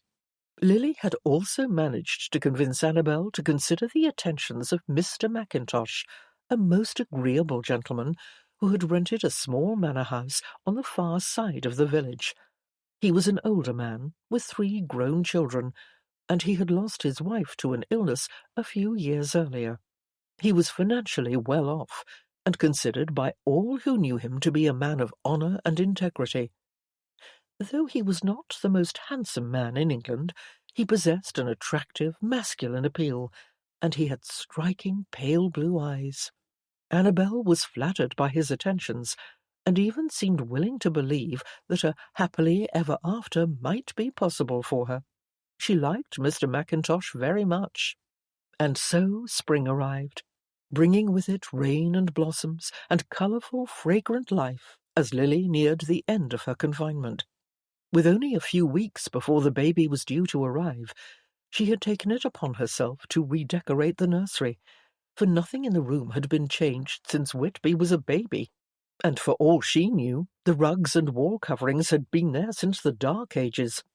Thus she began the joyful undertaking with an almost obsessive determination she could not explain. When she had an idea, she wanted to put it into action that very instant. Whitby seemed amused by her single-mindedness, and informed her that the doctor had warned him she might display such behaviour, but not to worry, as it was considered normal for women in the late stages of pregnancy. Some called it feathering the nest. It was a sunny afternoon in late May when Lily felt positively desperate to escape the confines of her home and went out to gather some proverbial feathers in the form of fabric samples for the new cradle she'd had built by one of the finest woodworkers in England. She and her maid Aileen travelled privately by closed coach into the village to meet with Madame Dubois, the local dressmaker, who had ordered a number of unusual bolts for Lily to peruse. She was on her way out the back door of the shop afterward, and about to step into the coach, when someone called out her name. "Lady Whitby!" She stopped and turned. A man was leaning against the outside wall of the shop, and when their eyes met, he pushed himself away from the wall and took a few tentative steps toward her. She paused uncertainly for a brief second before she replied or invited him to speak to her, for she was sure that she did not know him, and for that reason it was entirely improper for him to call out to her in such a familiar fashion, especially in her condition. She was not sure of his intentions, and she needed a moment to make a superficial judgment of his character. She noted his face first, the dark hair and dark brown eyes, and found his expression largely non-threatening. He looked more hopeful than confrontational. He wore a black coat and hat, which looked rather shabby after seeing all of Madame Dubois' fine fabrics and ready-made garments. Lily surmised he was not a man of great means. In the end, it was her instincts to which she adhered. They led her to believe that he did not mean her any harm. So she nodded at her footman, who stood ready at her side, to express that she was willing to speak to the man. "Good afternoon," she said politely, yet with reserve. He approached and removed his hat. He stopped before her, looking carefully at her face, as if he, too, needed to make a superficial judgment about her character. She allowed him the freedom to do so, but was unnerved when his gaze dropped briefly to her swollen belly. She reacted by clutching her reticule tightly with both hands in front of her stomach, and feared she might have been wrong to assume he was harmless. Lily raised her chin. "What is it, sir? I am in a hurry." He looked her in the eye, then said matter-of-factly, "I am your husband's cousin." Lily stared blankly at him. "Magnus?" "Yes." Lily wet her lips and gathered her composure, and made a conscious effort to stand up straight and hold her head high. She did not want him to think she was frightened or intimidated, though she most decidedly was. Yet she was angry too, for she knew what he had done to Whitby's family, and Annabel in particular. Magnus had taken away her trust in men, and, quite frankly, ruined her life. "You have audacity, sir, speaking to me like this. I know all about you, you see. And I know my husband asked you to stay away." A dark shadow of loathing passed over his eyes. He said nothing, and glanced up the street as if contemplating something, and Lily wondered if he was simply going to put his hat back on and walk away. He did not do that, however. Rather, he lowered his head. Surprised, Lily waited for him to look up and say what he wished to say. At last he spoke. "Your husband recently made me an offer of compensation in return for my departure from England. I turned him down, but I have had time to reconsider, and I would be obliged if you could inform him of that." Lily squeezed her reticule in her hands. "Why are you asking me to tell him? Why not tell him yourself?" "Because I wanted to get a look at you." Lily felt herself cowering under the disarming intensity of his assessing eyes. He was judging her. "Now that you have," she said bitterly, "I hope you have satisfied your curiosity." He considered that.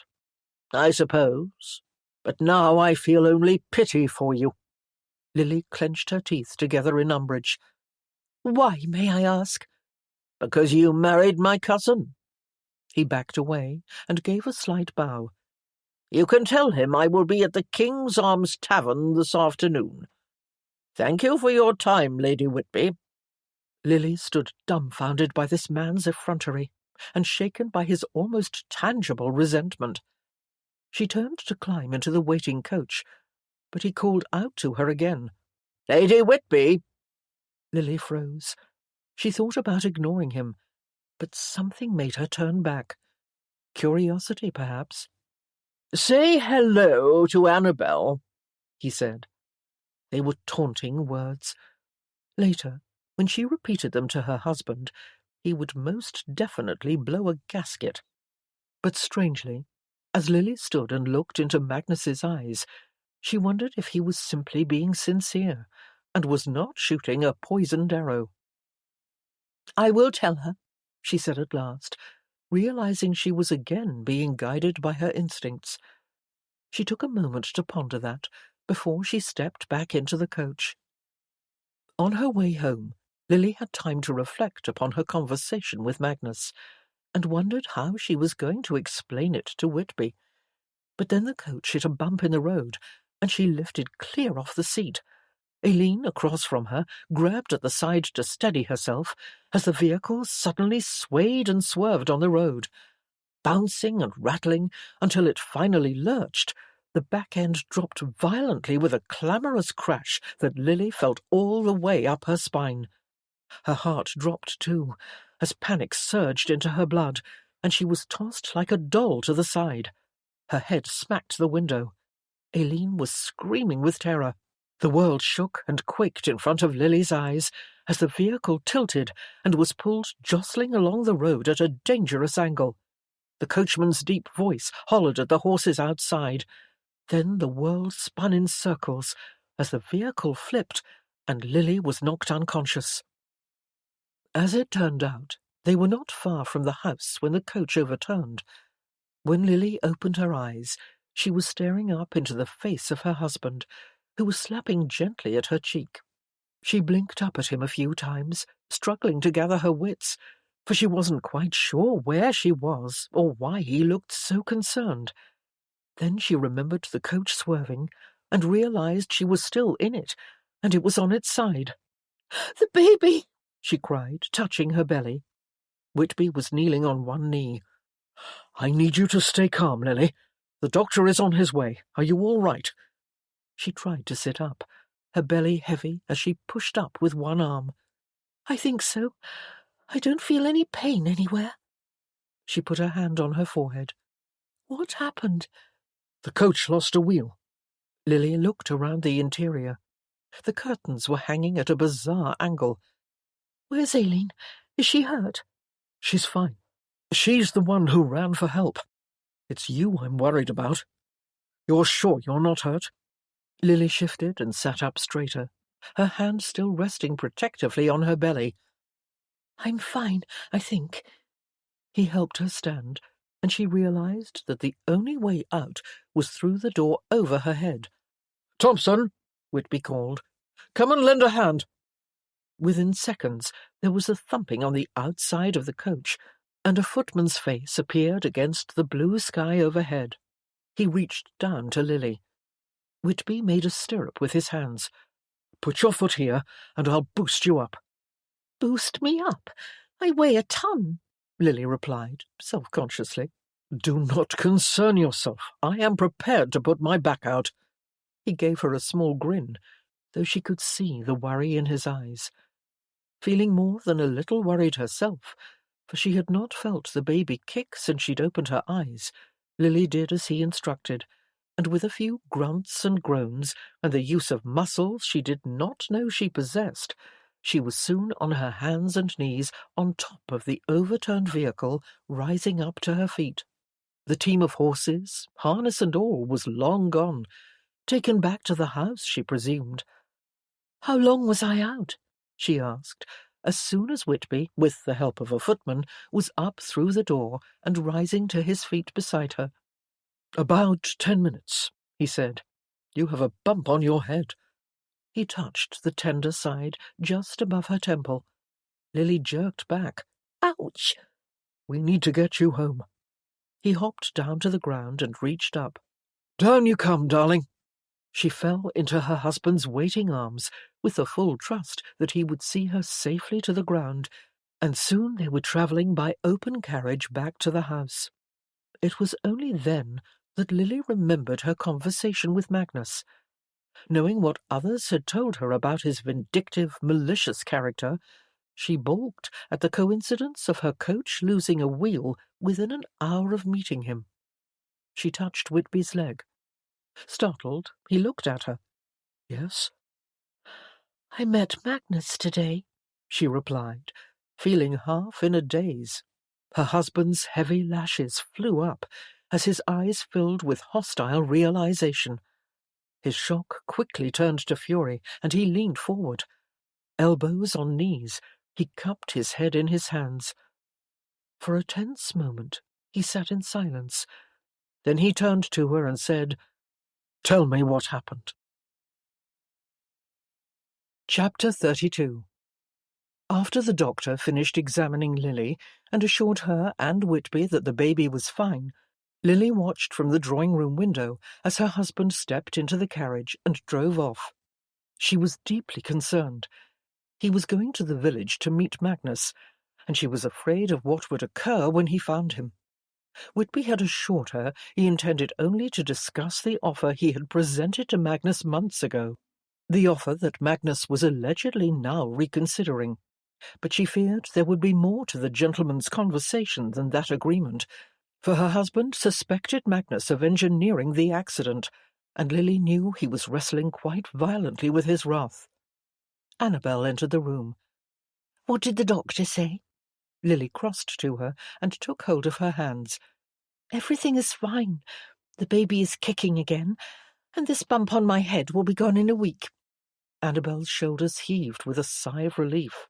Thank goodness. I'm so glad you weren't seriously injured.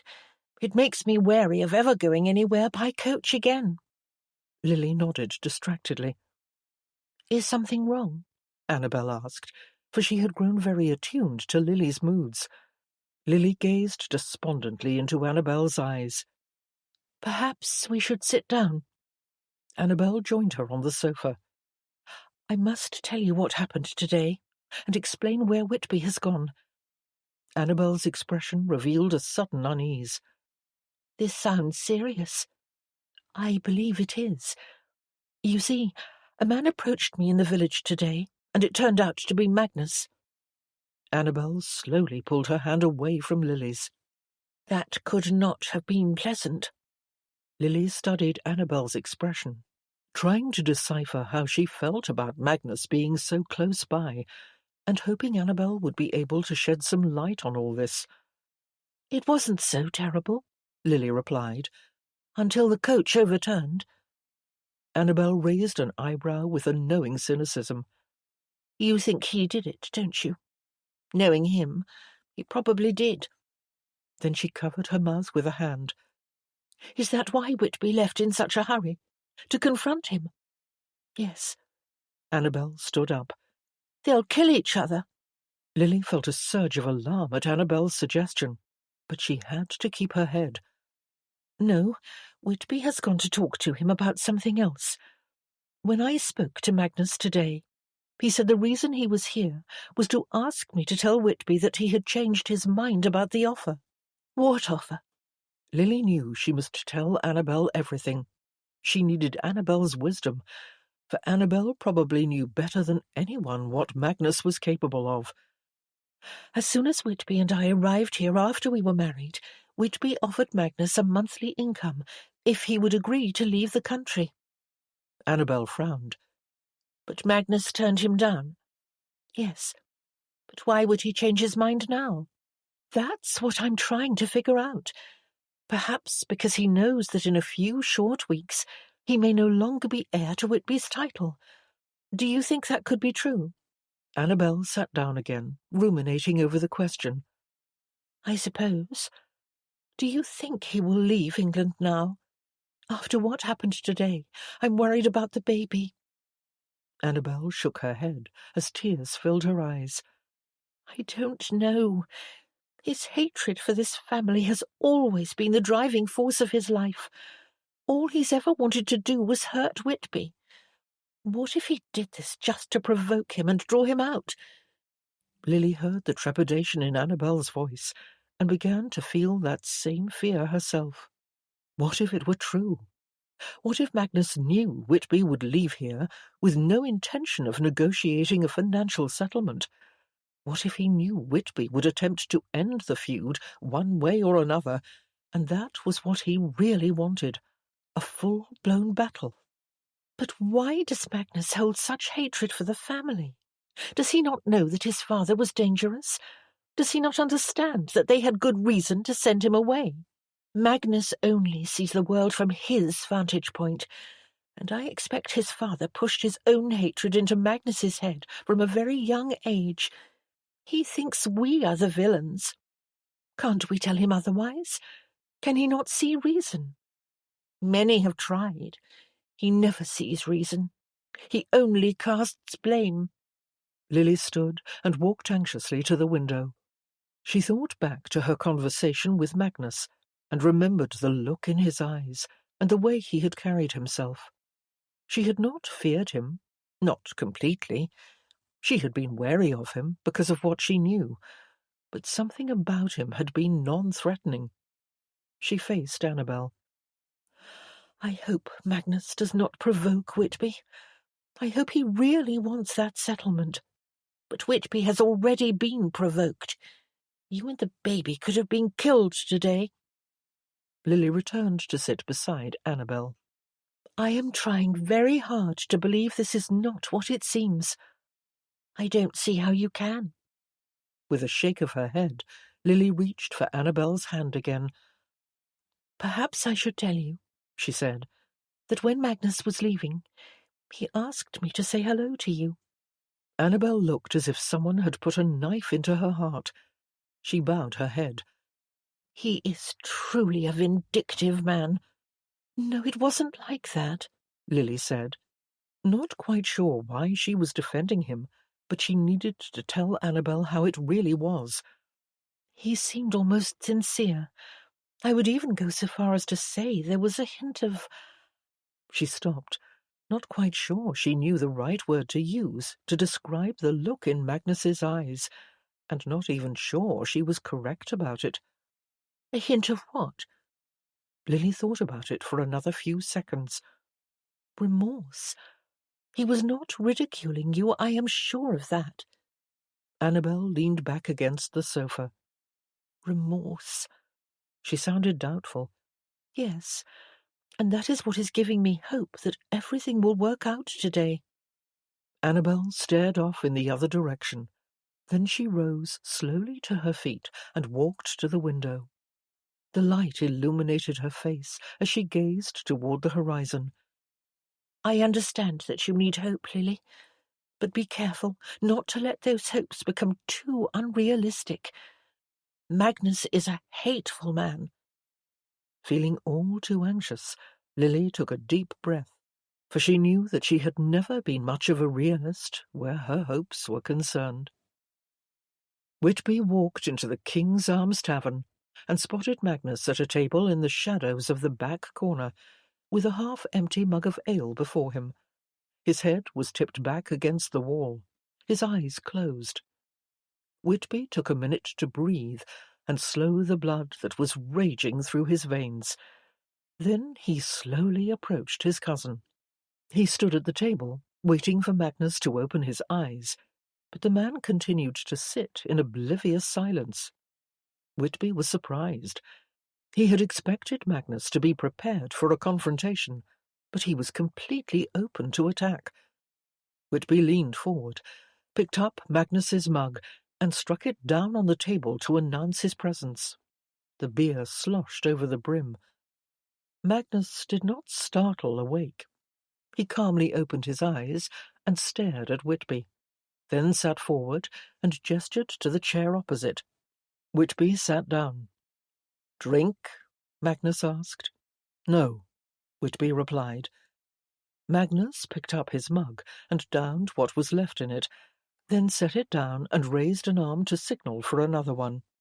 Whitby drummed his fingers on the tabletop while he waited for the server to deliver another mug full of ale. The woman approached, and Whitby waved a hand to decline the extra mug of ale she had brought for him. As soon as she was gone, Whitby glared at his cousin. "My wife informed me of your conversation." He stared intently at Magnus's face. "It was my hope that she would. She told me you changed your mind about my offer of an allowance." "I have," Magnus replied, wiping a hand across his mouth. He was very drunk, Whitby realized, which was making it difficult to have this conversation. Whitby wanted Magnus to be sober, so nothing would be misconstrued.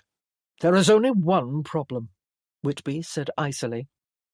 "I'm having a hard time resolving to give you money the very day you tried to kill my wife and heir." Magnus's face contorted into a shocked grimace. "Kill your wife? I had a conversation with her." Whitby scowled at him. "This is disturbingly familiar." "How, may I ask, is it familiar?" But Whitby could see in Magnus's eyes that he already knew the answer to that. He just wanted to hear Whitby say it. "You denied being my brother's murderer too." Magnus shook his head in apparent disgust. "We're back to that, are we? Good God, you're out of your mind. I didn't murder your brother, and I certainly didn't try to kill your wife.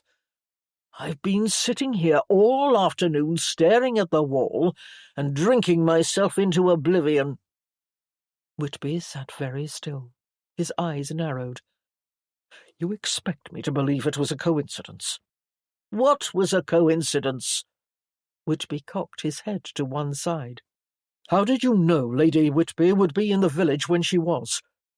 Magnus tapped a finger on the scarred table. "It's not that difficult to ask questions of the right people. Look, I didn't try to kill her. I don't even know what happened to her." He took another drink, then tipped his head back against the wall again, looking blasé. "What did happen?" Perhaps Whitby was out of his mind, because he found himself answering the question. "Her coach lost a wheel and overturned on the way home." "Is she all right?"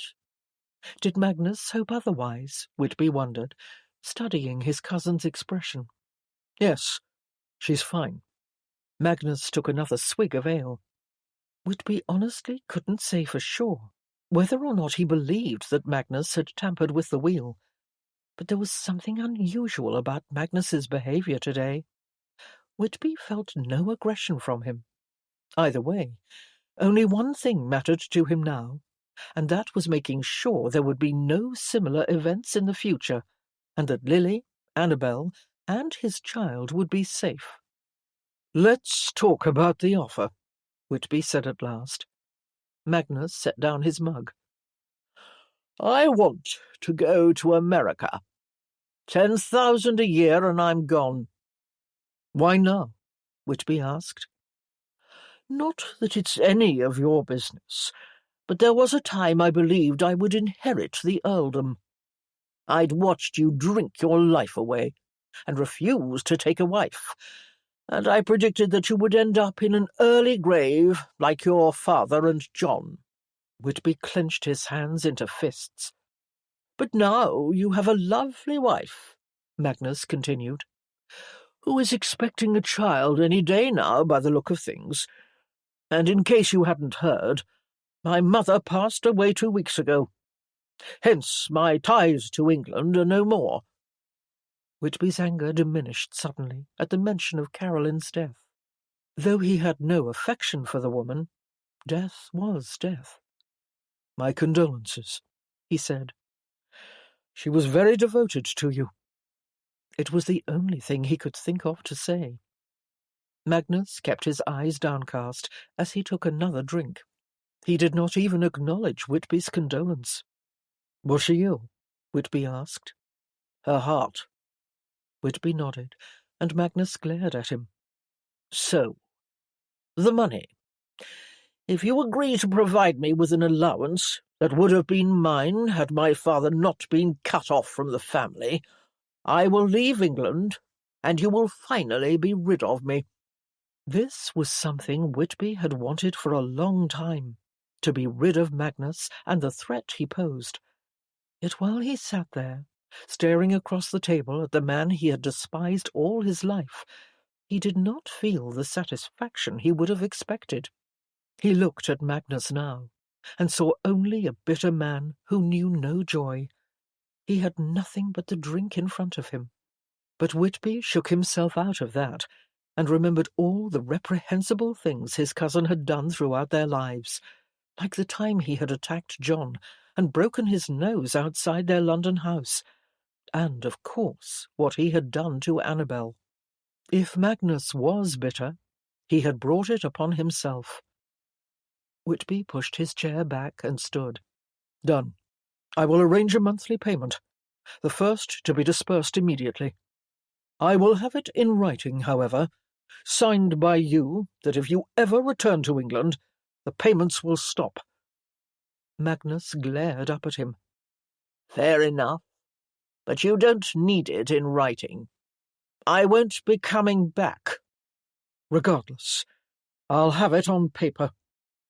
Whitby studied his cousin's dark eyes for a moment before turning and walking out.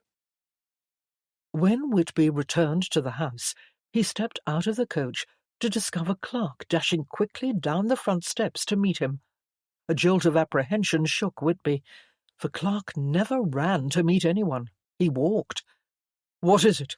Whitby asked, removing his hat as he met his butler at the bottom of the steps. "It's Lady Whitby, my lord," he replied. "She's in labour." Chapter 33. Whitby stood outside the closed door of his wife's bedchamber, pausing a moment before he knocked, realizing that he had to do it again. Knock and enter, and see a woman he loved, yes, loved, in labour on that bed. He could imagine Lily now, pale-faced and exhausted. He raised his fist and rapped on the door. "Come in," Lily called from inside. Whitby was surprised by the cheerful note in her voice. He reached for the knob and pushed the door open. The room was bright, with the curtains wide open to let in the sun, and Lily was walking toward him with her hands outstretched, looking happy and glowing with anticipation. She wore a colourful pink dressing gown. "Thank goodness you're back," she said, clasping both his hands in hers and rising up on her toes to kiss him on the cheek. "I've been so worried. What happened with Magnus?" His brow furrowed with disbelief. "How can you even be thinking of that now?" She smiled. "I know. It's happening. Isn't it wonderful?" She dropped her heels back down, and he found himself in awe looking at her pretty face, her blue eyes and dark lashes, her creamy white skin and raspberry lips.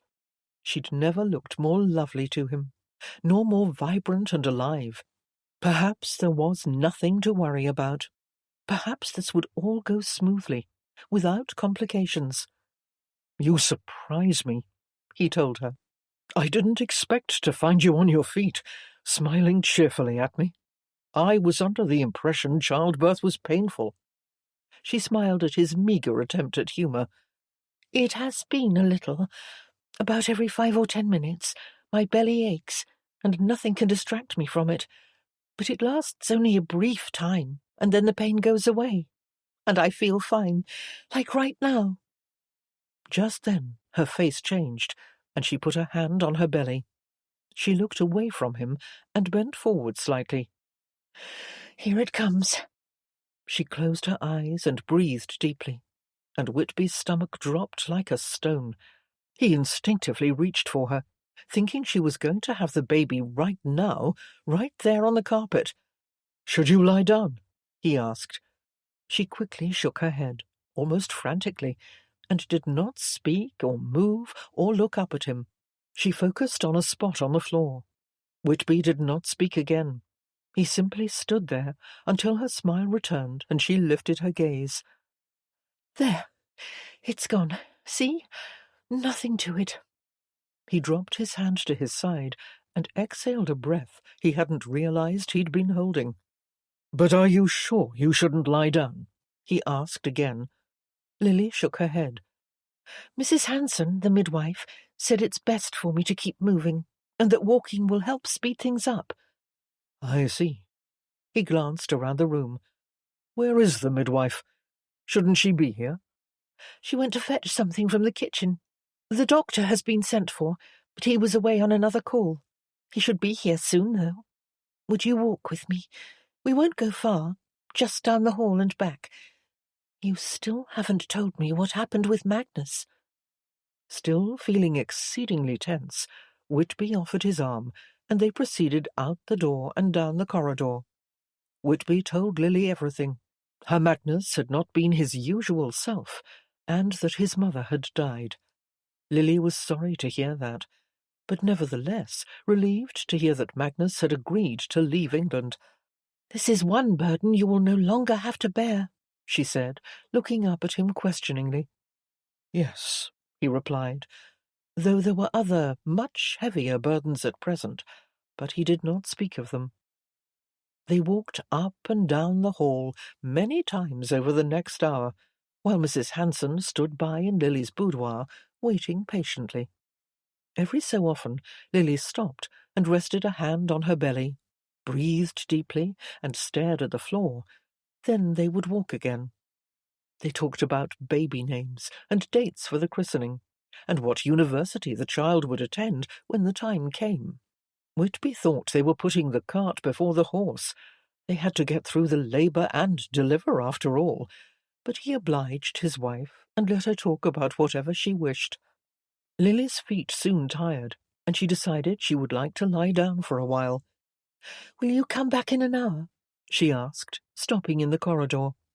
"Assuming I haven't had the baby by then." "Of course, my darling." He kissed her on the cheek and escorted her back to her room.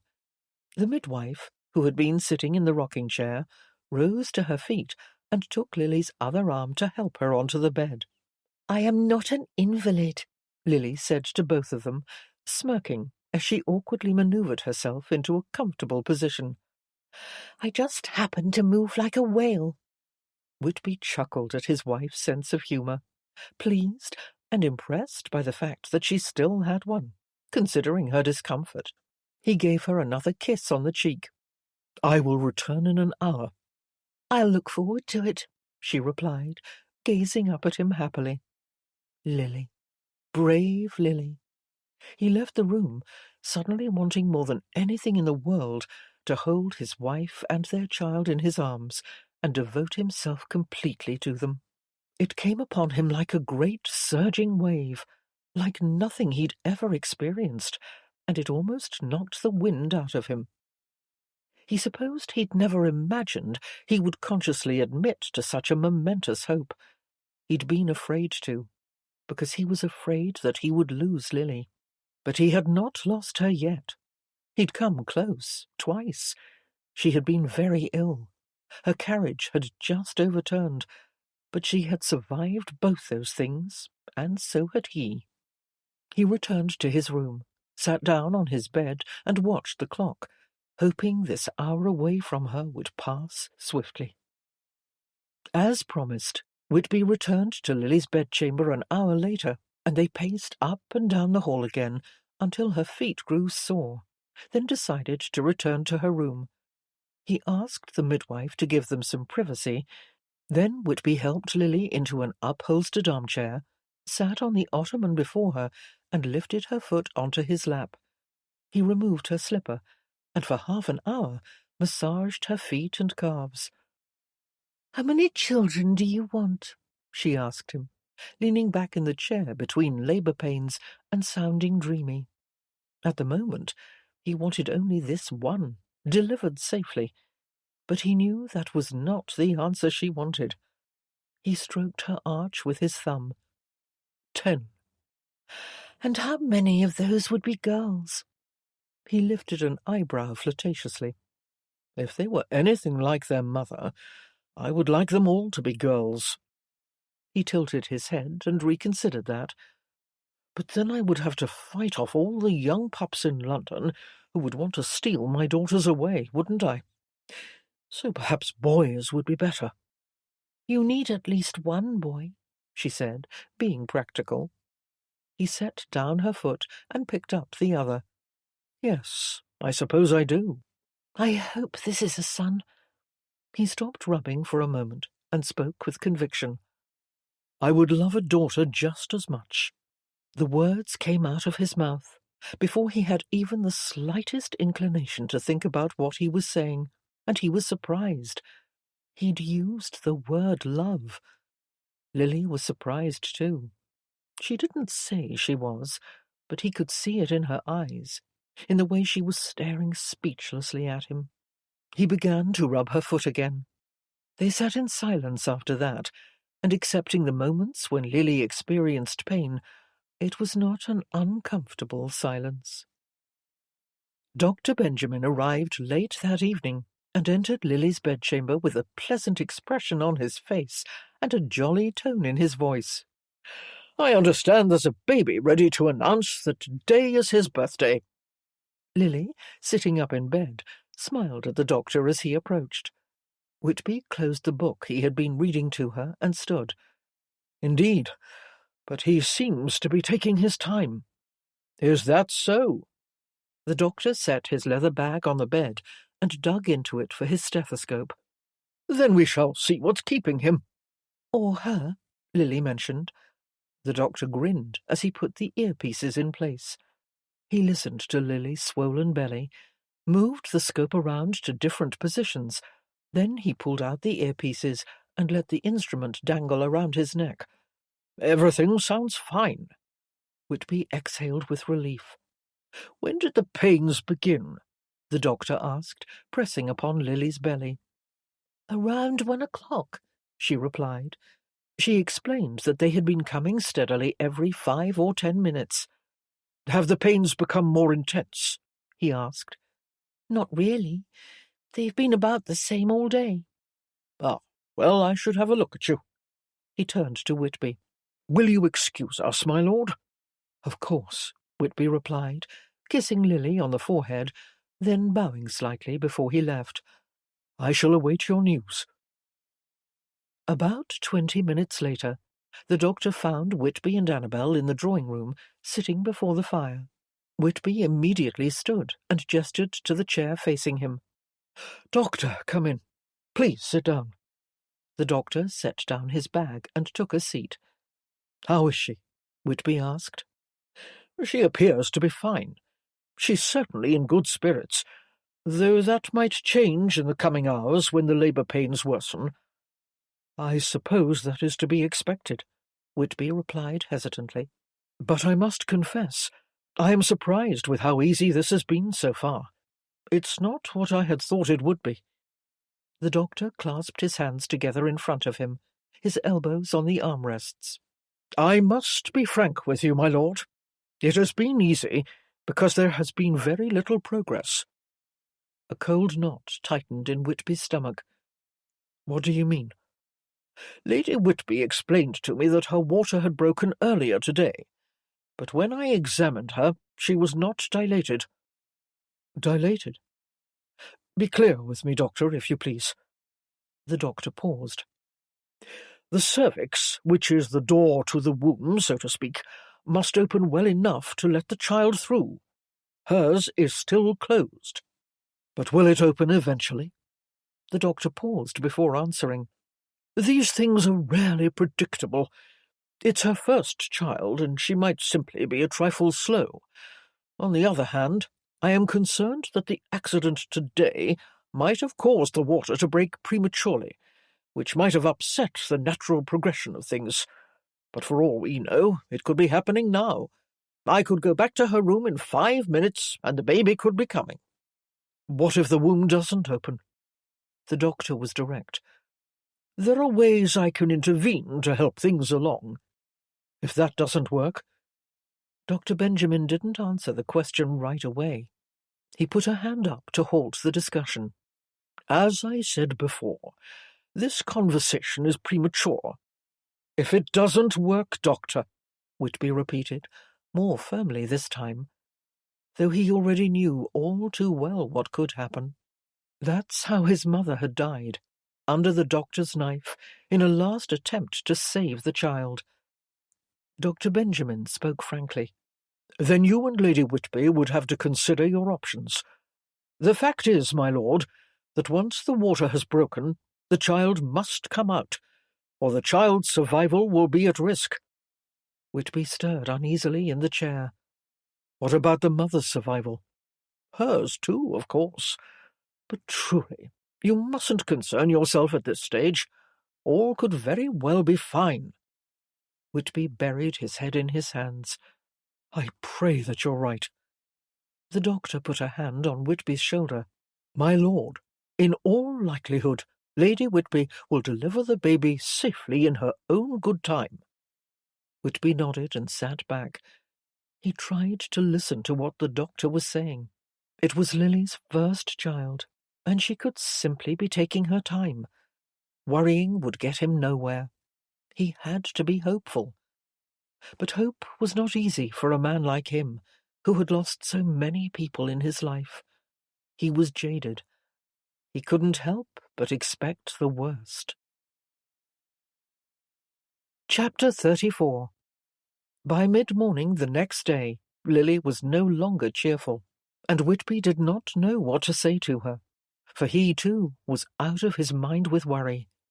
She had not yet made any progress. She was growing weary of the pain, and it had been a long, gruelling night. The midwife had given Lily a warm bath to try and encourage the baby to come, but it had produced no effect. She hadn't been able to sleep either, not with the labour pains coming every 5 minutes. Whitby had dozed off a few times in the chair because Lily had encouraged him to do so, and she was very quiet when she experienced her pain, unlike his mother. Lily had told him to go to bed at least 12 times, for a birthing room was no place for a husband, but he'd refused to leave. He would go when the baby was ready to come, he told her. He wished it would happen, but still, as the morning wore on, it did not. That afternoon, the doctor began his methods of intervention. He administered 3 doses of chloral, which increased Lily's pain, but did not produce the desired effect he had hoped.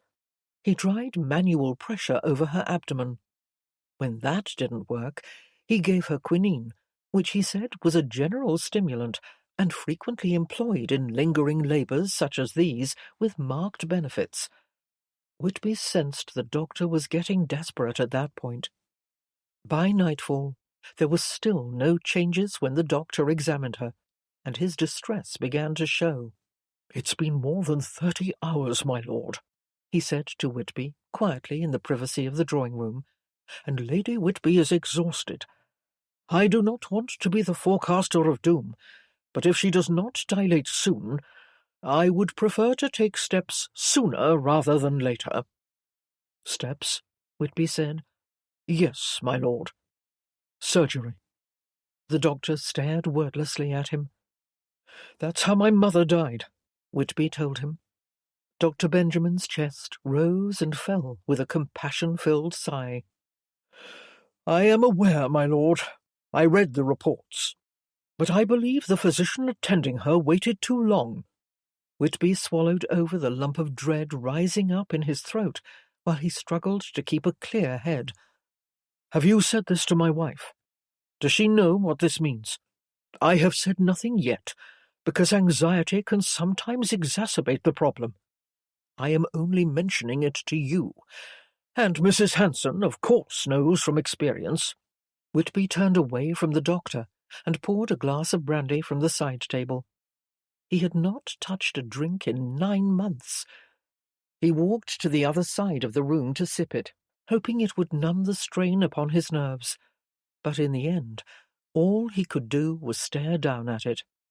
He realized with unnerving melancholy that he did not want to be numb. Not today, not ever again. Eventually, he set it down on a table and walked away from it. He faced the doctor. Can we wait a little longer? I'm not ready to make this decision. Yes, but she can't go on like this forever. Is there nothing else you can do? If the pain becomes unbearable, I can give her chloroform. It's safe if managed properly. But again, if surgery becomes a necessity, the sooner you make the decision, the greater the chances of success. Whitby pinched the bridge of his nose. Would he be forced to make a decision that could kill Lily and the baby?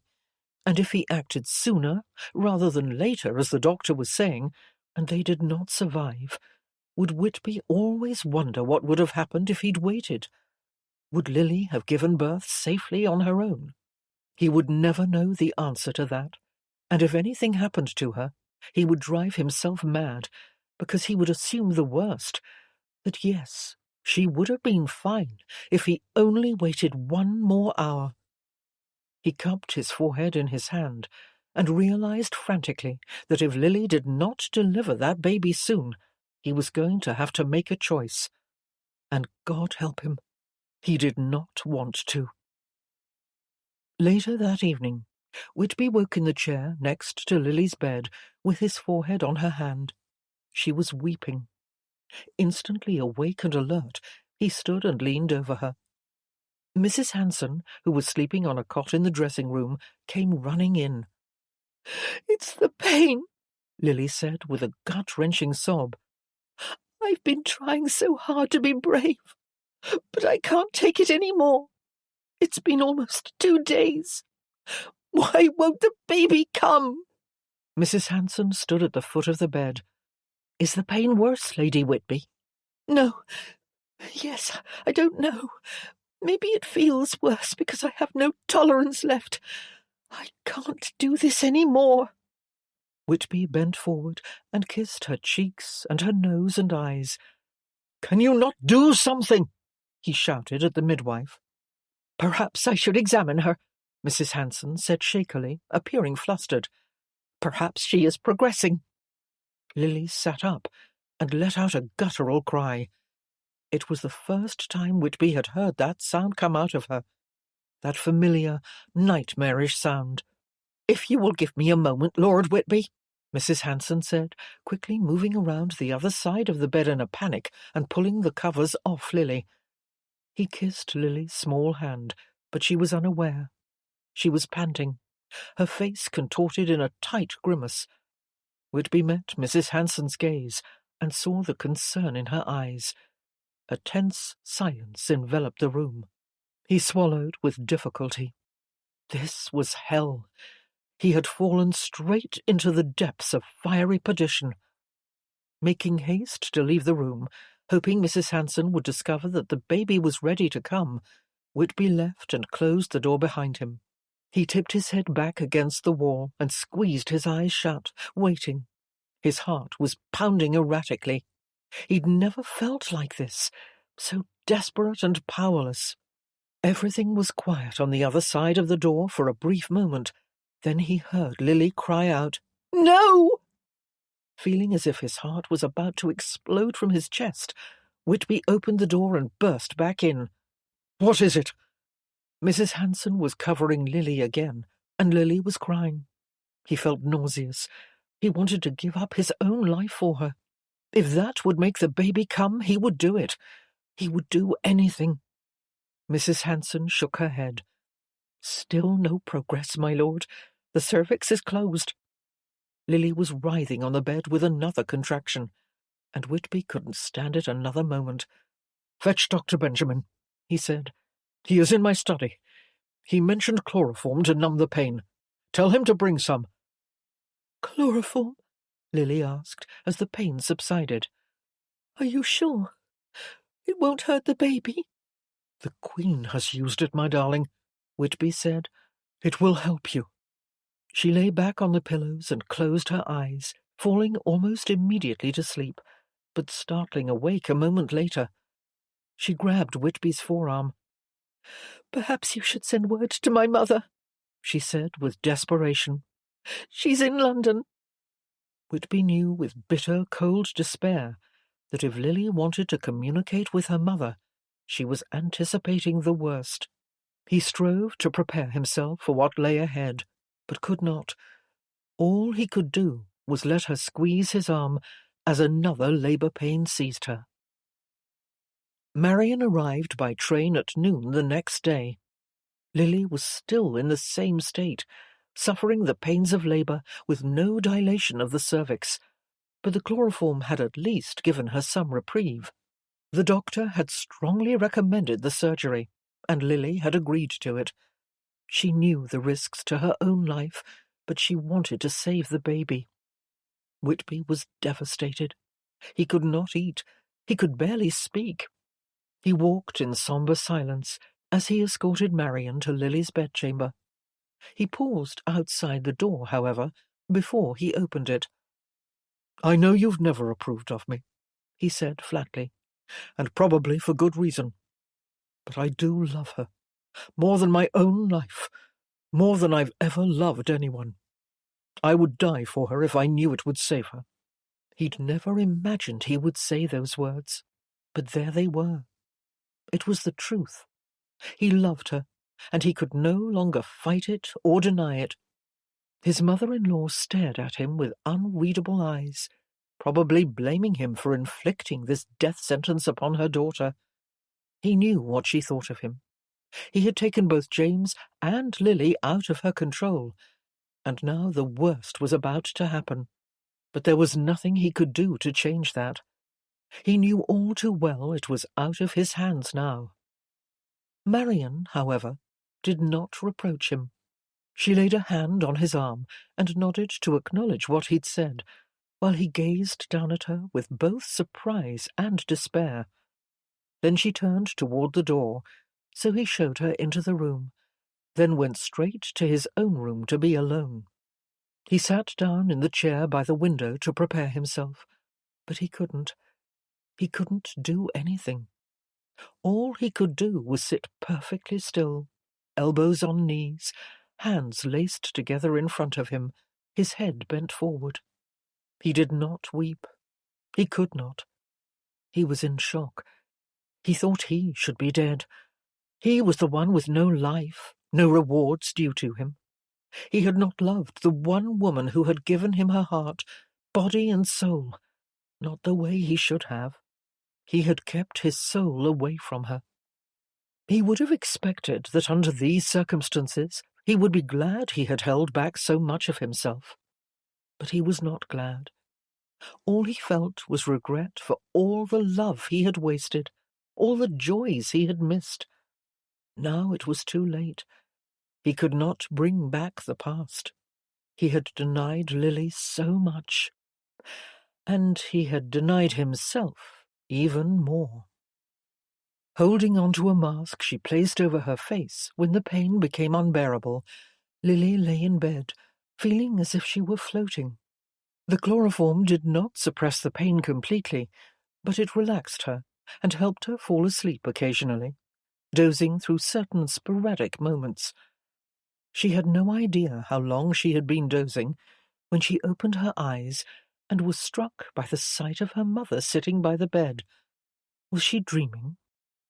"Hello," Marion said, leaning forward. Lily's mouth was dry. She stared sleepily at her mother and felt the return of all the heartbreak and anger she had felt the last time they'd spoken. She had thought she was over it, but she had not forgotten. Lily tried to keep her voice cool and reserved, though she felt nothing of the sort. "I didn't think you'd come." Another painful spasm gripped Lily, and she sat up and squeezed her eyes shut. Her mother stood, as if needing to do something, but there was, of course, nothing she could do. When it was over, Lily lay back down. "I need you to know, Mother, that I hold no ill will against you.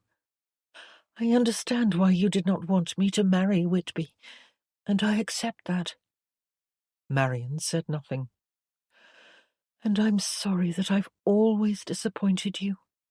I never wanted to, but I had to live my own life." Lily had never seen her mother's face look the way it did now. The lines on her forehead were creasing in unusual directions. I didn't come to hear you apologize." Lily turned her face away. "Then why did you come? To remind me that you were right, and I was wrong, and I should have listened to you. I hope that's not the case, Mother. Not now." Marion paused a minute before answering. "No. I came to see if there was anything I could do."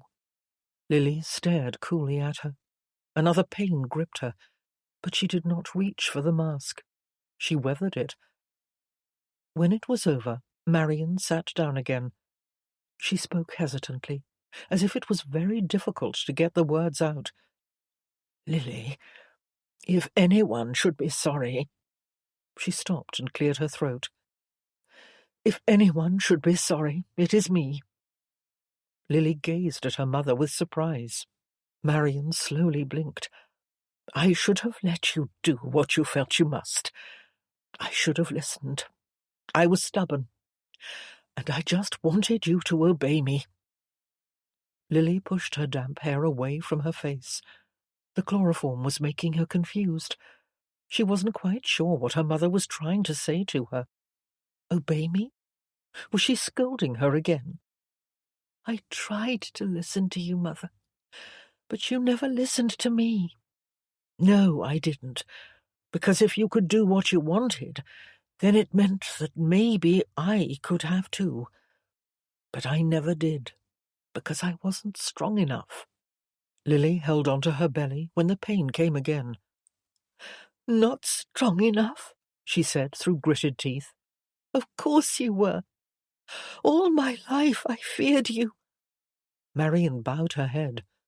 "Lily, since you left, I have been forced to think about what my life might have been like if I had been more like you, if I had defied my parents and not married your father. Perhaps if I had been brave enough, I could have been happy, like you." "Do I look happy now?" Lily ground out, cupping an arm around her belly. Marion touched Lily's forehead and gently brushed the hair away from her face. It was not something she'd ever done before, to touch Lily that way. Lily was momentarily taken aback and overcome with a strange, most unfamiliar contentment. Her mother's hand was warm. It was soothing, and a cry of relief broke from her lips. With it came another spasm.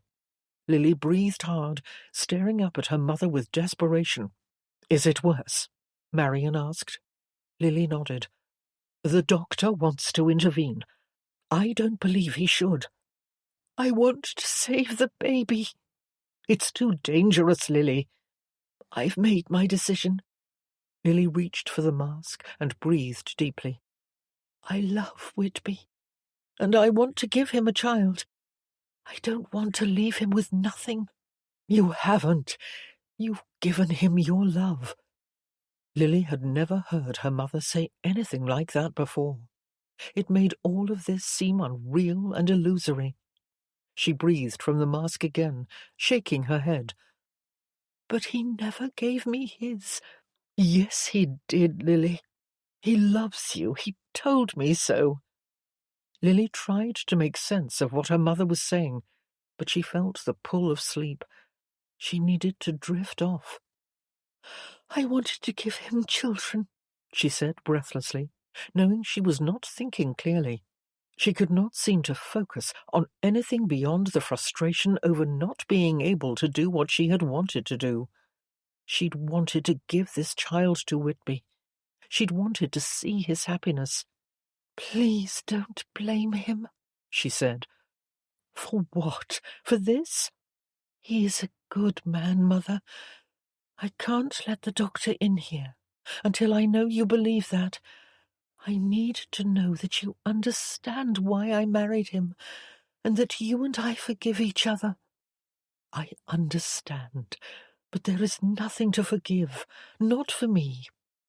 "I wanted to give him a son," Lily said again, feeling bemused and incoherent. Just then a knock sounded at the door, and Whitby walked in. "The doctor is waiting," he said. "He wants to begin. Lily heard her husband's voice, but could not seem to comprehend what he was saying. A second later, she opened her eyes, and he was sitting beside her, and her mother was gone. Had her mother even been here? Or had Lily dreamed it? "I'm so sorry," Whitby said, but Lily's eyes closed again. She couldn't open them. She could only feel her husband's lips and breath upon her hand. "I can't live without you, Lily," he said. "Please don't die." She felt his tears on her wrist and knew he was saying other things, but she was drifting in and out. She let go of the mask she was clutching in her other hand and heard it drop. "Lily." Lily felt another pain in her belly, then tossed her head from side to side on the pillow. She knew she was moaning. She could hear herself, as if from a great distance away. Were they taking the baby out? Then she was faintly aware of her husband rising up from the chair and running from the room. Everything went black. She woke to the feel of the covers being ripped almost violently from her body, and the sound of feet rushing around, people in the room, voices yelling. The doctor? Then he shouted at her. "Push, Lady Whitby! Push!" Chapter 35. It was a miracle, one of God's own miracles. Whitby sat in the chair beside his wife, holding in his arms a son, a beautiful son, a perfect son, with the face of an angel. Whitby had tears in his eyes over this precious, wonderful life he and Lily had created. He looked across at her, his lovely wife, exhausted and weary, but alive, and could not stop the tears. He felt joy and love, astonishing, overwhelming love, like an ocean wave beneath him, sweeping him up and away. He could barely breathe, he was so happy. And Lily, she was alive. Worn out, yes, but alive. Covered in perspiration, she smiled at him and touched his shoulder. "Everything's all right now," she said. He gathered his composure and managed to speak at last. He sat forward in the chair and turned so that Lily could see the baby's face. "Look what you made, Lady Whitby." Lily chuckled softly and laid a weak hand on the sweet infant's head. "Look what we made. He's beautiful, isn't he?" "Almost as beautiful as his mother." "Not handsome like his father?" Whitby stood and bent forward to kiss Lily on the forehead. "All life's beauty comes from you.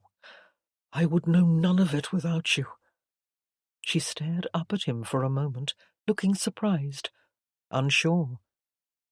"All I did was marry you," she said. "Anyone could have done that. Many have certainly wanted to." He knew she was teasing him. Even now, after a 2-day labor, she still had the spirit to be playful. But he also knew there was something else beneath that surface light-heartedness. She still had her worries. She looked both curious and guarded. "Not just anyone," he said. "I would never have married another. It's only ever been you." Her eyes grew serious all of a sudden. "And you for me?" "You've made that very clear, Lily, but I have never made it clear to you, and for that I am profoundly sorry. I couldn't bring myself to give in to it, or admit it." "Admit what?" "That I loved you. Desperately." The weary expression on his wife's face softened with the pull of tears and the marked relief of finally hearing what she had waited so long to hear. She smiled tenderly at him, as a rosy colour seeped into her cheeks and a tear fell from her eye. "That's the first time you've ever said that to me." "No, I said it to you here today, but you were—" He shook his head. "It doesn't matter. I should have said it a long time ago. I should have known it." Lily stared at him without blinking. as if she couldn't dare to believe the words he had just spoken so sincerely from his heart. But she had to believe them, because they were true, and no one deserved to hear them more than she did. "You know it now?" she asked. "Truly?" "I've known it a long time, I believe. Forever, perhaps. But I was so afraid of losing you, like I lost others." "Your mother?" she said. "Yes, and my father, my brother, my whole family." She laid a caring hand on his arm. "You have a new family now?" He looked down at their child, this beautiful child they had created together out of their love during those magical nights when he had been ill and he had let himself love Lily unreservedly. He loved her that way now. He had been to hell and back when he thought she was dying, but he had survived, and so had she. And dear God in heaven, he would survive every day for the rest of his life because of her. He would hold nothing back, because Lily had helped him see that he could, that no matter what happened, he could. "Maybe you could tell me more about your mother sometime," she said. "And the nannies, you remember? I want to know all of it. I want to know everything about you." You asked me about that once before, and I wouldn't talk to you. I won't do that again, Lily. I'll never turn away. He climbed onto the bed beside her and placed their child between them. I'll tell you everything. You have my word. And I want to know everything about you, too. But for now, all you need to know is that I love you more than life itself. And I promise I will spend every day for the rest of my life showing you just how much. Lily listened to the words her husband was saying to her, and felt the most glorious joy she'd ever known, filling the deepest reaches of her heart. It was what she had yearned for all her life, and for the first time she understood it and believed it. He loved her, deeply and passionately. He truly did. Her Whitby. She wiped another tear from her eye. "But what about the future?" she said shakily. "This labour was very difficult. You won't worry about having more children?" "Of course I'll worry," he replied. "I'll fear it and dread it, and every birth will be another hellish experience for me. But I won't let it stop me from giving you everything.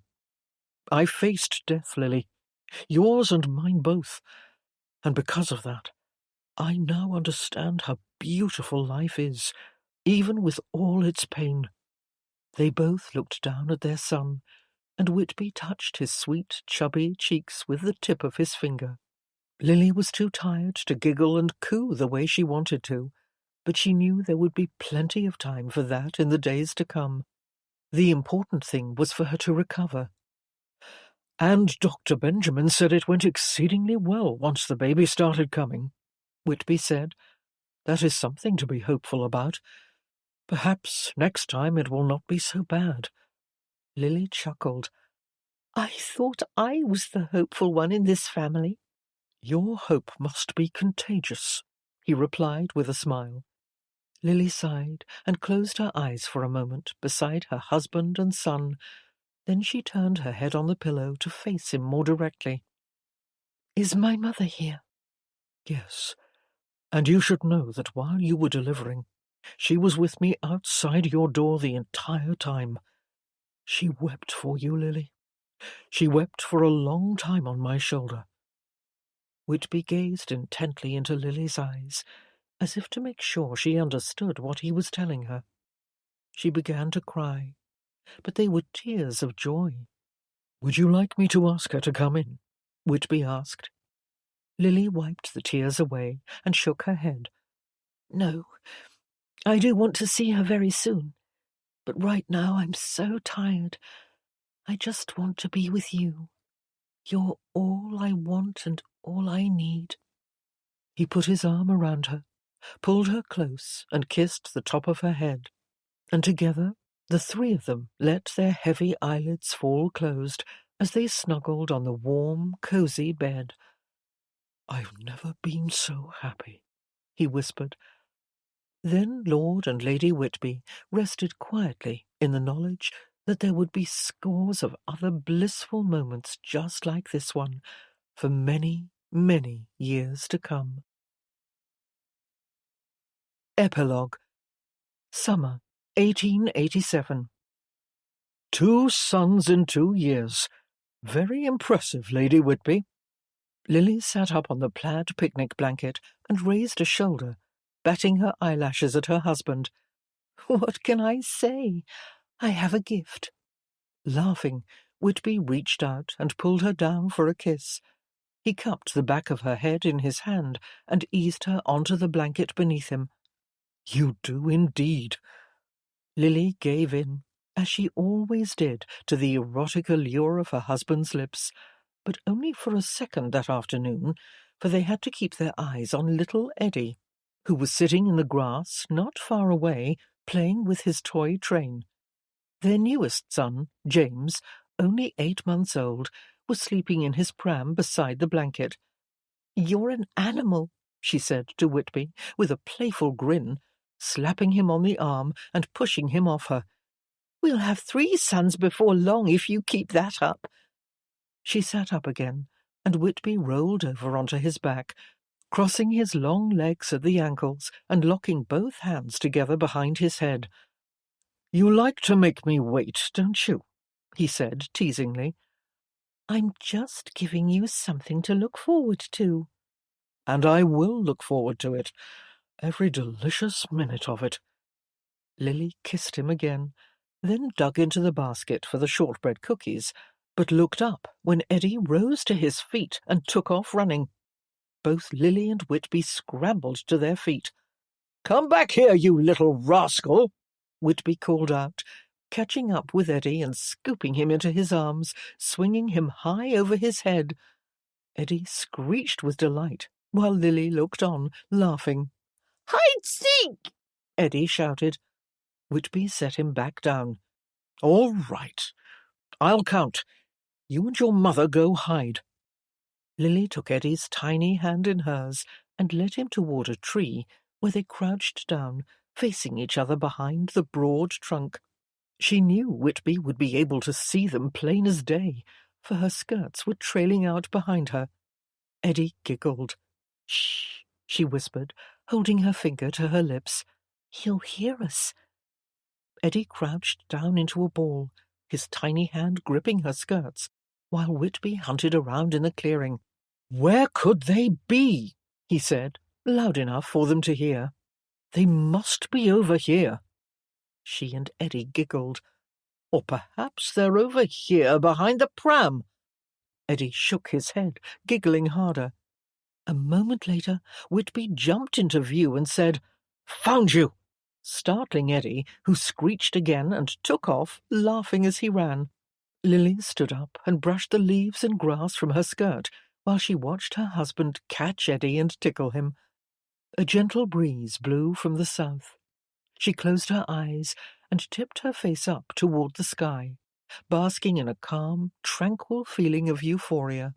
She marveled at the fact that she was so blessed with countless joys in her life. She had love, passion, and laughter, after living the greater part of her life without any of those things. Thank heavens she had found the courage to seek them and had not given up. A moment later, Eddie was running back to his toy train, and Whitby was sauntering toward her, handsome and dishevelled in the afternoon sunlight, and marvellously seductive. She leaned back against the tree, anticipating his approach, yearning for his touch. He reached her and rested both hands on her hips, then peered around the side of the tree trunk to see if Eddie was watching. He's playing with his train again, Whitby whispered. Perhaps I'll steal a kiss from his mother while he's not looking. Lily smiled and took her husband's face in her hands. You don't have to steal anything from me, Whitby.